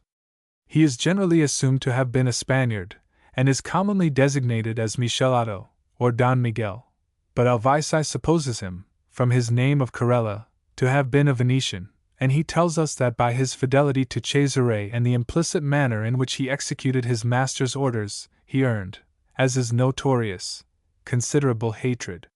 He has been spoken of, indeed, as the ain damné of Cesare Borgia, but that is a purely romantic touch akin to that which gave the same designation to Richelieu's father Joseph. The Romagna was at this time administered for Cesare Borgia by Ramiro de Lorca, who, since the previous November, had held the office of governor in addition to that of lieutenant general in which he had been earlier invested. His power in the Romagna was now absolute, all Cesare's other officers, even the very treasurers, being subject to him. He was a man of some 50 years of age, violent and domineering, feared by all, and the dispenser of a harsh justice which had at least the merit of an impartiality that took no account of persons. Bernardi gives us an instance of the man's stern, uncompromising, pitiless nature. On January 29, 1502, 2 malefactors were hanged in Faenza. The rope suspending one of them broke while the fellow was alive, and the crowd into which he tumbled begged for mercy for him at first. Then, swayed by pity, the people resolved to save him in spite of the officers of justice who demanded his surrender. Preventing his recapture, the mob bore him off to the church of the Serviti. The lieutenant of Faenza came to demand the person of the criminal, but he was denied by the prior, who claimed to extend him sanctuary. But the days of sanctuary were overpast, and the laws of the time held that any church or consecrated place in which a criminal took refuge should ipso facto be deemed unconsecrated by his pursuers, and further, that any ecclesiastic sheltering such a fugitive did so under peril of excommunication from his bishop. This law Ramiro accounted it his duty to enforce when news was carried to him at Imola of what had happened. He came at once to Faenza, and compelling the prior by actual force to yield up the man he sheltered, he hanged the wretch, for the second time, from a window of the Palace of the Podesta. At the same time he seized several who were alleged to have been ringleaders of the fellow's rescue from the hands of the officers, and made the citizens of Faenza compromise for the lives of these by payment of a fine of 10,000 ducats, giving them a month in which to find the money. The Fantini sent their envoys to Ramiro to intercede with him, but that harsh man refused so much as to grant them audience, which was well for them, for, as a consequence, the council sent ambassadors to Rome to submit the case to the Pope's Holiness and to the Duke of Valentinois, together with a petition that the fine should be remitted, a petition that was readily granted. Harsh as it was, however, Ramiro's rule was salutary, its very harshness necessary in a province where lawlessness had become a habit through generations of misgovernment. Under Cesare's dominion the change already was remarkable. During his 2 years of administration, to count from its commencement, the Romagna was already converted from a seething hell of dissensions, disorders and crimes, chartered brigandage and murder, into a powerful state, law-abiding and orderly, where human life and personal possessions found zealous protection, and where those who disturbed the peace met with a justice that was never tempered by mercy. A strong hand was wanted there, and the Duke, supreme judge of the tools to do his work, ruled the Romagna and crushed its turbulence by means of the iron hand of Ramiro de Lorca. It was also under the patronage of Valentinous that the first printing press of any consequence came to be established in Italy. This was set up at Fano by Girolamo Sansino in 1501, and began the issue of worthy books. One of the earliest works undertaken, says Alvisi, was the printing of the statutes of Fano for the first time in January of 1502. And it was approved by the council, civil and ecclesiastical, that Sansino should undertake this printing of the statutes. Ad perpetuum memoriam ilmi. Domini nostri Ducis. Chapter 13. Urbino and Camerino. It may well be that it was about this time that Cesare, his ambition spreading, as men's ambition will spread with being gratified, was considering the consolidation of central Italy into a kingdom of which he would assume the crown. It was a scheme in the contemplation of which he was encouraged by Vitellozzo Vitelli, who no doubt conceived that in its fulfillment the ruin of Florence would be entailed, which was all that Vitelli cared about. What to Cesare would have been no more than the means, would have been to Vitelli a most satisfactory end. Before, however, going so far, there was still the work of subjugating the states of the Church to be completed, as this could not be so considered until Urbino, Camerino, and Sinigaglia should be under the Borgia dominion. For this, no doubt, Cesare was disposing during that Easter of 1502 which he spent in Rome, and during which there were heard from the south the first rumblings of the storm of war whereof ill-starred Naples was once more, for the third time within 10 years, to be the scene. The allies of yesterday were become the antagonists of today, and France and Spain were ready to fly at each other's throats over the division of the spoil, as a consequence of certain ill definitions of the matter in the Treaty of Granada. The French viceroy, Louis d'Armagnac, and the great Spanish captain, Gonzalo de Córdoba, were on the point of coming to blows. Nor was the menace of disturbance confined to Naples. In Florence, too, the torch of war was alight, and if, as he afterwards swore, Cesare Borgia had no hand in kindling it, it is at least undeniable that he complacently watched the conflagration, conscious that it would make for the fulfillment of his own ends. Besides, there was still that little matter of the Treaty of Forno dei Campi between Cesare and Florence, a treaty which the Signore had never fulfilled and never intended to fulfill, and Cesare was not the man to forget how he had been fooled. But for the protection of France which she enjoyed, Florence must long ere this have been called to account by him, and crushed out of all shape under the weight of his mailed hand. As it was, she was to experience the hurt of his passive resentment, and find this rather more than she could bear.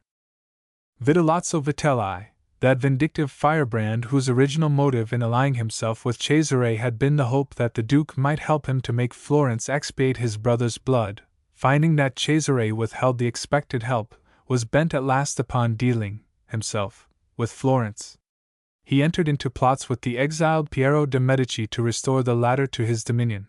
He set intrigues afoot in Pisa, where his influence was vast, and in Siena, whose tyrant, Pandolfo Petrucci, was ready and willing to forward his designs, and generally made so disturbing a stir in Tuscany that the Signori became gravely alarmed.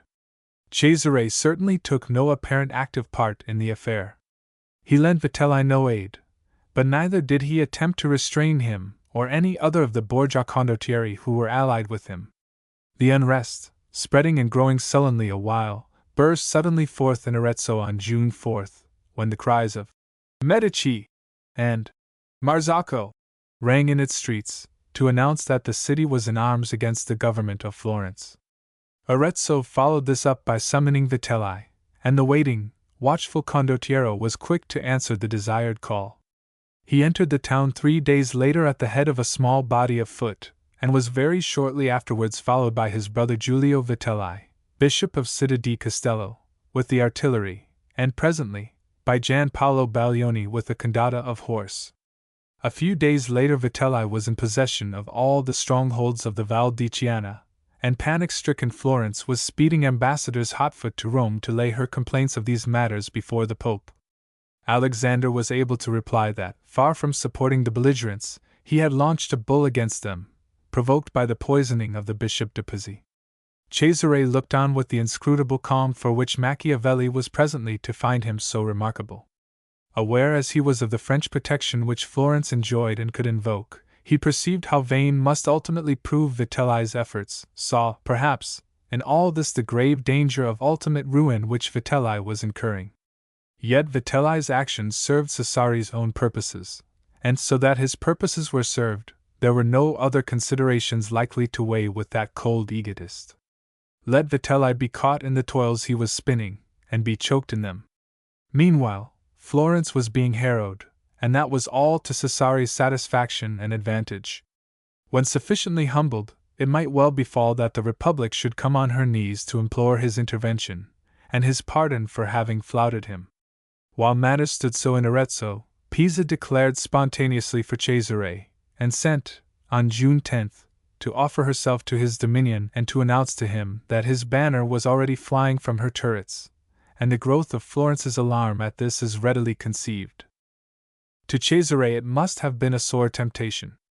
To accept such a pied à terre in Tuscany as was now offered him would have been the first great step towards founding that kingdom of his dreams. An impulsive man had surely gulped the bait. But Cesare, boundless in audacity, most swift to determine and to act, was not impulsive. Cold reason, foresight, and calculation were the ministers of his indomitable will. He looked ahead and beyond in the matter of Pisa's offer, and he perceived the danger that might await him in the acceptance. The time for that was not yet. To take what Pisa offered might entail offending France, and although Cesare was now in case to dispense with French support, he was in no case to resist her opposition. And so, the matter being considered and determined, Cesare quitted Rome on the 12th and left it for the Pope to give answer to the Pisan envoys in the consistory of June 14th, that neither His Holiness nor the Duke of Valentinois could assent to the proposals which Pisa made. From Rome Cesare travelled swiftly to Spoleto, where his army, some 10,000 strong, was encamped. He was bent at last upon the conquest of Camerino, and ever an opportunist, he had seized the moment when Florence, which might have been disposed to befriend Verano, tyrant of Camerino, was overbusy with her own affairs. In addition to the powerful army awaiting him at Spoleto, the Duke had a further 2,000 men in the Romagna. Another 1,000 men held themselves at his orders between Sinigaglia and Urbino, and Dionigio di Naldo was arming yet another 1,000 men at Verrucchio for his service. Yet further to increase this force, Cesare issued an edict during his brief sojourn at Spoleto ordering every house in the Romagna to supply him with one man-at-arms. It was whilst here, as he afterwards wrote to the Pope, that news reached him that Guidobaldo da Montefeltro, Duke of Urbino, was arming men and raising funds for the assistance of Camerino.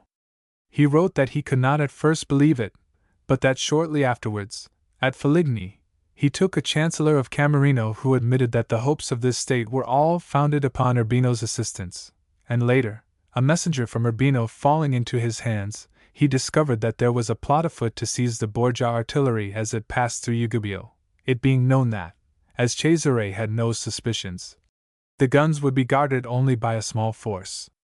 Of this treachery the Duke strongly expressed his indignation in his letter to the Pope. Whether the matter was true, or whether Cesare believed it to be true, it is impossible to ascertain with absolute conviction. But it is in the highest degree unlikely that Cesare would have written such a letter to his father solely by way of setting up a pretext. Had that been his only aim, letters expressing his simulated indignation would have been in better case to serve his ends had they been addressed to others.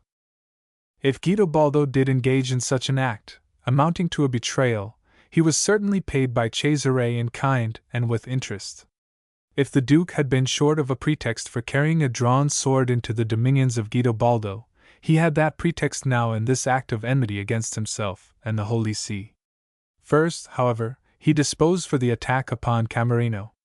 This state, lying on the eastern spurs of the Apennines, midway between Spoleto and Urbino, was ruled by Giulio Cesare Verano, an old war dog of 70 years of age, ruthless and bloodthirsty, who owed his throne to his murder of his own brother. He was aided in the government of his tyranny by his 4 sons, Venanzio, Annibale, Pietro, and Gian Maria. Several times already had he been menaced by Cesare Borgia, for he was one of the vicars proscribed for the non-payment of tribute due to the Holy See, and at last his hour was come. Against him Cesare now dispatched an army under the command of Francesco Orsini, Duke of Gravina, and Alvarato Eufraduxi, another murderous, bloody gentleman who had hitherto served the Duke in Vitelli's Condotta, and who, by an atrocious act of infamy and brigandage, had made himself Lord of Fermo, which he pretended, being as sly as he was bloody, to hold as vicar for the Holy See.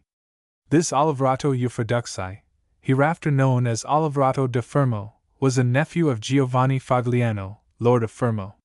He had returned home to his uncle's court in the early part of that year, and was there received with great honor and affection by Fagliano and his other relatives.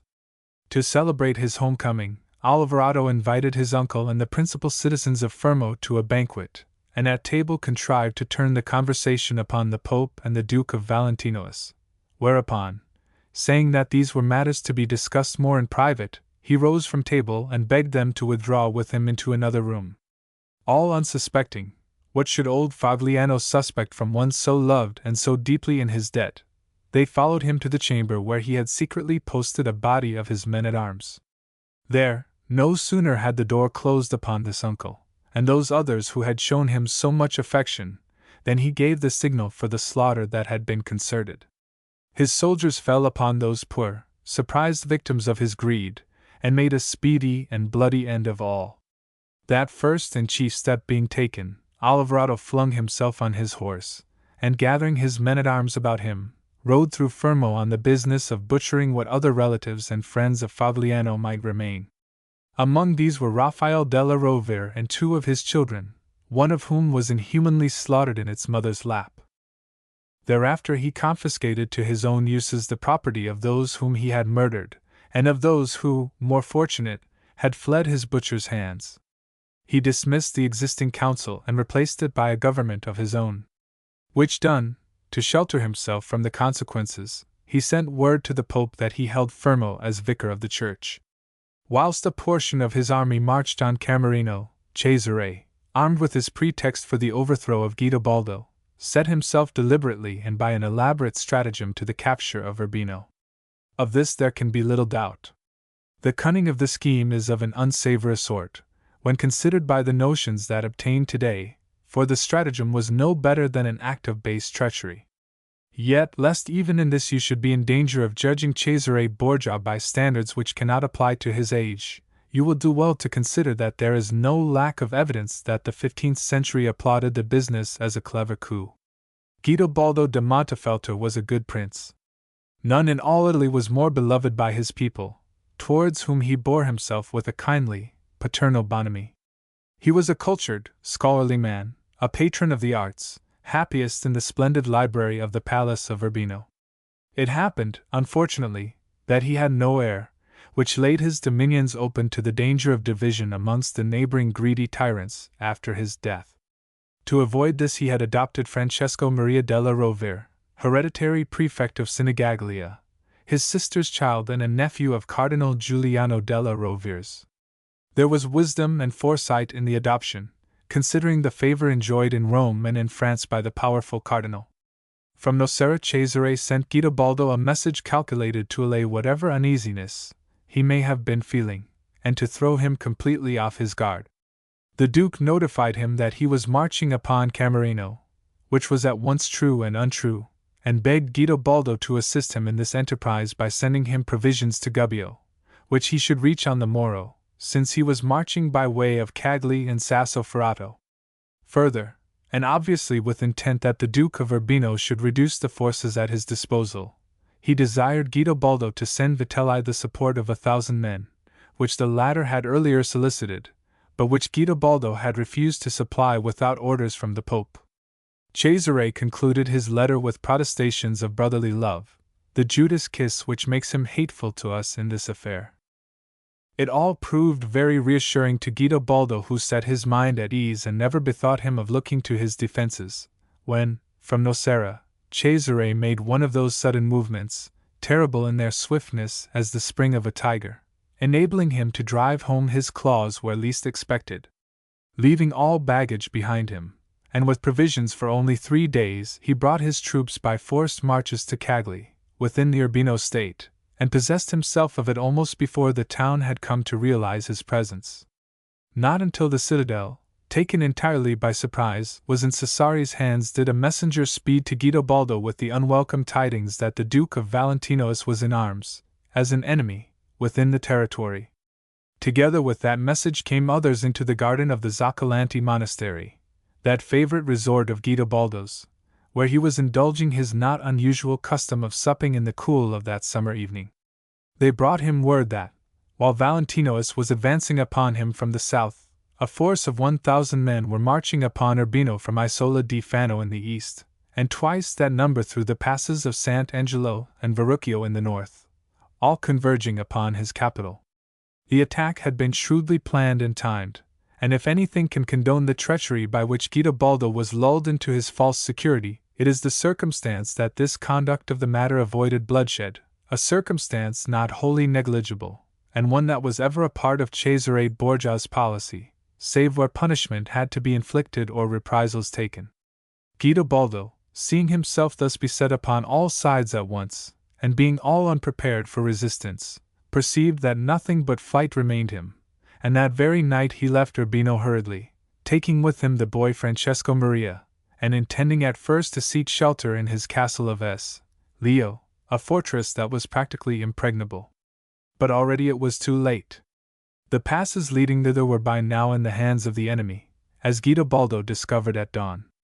Thereupon, changing his plans, he sent the boy and his few attendants to Bagno, and himself, disguised as a peasant, took to the hills, despite the gout by which he was tormented. Thus he won to Ravenna, which was fast becoming a home for dethroned princes. Urbino, meanwhile, in no case to resist, sent its castellan to meet Cesare and to make surrender to him, whereof Cesare, in the letter already mentioned, gives news to the Pope, excusing himself for having undertaken this thing without the Pope's knowledge, but that the treachery employed against me by Guidobaldo was so enormous that I could not suffer it. Within a few hours of poor Guidobaldo's flight, Cesare was housed in Urbino's splendid palace, whose stupendous library was the marvel of all scholars of that day. Much of this, together with many of the art treasures collected by the Montefeltri, Cesare began shortly afterwards to transfer to Cesena. In addition to publishing an edict against pillage and violence in the city of Urbino, Cesare made doubly sure that none should take place by sending his soldiers to encamp at Firmignano, retaining near him in Urbino no more than his gentlemen at arms. The capital being taken, the remainder of the duchy made ready surrender, all the strongholds announcing their submission to Cesare with the exception of that almost inaccessible castle of S. Leo, which capitulated only after a considerable resistance. From Urbino, Cesare now entered into communication with the Florentines, and asked that a representative should be sent to come to an agreement with him. In response to this request, the Republic sent him Bishop Soderini as her ambassador. The latter arrived in Urbino on June 25 and was immediately and very cordially received by the Duke. With him, in the subordinate capacity of secretary, came a lean, small-headed, tight-lipped man, with wide-set, intelligent eyes and prominent cheekbones, one Niccolò Machiavelli, who, in needy circumstances at present, and comparatively obscure, was destined to immortal fame. Thus did Machiavelli meet Cesare Borgia for the first time, and for all that we have no records of it, it is not to be doubted that his study of that remarkable man began then in Urbino, to be continued presently, as we shall see, when Machiavelli returns to him in the quality of an ambassador himself. To Soderini the Duke expounded his just grievance, founded upon the Florentines' unobservance of the Treaty of Forno dei Campi. He demanded that a fresh treaty should be drawn up to replace the broken one, and that, for the purpose, Florence should change her government, as in the ruling one, after what had passed, he could repose no faith. He disclaimed all associations with the affair of Vitelli, but frankly declared himself glad of it, as it had, no doubt, led Florence to perceive what came of not keeping faith with him. He concluded by assuring Soderini that, with himself for their friend, the Florentines need fear no molestation from anyone, but he begged that the Republic should declare herself in the matter, since, if she did not care to have him for her friend, she was, of course, at liberty to make of him her enemy. So impressed was Soderini by Cesare Borgia that on that same night he wrote to the Signori, This lord is very magnificent and splendid, and so spirited in feats of arms that there is nothing so great but that it must seem small to him. In the pursuit of glory and in the acquisition of dominions he never rests, and he knows neither danger nor fatigue. He moves so swiftly that he arrives at a place before it is known that he has set out for it. He knows how to make himself beloved of his soldiers, and he has in his service the best men of Italy. These things render him victorious and formidable, and to these is yet to be added his perpetual good fortune. He argues, the Florentine envoy proceeds, with such sound reason that to dispute with him would be a long affair, for his wit and eloquence never fail him. Dello ingegno e della lingua si vale quanto vuol. You are to remember that this homage is one of the few surviving impressions of one who came into personal contact with Cesare, and of one, moreover, representing a government more or less inimical to him, who would therefore have no reason to draw a favorable portrait of him for that government's benefit. One single page of such testimony is worth a dozen volumes of speculation and inference drawn afterwards by men who never knew him, in many cases by men who never began to know his epoch. The envoy concludes by informing the Signore that he has the Duke's assurances that the latter has no thought of attempting to deprive Florence of any of her possessions, as the object of his campaign has not been to tyrannize, but to extirpate tyrants. Whilst Cesare awaited the Florentines' reply to their ambassador's communication, he withdrew to the camp at Firmignano, where he was sought on July 6 by a herald from Louis XII. This messenger came to exhort Cesare to embark upon no enterprise against the Florentine Republic, because to offend Florence would be to offend the majesty of France. Simultaneously, however, Florence received messages from the Cardinal d'Amboise, suggesting that they should come to terms with Valentinois by conceding him at least a part of what had been agreed in the Treaty of Forno dei Campi.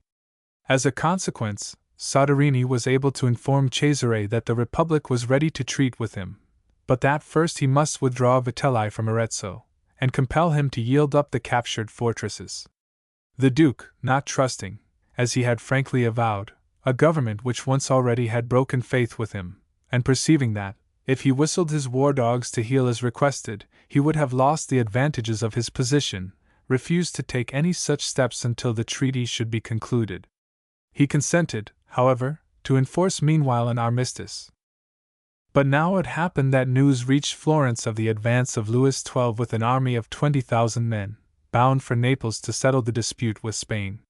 So the Republic, sly and treacherous as any other Italian government of the Cinquecento, instructed Soderini to temporize with the Duke, to spend the days in amiable, inconclusive interviews and discussions of terms which the Signori did not mean to make.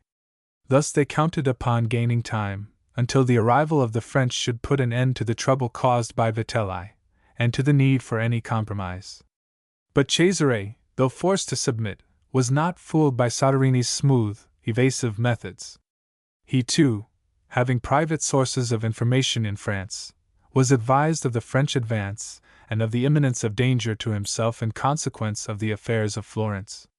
And it occasioned him no surprise to see Soderini come on July 19 to take his leave of him, advised by the Signore that the French vanguard was at hand, and that, consequently, the negotiations might now with safety be abandoned. To console him, he had news on the morrow of the conquest of Camerino. The septuagenarian Giulio Cesare Verano had opposed to the Borgia forces a stout resistance, what time he sent his two sons Pietro and Gian Maria to Venice for help. It was in the hope of this solicited assistance that he determined to defend his tyranny, and the war opened by a cavalry skirmish in which Venanzio Verano routed the Borgia horse under the command of the Duke of Gravina. Thereafter, however, the Verani had to endure a siege, and the old story of the Romagna sieges was repeated. Verano had given his subjects too much offense in the past, and it was for his subjects now to call the reckoning. A strong faction, led by a patrician youth of Camerino, demanded the surrender of the state, and upon being resisted, took arms and opened the gates to the troops of Valentinois. The three Verani were taken prisoners. Old Giulio Cesare was shut up in the castle of Pergola, where he shortly afterwards died, which was not wonderful or unnatural at his time of life, and does not warrant Guicciardini for stating, without authority, that he was strangled. Venanzio and Annibale were imprisoned in the fortress of Cattolica. In connection with this surrender of Camerino, Cesare wrote the following affectionate letter to his sister Lucrezia, who was dangerously ill at Ferrara in consequence of her delivery of a stillborn child. Most illustrious and most excellent lady, our very dear sister, confident of the circumstance that there can be no more efficacious and salutary medicine for the indisposition from which you are at present suffering than the announcement of good and happy news, we advise you that at this very moment we have received sure tidings of the capture of Camerino. We beg that you will do honor to this message by an immediate improvement, and inform us of it, because, tormented as we are to know you so ill, nothing, not even this felicitous event, can suffice to afford us pleasure. We beg you also kindly to convey the present to the illustrious Lord Don Alfonso, your husband and our beloved brother-in-law, to whom we are not writing today. Chapter 14. The Revolt of the Condottieri. The coincidence of the arrival of the French army with the conquest of Urbino and Camerino and the Tuscan troubles caused one more to be added to that ceaseless stream of rumors that flowed through Italy concerning the Borgias. This time the envy and malice that are ever provoked by success and power gave voice in that rumor to the thing it hoped, and there ensued as pretty a comedy as you shall find in the pages of history. The rumor had it that Louis XII, resentful and mistrustful of the growth of Cesare's might, which tended to weaken France and Italy and became a menace to the French dominions, was come to make an end of him. Instantly Louis's court in Milan was thronged by all whom Cesare had offended, and they made up by now a goodly crowd, for a man may not rise so swiftly to such eminence without raising a rich crop of enemies. Meanwhile, however, Valentinois in the Montefeltro palace at Urbino remained extremely at ease. He was not the man to be without intelligences. In the train of Louis was Francesco Troche, the Pope's confidential chamberlain and Cesare's devoted servant, who, possessed of information, was able to advise Valentinois precisely what were the intentions of the King of France. Gathering from these advices that it was Louis's wish that the Florentines should not be molested further, and naturally anxious not to run counter to the king's intentions, Cesare perceived that the time to take action had arrived, the time for passivity in the affairs of Florence was at an end.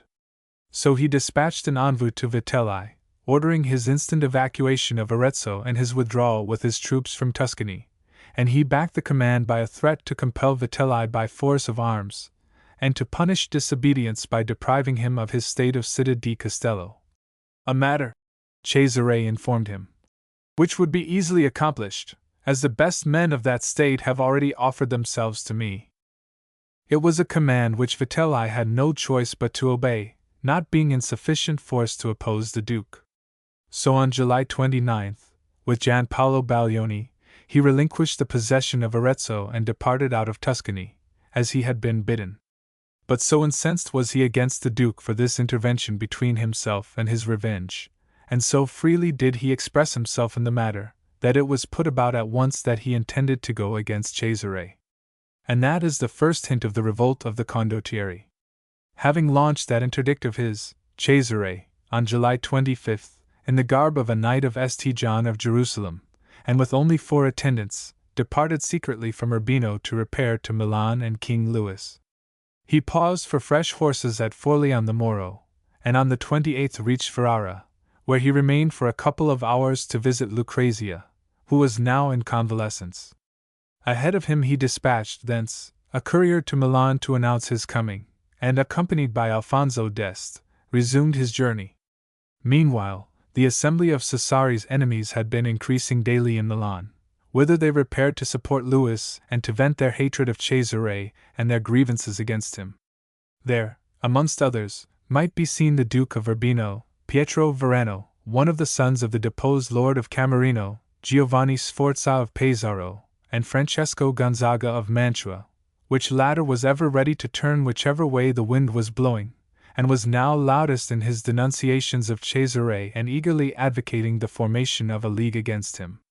Louis received the news of Cesare's coming, and, endowed, it is clear, with a nice sense of humor kept the matter secret until within a few hours of the Duke's actual arrival.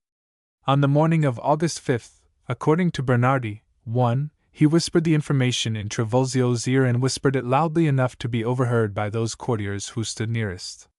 Whatever checked their satisfaction at the supposed state of things may have received then was as nothing to their feelings a few hours later when they witnessed the greeting that passed between king and duke. Under their uneasy eyes Louis rode forth to meet his visitor, and gave him a glad and friendly welcome, addressing him as cousin and dear relative, and so, no doubt, striking dismay into the hearts of those courtiers, who may well have deemed that perhaps they had expressed themselves too freely.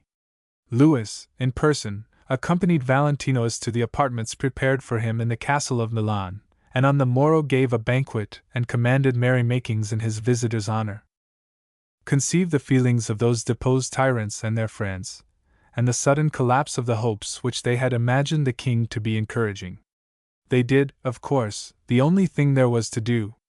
They took their leave precipitately, and went their ways, all save Gonzaga, whom the king retained that he might make his peace with Cesare, and engage in friendship with him, a friendship consolidated there, and then by the betrothal of their infant children, little Francesco Gonzaga and Louise de Valentinois, aged 2, the daughter whom Cesare had never beheld and was never to behold. Two factors were at work in the interests of Valentinois: the coming war in Naples with the Spaniard, which caused Louis to desire to stand well with the Pope, and the ambition of Louis's friend and counselor, the Cardinal d'Amboise, to wear the tiara, which caused this prelate to desire to stand well with Cesare himself, since the latter's will in the matter of a pope to succeed his father should be omnipotent with the Sacred College. Therefore, that they might serve their interests in the end, both king and cardinals served Cesare's in the meantime. The Duke of Valentinois's visit to Milan had served to increase the choler of Vitelli, who accounted that by this action Cesare had put him in disgrace with the King of France, and Vitelli cried out that thus was he repaid for having sought to make Cesare King of Tuscany. In such high dudgeon was the fierce tyrant of Città di Castello that he would not go to pay his court to Louis, and was still the more angry to hear of the warm welcome accorded in Milan to the Cardinal Orsini. In this he read approval of the Orsini for having stood neutral in the Florentine business, and by inference from that, disapproval of himself. Before accusing Valentinois of treachery to his condottieri, before saying that he shifted the blame of the Tuscan affair on to the shoulders of his captains, it would be well to ascertain that there was any blame to shift, that is to say, any blame that must originally have fallen upon Cesare. Certainly he made no effort to restrain Vitelli until the King of France had arrived and he had secret information which caused him to deem it politic to intervene. But of what avail, until that moment, would any but an armed intervention have been with so vindictive and one-idead a man? And what manner of fool would not Cesare have been to have spent his strength in battle with his condottieri for the purpose of befriending a people who had never shown themselves other than his own enemies? Like the perfect egotist he was, he sat on the fence, and took pleasure in the spectacle of the harassing of his enemies by his friends, prepared to reap any advantages there might be, but equally prepared to avoid any disadvantages. It was not heroic, it was not noble, but it was extremely human. Cesare was with the King of France in Genoa at the end of August, and remained in his train until September 2nd, when finally he took his leave of him. When they heard of his departure from the court of Louis, his numerous enemies experienced almost as much chagrin as that which had been occasioned them by his going thither. For they had been consoling themselves of late with a fresh rumor, and again they were believing what it pleased them to believe. Rumors, you perceive, were never wanting where the Borgias were concerned, and it may be that you are beginning to rate these voces populi at their proper value, and to apprehend the worth of many of those that have been embalmed as truths in the abiding records. This last one had it that Louis was purposely keeping Cesare by him, and intended ultimately to carry him off to France, and so put an end to the disturbances the Duke was creating in Italy. What a consolation would not that have been to those Italian princelings to whose undoing he had warred? And can you marvel that they believed and circulated so readily the thing for which they hoped so fondly? By your appreciation of that may you measure the fresh disappointment that was theirs. So mistaken were they, indeed, as it now transpired, that Louis had actually, at last, removed his protection from Bologna, under the persuasion of Cesare and the Pope. Before the Duke took his departure from King Louis's court, the latter entered into a treaty with him in that connection to supply him with 300 lances. De Bailio Valentinois 300 lances pour elater a conquérir Bologna au nom de l'Église, et a primer les ursins, Balins et Vitalos. It was a double-dealing age, and Louis's attitude in this affair sorted well with it. Feeling that he owed Bologna some explanation, he presently sent a singularly lame one by Claude de Sicile. He put it that the Bentivogli personally were none the less under his protection than they had been hitherto, but that the terms of the protection provided that it was granted exclusively of the rights and authority of the Holy Roman See over Bologna, and that the king could not embroil himself with the Pope. With such a shifty message went M. de Sicile to make it quite clear to Bentivogli what his position was. And on the heels of it came, on September 2nd, a papal brief citing Bentivogli and his 2 sons to appear before the pontiff within 15 days for the purpose of considering with His Holiness the matter of the pacification and better government of Bologna, which for so many years had been so disorderly and turbulent. Thus the Pope's summons, with a menace that was all too thinly veiled. But Bentivogli was not taken unawares. He was not even astonished. Ever since Cesare's departure from Rome in the previous spring he had been disposing against such a possibility as this, fortifying Bologna, throwing up outworks and erecting bastions beyond the city, and levying and arming men, in all of which he depended largely upon the citizens and particularly upon the Art Guild, which was devoted to the house of Bentivogli.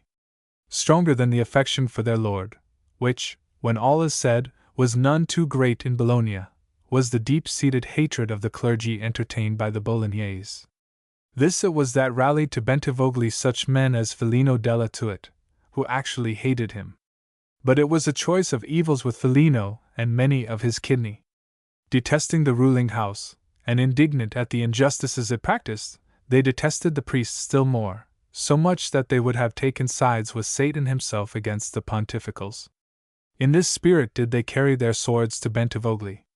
Upon the nobles Bentivogli could not count, less than ever since the cold-blooded murder of the Marescotti, but in the burghers' adherents he deemed himself secure, and indeed on September 17th he had some testimony of it.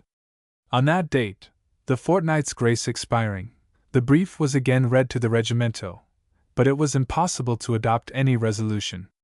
The people were in arms, and with enormous uproar, protested that they would not allow Giovanni Bentivogli or his sons to go to Rome, lest they should be in danger once they had left their own state. Italy was full of rumors at the time of Cesare's proposed emprise against Bologna, and it was added that he intended, further, to make himself master of Città di Castello and Perugia, and thus, by depriving them of their tyrannies, punish Vitelli and Baglioni for their defection. This was the natural result of the terms of Cesare's treaty with France having become known, but the part of it which regarded the Orsini, Vitelli, and Baglioni was purely provisional. Considering that these condottieri were now at odds with Cesare, they might see fit to consider themselves bound to Bentivogli by the Treaty of Villafontana, signed by Vitelli and Orsini on the Duke's behalf at the time of the capitulation of Castel Bolognese. They might choose to disregard the fact that this treaty had already been violated by Bentivogli himself, through the non-fulfillment of the terms of it, and refuse to proceed against him upon being so bidden by Valentinois. It was for such a contingency as this that provision was made by the clause concerning them in Cesare's treaty with Louis. The Orsini were still in the Duke's service, in command of troops levied for him and paid by him, and considering that with them Cesare had no quarrel, it is by no means clear why they should have gone over to the alliance of the condottieri that was now forming against the Duke. Join it, however, they did. They, too, were in the Treaty of Villafontana, but that they should consider themselves bound by it, would have been, had they urged it, more in the nature of a pretext than a reason. But they chose a pretext even more slender. They gave out that in Milan Louis XII had told Cardinal Orsini that the Pope's intention was to destroy the Orsini. To accept such a statement as true, we should have to believe in a disloyalty and a double-dealing on the part of Louis XII altogether incredible. To what end should he, on the one side, engage to assist Cesare with 300 lances to oppress the Orsini, if necessary, and among others, whilst, on the other, he goes to Orsini with the story which they attribute to him? What a mean, treacherous, unkingly figure must he not cut as a consequence? He may have been. We know, indeed, that he was no more averse to double-dealing than any other cinquecentist, but he was probably as averse to being found out in a meanness and made to look contemptible as any double-dealer of our own times. It is a consideration worth digesting. When word of the story put about by the Orsini was carried to the Pope, he strenuously denied the imputation, and informed the Venetian ambassador that he had written to complain of this to the King of France, and that, far from such a thing being true, Cesare was so devoted to the Orsini as to be more Orsini than Borgian. It is further worth considering that the defection of the Orsini was neither immediate nor spontaneous, as must surely have been the case had the story been true. It was the Baglioni and Vitelli only who first met to plot at Tode, to declare that they would not move against their ally of Bologna, and to express the hope that they might bring the Orsini to the same mind. They succeeded so well that the second meeting was held at Magione, a place belonging to the powerful Cardinal Orsini, situated near the Baglioni's stronghold of Perugia. Vitellozzo was carried thither on his bed, so stricken with the morbo gallico, which in Italy was besetting most princes, temporal and ecclesiastical, that he was unable to walk. Gentile and Gian Paolo Baglioni, Cardinal Gian Battista Orsini, Francesco Orsini, Duke of Gravina, Paolo Orsini, the bastard son of the Archbishop of Trani, Pandolfo Petrucci, Lord of Siena, and Hermes Bentivogli were all present. The last named, prone to the direct methods of murder by which he had rid Bologna of the Marescotti, is said to have declared that he would kill Cesare Borgia if he but had the opportunity, whilst Vitelli swore solemnly that within a year he would slay or capture the Duke, or else drive him out of Italy. From this it will be seen that the Diet of Magione was no mere defensive alliance, but actually an offensive one, with the annihilation of Cesare Borgia for its objective. They certainly had the power to carry out their resolutions, for whilst Cesare disposed at that moment of not more than 2,500 foot, 300 men-at-arms, and the 100 lances of his Caesarean guard of patricians, the Confederates had in arms some 9,000 foot and 1,000 horse. Conscious of their superior strength, they determined to strike at once, before Cesare should be further supported by the French lances, and to make sure of him by assailing him on every side at once. To this end it was resolved that Bentivogli should instantly march upon Imola, where Cesare lay, whilst the others should possess themselves of Urbino and Pesaro simultaneously. They even approached Florence and Venice in the matter, inviting the republics to come into the league against Valentinois. The Florentines, however, could not trust such enemies of their own as Vitelli and the Orsini, nor dared they join in an enterprise which had for scope to make war upon an ally of France, and they sent word to Cesare of their resolve to enter into no schemes against him. The Venetians would gladly have moved to crush a man who had snatched the Romagna from under their covetous eyes, but in view of the league with France they dared not. What they dared they did. They wrote to Louis at length of the evils that were befalling Italy at the hands of the Duke of Valentinois, and of the dishonor to the French crown which lay for Louis in his alliance with Cesare Borgia. They even went so far, and most treacherously, considering the league, as to allow their famous captain, Bartolomeo di Alviano, to reconduct Guidobaldo to Urbino, as we shall presently see. Had the Confederates but kept faith with one another, Cesare's knell had soon been tolled. But they were a weak-kneed pack of traitors, irresolute in their enmity as in their friendships. The Orsini hung back.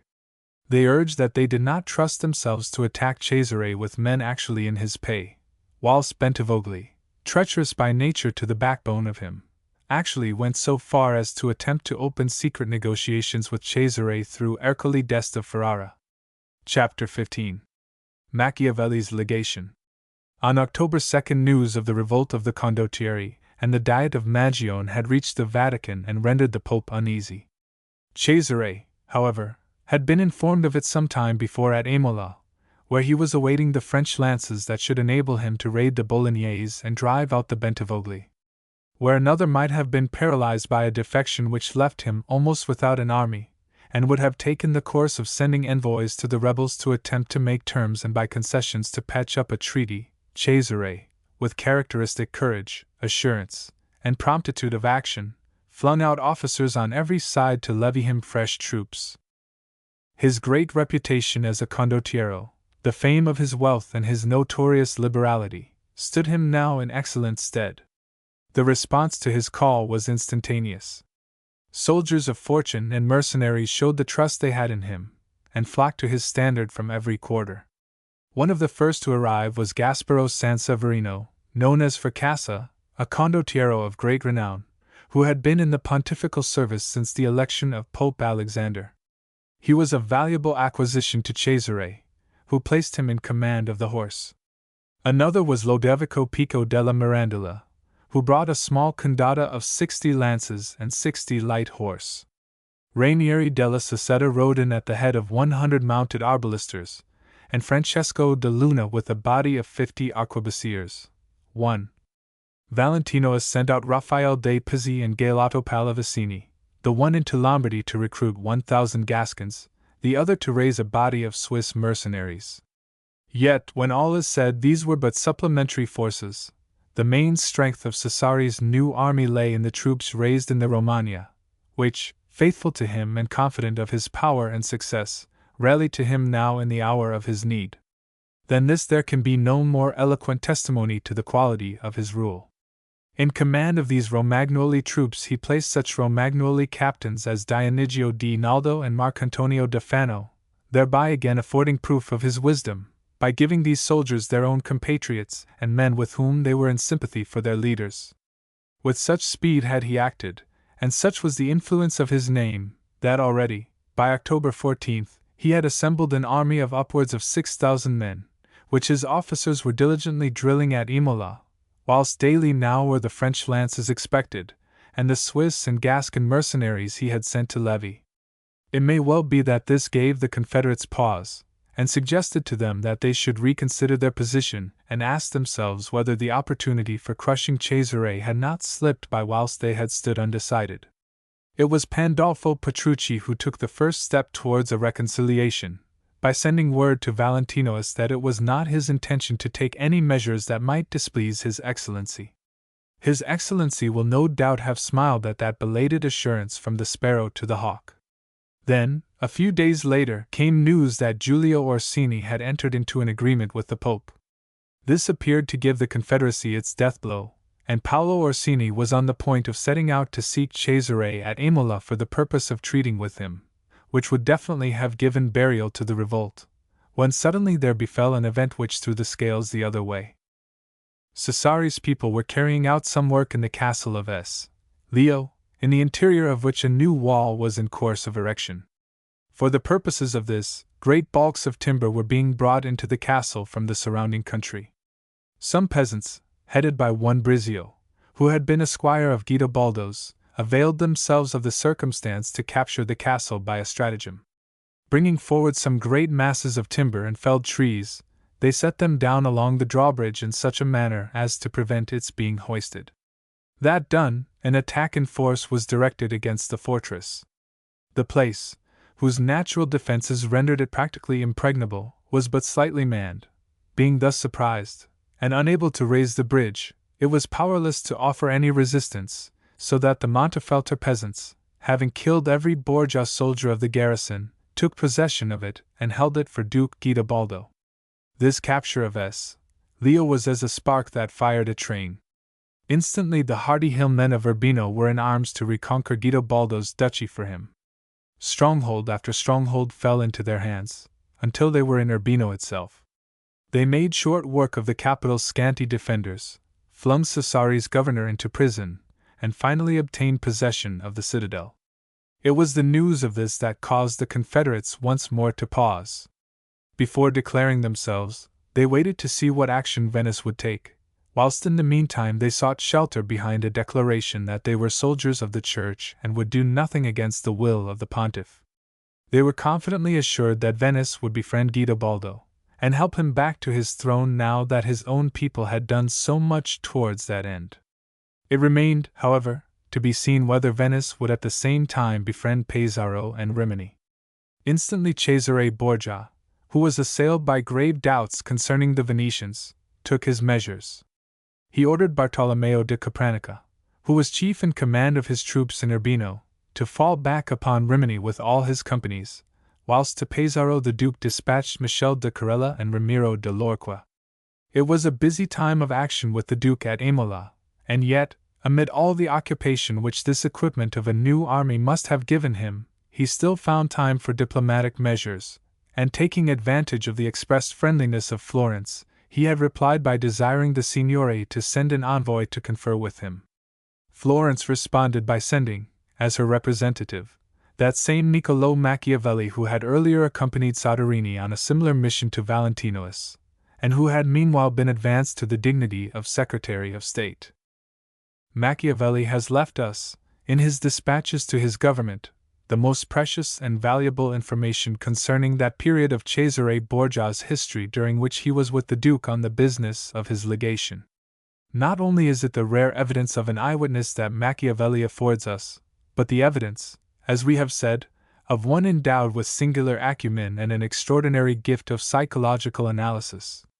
The one clear and certain inference to be drawn, not only from those dispatches, but from the Florentine secretary's later writings, is that, at close quarters with Cesare Borgia, a critical witness of his methods, he conceived for him a transcending admiration which was later to find its fullest expression in his immortal book The Prince, a book, remember, compiled to serve as a guide in government to Giuliano de' Medici, the feeble brother of Pope Leo X, a book inspired by Cesare Borgia, who is the model prince held up by Machiavelli for emulation. Does it serve any purpose, in the face of this work from the pen of the acknowledged inventor of statecraft, to describe Cesare's conquest of the Romagna by opprobrious epithets and sweeping statements of condemnation and censure, statements kept carefully general, and never permitted to enter into detail which must destroy their own ends and expose their falsehood? And now, pray, consider and compare with those the following excerpt from the very next page of that same monumental work. Before him, Cesare, cities trembled, the magistrates prostrated themselves in the dust, sycophantic courtiers praised him to the stars. Yet it is undeniable that his government was energetic and good. For the first time Romagna enjoyed peace and was rid of her vampires. In the name of Cesare justice was administered by Antonio di Monte Sansovino, president of the Rota of Cesena, a man universally beloved. It is almost as if the truth had slipped out unawares, for the first period hardly seems a logical prelude to the second, by which it is largely contradicted. If Cesare's government was so good that Romagna knew peace at last and was rid of her vampires, why did cities tremble before him? There is, by the way, no evidence of such trepidations in any of the chronicles of the conquered states, one and all of which hailed Cesare as their deliverer. Why, if he was held in such terror, did city after city, as we have seen, spontaneously offer itself to Cesare's dominion? But to rebut those statements of Gregorovius's there is scarce the need to pose these questions, sufficiently does Gregorovius himself rebut them. The men who praised Cesare, the historian tells us, were sycophantic courtiers. But where is the wonder of his being praised if his government was as good as Gregorovius admits it to have been? What was unnatural in that praise? What so untruthful as to deserve to be branded sycophantic? And by what right is an historian to reject as sycophants the writers who praise a man, whilst accepting every word of his detractors as the words of inspired evangelists, even when their falsehoods are so transparent as to provoke the derision of the thoughtful and analytic? As L'Espinoise points out in his masterly essay in the Revue de Questions Historiques, Gregorovius refuses to recognize in Cesare Borgia the messiah of a united Central Italy, but considers him merely as a high-flying adventurer, whilst Villari, in his Life and Times of Machiavelli, tells you bluntly that Cesare Borgia was neither a statesman nor a soldier but a brigand chief. These are mere words, and to utter words is easier than to make them good. High-flying adventurer, or brigand chief, by all means if it please you. What but a high-flying adventurer was the woodcutter, Muzio Attendolo, founder of the ducal house of Sforza? What but a high-flying adventurer was that Count Henry of Burgundy who founded the Kingdom of Portugal? What else was the Norman bastard William, who conquered England? What else the artillery officer, Napoleon Bonaparte, who became Emperor of the French? What else was the founder of any dynasty but a high-flying adventurer, or a brigand chief, if the melodramatic term is more captivating to your fancy?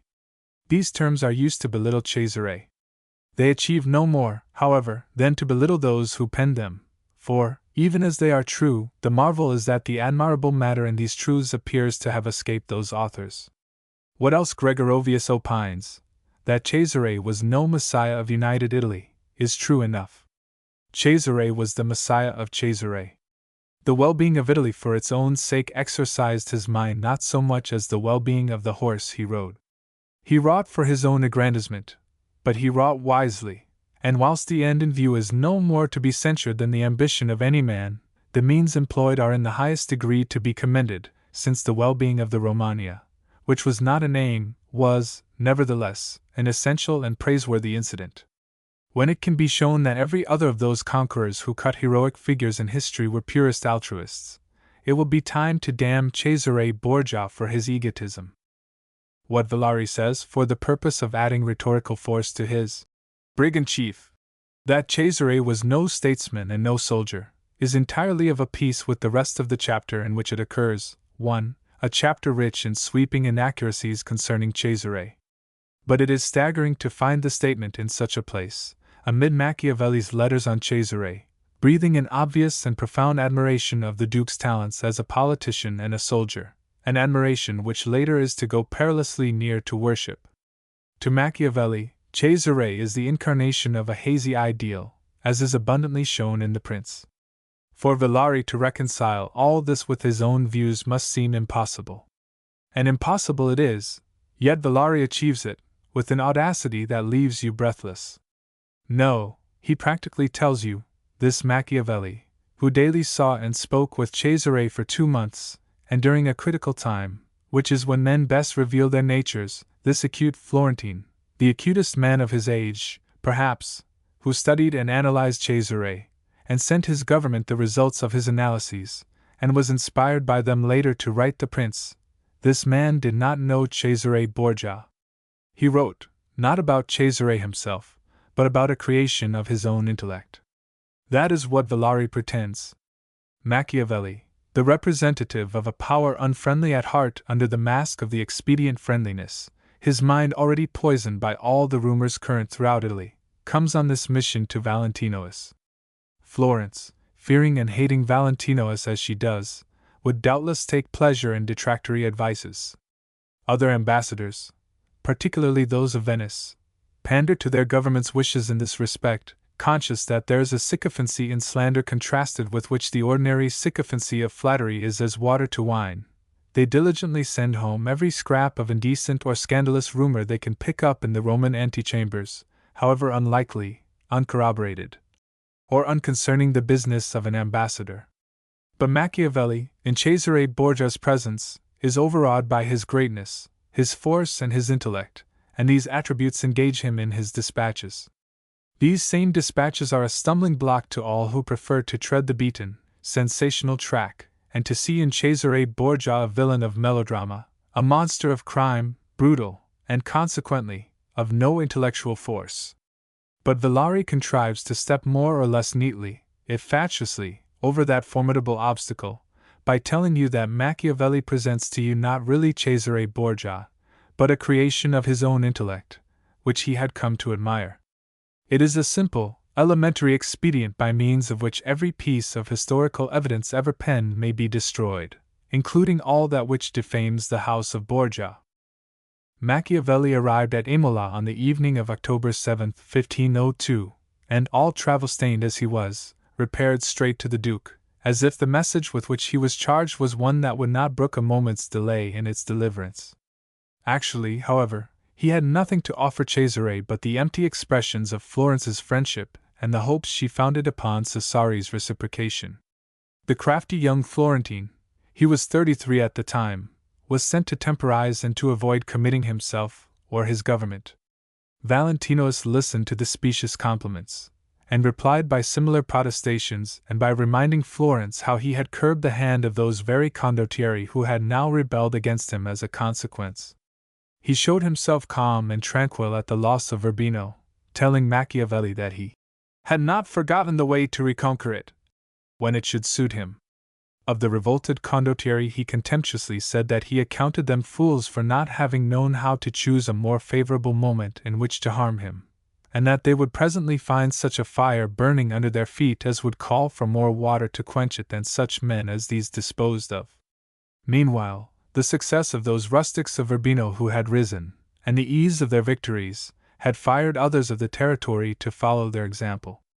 Fossombrone and Pergola were the next to rebel and to put the Borgia garrisons to the sword, but, in their reckless audacity, they chose their moment ill, for Michel de Corella was at hand with his lances, and although his orders had been to repair straight to Pesaro, he ventured to depart from them to the extent of turning aside to punish the insurgents of those towns by launching his men-at-arms upon them and subjecting them to an appalling and pitiless sack. When Cesare heard the news of it and the details of the horrors that had been perpetrated, he turned, smiling cruelly, to Machiavelli, who was with him, and, "The constellations this year seem unfavorable to rebels," he observed.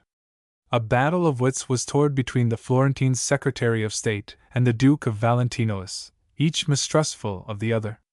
In the end Cesare, a little out of patience at so much inconclusiveness, though outwardly preserving his immutable serenity, sought to come to grips by demanding that Florence should declare whether he was to account her his friend or not. But this was precisely what Machiavelli's instructions forbade him from declaring. He answered that he must first write to the Signori, and begged the Duke to tell him what terms he proposed should form the treaty. But there it was the Duke's turn to fence and to avoid a direct answer, desiring that Florence should open the negotiations and that from her should come the first proposal. He reminded Machiavelli that Florence would do well to come to a decision before the Orsini sought to patch up a peace with him, since, once that was done, there would be fresh difficulties, owing, of course, to Orsini's enmity to the existing Florentine government. And of such a peace there was now every indication, Paolo Orsini having at last sent Cesare proposals for rejoining him, subject to his abandoning the Bologna enterprise, in which, the Orsini argued, they could not bear a hand without breaking faith with Bentivogli, and turning against Florence. Vitelli, at the same time, announced himself ready to return to Cesare's service, but first he required some honest security. Well might it have pleased Cesare to oblige the Orsini to the letter, and to give a lesson in straight dealing to these shuffling Florentine pedlars who sent a nimble-witted Secretary of State to hold him in play with sweet words of barren meaning. But there was France and her wishes to be considered, and he could not commit himself. So his answer was peremptory and condescending. He told them that, if they desired to show themselves his friends, they could set about reconquering and holding Urbino for him. It looked as if the condottieri agreed to this, for on October 11 Vitelli seized Castel Durante, and on the next day Baglioni was in possession of Cagli. In view of this, Cesare bade the troops which he had withdrawn to advance again upon the city of Urbino and take possession of it. But suddenly, on the 12th, a messenger from Guidobaldo rode into Urbino to announce their duke's return within a few days to defend the subjects who had shown themselves so loyal to him. This, the shifty confederates accounted, must be done with the support of Venice, whence they concluded that Venice must have declared against Valentinois, and again they treacherously changed sides. The Orsini proceeded to prompt action. Assured of their return to himself, and counting upon their support in Urbino, Cesare had contented himself with sending thither a small force of 100 lances and 200 light horse. Upon these fell the Orsini, and put them to utter rout at Colmazzo, near Fossombrone, capturing Ugo di Moncada, who commanded one of the companies, but missing Michel de Corella, who contrived to escape to Fossombrone. The conquerors entered Urbino that evening, and, as if to put it on record that they burned their boats with Valentinois, Paolo Orsini wrote that same night to the Venetian Senate advices of the victory won. 3 days later, on October 18, Guidobaldo, accompanied by his nephews Ottaviano Frigioso and Gian Maria Verano, re-entered his capital amid the cheers and enthusiasm of his loyal and loving people. Vitelli made haste to place his artillery at Guidobaldo's disposal for the reduction of Cagli, Pergola, and Fossombrone, which were still held for Valentinois, whilst Alvarato da Fermo went with Gian Maria Verano to attempt the reconquest of Camerino, and Gianpaolo Baglioni to Fano, which, however, he did not attempt to enter as an enemy, an idle course, seeing how loyally the town held for Cesare, but as a ducal condottiero. Fired by Orsini's example, Bentivogli also took the offensive, and began by ordering the canonists of Bologna University to go to the churches and encourage the people to disregard the excommunications launched against the city. He wrote to the King of France to complain that Cesare had broken the Treaty of Villafontana, by which he had undertaken never again to molest Bologna, naively ignoring the circumstance that he himself had been the first to violate the terms of that same treaty, and that it was precisely upon such grounds that Cesare was threatening him. Thus matters stood, the Confederates turning anxious eyes towards Venice, and haply beginning to wonder whether the Republic was indeed going to move to their support as they had so confidently expected, and realizing perhaps by now their rashness, and the ruin that awaited them should Venice fail them. And fail them Venice did. The Venetians had received a reply from Louis XII to that letter in which they had heaped odium upon the Borgia, and shown the king what dishonor to himself dwelt in his alliance with Valentinois. Their criticisms and accusations were ignored in that reply, which resolved itself into nothing more than a threat that, if they opposed themselves to the enterprise of the Church, they would be treated by him as enemies. And of this letter he sent Cesare a copy, as Cesare himself told Machiavelli. So, whilst Valentinois in Imola was able to breathe more freely, the condottieri in Urbino may well have been overcome with horror at their position and at having been thus left in the lurch by Venice. None was better aware than Pandolfo Petrucci of the folly of their action and of the danger that now impended, and he sent his secretary to Valentinois to say that if the Duke would but reassure them on the score of his intentions, they would return to him, and aid him in recovering what had been lost. Following upon this message came Paolo Orsini himself to Imola on the 25th, disguised as a courier, and having first taken the precaution of obtaining a safe conduct. He left again on the 29th, bearing with him a treaty the terms of which had been agreed between himself and Cesare during that visit. These were that Cesare should engage to protect the states of all his allied condottieri, and they to serve him and the Church in return. A special convention was to follow, to decide the matter of the Bentivogli, which should be resolved by Cesare, Cardinal Orsini, and Pandolfo Petrucci in consultation, their judgment to be binding upon all. Cesare's contempt for the Orsini and the rest of the shifty men who formed that confederacy, that Diet of Bankrupts, as he had termed it, was expressed plainly enough to Machiavelli. "Today," said he, "Messer Paolo is to visit me, and tomorrow there will be the Cardinal, and thus they think to befool me, at their pleasure. But I, on my side, am only dallying with them. I listen to all they have to say and bide my own time." Later, Machiavelli was to remember those words, which meanwhile afforded him matter for reflection. As Paolo Orsini rode away from Imola, the Duke's secretary, Gherardi, followed and overtook him to say that Cesare desired to add to the treaty another clause, one relating to the King of France. To this Paolo Orsini refused to consent, but upon being pressed in the matter by Gherardi, went so far as to promise to submit the clause to the others. On October 30th Cesare published a notice in the Romagna, intimating the return to obedience on the part of his captains. Machiavelli was mystified by this, and apprehensive, as men will be of the things they cannot fathom, of what might be reserved in it for Florence. It was Gherardi who reassured him, laughing in the face of the crafty Florentine, as he informed him that even children should come to smile at such a treaty as this. He added that he had gone after Paolo Orsini to beg the addition of another clause, intentionally omitted by the Duke. "If they accept that clause," concluded Messer Agabito, "it will open a window; if they refuse it, a door, by which the Duke can issue from the treaty." Machiavelli's wonder increased. But the subject of it now was that the condottieri should be hoodwinked by a document in such terms, and well may he have bethought him then of those words which Cesare had used to him a few days earlier. Chapter 16. Ramiro de Lorqua. It really seemed as if the condottieri were determined to make their score as heavy as possible. For even whilst Paolo Orsini had been on his mission of peace to Cesare, and whilst they awaited his return, they had continued in arms against the Duke.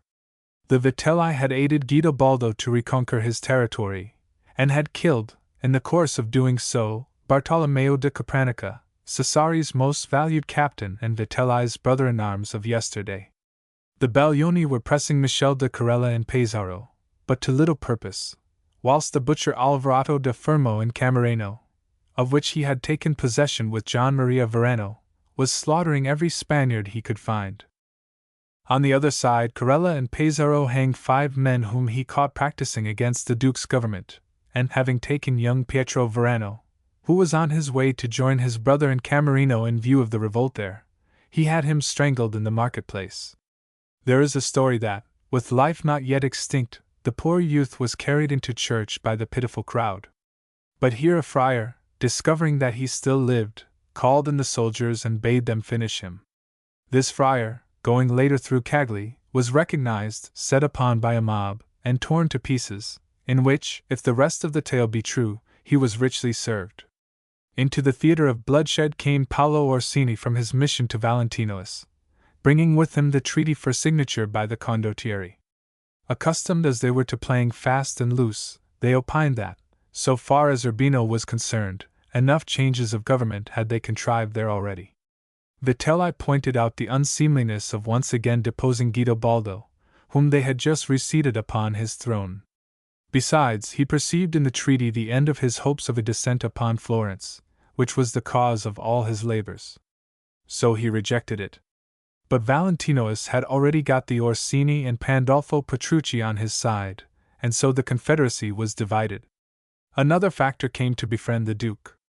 On November 2 he was visited by Antonio Galeazzo Bentivogli, sent by his father Giovanni to propose a treaty with him, this state of affairs having been brought about by the mediation of Ercole d'Este.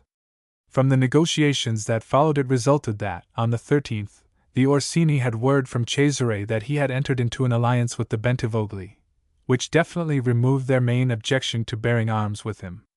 It was resigning much on Cesare's part, but the treaty, after all, was only for 2 years, and might, of course, be broken before then, as they understood these matters. This treaty was signed at the Vatican on the 23rd, between Borgia and Bentivogli, to guarantee the states of both. The King of France, the Signory of Florence, and the Duke of Ferrara guaranteed the alliance. Inter alia, it was agreed between them that Bologna should supply Cesare with 100 lances and 200 light horse for 1 or 2 enterprises within the year, and that the condotta of 100 lances which Cesare held from Bologna by the last treaty should be renewed. The terms of the treaty were to be kept utterly secret for the next 3 months, so that the affairs of Urbino and Camerino should not be prejudiced by their publication. The result was instantaneous. On November 27 Paolo Orsini was back at Imola with the other treaty, which bore now the signatures of all the Confederates. Vitelli, finding himself isolated, had swallowed his chagrin in the matter of Florence, and his scruples in the matter of Urbino, abandoning the unfortunate Guidobaldo to his fate. This came swiftly. From Imola, Paolo Orsini rode to Fano on the 29th, and ordered his men to advance upon Urbino and seize the city in the Duke of Valentinois's name, proclaiming a pardon for all rebels who would be submissive. Guidobaldo and the ill-starred Lord of Faenza were the 2 exceptions in Romagna, the only 2 who had known how to win the affections of their subjects. For Guidobaldo there was nothing that the men of Urbino would not have done. They rallied to him now, and the women of Valbonne, like the ladies of England to save Coeur de Lion, came with their jewels and trinkets, offering them that he might have the means to levy troops and resist. But this gentle, kindly Guidobaldo could not subject his country to further ravages of war, and so he determined, in his subjects' interests as much as in his own, to depart for the second time. Early in December the Orsini troops are in his territory, and Paolo, halting them a few miles out of Urbino, sends to beg Guidobaldo's attendance in his camp. Guidobaldo, crippled by gout and unable at the time to walk a step, sends Paolo his excuses and begs that he will come to Urbino, where he awaits him. There Guidobaldo makes formal surrender to him, takes leave of his faithful friends, enjoins fidelity to Valentinois and trust in God, and so on December 19 he departs into exile, the one pathetic noble figure amid so many ignoble ones. Paolo, taking possession of the duchy, assumes the title of governor. The Florentines had had their chance of an alliance with Cesare, and had deliberately neglected it. Early in November they had received letters from the King of France urging them to come to an accord with Cesare, and they had made known to the Duke that they desired to reoccupy Pisa and to assure themselves of Vitelli. But when he pressed that Florence should give him a condotta, Machiavelli, following his instructions not to commit the Republic in any way, had answered that His Excellency must not be considered as other lords, but as a new potentate in Italy, with whom it is more seemly to make an alliance or a friendship than to grant him a condotta, and, as alliances are maintained by arms, and that is the only power to compel their observance, the Signory could not perceive what security they would have when 3/4 or 3/5 of their arms would be in the Duke's hands. Machiavelli added diplomatically that he did not say this to impugn the Duke's good faith, but to show him that princes should be circumspect and never enter into anything that leaves a possibility of their being put at a disadvantage. 1. Cesare answered him calmly. Senza segno di alterazione alcuna. That without a condotta, he didn't know what to make of a private friendship whose first principles were denied him. And there the matter hung, for Machiavelli's legation had for only aim to ensure the immunity of Tuscany and to safeguard Florentine interests without conceding any advantages to Cesare, as the latter had perceived from the first. On December 10 Cesare moved from Imola with his entire army, intent now upon the conquest of Sinigaglia, which state Giuliano della Rovere had been unable to save for his nephew, as king and pope had alike turned a deaf ear upon the excuses he had sought to make for the prefettessa, Giovanna de Montefeltro, the mother of the young prefect, who had aided her brother Guidobaldo in the late war in Urbino. On the morrow Valentinous arrived in Cesena and encamped his army there for Christmas, as in the previous year. The country was beginning to feel the effects of this prolonged vast military occupation, and although the Duke, with intent to relieve the people, had done all that was possible to provision the troops, and had purchased from Venice 30,000 bushels of wheat for the purpose, yet all had been consumed. The very stones have been eaten, says Machiavelli. To account for this state of things, and possibly for certain other matters, Messer Ramiro de Lorqua, the Governor-General, was summoned from Pesaro, whilst to avert the threatened famine Cesare ordered that the cereals in the private granaries of Cesena should be sold at reduced prices, and he further proceeded, at heavy expense, to procure grain from without. Another, less far-seeing than Valentinous, might have made capital out of Urbino's late rebellion, and pillaged the country to provide for pressing needs. But that would have been opposed to Cesare's policy, of fostering the goodwill of the people he subjected. On December 20, 3 of the companies of French lances that had been with Cesare took their leave of him and returned to Lombardy, so that Cesare was left with only one company. There appears to be some confusion as to the reasons for this, and it is stated by some that those companies were recalled to Milan by the French governor. Machiavelli, ever inquisitive and inquiring, questioned one of the French officers in the matter, to be told that the lances were returning because the Duke no longer needed them, the inference being that this was in consequence of the return of the condottieri to their allegiance. But the astute secretary did not at the time account this convincing, arguing that the Duke could not yet be said to be secure, nor could he know for certain how far he might trust Vitelli and the Orsini. Presumably, however, he afterwards obtained more certain information, for he says later that Valentinous himself dismissed the French, and that the dismissal was part of the stratagem he was preparing, and had for object to reassure Vitelli and the other confederates, and to throw them off their guard, by causing them to suppose him indifferently supported. But the departure of the French did not take place without much discussion being provoked, and rumor making extremely busy, whilst it was generally assumed that it would retard the Sinigaglia conquest. Nevertheless, the Duke calmly pursued his preparations, and proceeded now to send forward his artillery. There was no real ground upon which to assume that he would adopt any other course. Cesare was now in considerable strength, apart from French lances, and even as these left him he was joined by 1,000 Swiss, and another 600 Romagnoli from the Val di Lamone. Moreover, as far as the reduction of Sinigaglia was concerned, no resistance was to be expected, for Cardinal Giuliano della Rovere had written enjoining the people to surrender peacefully to the Duke. What matters Cesare may have found in Cesena to justify the arrest of his governor-general we do not know to the full with absolute certainty.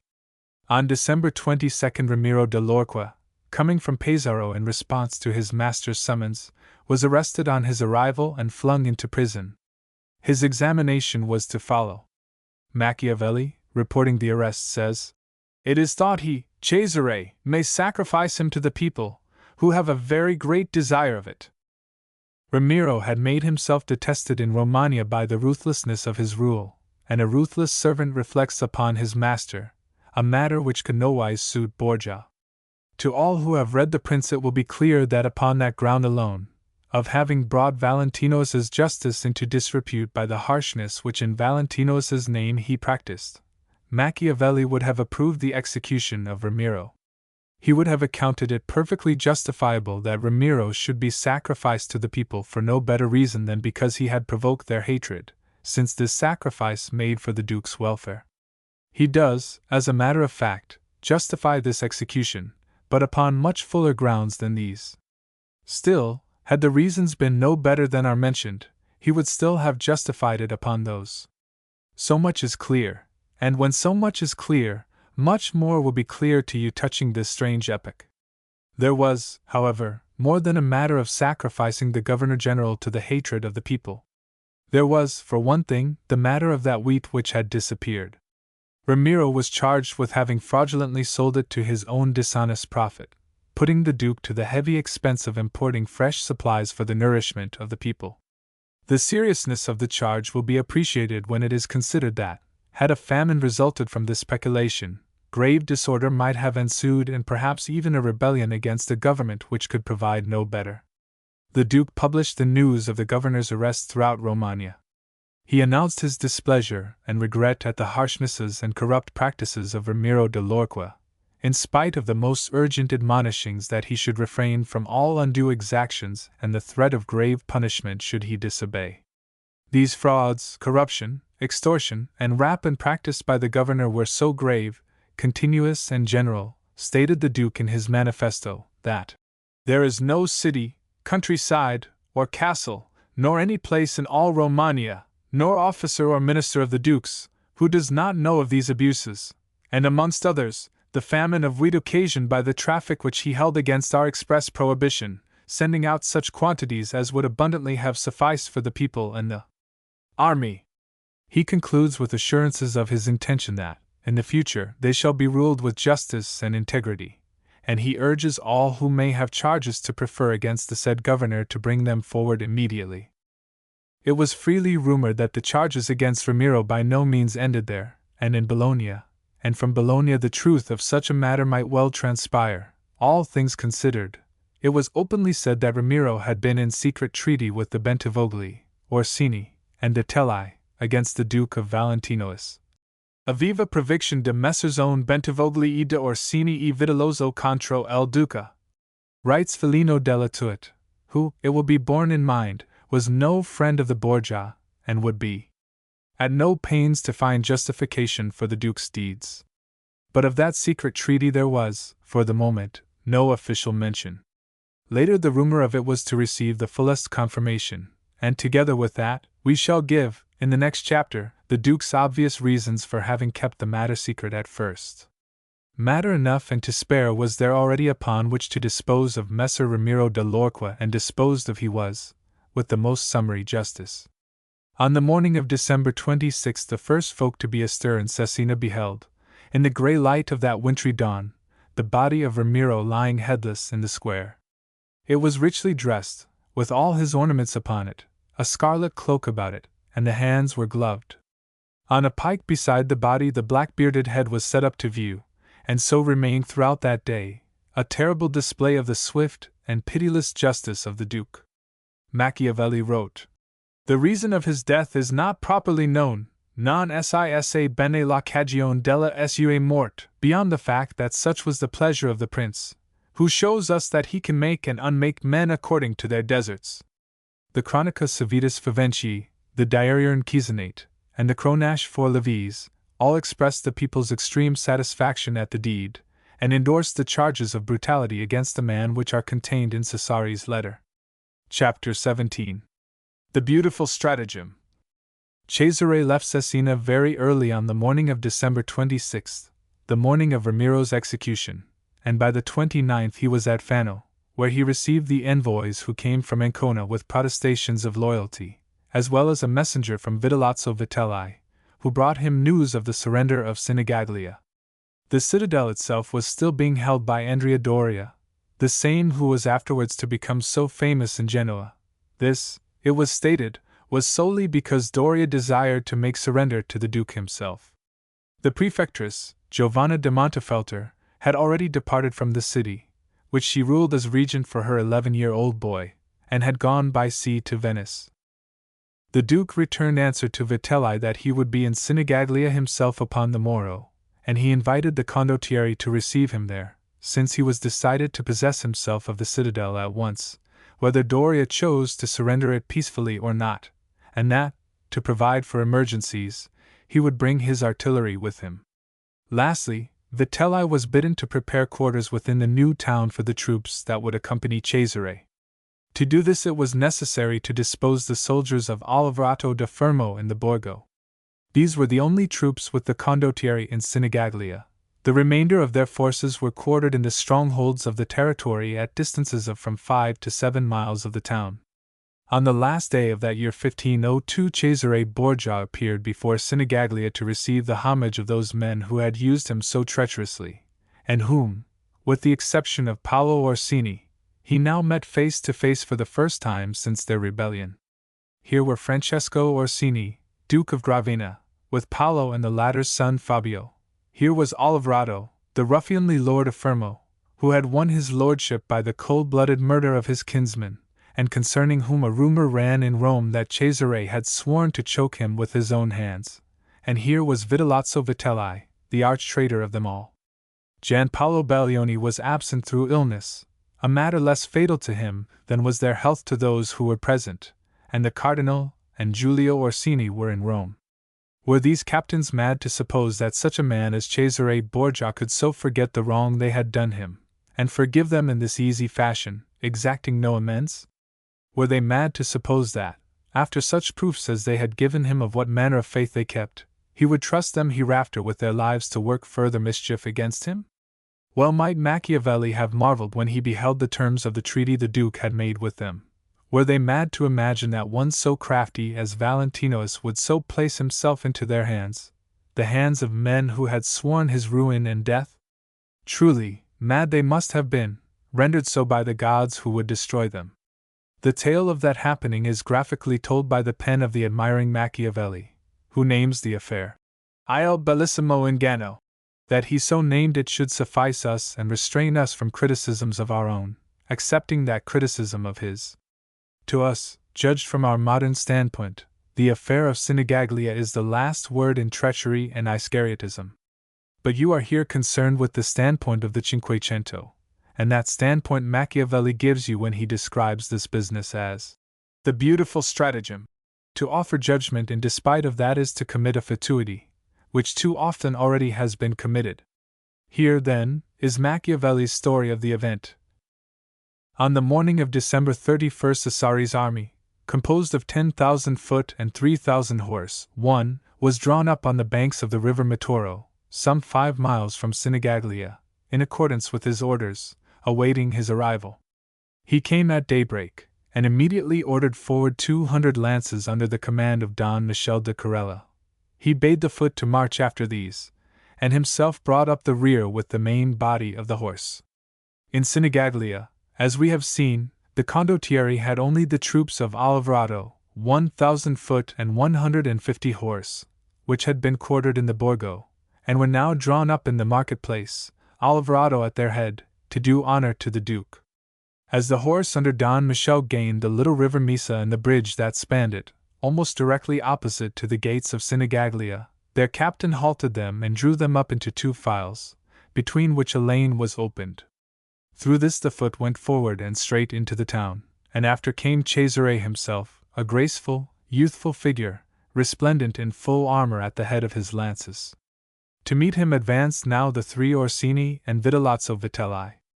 Machiavelli tells us of the latter's uneasiness, of his premonitions of evil, and the farewells, all of which Machiavelli had afterwards heard reported, which he had taken of his family before coming to Sinigaglia. Probably these are no more than the stories that grow up about such men after such an event as that which was about to happen. The condottieri came unarmed, Vitelli mounted on a mule, wearing a cloak with a green lining. In that group he is the only man deserving of any respect or pity, a victim of his sense of duty to his family, driven to his rebellion and faithlessness to Valentinois by his consuming desire to avenge his brother's death upon the Florentines. The others were poor creatures, incapable even of keeping faith with one another. Paolo Orsini was actually said to be in secret concert with Valentinois since his mission to him at Imola, and to have accepted heavy bribes from him. Alivrato you have seen at work, making a holocaust of his family and friends under the base spur of his cupidity, whilst of the absent ones, Pandolfo Petrucci alone was a man of any steadfastness and honesty. The Duke's reception of them was invested with that gracious friendliness of which none knew the art better than did he, intent upon showing them that the past was forgiven and their offences against himself forgotten. As they turned and rode with him through the gates of Sinigaglia, some of the Duke's gentlemen hemmed them about in the preconcerted manner, lest even now they should be taken with alarm. But it was all done unostentatiously and with every show of friendliness, that no suspicions should be aroused. From the group Cesare had missed Alivrato, and as they now approached the market square, where the tyrant of Fermo sat on his horse at the head of his troops, Cesare made a sign with his eyes to Don Michele, the purport of which was plain to the captain. He rode ahead to suggest to Alivrato that this was no time to have his men under arms and out of their lodgings, and to point out to him that, if they were not dismissed, they would be in danger of having their quarters snatched from them by the Duke's men, from which trouble might arise. To this he added that the Duke was expecting his lordship. Alivrato, persuaded, gave the order for the dismissal of his troops, and the Duke, coming up at that moment, called to him. In response he went to greet him, and fell in thereafter with the others who were riding with Valentinois. In amiable conversation with them all, and riding between Vitelli and Francesco Orsini, the Duke passed from the Borgo into the town itself, and so to the palace, where the condottieri disposed to take their leave of him. But Cesare was not for parting with them yet. He bade them in with him, and they perforce must accept his invitation. Besides, his mood was so agreeable that surely there could be naught to fear. But scarce were they inside when his manner changed of a sudden, and at a sign from him they were instantly overpowered and arrested by those gentlemen of his own who were of the party, and who came to it well schooled in what they were to do. Buonaccorsi compiled his diary carefully from the letters of Machiavelli to the 10, in so far as this and other affairs are concerned, and to Buonaccorsi we must now turn for what immediately follows, which is no doubt from Machiavelli's second letter of December 31st, in which the full details of the affair are given. His first letter no more than briefly states the happening, the second unfortunately is missing, so that the above particulars, and some yet to follow, are culled from the relations which he afterwards penned. Del modo tenuto, etc., edited, however, by the help of his dispatches at the time in regard to the causes which led to the affair. Between these and the actual relation there are some minor discrepancies. Unquestionably the dispatches are the more reliable, so that, where such discrepancies occur, the version in the dispatches has been preferred. To turn for a moment to Buonaccorsi, he tells us that, as the Florentine envoy, who was, of course, Machiavelli, following the Duke of Valentinois, entered the town later, after the arrest of the condottieri, and found all uproar and confusion, he repaired straight to the palace to ascertain the truth. As he approached he met the Duke, riding out in full armor to quell the rioting and restrain his men, who were by now all out of hand and pillaging the city. Cesare, perceiving the secretary, reined in and called him. "This," he said, "is what I wanted to tell Monsignor di Volterra, Soderini, when he came to Urbino, but I could not entrust him with the secret. Now that my opportunity has come, I have known very well how to make use of it, and I have done a great service to your masters." And with that Cesare left him, and calling his captains about him, rode down into the town to put an end to the horrors that were being perpetrated there. Immediately upon the arrest of the condottieri, Cesare had issued orders to attack the soldiers of Vitelli and Orsini, and to dislodge them from the castles of the territory where they were quartered, and similarly to dislodge Alvarado's men and drive them out of Sinigaglia. This had been swiftly accomplished. But the Duke's men were not disposed to leave matters at that. Excited by the taste of battle that had been theirs, they returned to wreak their fury upon the town, and were proceeding to put it to sack, directing particular attention to the wealthy quarter occupied by the Venetian merchants, which is said to have been plundered by them to the extent of some 20,000 ducats. They would have made an end of Sinigaglia but for the sudden appearance amongst them of the Duke himself. He rode through the streets, angrily ordering the pillage to cease, and to show how much he was in earnest, with his own hands he cut down some who were insolent or slow to obey him. Thus, before dusk, he had restored order and quiet. As for the condottieri, Vitelli and Alvarado were dealt with that very night. There is a story that Alvarado, seeing that all was lost, drew a dagger and would have put it through his heart to save himself from dying at the hands of the hangman. If it is true, then that was his last show of spirit. He turned craven at the end, and protested tearfully to his judges, for a trial was given them, that the fault of all the wrong wrought against the Duke lay with his brother-in-law, Vitellozzo. More wonderful was it that the grim Vitelli's courage also should break down at the end, and that he should beg that the Pope be implored to grant him a plenary indulgence, and that his answer be awaited. But at dawn, the night having been consumed in their trial, they were placed back to back, and so strangled, and their bodies were taken to the church of the Misericordia Hospital. The Orsini were not dealt with just yet. They were kept prisoners, and Valentinois would go no further until he should have heard from Rome that Giulio Orsini and the powerful cardinal were also under arrest. To put to death at present the men in his power might be to alarm and so lose the others. They are right who say that his craft was devilish, but what else was to be expected of the times? On the morrow, January 1st, 1503, the Duke issued dispatches to the powers of Italy giving his account of the deed. It set forth that the Orsini and their confederates, notwithstanding the pardon accorded them for their first betrayal and revolt, upon learning of the departure of the French lances, and concluding that the Duke was thereby weakened, and left with only a few followers of no account, had plotted a fresh and still greater treachery. Under pretense of assisting him in the taking of Sinigaglia, whither it was known that he was going, they had assembled there in their full strength, but displaying only 1/3 of it, and concealing the remainder in the castles of the surrounding country. They had then agreed with the castellan of Sinigaglia that on that night they should attack him on every side of the new town, which, being small, could contain, as they knew, but few of his people. This treachery coming to his knowledge, he had been able to forestall it, and entering Sinigaglia with all his troops, he had seized the traitors and taken the forces of Alvarado by surprise.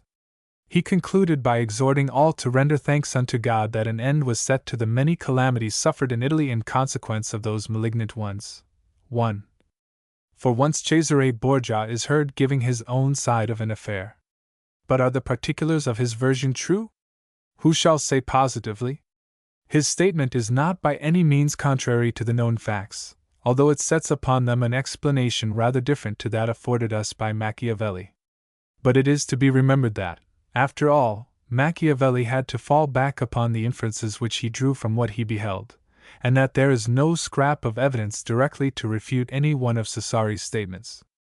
There is even confirmation of the statement that the condottieri conceived that he was weakened by the departure of the French lances and left with only a few followers of no account.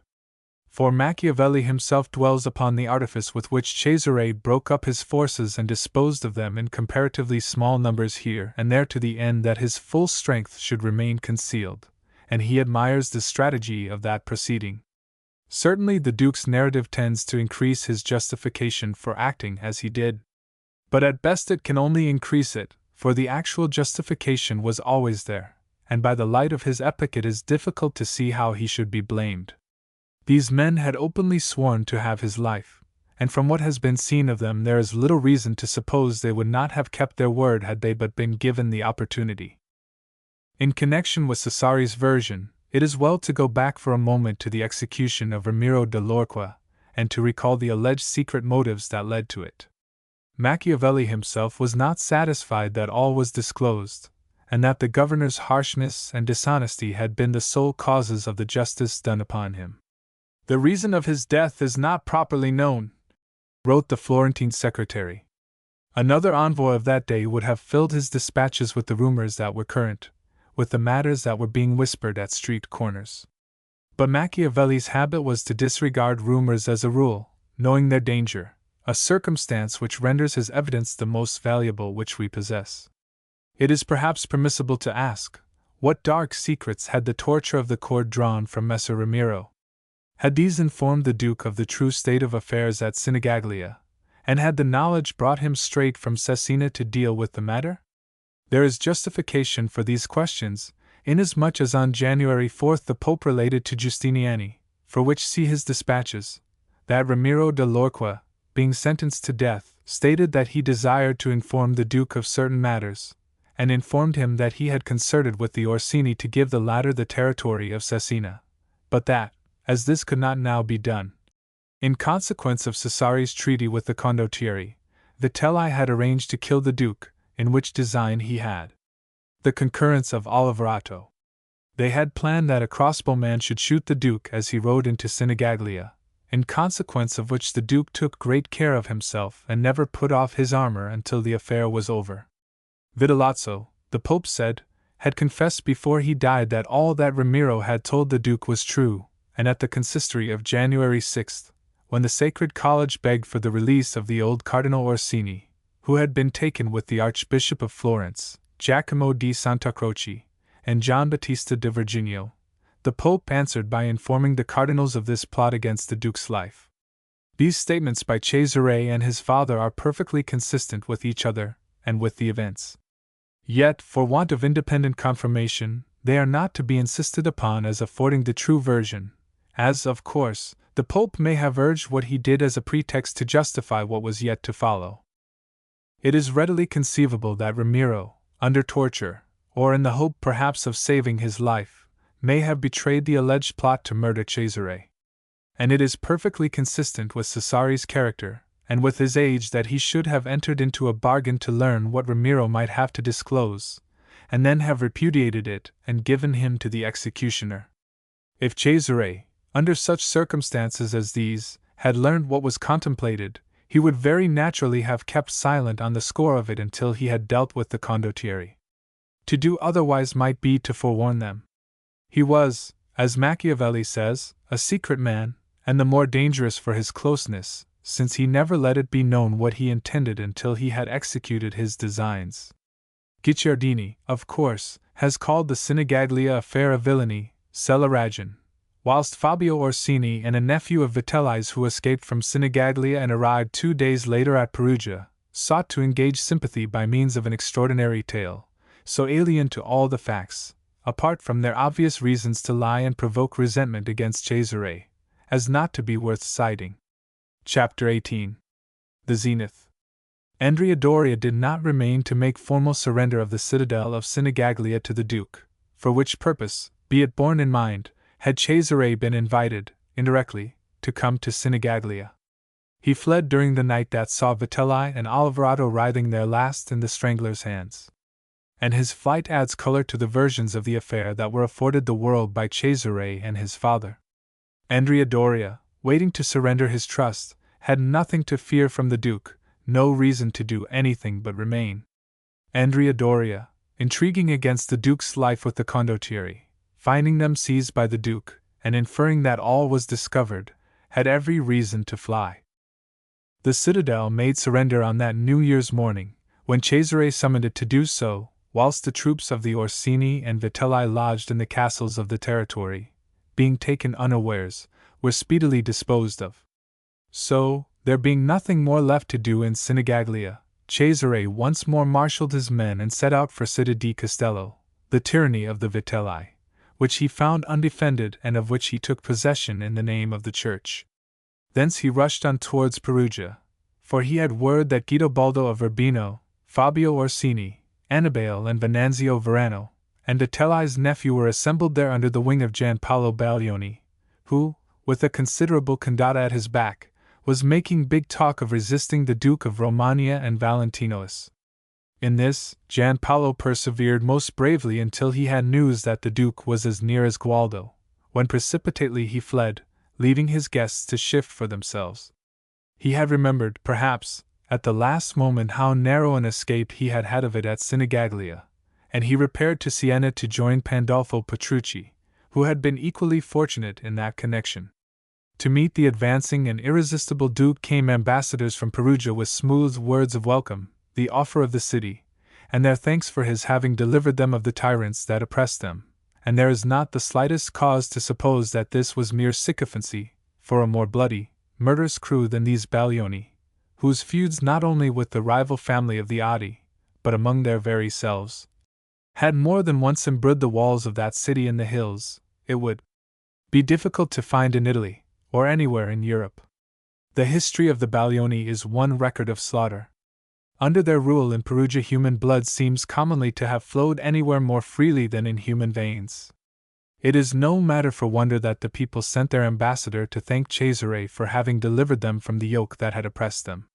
Perugia having rendered him her oath of fealty, the Duke left her his secretary, Agabito Gherardi, as his commissioner, whilst sending Vincenzo Calmida to Fermo, Oliverato's tyranny, another state which was very fervent in the thanks it expressed for this deliverance.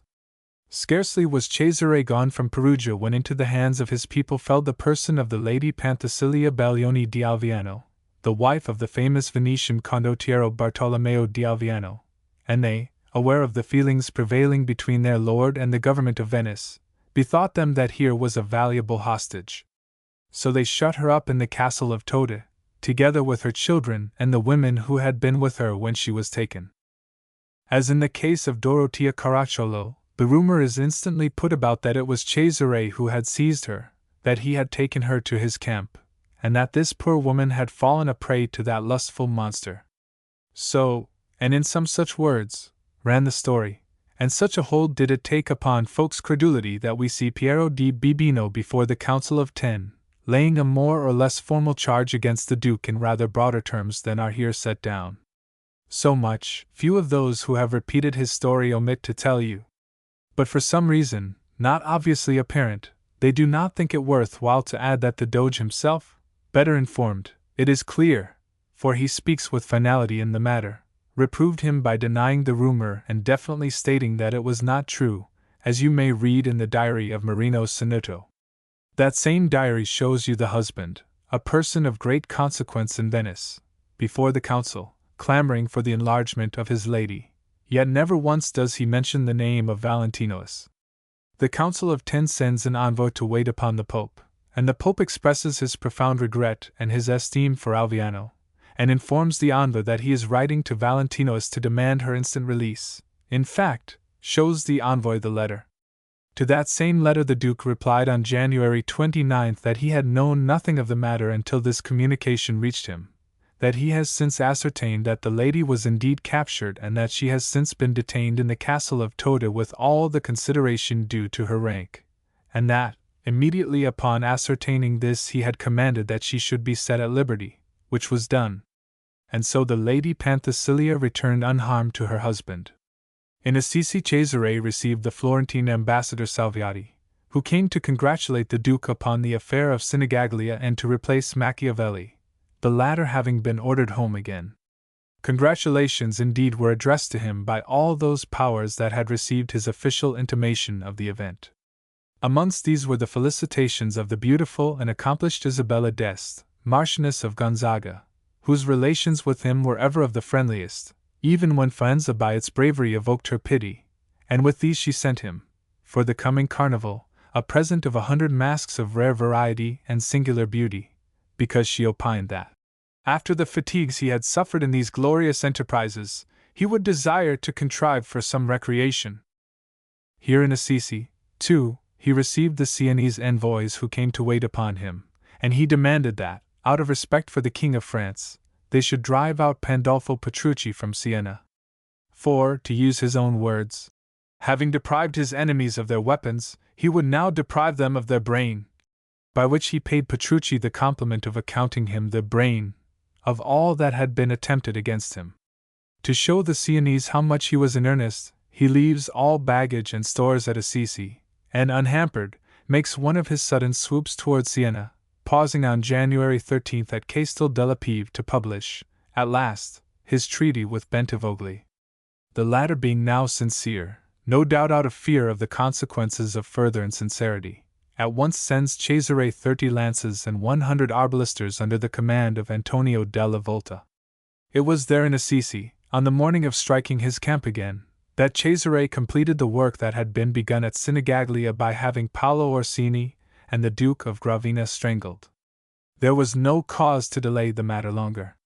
He had word from Rome of the capture of Cardinal Orsini, of Gian Battista de Virginio, of Giacomo di Santa Croce, and Rinaldo Orsini, Archbishop of Florence. On January 27, Pandolfo Petrucci being still in Siena, and Cesare's patience exhausted, he issued an ultimatum from his camp at Sarciano in which he declared that if, within 24 hours, Petrucci had not been expelled from the city, he would loose his soldiers upon Siena to devastate the territory, and would treat every inhabitant as a Pandolfo and an enemy. Siena judged it well to bow before that threatening command, and Cesare, seeing himself obeyed, was free to depart to Rome, whither the Pope had recalled him and where work awaited him.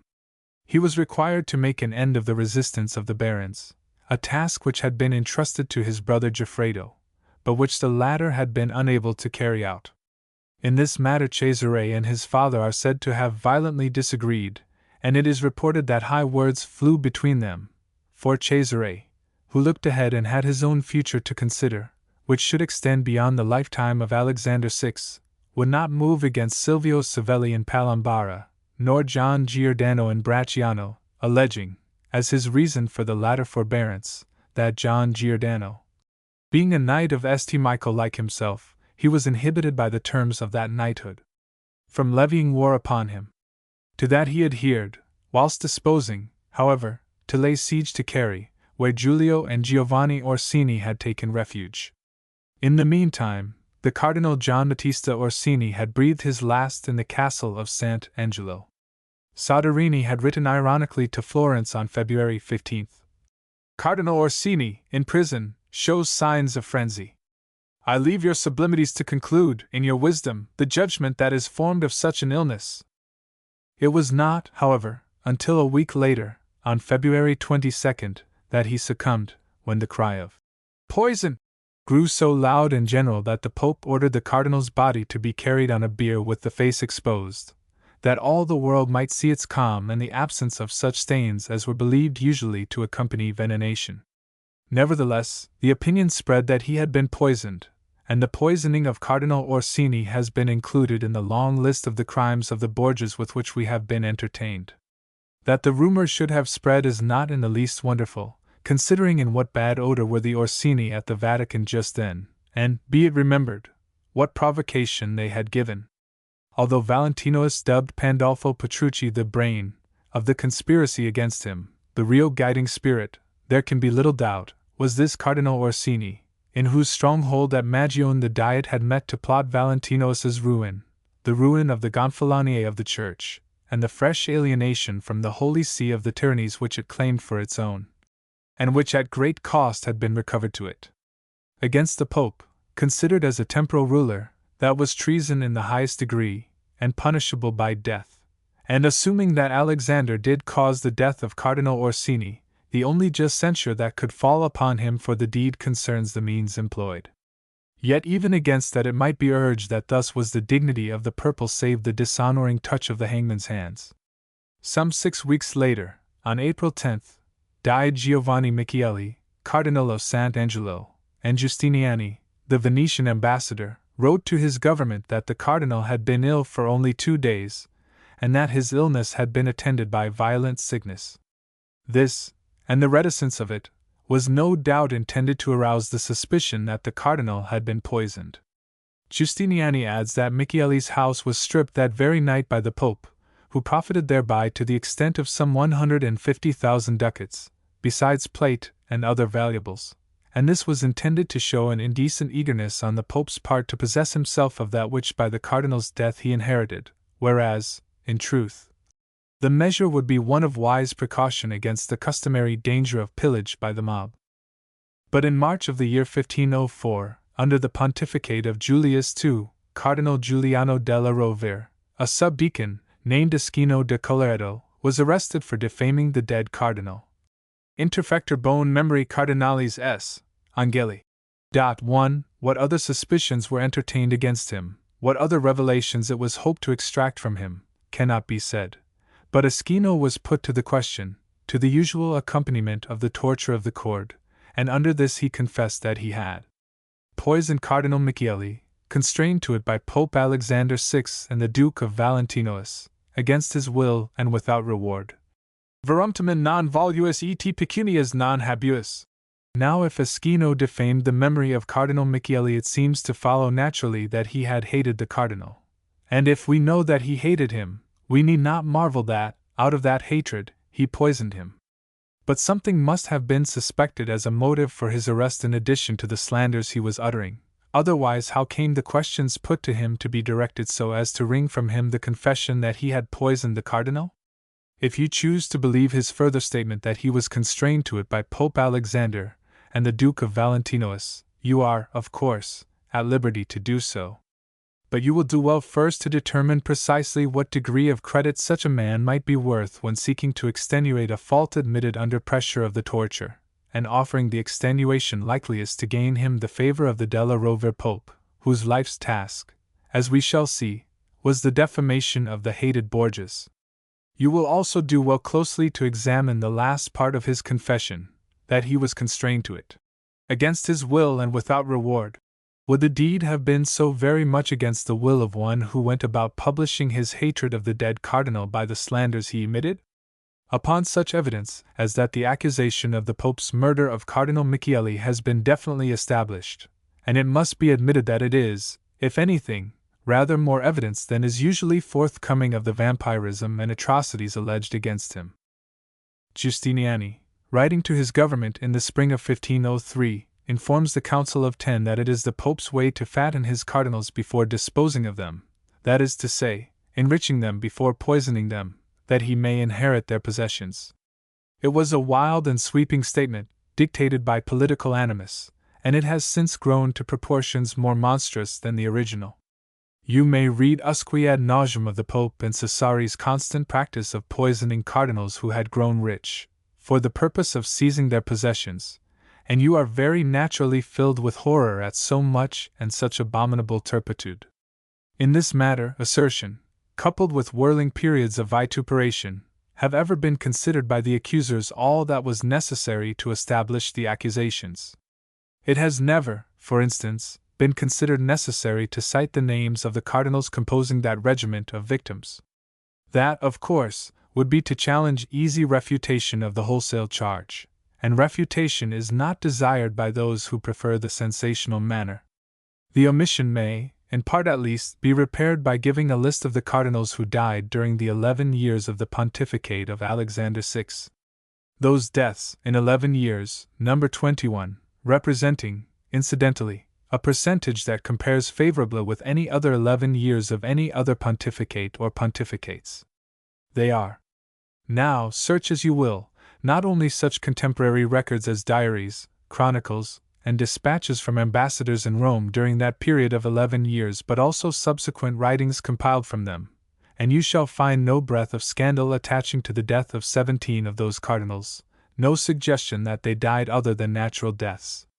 For remain Cardinals Giovanni Borgia, Junior, John Battista Ferrari, Cardinal of Modena, John Battista Orsini, and Giovanni Machiavelli, all of whom the Pope and Cesare have, more or less persistently, been accused of poisoning. Giovanni Borgia's death at Fossombrone has been dealt with at length in its proper place, and it has been shown how utterly malicious and groundless was the accusation. Giovanni Machiavelli's is the case that has just been reviewed, and touching which you may form your own conclusions. John Battista Orsini's also has been examined. It rests upon rumor, but even if that rumor be true, it is unfair to consider the deed in any but the light of a political execution. There remains the case of the Cardinal of Modena, a man who had amassed enormous wealth in the most questionable manner, and who was universally execrated. The epigrams upon his death, in the form of epitaphs, dealt most terribly with His ignominious memory, as Burchard has it. Of these the Master of Ceremonies collected upwards of a score, which he gives in his diarium. Let one suffice here as a fair example of the rest, the one that has it that the earth has the cardinal's body, the bull, i.e. the Borgia, his wealth, and hell his soul. The only absolutely contemporary suggestion of his having been poisoned emanated from the pen of that same Giustiniani. He wrote to the Venetian Senate to announce the cardinal's death on July 20th. In his letter he relates how his benefices were immediately distributed, and how the lion's share fell to the cardinal's secretary, Sebastiano Pinzoni, and that it was said a fama that this man had received them as the price of blood, in premium sanguinis, since it is held, from many evident signs, that the cardinal died from poison, ex veneno. Already on the 11th he had written, "The Cardinal of Medina lies ill, with little hope of recovery. Poison is suspected, assai dubita di veleno." That was penned on the 8th day of the cardinal's sickness, for he was taken ill on the 3rd, as Burchard shows. Burchard, further, lays before us the whole course of the illness, tells us how, from the beginning, the cardinal refused to be bled or to take medicine of any kind, tells us explicitly and positively that the cardinal was suffering from a certain fever, so prevalent and deadly in Rome during the months of July and August. He informs us that, on the 11th, the day on which Giustiniani wrote the above-cited dispatch, the fever abated to return on the 16th. He was attended, Burchard continues, by many able physicians, who strove to induce him to take their medicines, but he refused persistently until the following day, when he accepted a small proportion of the doses proposed. On July 20th, after an illness of 17 days, he finally expired. Those entries in the diary of the Master of Ceremonies constitute an incontrovertible document, an irrefutable testimony against the charges of poisoning when taken in conjunction with the evidence of fact afforded by the length of the illness. It is true that, under date of November 20th, 1504, under the pontificate of Julius II, there is the following entry. Sentence was pronounced in the Ruota against Sebastiano Pinzoni, apostolic scribe, contumaciously absent, and he was deprived of all benefices and offices in that he had caused the death of the Cardinal of Medina, his patron, who had raised him from the dust. But not even that can shake the conviction that must leap to every honest mind from following the entries in the diary contemporary with the cardinal's decease. They are too circumstantial and conclusive to be overthrown by this recorded sentence of the Rota 2 years later against a man who was not even present to defend himself. Besides, it is necessary to discriminate. Burchard is not stating opinions of his own when he writes, in that he caused the death of the Cardinal of Medina, etc. He is simply, and obviously, recording the finding of the tribunal of the Rota, without comment of his own. Lastly, it is as well to observe that in that verdict against Pinzoni, of doubtful justice as it is, there is no mention made of the Borgias. The proceedings instituted against Sebastiano Pinzoni were of a piece with those instituted against Ischino de Colloredo and others yet to be considered. They were set on foot by Giuliano della Rovere, that implacable enemy of the house of Borgia, when he became pope, for the purpose of heaping ignominy upon the family of his predecessor. But that shall be further dealt with presently. Another instance of the unceasing growth of Borgia history is afforded in connection with this Sebastiano Pinzoni by Dr. Jacob Burckhardt, in Der Culture der Renaissance in Italian, who, in the course of the usual sweeping diatribe against Cesare, mentions Michel de Corella, his strangler, and Sebastiano Pinzoni, his poisoner. It is an amazing statement, for, whilst obviously leaning upon Giustiniani's dispatch for the presumption that Pinzoni was a poisoner at all, he ignores the statement contained in it that Pinzoni was the secretary and favorite of Cardinal Ferrari, nor troubles to ascertain that the man was never in Cesare Borgia's service at all, nor is ever once mentioned anywhere as connected in any capacity whatever with the Duke. Dr. Burckhardt felt, no doubt, the necessity of linking Pinzoni to the Borgias, that the alleged guilt of the former may recoil upon the latter, and so he accomplished it in this facile and irresponsible manner. Now, notwithstanding the full and circumstantial evidence afforded by Burchard's diarium of the Cardinal of Medina's death of a tertian fever, the German scholar Gregorovius does not hesitate to write of this cardinal's death. It is certain that it was due to the Borgias, infallible white powders. Oh, the art of writing history in sweeping statements to support a preconceived point of view. Oh, that white powder of the Borgias. Giovio tells us all about it. Cantarella, he calls it, cantharides. Why cantarella? Possibly because it is a pleasing, mellifluous word that will help a sentence hang together smoothly. Possibly because the notorious aphrodisiac properties of that drug suggested it to Giovio as just the poison to be kept handy by folk addicted to the pursuits which he and others attribute to the Borgias. Can you surmise any better reason? For observe that Giovio describes the cantarella for you, a blunder of his which gives the lie to his statement. A white powder of a faint and not unpleasing savor, says he, and that, as you know, is nothing like cantharides, which is green, intensely acrid, and burning. Yet who cares for such discrepancies? Who will ever question anything that is uttered against a Borgia? Cantarella, a white powder of a faint and not unpleasing savor, answers excellently the steady purpose of supporting a defamation and pandering to the tastes of those who like sensations in their reading, and so, from pen to pen, from book to book it leaps, as unchallenged as it is impossible. Whilst Cesare's troops were engaged in laying siege to Carry, and by engines contrived by Leonardo da Vinci, pressing the defenders so sorely that at the end of a month's resistance they surrendered with safe conduct, the inimical and ever-jealous Venetians in the north were stirring up what trouble they could. Chafing under the restraint of France, they but sought a pretext that should justify them in the eyes of Louis for making war upon Cesare, and when presently envoys came to lay before the Pope the grievance of the Republic at the pillage by Borgian soldiery of the Venetian traders in Sinigaglia, Cesare had no delusions concerning their disposition towards himself. Growing uneasy lest they should make this a reason for assailing his frontiers, he sent orders north recommending vigilance, and instructing his officers to deal severely with all enemies of his state, whilst he proceeded to complete the provisions for the government of the Romagna. To replace the Governor-General he appointed 4 seneschals, Cristoforo della Torre for Forli, Faenza and Imola, Hieronimo Bonadies for Cesena, Rimini, and Pesaro, Andrea Casa for Fano, Sinigaglia, Fossombrone, and Pergola, and Pedro Ramirez for the Duchy of Urbino. This last was to find a deal of work for his hands, for Urbino was not yet submissive, Majolo and S. Leo still holding for Guidobaldo. Ramirez began by reducing Majolo, and then proceeded to lay siege to S. Leo. But the Castellan, one Latanzio, encouraged by the assurances given him that the Venetians would render Guidobaldo assistance to reconquer his dominions, resisted stubbornly, and was not brought to surrender until the end of June, after having held the castle for 6 months.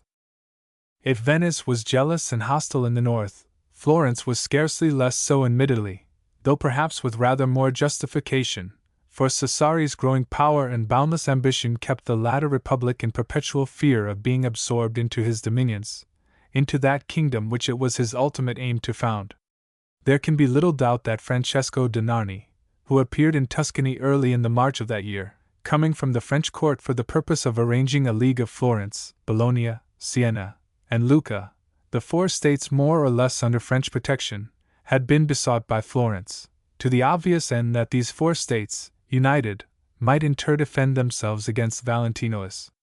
And Florence even went so far as to avail herself of this to the extent of restoring Pandolfo Petrucci to the lordship of Siena, preferring even this avowed enemy to the fearful Valentinois.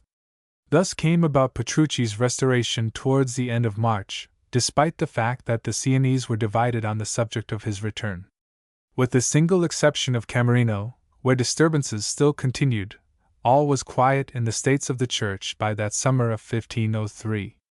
This desirable state of things had been achieved by Cesare's wise and liberal government, which also sufficed to ensure its continuance. He had successfully combated the threatened famine by importing grain from Sicily. To Sinigaglia, his latest conquest, he had accorded, as to the other subjected states, the privilege of appointing her own native officials, with, of course, the exception of the Podesta, who never could be a native of any place where he dispensed justice, and the Castellan. In Cesena a liberal justice was measured out by the tribunal of the Rota, which Cesare had instituted there, equipping it with the best jurisconsults of the Romagna. In Rome he proceeded to a military organization on a new basis, and with a thoroughness never before seen in Italy, or elsewhere, for that matter, but which was thereafter the example all sought to copy. We have seen him issuing an edict that every house in the Romagna should furnish him one man-at-arms to serve him when necessary. The men so levied were under obligation to repair to the marketplace of their native town when summoned thither by the ringing of the bells, and it was estimated that this method of conscription would yield him 6,000 or 7,000 men, who could be mobilized in a couple of days. He increased the number of arquebusiers, appreciating the power and value of a weapon which, although invented nearly a century earlier, was still regarded with suspicion. He was also the inventor of the military uniform, putting his soldiers into a livery of his own, and causing his men-at-arms to wear over their armor a smock, quartered red and yellow with the name Cesare lettered on the breast and back, whilst the gentlemen of his guard wore surcoats of his colors in gold brocade and crimson velvet. He continued to levy troops and to arm them, and it is scarcely overstating the case to say that hardly a tyrant of the Romagna would have dared to do so much for fear of the weapons being turned against himself. Cesare knew no such fear. He enjoyed a loyalty from the people he had subjected which was almost unprecedented in Italy. The very officers he placed in command of the troops of his levying were, for the most part, natives of the Romagna. Is there no inference concerning him to be drawn from that? For every man in his service Cesare ordered a back and breast and headpiece of steel, and the armorers' shops of Brescia rang busily that summer with the clang of metal upon metal, as that defensive armor for Cesare's troops was being forged.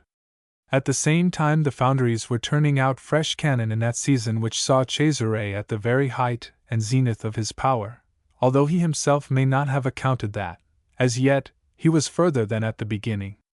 But the catastrophe that was to hurl him irretrievably from the eminence to which in 3 short years he had climbed was approaching with stealthy, relentless foot, and was even now upon him. Book 4. The Bull Cadent.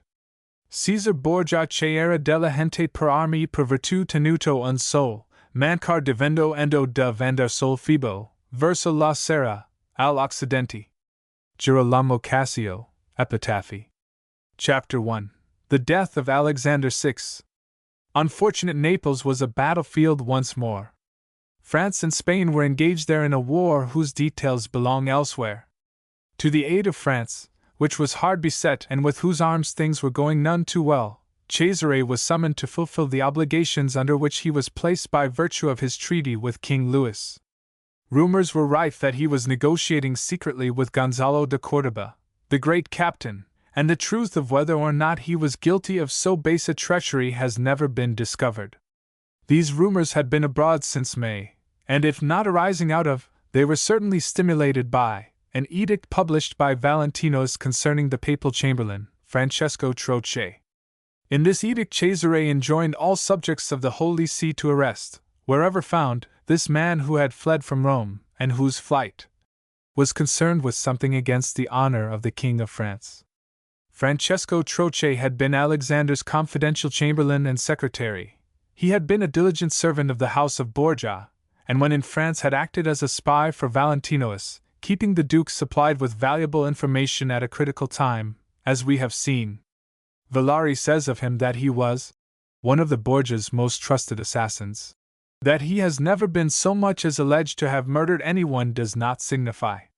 He was a servant, a trusted servant, of the Borgias, therefore the title of assassin is ipso facto to be bestowed upon him.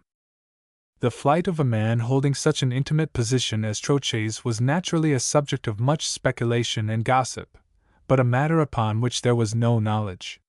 Valentinius was ever secret. In common with his father, though hardly in so marked a degree, and if we accept the case of the scurrilous letter to Silvio Savelli, he showed a contemptuous indifference to public opinion on the whole which is invested almost with a certain greatness. At least it is rarely other than with greatness that we find such an indifference associated. It was not for him to take the world into his confidence in matters with which the world was not concerned. Let the scandalmongers draw what inferences they pleased. It was a lofty and dignified procedure, but one that was fraught with peril, and the Borgias have never ceased to pay the price of that excessive dignity of reserve. For tongues must be wagging, and where knowledge is lacking, speculation will soon usurp its place, and presently be invested with all the authority of fact. Out of surmises touching that matter, which concerned the honor of the King of France, grew presently, and contradictorily, the rumor that Troche was gone to betray to France Valentinois's intention of going over to the Spanish side. A motive was certainly required to account for Troche's action, but the invention of motives does not appear ever to have troubled the Cinquecentist.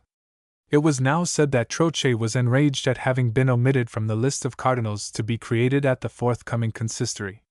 It is all mystery, even to the end he made, for, whereas some said that, after being seized on board a ship that was bound for Corsica, Troche in his despair threw himself overboard and was drowned, others reported that he was brought back to Rome and strangled in a prison in Trastevere. The following questions crave answer. If it was Troche's design to betray such a treachery of the Borgias against France, what was he doing on board a vessel bound for Corsica a fortnight after his flight from Rome?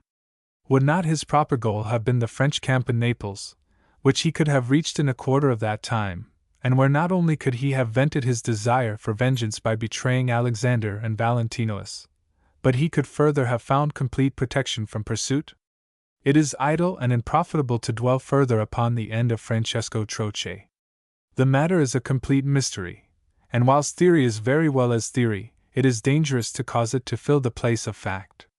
Troche was drowned or was strangled as a consequence of his having fled out of motives that were against the honor of the King of France, and straightway the rumor spread of Valentinois's intended treachery, and the rumor was kept alive and swelled by Venice and Florence in pursuit of their never-ceasing policy of discrediting Cesare with King Louis, to the end that they might encompass his expedient ruin. The lie was given to them to no small extent by the Pope, when, in the consistory of July 28, he announced Cesare's departure to join the French army in Naples with 500 horse and 2,000 foot assembled for the purpose. For this Cesare made now his preparations, and on the eve of departure he went with his father, on the evening of August 5th, to sup at the villa of Cardinal Adriano Corneto, outside Rome. Once before we have seen him supping at a villa of the Suburra on the eve of setting out for Naples, and we know the tragedy that followed, a tragedy which he has been accused of having brought about. Here again, in a villa of the Suburra, at a supper on the eve of setting out for Naples, death was the unseen guest.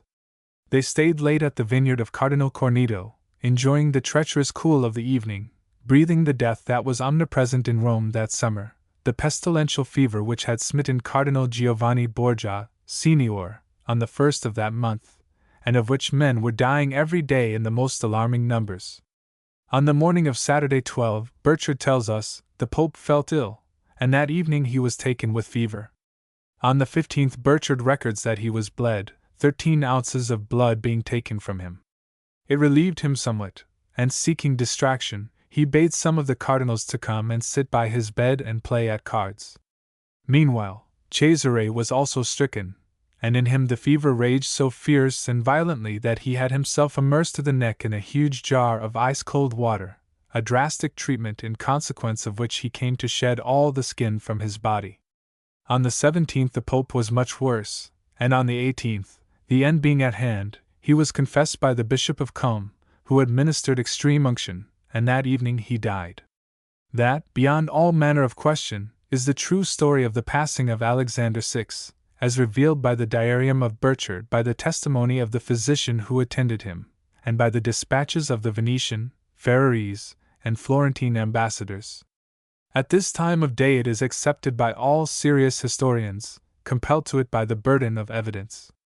The ambassador of Ferrara had written to Duke Ercole, on August 14th, that it was no wonder the Pope and the Duke were ill, as nearly everybody in Rome was ill as a consequence of the bad air.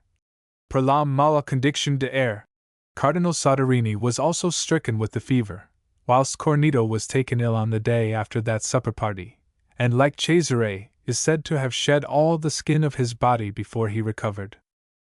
Even Villari and Gregorovius, so unrestrained when writing of the Borgias, discard the extraordinary and utterly unwarranted stories of Guicciardini, Giovio, and Bembo, which will presently be considered. Gregorovius does this with a reluctance that is almost amusing, and with many a fond, regretful, backward glance, so very apparent in his manner, at the tale of villainy as told by Guicciardini and the others, which the German scholar would have adopted but that he dared not for his credit's sake. This is not stated on mere assumption. It is obvious to any one who reads Gregorovius's histories. Burchard tells us, as certainly matter for comment, that during his last illness, Alexander never once asked for Cesare nor ever once mentioned the name of Lucrezia. So far as Cesare is concerned, the Pope knew, no doubt, that he was ill and bedridden, for all that the gravity of the Duke's condition would, probably, have been concealed from him. That he should not have mentioned Lucrezia, nor, we suppose, Goffredo, is remarkable. Did he, with the hand of death already upon him, reproach himself with this paternity which, however usual and commonplace in priests of all degrees, was none the less a scandal, and the more scandalous in a measure as the rank of the offender was higher? It may well be that in those last days that sinful, worldly old man bethought him of the true scope and meaning of Christ's vicarship, which he had so wantonly abused and dishonored, and considered that to that judge before whom he was summoned to appear the sins of his predecessors would be no justification or mitigation of his own. It may well be that, grown introspective upon his bed of death, he tardily sought to thrust from his mind the worldly things that had so absorbed it until the spiritual were forgotten, and had given rise to all the scandal concerning him that was spread through Christendom, to the shame and dishonor of the Church whose champion he should have been. Thus may it have come to pass that he summoned none of his children in his last hours, nor suffered their names to cross his lips. When the news of his father's death was brought to Cesare, the Duke, all fever-racked as he was, more dead than living, considered his position and issued his orders to Michel de Corella, that most faithful of all his captains, who so richly shared with Cesare the execration of the latter's enemies. Of tears for his father there is no record, just as at no time are we allowed to see that stern spirit giving way to any emotion, conceiving any affection, or working ever for the good of any but himself. Besides, in such an hour as this, the consciousness of the danger in which he stood by virtue of the Pope's death and his own most inopportune sickness, which disabled him from taking action to make his future secure, must have concerned him to the exclusion of all else. Meanwhile, however, Rome was quiet, held so in the iron grip of Michel de Corella and the ducal troops. The Pope's death was being kept secret for the moment, and was not announced to the people until nightfall, by when Corella had carried out his master's orders, including the seizure of the Pope's treasure. And Burchard tells us how some of Valentinous's men entered the Vatican, all the gates of which were held by the ducal troops, and seizing Cardinal Casanova, they demanded, with a dagger at his throat and a threat to fling his corpse from the windows if he refused them, the Pope's keys. These the Cardinal surrendered, and Corella possessed himself of plate and jewels to the value of some 200,000 ducats, besides 2 caskets containing about 100,000 ducats in gold. Thereafter the servants of the palace completed the pillage by ransacking the wardrobes and taking all they could find, so that nothing was left in the papal apartments but the chairs, a few cushions, and the tapestries of the walls. All his life Alexander had been the victim of the most ribald calumnies. Stories had ever sprung up and thriven, like ill weeds, about his name and reputation. His sins, great and scandalous in themselves, were swelled by popular rumor, under the spur of malice, to monstrous and incredible proportions. As they had exaggerated and lied about the manner of his life, so, with a consistency worthy of better scope, they exaggerated and lied about the manner of his death, and the age being a credulous one, the stories were such that writers of more modern and less credulous times dare not insist upon them, lest they should discredit, as they do, what else has been alleged against him. Thus when, in his last delirium, the Pope uttered some such words as, "I am coming, I am coming. It is just. But wait a little." And when those words were repeated, it was straightway asserted that the devil was the being he thus addressed in that supreme hour. The story grew in detail. That is inevitable with such matter. He had bargained with the devil, it was said, for a pontificate of 12 years, and the time being completed, the devil was come for him. And presently, We even have a description of Messer the Devil as he appeared on that occasion, in the shape of a baboon. The Marquis Gonzaga of Mantua, in all seriousness, writes to relate this. The chronicler Sanuto, receiving the now popularly current story from another source, in all seriousness gives it place in his diary thus. The devil was seen to leap out of the room in the shape of a baboon, and a cardinal ran to seize him, and having caught him, would have presented him to the Pope, but the Pope said, "Let him go, let him go. It is the devil," and that night he fell ill and died. 1. That story, transcending the things which this more practical age considers possible, is universally rejected, but it is of vast importance to the historical student. For it is to be borne in mind that it finds a place in the pages of those same diarii upon the authority of which are accepted many defamatory stories without regard to their extreme improbability so long as they are within the bounds of bare possibility.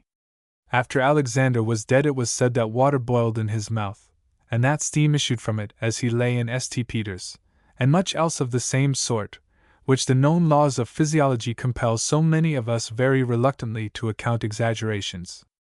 But again, remember that the source of these stories was the same as the source of many other exaggerations not at issue with physiological laws. The circumstances of Alexander's funeral are in the highest degree scandalous, and reflect the greatest discredit upon his age. On the morrow, as the clergy were chanting the Libera Me, Domini in St. Peter's, where the body was exposed on a catafalque in full pontificals, a riot occurred, set on foot by the soldiers present for reasons which Burchard, who records the event, does not make clear. The clerics fled for shelter to the sacristy, the chants were cut short, and the Pope's body almost entirely abandoned. But the most scandalous happening occurred 24 hours later. The Pope's remains were removed to the chapel of Santa Maria del Febre by 6 bearers who laughed and jested at the expense of the poor corpse, which was encased to provoke the coarse mirth of the lower classes of an age which, setting no value upon human life, knew no respect for death. By virtue of the malady that had killed him, of his plethoric habit of body, and of the sweltering August heat, the corpse was decomposing rapidly, so that the face had become almost black and assumed an aspect grotesquely horrible, fully described by Burchard. Factus est sicut panus vel moris nigerimus, livoris totus plenus, nasus plenus, os amplissimum, lingua duplex in or, que labia tota implebat, os apertum et adio horrible quod nemo viderit unquam vel esse tale dixerit. 2 carpenters waited in the chapel with the coffin which they had brought, but either through carelessness it had been made too narrow and too short, or else the body, owing to its swollen condition, did not readily fit into this receptacle, whereupon, removing the mitre, for which there was no room, they replaced it by a piece of old carpet, and set themselves to force and pound the corpse into the coffin. And this was done without candle or any light being burned in honor of the dead, and without the presence of any priest or other person to care for the Pope's remains. No explanation of this is forthcoming. It was probably due to the panic earlier occasioned the clergy by the ducal men-at-arms.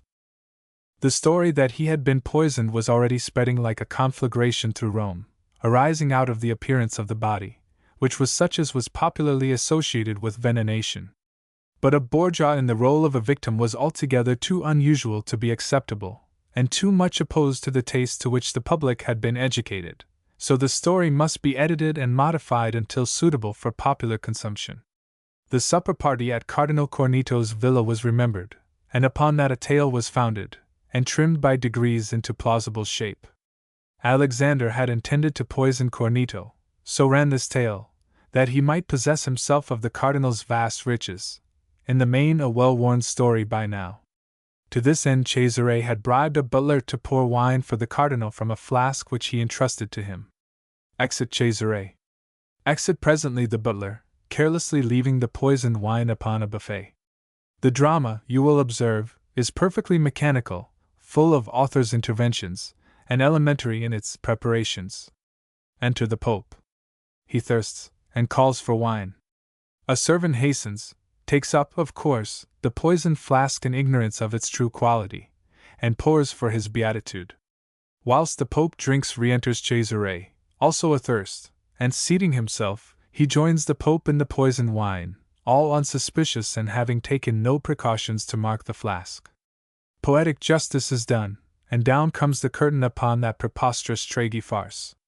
Such is the story which Guicciardini and Giovio and a host of other more or less eminent historians have had the audacity to lay before their readers as being the true circumstances of the death of Alexander VI. It is a noteworthy matter that in all that concerns the history of the House of Borgia, and more particularly those incidents in it that are wrapped in mystery, circumstantial elucidation has a habit of proceeding from the same quarters. You will remember, for instance, that the Venetian Paolo Capello, though not in Rome at the time, was one of those who was best informed in the matter of the murder of the Duke of Gandia. And it was Capello again who was possessed of the complete details of the scarcely less mysterious business of Alfonso of Aragon.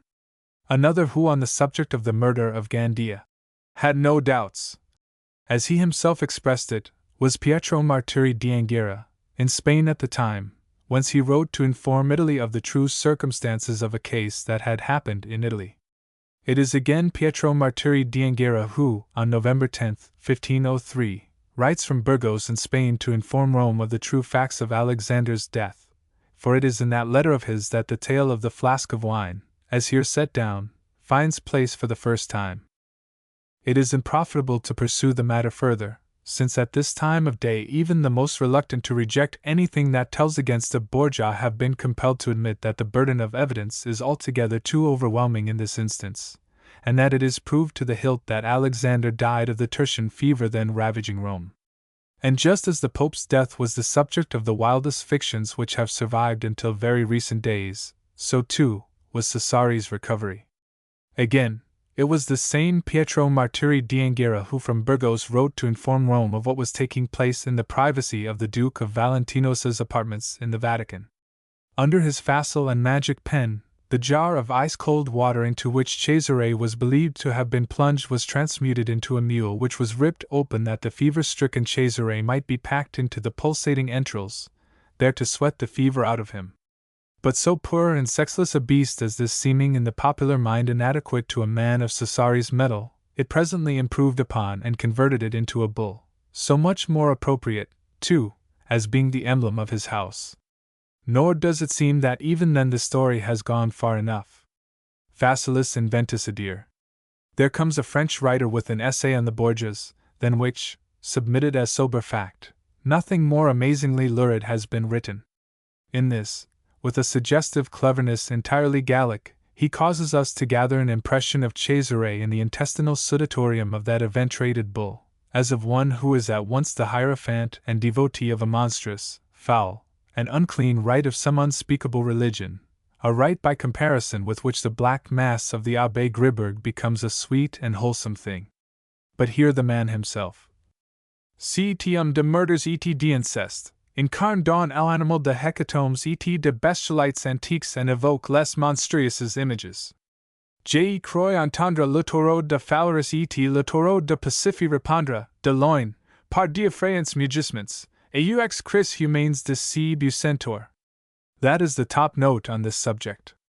Hereafter all must pale to anticlimax. Chapter 2. Pius III. The fever that racked Cesare Borgia's body in those days can have been as nothing to the fever that racked his mind, the despairing rage that must have whelmed his soul to see the unexpected, the one contingency against which he had not provided, cutting the very ground from underneath his feet. As he afterwards expressed himself to Machiavelli, and as Machiavelli has left on record, Cesare had thought of everything, had provided for everything that might happen on his father's death, save that in such a season, when more than ever he should have need for all his strength of body and of mind, he should, himself, be lying at the point of death. Scarce was Alexander's body cold than the Duke's enemies began to lift their heads. Already by the 20th of that month, 2 days after the Pope had breathed his last, the Orsini were in arms and had led a rising, in retort to which Michel de Carella fired their palace on Monte Giordano. Venice and Florence bethought them that the protection of France had been expressly for the Church and not for Cesare personally. So the Venetians at once supplied Guidobaldo da Montefeltro with troops wherewith to reconquer his dominions, and by the 24th he was master of S. Leo. In the city of Urbino itself, Ramirez, the governor, held out as long as possible, then beat a retreat to Cesena, whilst Valentino's partisans in Urbino were mercilessly slaughtered and their houses pillaged. Florence supported the Baglioni in the conquest of Magione from the Borgias, and they aided Jacopo d'Appiano to repossess himself of Piombino, which had so gladly seen him depart out of it 18 months ago. From Magione, Gianpaolo Baglioni marches his Florentine troops to Camerino to aid the only remaining Varano to regain the tyranny of his fathers. The Vitelli are back in Città di Castello, carrying a golden calf in triumph through the streets, and so by the end of August, within less than a fortnight, all the appendages of the Romagna are lost to Cesare, whilst at Cesare's very gates the Orsini men-at-arms are clamoring with insistent menace.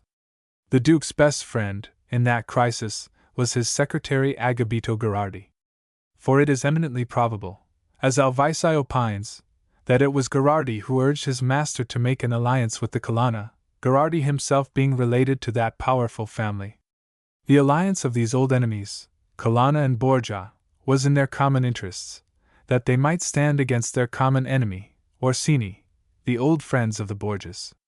On August 22 Prospero Colonna came to Rome, and terms were made and cemented, in the usual manner, by a betrothal, that of the little Rodrigo, Lucrezia's child, to a daughter of the house of Colonna.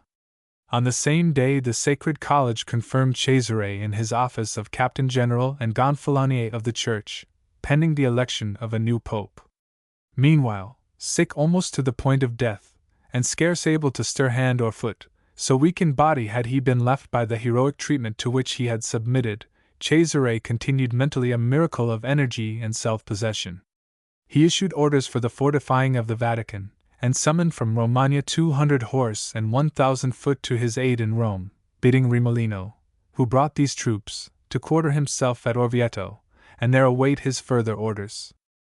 Considering that the Colonna were fighting in Naples under the banner of Gonzalo da Cordoba, it was naturally enough supposed, from Cesare's alliance with the former, that this time he was resolved to go over to the side of Spain.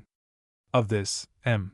de Trans came to protest to Valentino's on behalf of Louis XII, to be answered by the Duke's assurances that the alliance into which he had entered was strictly confined to the Colonna, that it entailed no treaty with Spain, nor had he entered into any, that his loyalty to the King of France continued unimpaired, and that he was ready to support King Louis with the entire forces he disposed of, whenever His Majesty should desire him so to do. In reply, he was assured by the French ambassador and Cardinal Sanseverino of the continued protection of Louis, and that France would aid him to maintain his dominions in Italy and reconquer any that might have seceded, and of this declaration copies were sent to Florence, Venice, and Bologna on September 1, as a warning to those powers not to engage in anything to the hurt of Valentino's. Thus sped the time of the Novendiali, the 9 days' obsequies of the dead Pope, which were commenced on September 4. As during the conclave that was immediately to follow it was against the law for armed men to be in Rome, Cesare was desired by the Sacred College to withdraw his troops. He did so on September 2, and himself went with them. Cardinal Sanseverino and the French ambassador escorted him out of Rome and saw him take the road to Naples, a weak, fever-ravaged, emaciated man, borne in a litter by a dozen of his halberdiers, his youth, his beauty, his matchless strength of body all sapped from him by the insidious disease which had but grudgingly spared his very life. At Naples he was awaited by his brother Goffredo, who had preceded him thither from Rome. A shadowy personage this Goffredo, whose unimportant personality is tantalizingly elusive in the pages where mention is made of him. His incontinent wife, Donna Sancha, had gone to Naples under the escort of Prospero Colonna, having left the castle of Sant' Angelo where for some time she had been confined by order of her father-in-law, the Pope, on account of the disorders of her frivolous life. And now the advices of the fresh treaty between Cesare Borgia and the King of France were producing their effect upon Venice and Florence, who were given additional pause by the fierce jealousy of each other, which was second only to their jealousy of the Duke. From Venice, with or without the sanction of his government, Bartolomeo di Alviano had ridden south into the Romagna with his condotta immediately upon receiving news of the death of Alexander, and finding Pandolfaccio Malatesta at Ravenna, he proceeded to accompany him back to that Rimini which the tyrant had sold to Cesare. Rimini, however, refused to receive him back, and showed fight to the forces under D'Alviano. So that, for the moment, nothing was accomplished. Whereupon the Republic, which at first had raised a feeble, make-believe protest at the action of her condottiero, now deemed it as well to find a pretext for supporting him. So Venice alleged that a courier of hers had been stripped of a letter, and with such an overwhelming cause as that for hostilities, dispatched reinforcements to D'Alviano to the end that he might restore Pandolfaccio to a dominion in which he was abhorred. Further, D'Alviano was thereafter to proceed to do the like office for Giovanni Sforza, who already had taken ship for Pesaro, and who was restored to his lordship on September 3rd. Thence, carrying the war into the Romagna itself, D'Alviano marched upon Cesena. But the Romagna was staunch and loyal to her duke. The governor had shut himself up in Cesena with what troops he could muster, including 1,000 veterans under the valiant Dionigio di Naldo, and there, standing firm and resolute, he awaited the onslaught of the Venetians. D'Alviano advanced rapidly and cruelly, a devastator laying waste the country in his passage, until to check him came suddenly the Borgia troops, which had ventured upon a sally. The Venetians were routed and put to flight. On September 16 the restored tyrants of Rimini, Pesaro, Castello, Perugia, Camerino, Urbino, and Sinigaglia entered into and signed at Perugia a league, whose chiefs were Bartolomeo D'Alviano and Gianpaolo Baglioni, for their common protection. Florence was invited to join the Allies.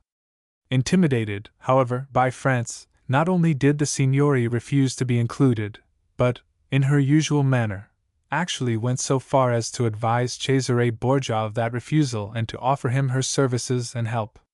On the same date the Sacred College assembled in Rome, at the Mass of the Holy Spirit, to beseech the grace of inspiration in the election of the new pontiff.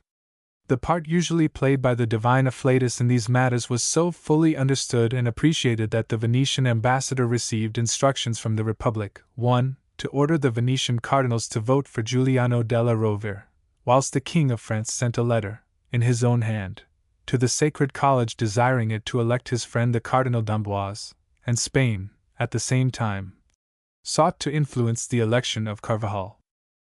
The chances of the last name do not appear ever to have amounted to very much. The three best supported candidates were della Rovere, d'Amboise, and Ascanio Sforza, who made his reappearance in Rome, released from his French prison at last, in time to attend this conclave.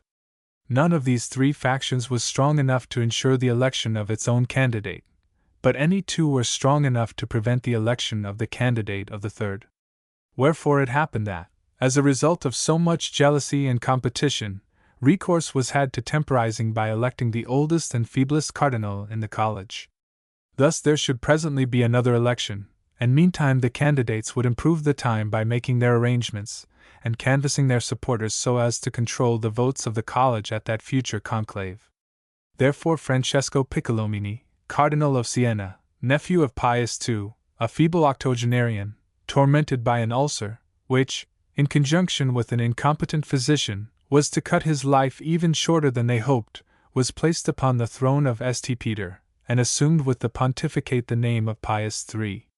The new pope was entirely favorable to Cesare Borgia, and confirmed him in all his offices, signifying his displeasure to Venice at her attempt upon the Romagna, and issuing briefs to the allied tyrants commanding them to desist from their opposition to the will of the Holy See. Cesare returned to Rome, still weak on his legs and ghastly to behold, and on October 6 he received in St. Peter's his confirmation as Captain General and Gonfalonier of the Church. The Venetians had meanwhile been checked by a letter from Louis from lending further assistance to the Allies. The latter, however, continued their hostilities in spite of that. They had captured Sinigaglia, and now they made an attempt on Fano and Fermo, but were repulsed in both places by Cesare's loyal subjects.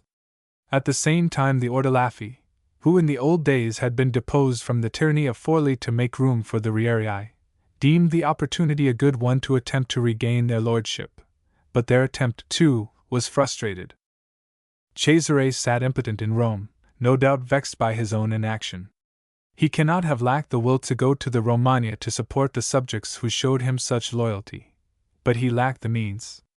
Owing to the French and Spanish dispute in Naples, his army had practically melted away.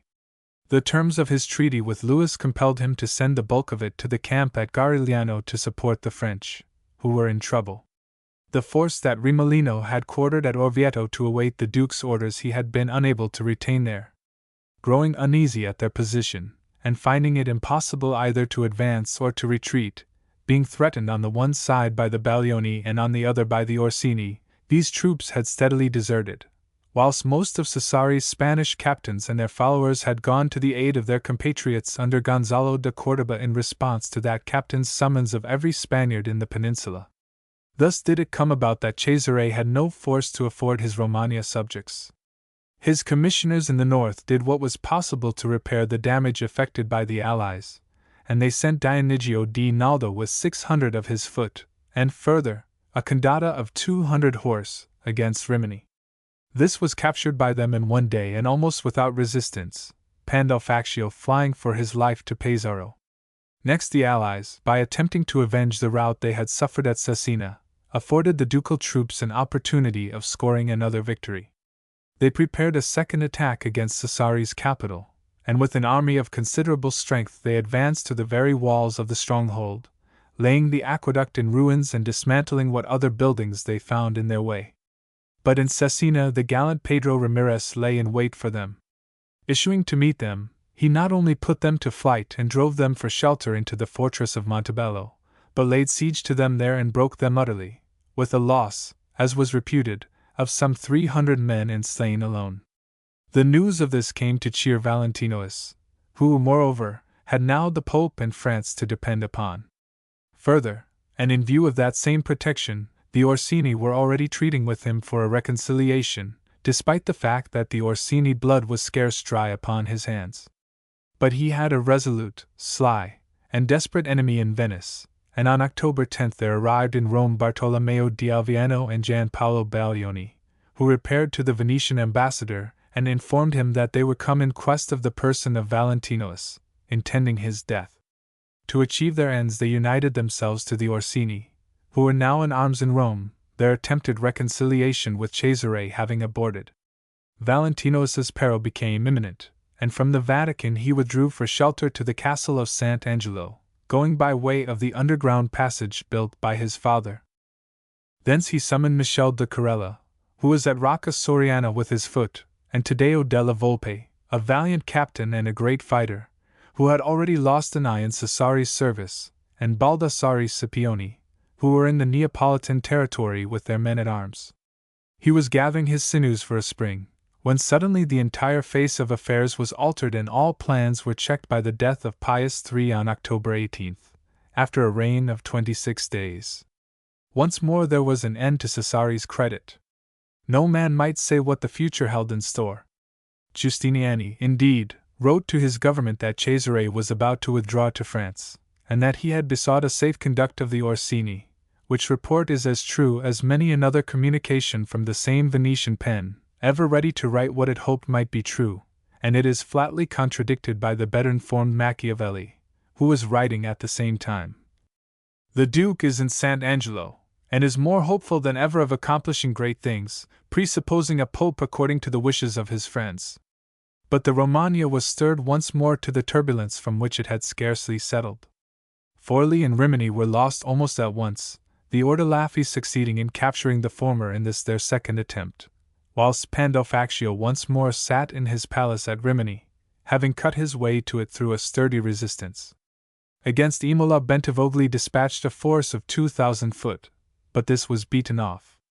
The authority of France appeared to have lost its weight, and in vain did Cardinal d'Amboise thunder threats in the name of his friend King Louis, and send envoys to Florence, Venice, Bologna, and Urbino, to complain of the injuries that were being done to the Duke of Valentinois. Chapter 3. Julius II. Giuliano della Rovere, Cardinal of S. Pietro and Vincoli, had much in his character that was reminiscent of his terrible uncle, Sixtus IV. Like that uncle of his, he had many failings highly unbecoming any Christian, laic or ecclesiastic, which no one has attempted to screen, and incidentally, He cultivated morality in his private life and observed his priestly vows of chastity as little as did any other churchman of his day. For you may see him, through the eyes of Père de Gracie, unable one Good Friday to remove his shoes for the adoration of the cross in consequence of his foot's affliction, ex morbo Gallico. But with one great and splendid virtue was he endowed in the eyes of the enemies of the house of Borgia, contemporary, and subsequent down to our times, a most profound, unchristian, and mordacious hatred of all Borgias. Rodrigo Borgia had defeated him in the conclave of 1492, and for 12 years had kept him out of the coveted pontificate. You have seen how he found expression for his furious jealousy at his rival's success. You have seen him endeavoring to his utmost to accomplish the deposition of the Borgia Pope, wielding to that end the lever of simony, and seeking a fulcrum for it, first in the King of France and later in Ferdinand and Isabella, but failing hopelessly in both instances. You have seen him, when he realized the failure of an attempt which had made Rome too dangerous for him and compelled him to remain in exile, suddenly veering round to fawn and flatter, and win the friendship of one whom his enmity could not touch. This man who, as Julius II, was presently to succeed Pius III, has been accounted a shining light of virtue amid the dark turpitude of the Church in the Renaissance. An ignis fatuus, perhaps, a jack-o'-lantern begotten of putrescence. Surely no more than that. Dr. Jacob Burckhardt, in that able work of his to which reference already has been made, follows the well-worn path of unrestrained invective against the Borgias, giving to the usual empty assertions the place which should be assigned to evidence and argument.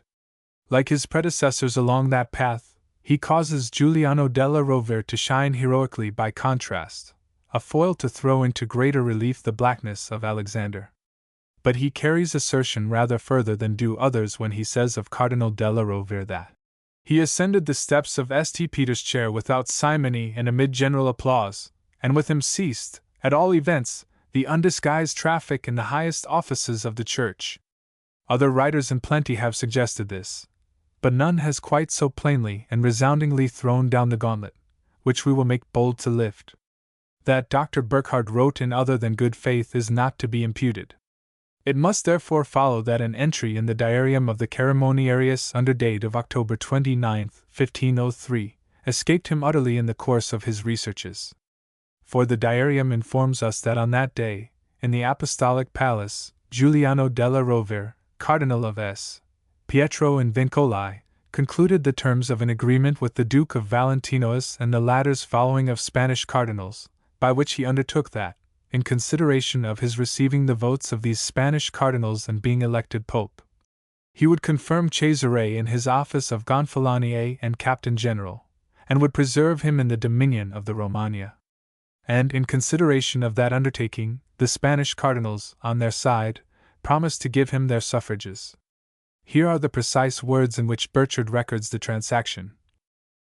Idem die, 29 Octobris, Remus. D. S. Petri ad vincula venit in Palatio Apostolico cum Duce Valentino et Cardinalibus sui Hispanis et concluserunt capitula earum perque, inter alia, Cardinalis S. Petri ad vincula, post quam esset Papa, crearet confalinaria ecclesiae generalum dusum acei favoret et in statibus sui, relinquerit, et vice versa dux pape. Et promisserent omnes cardinalis Hispani der votum pro cardinali S. Petri ad vincula ad papatum. If that does not entail simony and sacrilege, then such things do not exist at all.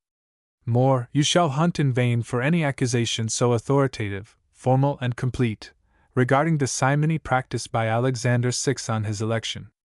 And this same Julius, moreover, was the Pope who later was to launch his famous bull de Simoniaca election, to add another stain to the besmirched escutcheon of the Borgia pontiff. His conciliation of Cesare and his obtaining, thus, the support of the Spanish cardinals, who, being Alexander's creatures, were now Cesare's very faithful servants, ensured the election of della Rovere.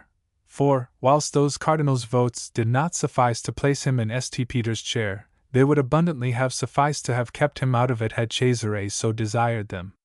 In coming to terms with Cardinal della Rovere, Cesare made the first great mistake of his career, took the first step towards ruin. He should have known better than to have trusted such a man. He should have remembered the ancient bitter rancor, should have recognized, in the amity of later times, the amity of the self-seeker, and mistrusted it. But Della Rovere had acquired a reputation for honesty and for being a man of his word. How far he deserved it you may judge from what is presently to follow. He had acquired it, however, and Cesare, to his undoing, attached faith to that reputation. He may, to some extent, have counted upon the fact that, of Cardinal della Rovere's bastard children, only a daughter, Felice della Rovere, survived. Raphael, the last of his bastard boys, had died a year ago. Thus, Cesare may have concluded that the cardinal, having no sons whose fortunes he must advance, would lack temptation to break faith with him. From all this it resulted that, at the conclave of November 1st, Giuliano della Rovere was elected pope, and took the name of Julius II, whilst Valentinois, confident now that his future was assured, left the castle of Sant'Angelo to take up his residence at the Vatican, in the Belvedere, with 40 gentlemen constituting his suite. On November 3 Julius II issued briefs to the Romagna, ordering obedience to Cesare, with whom he was now in daily and friendliest intercourse. In the Romagna, meanwhile, the disturbances had not only continued, but they had taken a fresh turn. Venice, having reseated Malatesta on the throne, now vented at last the covetousness she had ever, herself, manifested of that dominion, and sent a force to drive him out again and conquer Rimini for the Republic. Florence, in a spasm of jealous anger at this, inquired was the Pope to become the chaplain of Venice, and dispatched Machiavelli to bear the tale of these doings to Julius. Under so much perpetual strife the strength of the Romagna was gradually crumbling, and Cesare, angry with Florence for never going beyond lip service, expressed that anger to Machiavelli, informing the ambassador that the Signory could have saved the Romagna for him with 100 men-at-arms. The Duke sent for Giustiniani, the ambassador of Venice, who, however, excused himself and did not go.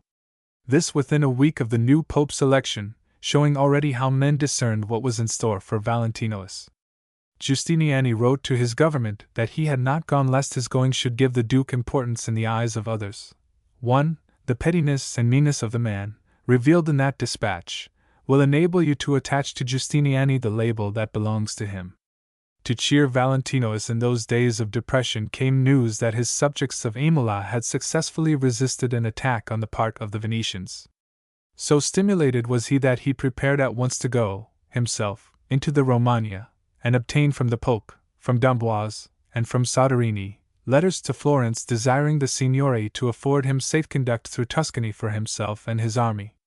The Pope expressed himself, in his letter, that he would count such safe conduct as a great favor to himself, and urged the granting of it out of his love for Cesare, owing to the latter's great virtues and shining merits.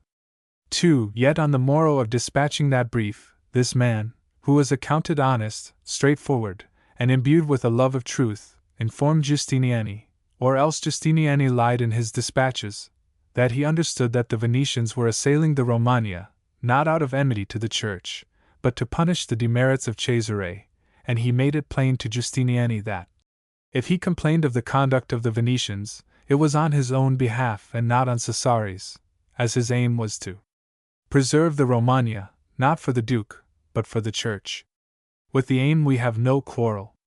It was laudable enough in a pontiff, but it foreshadows Cesare's ruin, in spite of the love-protesting letter to Florence, in spite of the bargain struck by virtue of which Julius had obtained the pontificate. Whether the Pope went further in his treachery, whether, having dispatched that brief to Florence, he sent other communications to the Signory, is not ascertainable, but the suspicion of some such secret action is inspired by what ensued. On November 13 Cesare was ready to leave Rome, but no safe conduct had arrived. Out of all patience at this, he begged the Pope that the captain of the pontifical navy should prepare him 5 galleons at Ostia, by which he could take his foot to Genoa, and thence proceed into Romagna by way of Ferrara. Machiavelli, at the same time, was frenziedly importuning Florence to grant the Duke the desired safe conduct lest in despair Cesare should make a treaty with Venice, or with the devil, and should go to Pisa, employing all his money, strength, and influence to vent his wrath upon the Signory. But the Signore knew more, perhaps, than did Machiavelli, for no attention was paid to his urgent advice. On the 19th Cesare left Rome to set out for Genoa by way of Ostia, and his departure threw Giustiniani into alarm, fearing that the Duke would now escape. But there was no occasion for his fears. On the very day of Cesare's departure Julius sent fresh briefs to the Romagna, different indeed from those of November 3rd. In these he now expressed his disapproval of Alexander's having conferred the vicarship of the Romagna upon Cesare Borgia, and he exhorted all to range themselves under the banner of the Church, under whose protection he intended to keep them. Events followed quickly upon that. 2 days later news reached the Pope that the Venetians had captured Faenza, whereupon he sent a messenger after Valentino as to suggest to the latter that he should surrender Forli and the other fiefs into pontifical hands. With this Cesare refused to comply, and, as a result, he was detained by the captain of the navy, in obedience to the instructions from Julius. At the same time the Pope broke the last link of the treaty with Cesare by appointing a new governor of Romagna in the person of Giovanni Sacchi, Bishop of Ragusa. He commanded the latter to take possession of the Romagna in the name of the Church, and he issued another brief, the third within 3 weeks, demanding the state's obedience to the new governor. On November 26, Rimolino, who had been at Ostia with Caesar, came to Rome, and throwing himself at the feet of the pontiff, begged for mercy for his lord, whom he now accounted lost. He promised Julius that Cesare should give him the countersigns of the strongholds, together with security for their surrender. This being all that the Pope could desire, he issued orders that Cesare be brought back to Rome, and in consistory advised the Sacred College, by way, no doubt, of exculpating himself to men who knew that he was refusing to pay the price at which he had bought the papacy, that the Venetians in the Romagna were not moving against the Church, but against Cesare himself. Wherefore he had demanded of Cesare the surrender of the towns he held, that thus there might be an end to the war. It was specious, which is the best that can be said for it. As for putting an end to the war, the papal brief was far indeed from achieving any such thing, as was instantly plain from the reception it met with in the Romagna, which persisted in its loyalty to Cesare in despite of the very Pope himself.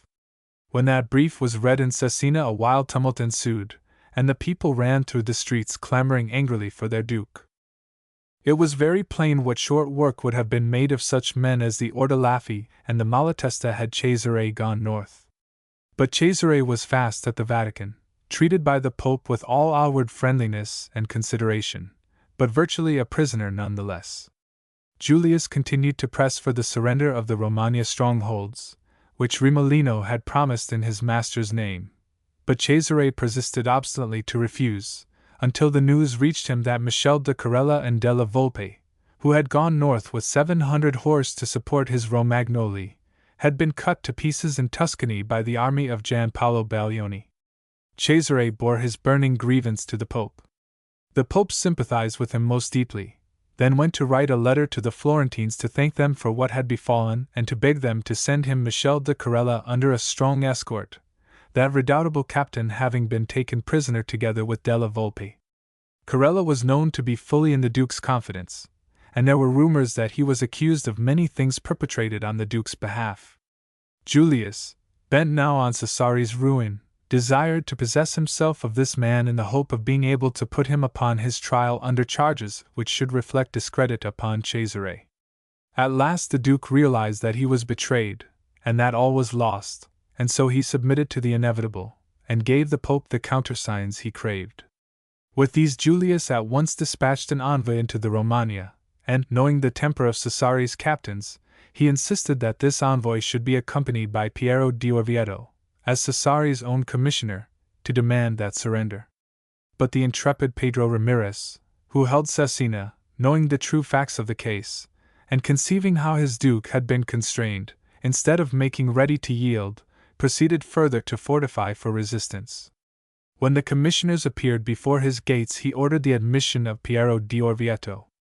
That done, he declared that he desired to see his duke at liberty before he would surrender the citadel which he held for him, and taking di Orvieto, he hanged him from the battlements as a traitor and a bad servant who did a thing which the Duke, had he been at liberty, would never have had him do. Moncalieri, the papal envoy, returned to Rome with the news, and this so inflamed the Pope that the Cardinals Lodovico Borgia and Francesco Remolino, together with other Borgia partisans, instantly fled from Rome, where they no longer accounted themselves safe, and sought refuge with Gonzalo de Cordoba in the Spanish camp at Naples, imploring his protection at the same time for Cesare. The Pope's anger first vented itself in the confiscation of the Duke of Valentino's property wherever possible, to satisfy the claims of the Rierii, the Pope's nephews, who demanded an indemnity of 50,000 ducats, of Guidobaldo, who demanded 200,000 ducats, and of the Florentine Republic, which claimed the same. The Duke's ruin was by now, within 6 weeks of the election of Julius II, an accomplished fact, and many were those who chose to fall with him rather than abandon him in his extremity. They afford a spectacle of honor and loyalty that was exceedingly rare in the Italy of the Renaissance. Clinging to their Duke, even when the last ray of hope was quenched, they lightened for him the tedium of those last days at the Vatican during which he was no better than a prisoner of state. Suddenly came news of Gonzalo de Cordoba's splendid victory at Garigliano, a victory which definitely broke the French and gave the throne of Naples to Spain. Naturally, this set Spanish influence once more, and mightily, in the ascendant, and the Spanish cardinals, together with the ambassador of Spain, came to exert with the Pope an influence suddenly grown weighty. As a consequence, Cesare, escorted by Carvajal, Cardinal of Santa Croce, was permitted to depart to Ostia, whence he was to take ship for France. Leastways, such was the understanding upon which he left the Vatican. But the Pope was not minded, even now, to part with him so easily, and his instructions to Carvajal were that at Ostia he should await further orders before sailing. But on December 26, news reaching the Spanish cardinal that the Romagna fortresses, persuaded that Cesare had been liberated, had finally surrendered, Carvajal took it upon himself to allow Cesare to depart, upon receiving from him a written undertaking never to bear arms against Pope Julius II. So the Duke of Valentino's at last regained his freedom. Whether, in repairing straight to Naples, as he did, he put a preconceived plan into execution, or whether, even now, he mistrusted his enlargement, and thought thus to make himself secure, cannot be ascertained. But straight to Gonzalo de Cordoba's Spanish camp he went, equipped with a safe conduct from the great captain, obtained for Cesare by Cardinal Remolino. There he found a court of friends already awaiting him, among whom were his brother Goffredo and the Cardinal Lodovico Borgia, and he received from Gonzalo a very cordial welcome. Spain was considering the invasion of Tuscany with the ultimate object of assailing Milan and driving the French out of the peninsula altogether. Piero de' Medici, killed at Garigliano, had no doubt been serving Spain with some such end in view as the conquest of Florence, and though Piero was dead, there was no reason why the plan should be abandoned, rather, all the more reason to carry it forward, since now Spain would more directly profit by it. Bartolomeo di Alviano was to have commanded the army destined for that campaign, but Cesare, by virtue of his friends and influence in Pisa, Siena, and Piombino, was so preferable a captain for such an expedition that Gonzalo gave him charge of it within a few days of his arrival at the Spanish camp. To Cesare this would have been the thin end of a mighty edge. Here was a chance to begin all over again, and beginning thus, backed by Spanish arms, there was no saying how far he might have gone. Meanwhile, what a beginning! To avenge himself thus upon that Florentine Republic which, under the protection of France, had dared at every turn to flout him and had been the instrument of his ultimate ruin. Sweet to him would have been the poetic justice he would have administered, as sweet to him as it would have been terrible to Florence, upon which he would have descended like another scourge of God. Briskly and with high-running hopes he set about his preparations during that spring of 1504, what time the Pope's Holiness in Rome was seeking to justify his treachery by heaping odium upon the Borgias. Thus he thought to show that if he had broken faith, he had broken faith with knaves deserving none. It was in pursuit of this that Michel de Corello was now pressed with questions, which, however, yielded nothing, and that Eschino de Colloredo, the sometime servant of Cardinal Micheli, was tortured into confessing that he had poisoned his master at the instigation of Alexander and Cesare, as has been seen, which confession Pope Julius was very quick to publish. But in Naples, it may well be that Cesare cared not for these matters, busy and hopeful as he was just then. He dispatched Baldassare da Scipione to Rome to enlist what lances he could find, and Scipione put it about that his lord would soon be returning to his own and giving his enemies something to think about. And then, suddenly, out of clearest heavens, fell a thunderbolt to shiver this last hope. On the night of May 26th, as Cesare was leaving Gonzalo's quarters, where he had supped, an officer stepped forward to demand his sword. He was under arrest. Julius II had outmaneuvered him. He had written to Spain setting forth what was his agreement with Valentinus in the matter of the Romagna. The original agreement, which was the price of the pontificate, had, of course, been conveniently effaced from the pontifical memory. He addressed passionate complaints to Ferdinand and Isabella that Gonzalo de Córdoba and Cardinal Carvajal between them were affording Valentinus the means to break that agreement, and to undertake matters that were hostile to the Holy See. And Ferdinand and Isabella had put it upon Gonzalo de Córdoba, that most honorable and gallant captain, to do this thing in gross violation of his safe conduct and plighted word to Valentinus. It was a deed under the shame of which the great captain confessedly labored to the end of his days, as his memory has labored under it ever since. For great captains are not afforded the immunity enjoyed by priests and popes jointly with other wearers of the petticoat from the consequences of falsehood and violated trust. Fierce and bitter were Valentinus's reproaches of the great captain for this treachery, as fierce and bitter as they were unavailing. On August 20th, 1504, Cesare Borgia took ship for Spain, a prisoner bound for a Spanish dungeon. Thus, at the early age of 29, he passed from Italy, and the deeds that well might have filled a lifetime. Conspicuous amid those he left behind him who remained loyal to their duke was Baldassare Scipione, who published throughout Christendom a cartel, wherein he challenged to trial by combat any Spaniard who dared deny that the Duke of Valentinus had been detained a prisoner in Naples in spite of the safe conduct granted him in the name of Ferdinand and Isabella, with great shame and infamy to their crown. 1. This challenge was never taken up. Amongst other loyal ones was that fine soldier of fortune, Taddeo della Volpe, who, in his Florentine prison, refused all offers to enter the service of the Signory until he had learnt that his lord was gone from Italy. Fracassa and Mirafuente had held Forli until they received guarantees for Cesare's safety, after he had left Ostia to repair to the Spanish camp. They then rode out, with the honors of war, lance on thigh.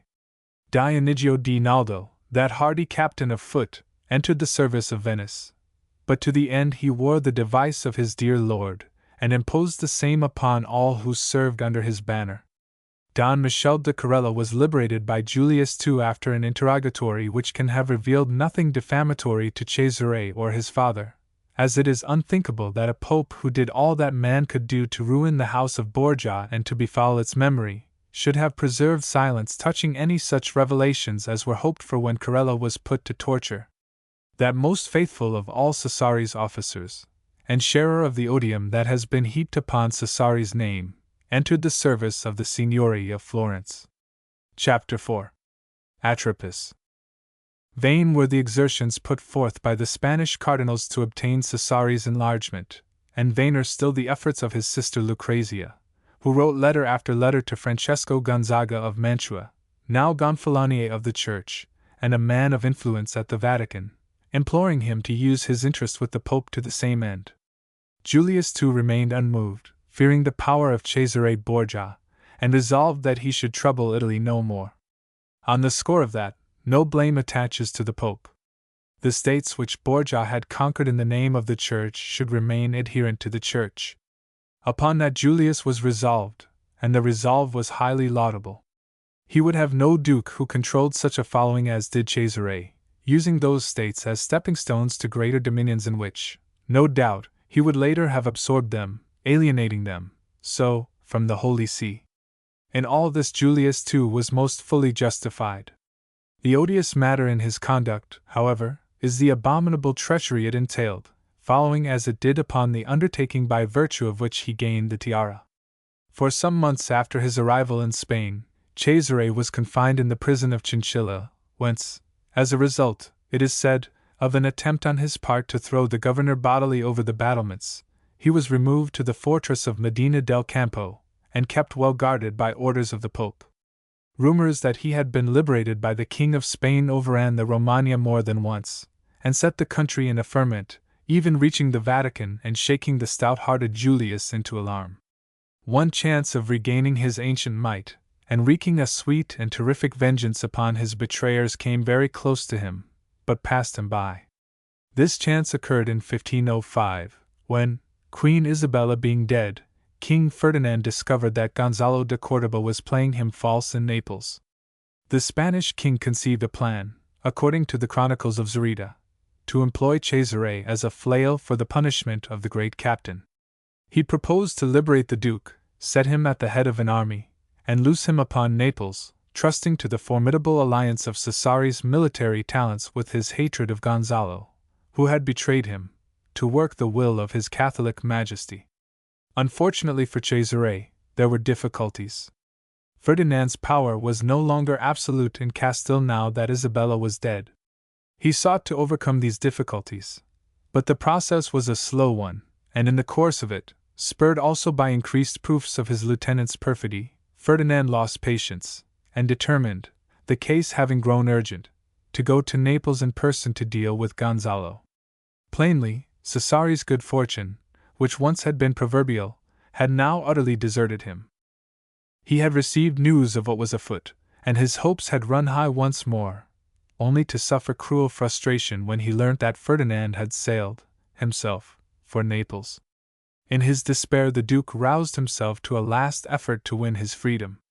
His treatment in prison was fairly liberal, such as is usually measured out to state prisoners of consideration. He was allowed his own chaplain and several attendants, and whilst closely guarded and confined to the home-made tower of the fortress, yet he was not oppressively restrained. He was accorded certain privileges and liberties. He enjoyed the faculty of corresponding with the outer world, and even of receiving visits.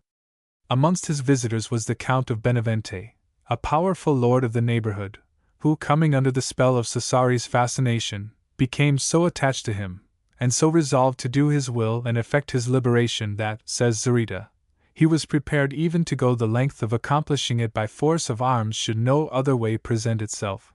1. Another way, however, did present itself, and Benevente and the Duke hatched a plot of evasion in which they had the collaboration of the chaplain and a servant of the governor's, named Garcia. One September night a cord was let down from the crenels of the tower, and by this the Duke was to descend from his window to the castle ditch, where Benevente's men awaited him. Garcia was to go with him since, naturally, it would not be safe for the servants to remain behind, and Garcia now let himself down that rope, hand over hand, from the terrible height of the Duke's window.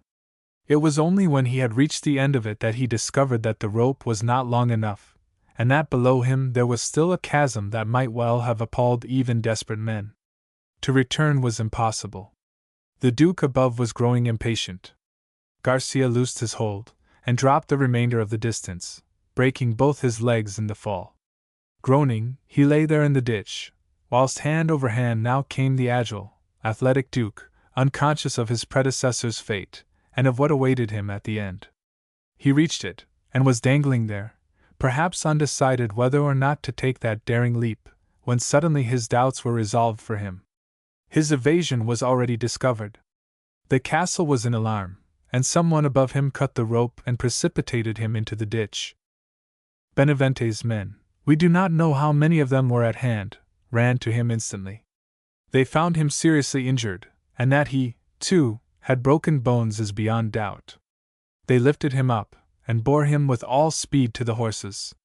They contrived, somehow, to mount him upon one, and holding him in the saddle, they rode off as fast as was possible under the circumstances. There was no time to go back for the unfortunate Garcia. The castle was all astir by now to stop the fugitives, and to have returned would have been to suffer capture themselves as well as the Duke, without availing the servant. So poor Garcia was left to his fate. He was found by the governor where he had fallen, and he was immediately put to death. If the people of Medina organized a pursuit, it availed them nothing, for Cesare was carried safely to Benevente's stronghold at Villelone. There he lay for some 5 or 6 weeks to recover from the hurts he had taken in escaping, and to allow his hands, the bones of which were broken, to become whole again. At last, being in the main recovered though with hands still bandaged, he set out with 2 attendants and made for Santander.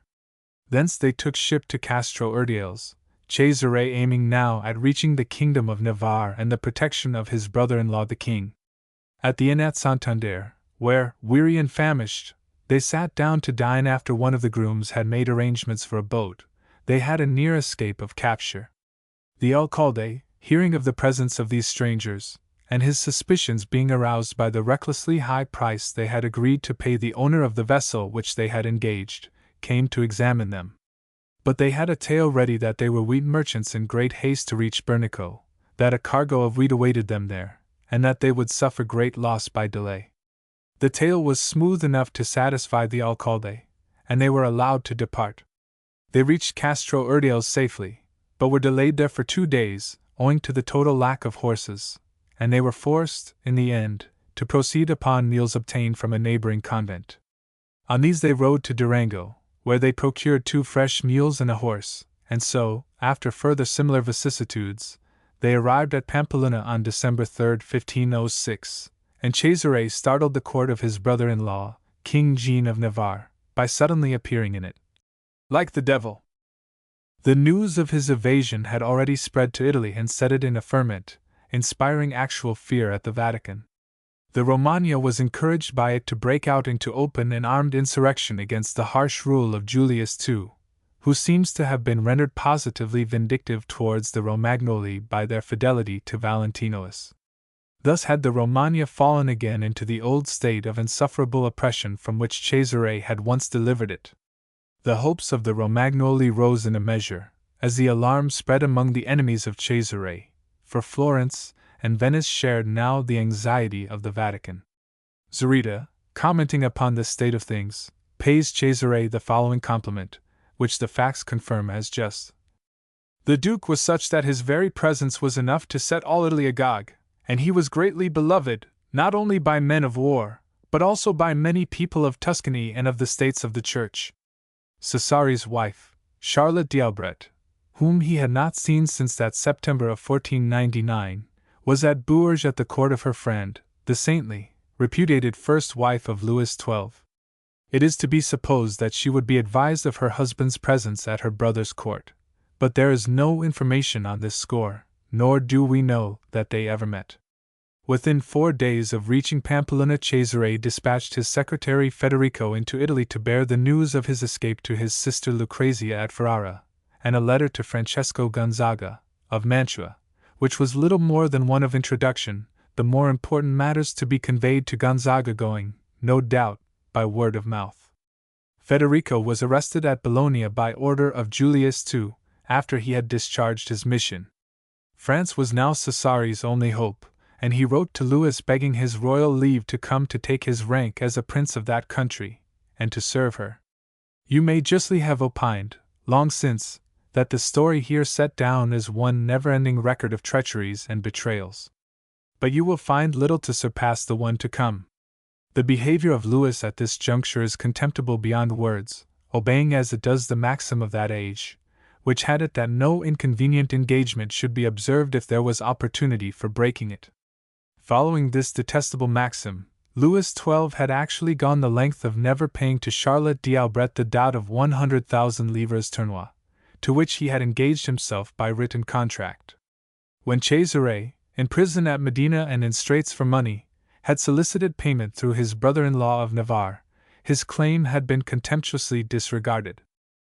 But there was worse to follow. Louis now answered Cesare's request for leave to come to France by a letter, quoted in full by M.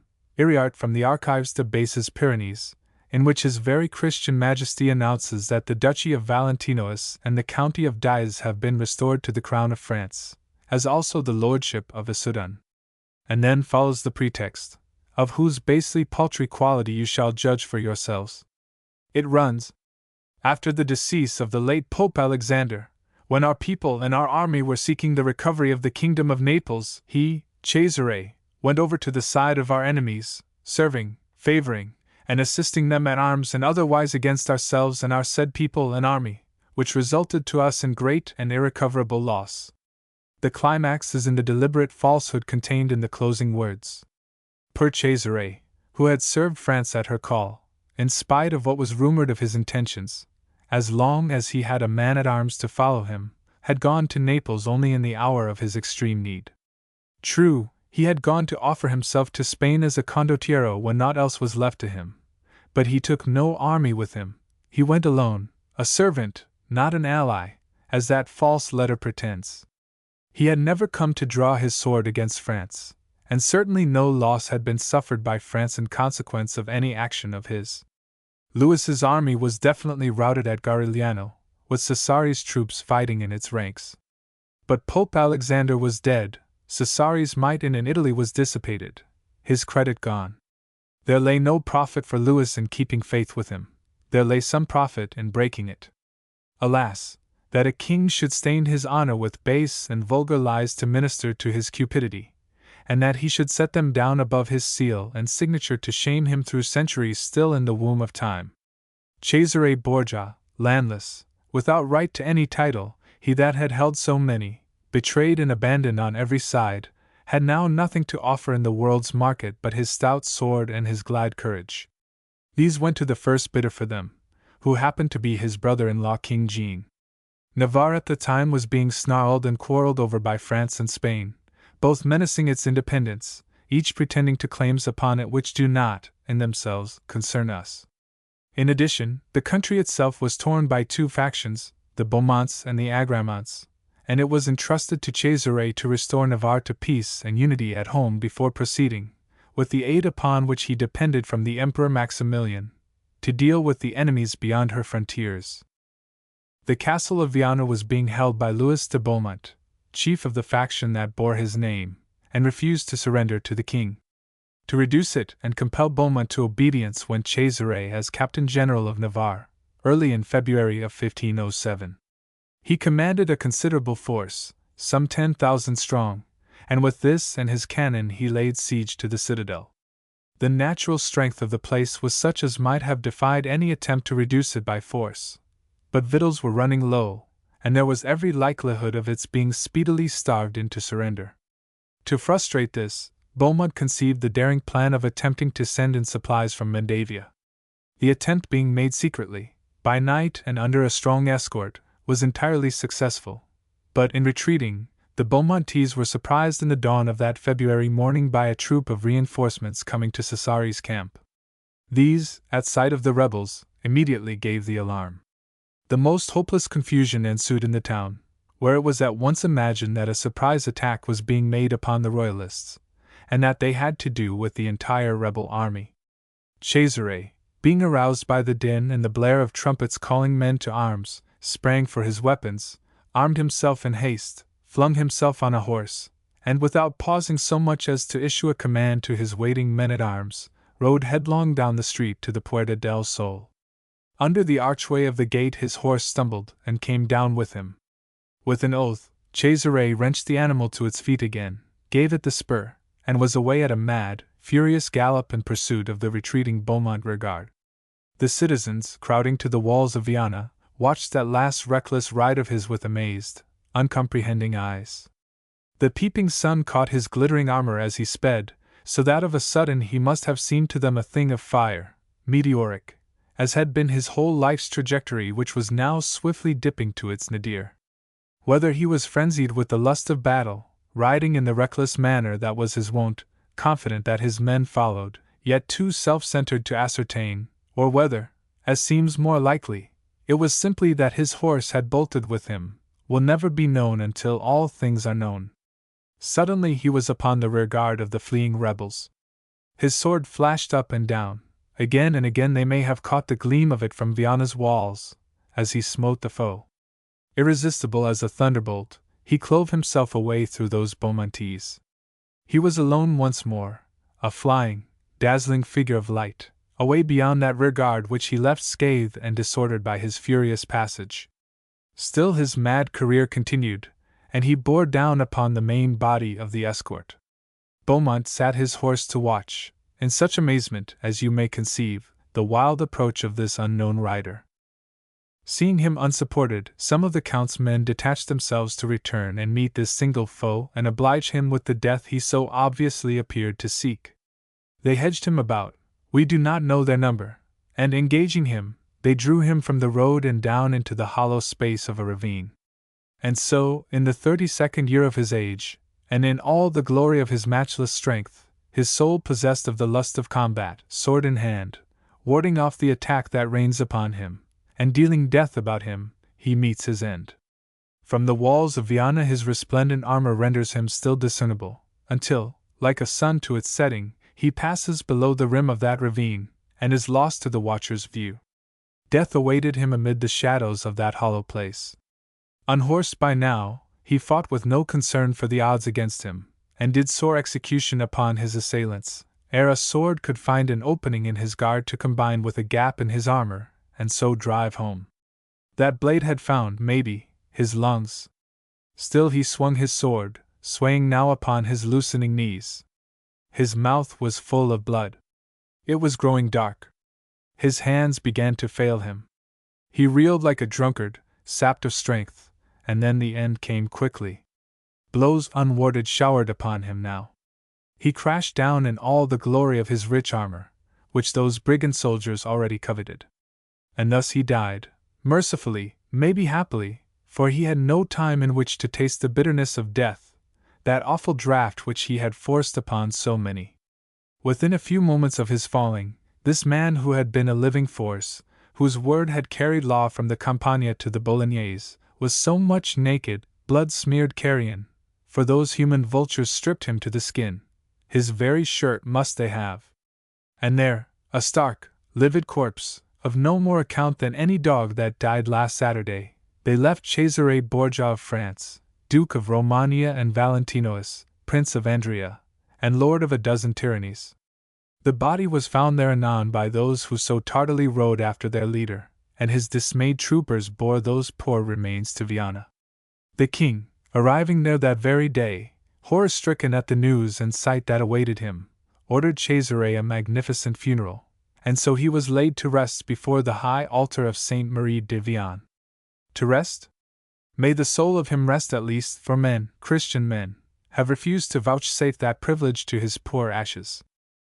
Nearly 200 years later, at the close of the 17th century, a priest of God and a bishop, one who preached a gospel of love and mercy so infinite that he dared believe by its lights no man to have been damned, came to disturb the dust of Cesare Borgia.